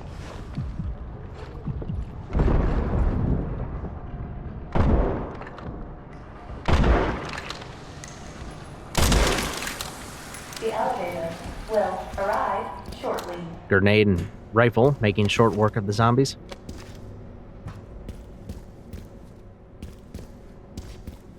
Waiting for the elevator to arrive, seeing if there's anything left for us to loot. That was gunpowder. The elevator has arrived. I thought it was the throwable, but there was a throwable there as well.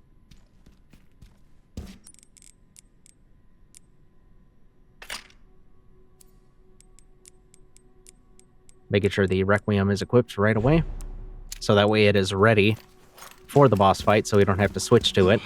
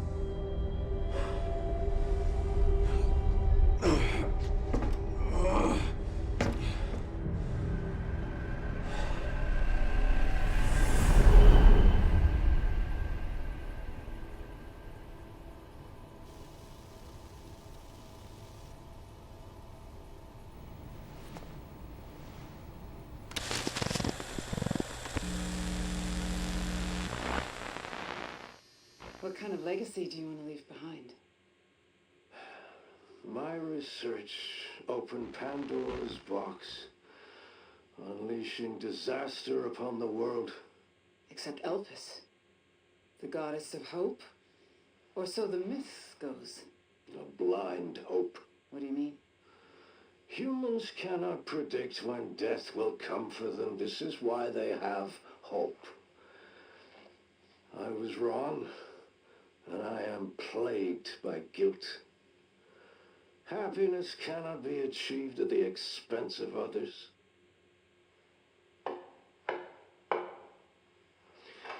I think that's enough for today.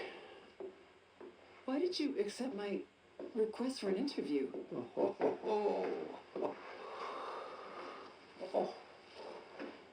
Who is that?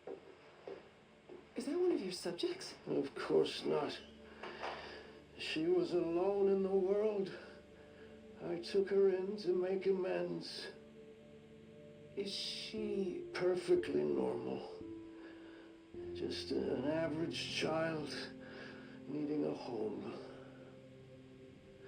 She is my hope. Aren't you beautiful? Would you like to hold her? Oh, okay.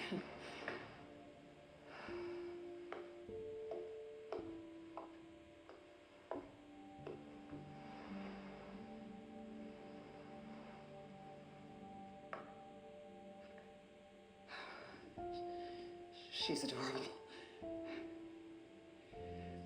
What's her name? Grace. Grace.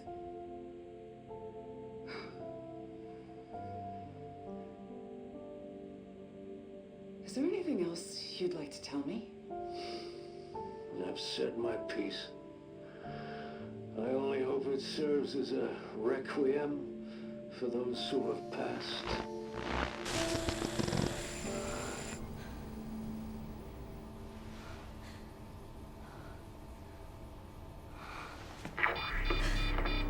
Leon.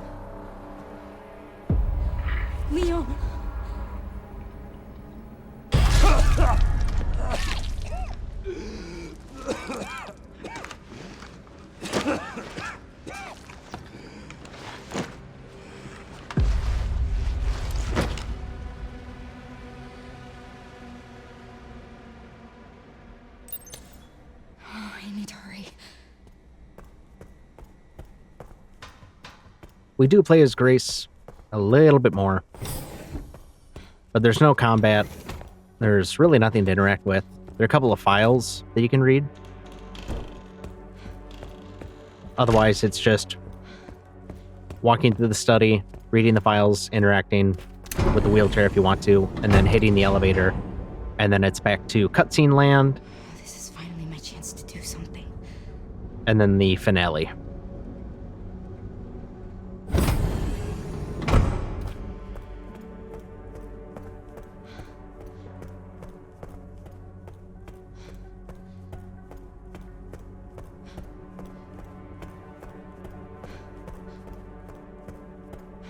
Oh, Leon!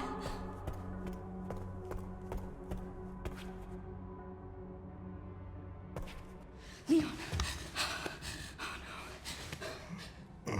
Oh, hey, it's me. It's Grace. Oh, please wake up. Come on. Wake up, wake up. Hey. Hey, you. I was just resting my eyes. You're okay. Oh, let me help you.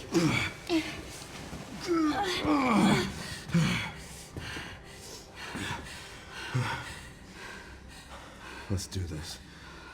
Okay.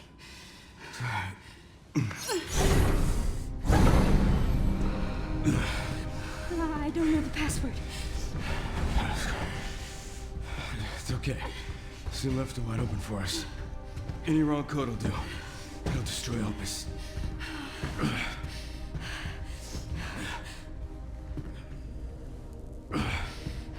Let's try. Grace, whatever it takes. I can buy you some time. No. No, I have an idea. I trust you. I trust you.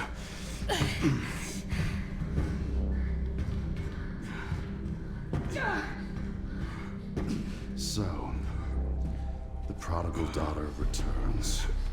I know the password. Fulfill your destiny, and all will be forgiven. Only if you let Leon live. Very well.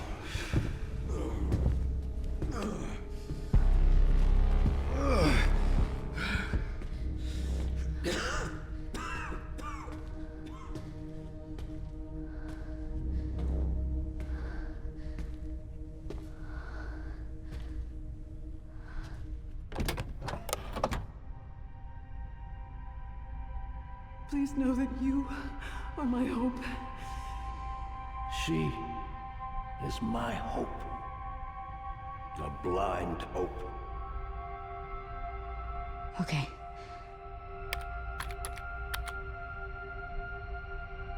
This is it.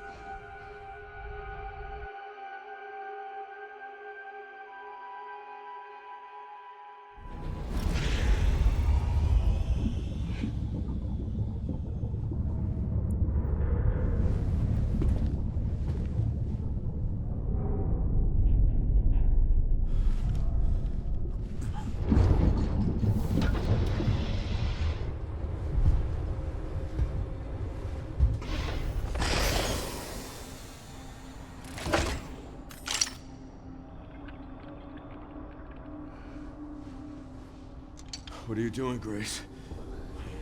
Spencer regretted what he did. He... Well done.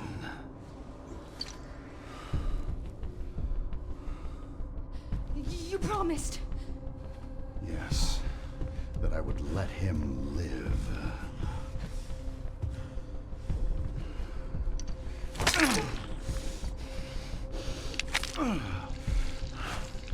Mr. Kennedy, I give you the honor of experiencing my power firsthand. I'm not sure Elpis is what you think it is. There's nothing special about me. I was never any key. Spencer wanted to make amends. He... But you released Elpis. What is it? Tell me! Leon! Why? My powers! Elpis is Spencer's atonement. It's an antiviral.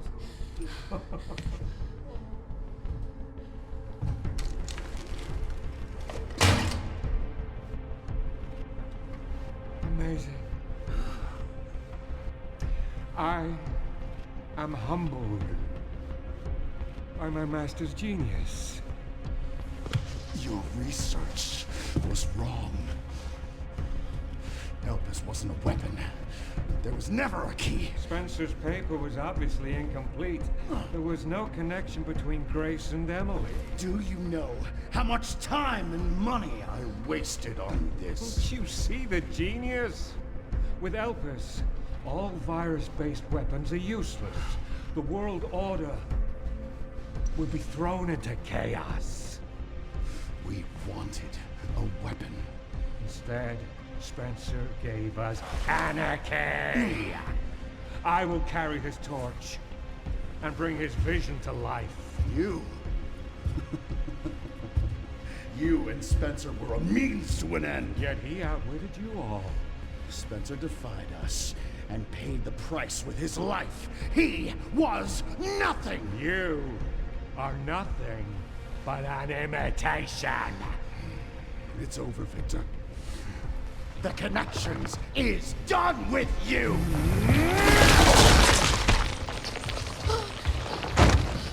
We can't let him have it.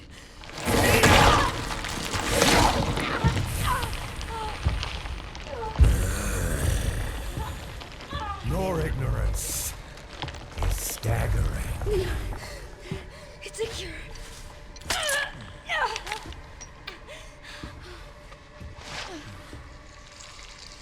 Oh, it's working. Leon, it's working. Wake up. Now,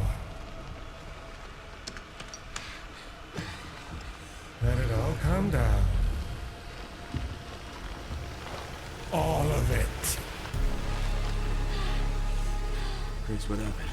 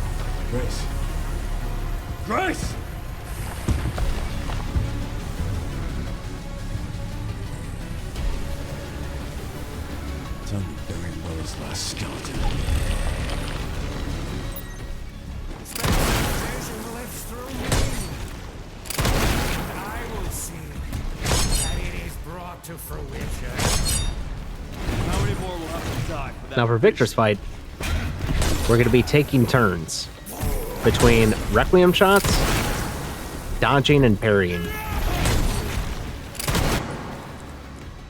I typically only do one shot before moving to parry or dodge.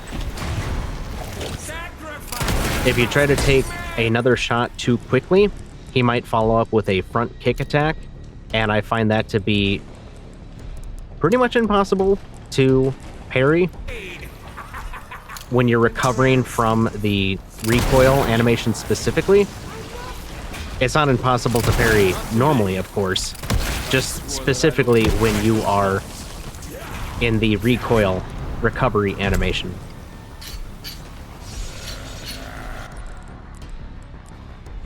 We've done some decent damage. He's charging up to do his electro attack.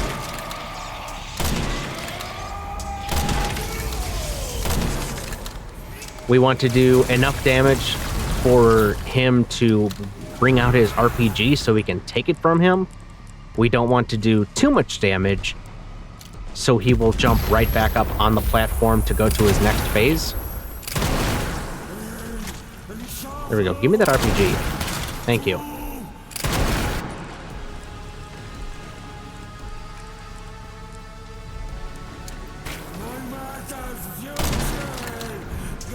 Then I just shot him some more to make sure that he would jump up to the platform. Get the RPG, get a free shot. It immediately ends this fight, and we can move on to the next one. You can also save the RPG for the final fight, but I find the final fight easier compared to the rest of Victor's fight.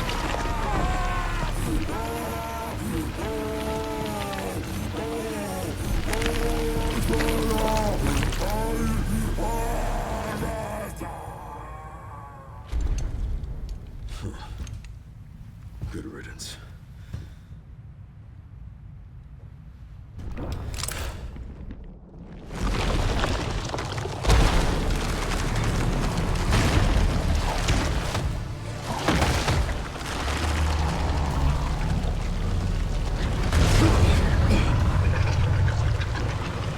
Nemesis. You're so damn relentless.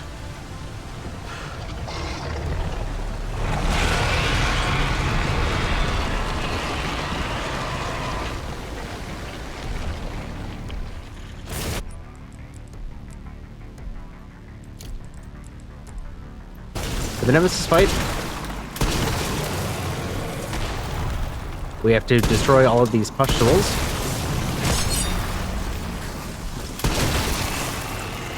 There is a armored pustule, which is a darker colored one near the center mass, which will typically take a couple shotgun or rifle rounds,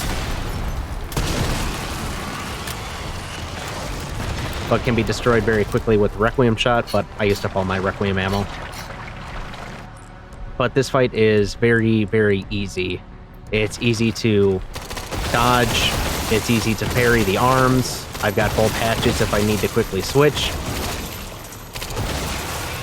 Once he leans forward, then we just have to shoot the pustules that form on the bottom, and then we just do it again. This time he will have a second armored pustule on the center mass.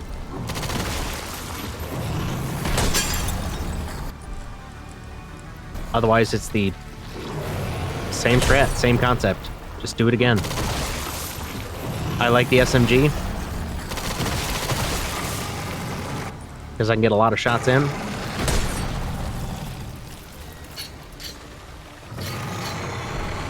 Making sure to keep my hatchet in good shape.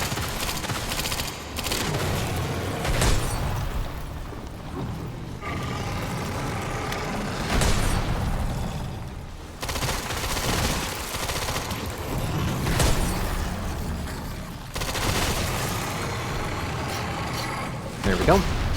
Taking out that last one that's tucked away. And as soon as they appear, we start taking shots, and eventually they'll all explode. You don't have to destroy them all. Eventually they'll all just explode. That signifies the end of the fight. They'll go in for a grab. You can't dodge or parry it. I'm just spamming the parry button for fun. You go to a QTE. And once you get the prompt to give them the old hatchet treatment, it's game over. GG.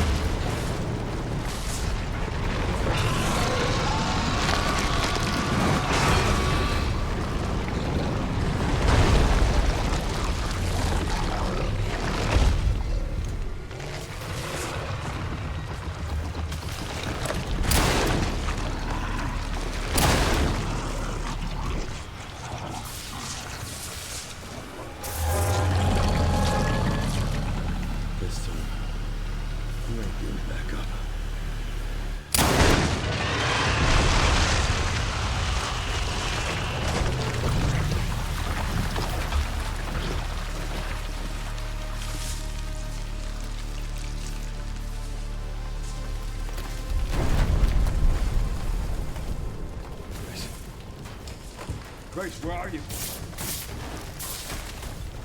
Sherry. Sherry, come in. Sherry. Shit.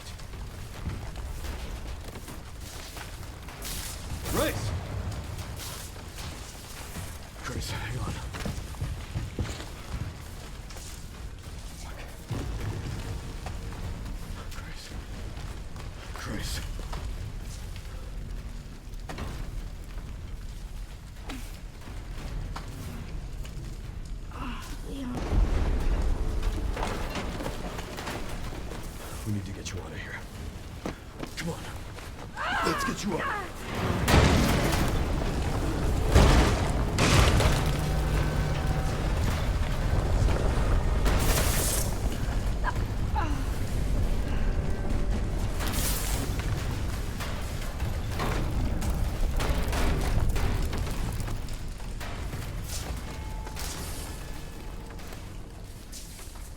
There's no way out this thing.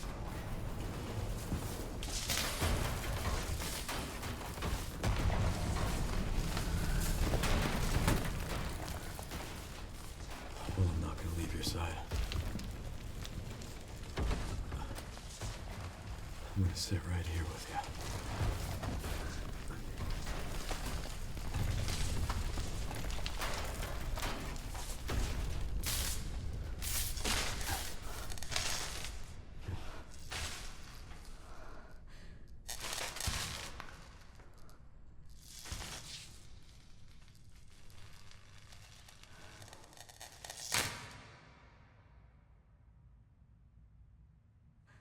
I guess this is it then.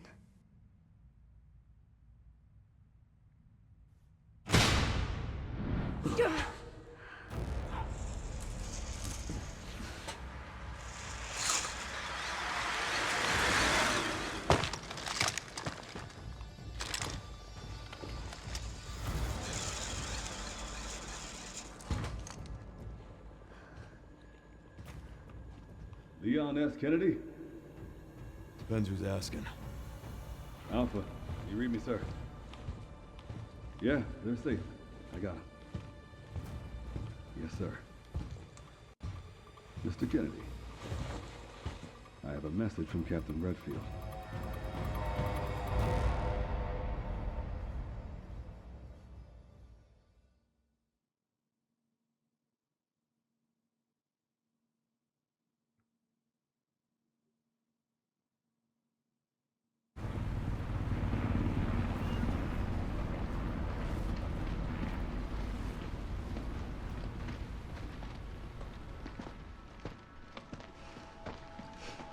I'll be damned. Can't believe that antiviral actually worked. Feel better than I have in ages. Oh, thank God. I'm glad you're okay. We got a dose with your name on it. We'll be back in action in no time. Thank you, Leon. Would have been a lot smoother if Chris hadn't been so late to the party. Where is Chris, anyway? No idea. I'm sure I'll run into him at some point.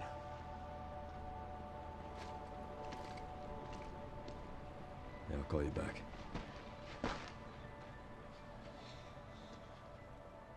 It's over then. Yeah. Elpis really was our last hope. Well, let's pray Umbrella hasn't left us any more nasty surprises. I wish we could have saved Emily. Grace.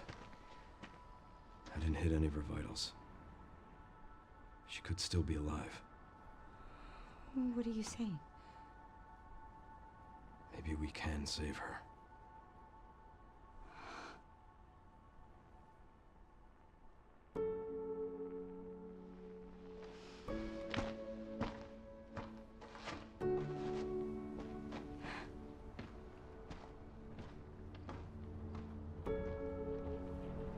The government has confirmed the existence of an actively trading bioweapons lab located here in the ruins of Raccoon City. The origin point for the worldwide spread of bioorganic weapons. This illegal facility appears to have been in operation for decades. Sources say that the extension of the lockdown and the recent series of mysterious deaths may be related to tragic events in Raccoon City 28 years ago. Evidence seized in Raccoon City has led the Justice Department to reopen its investigation into Oswald Spencer and the long-defunct Umbrella Corporation. Some believe the government deliberately drove Umbrella into bankruptcy. The late Alyssa Ashcroft is credited with cracking the Oswald Spencer story.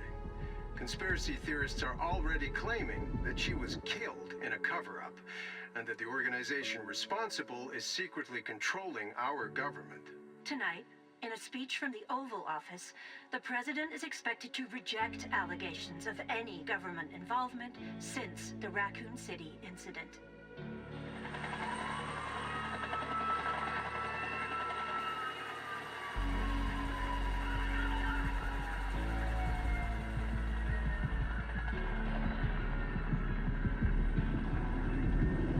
Roll credits.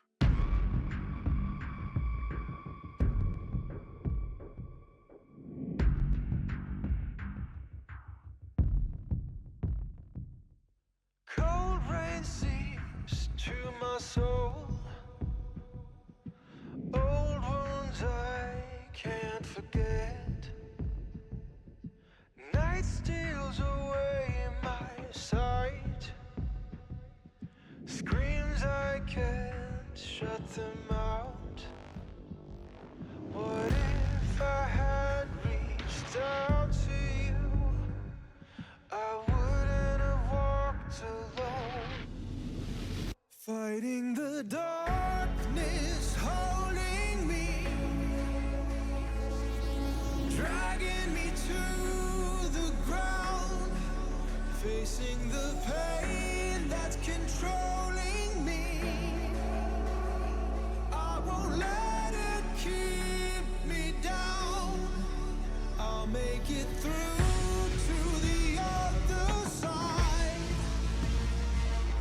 Scarred hands, tired and worn, warmth of a new dawn on my face. I'll never let it go again.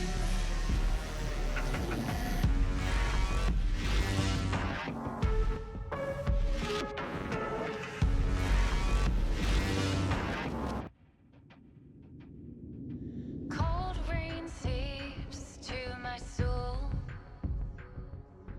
Old wounds I can't forget. Night steals away my sight. Screams I can't shut them out. What if I had reached out to you? I wouldn't have walked alone. Fighting the darkness, holding me, dragging me to the ground, facing the pain that's controlling me. I won't let it keep me down. I'll make it through to the other side. Scarred hands, tired and worn, warmth of a new dawn on my face. I'll never let it go again.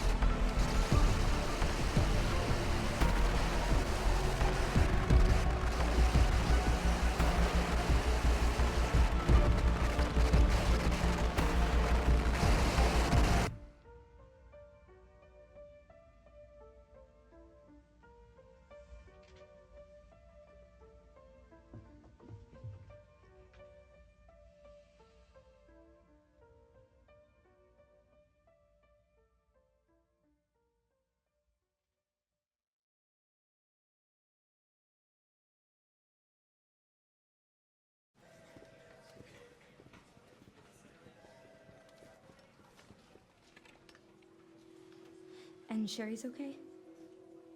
Oh, good. I'm so glad. Emily, yeah, she's doing great. I'm actually teaching her how to read. Grace. Grace.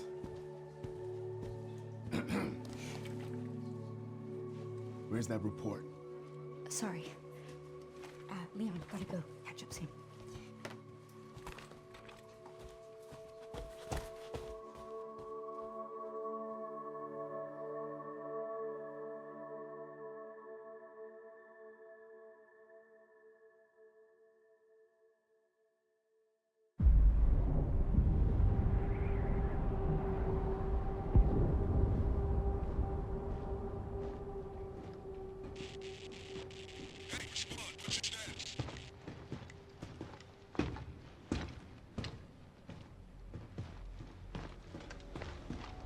Remaining BSAA forces have been neutralized. Retrieving the objective before they send in the wolves.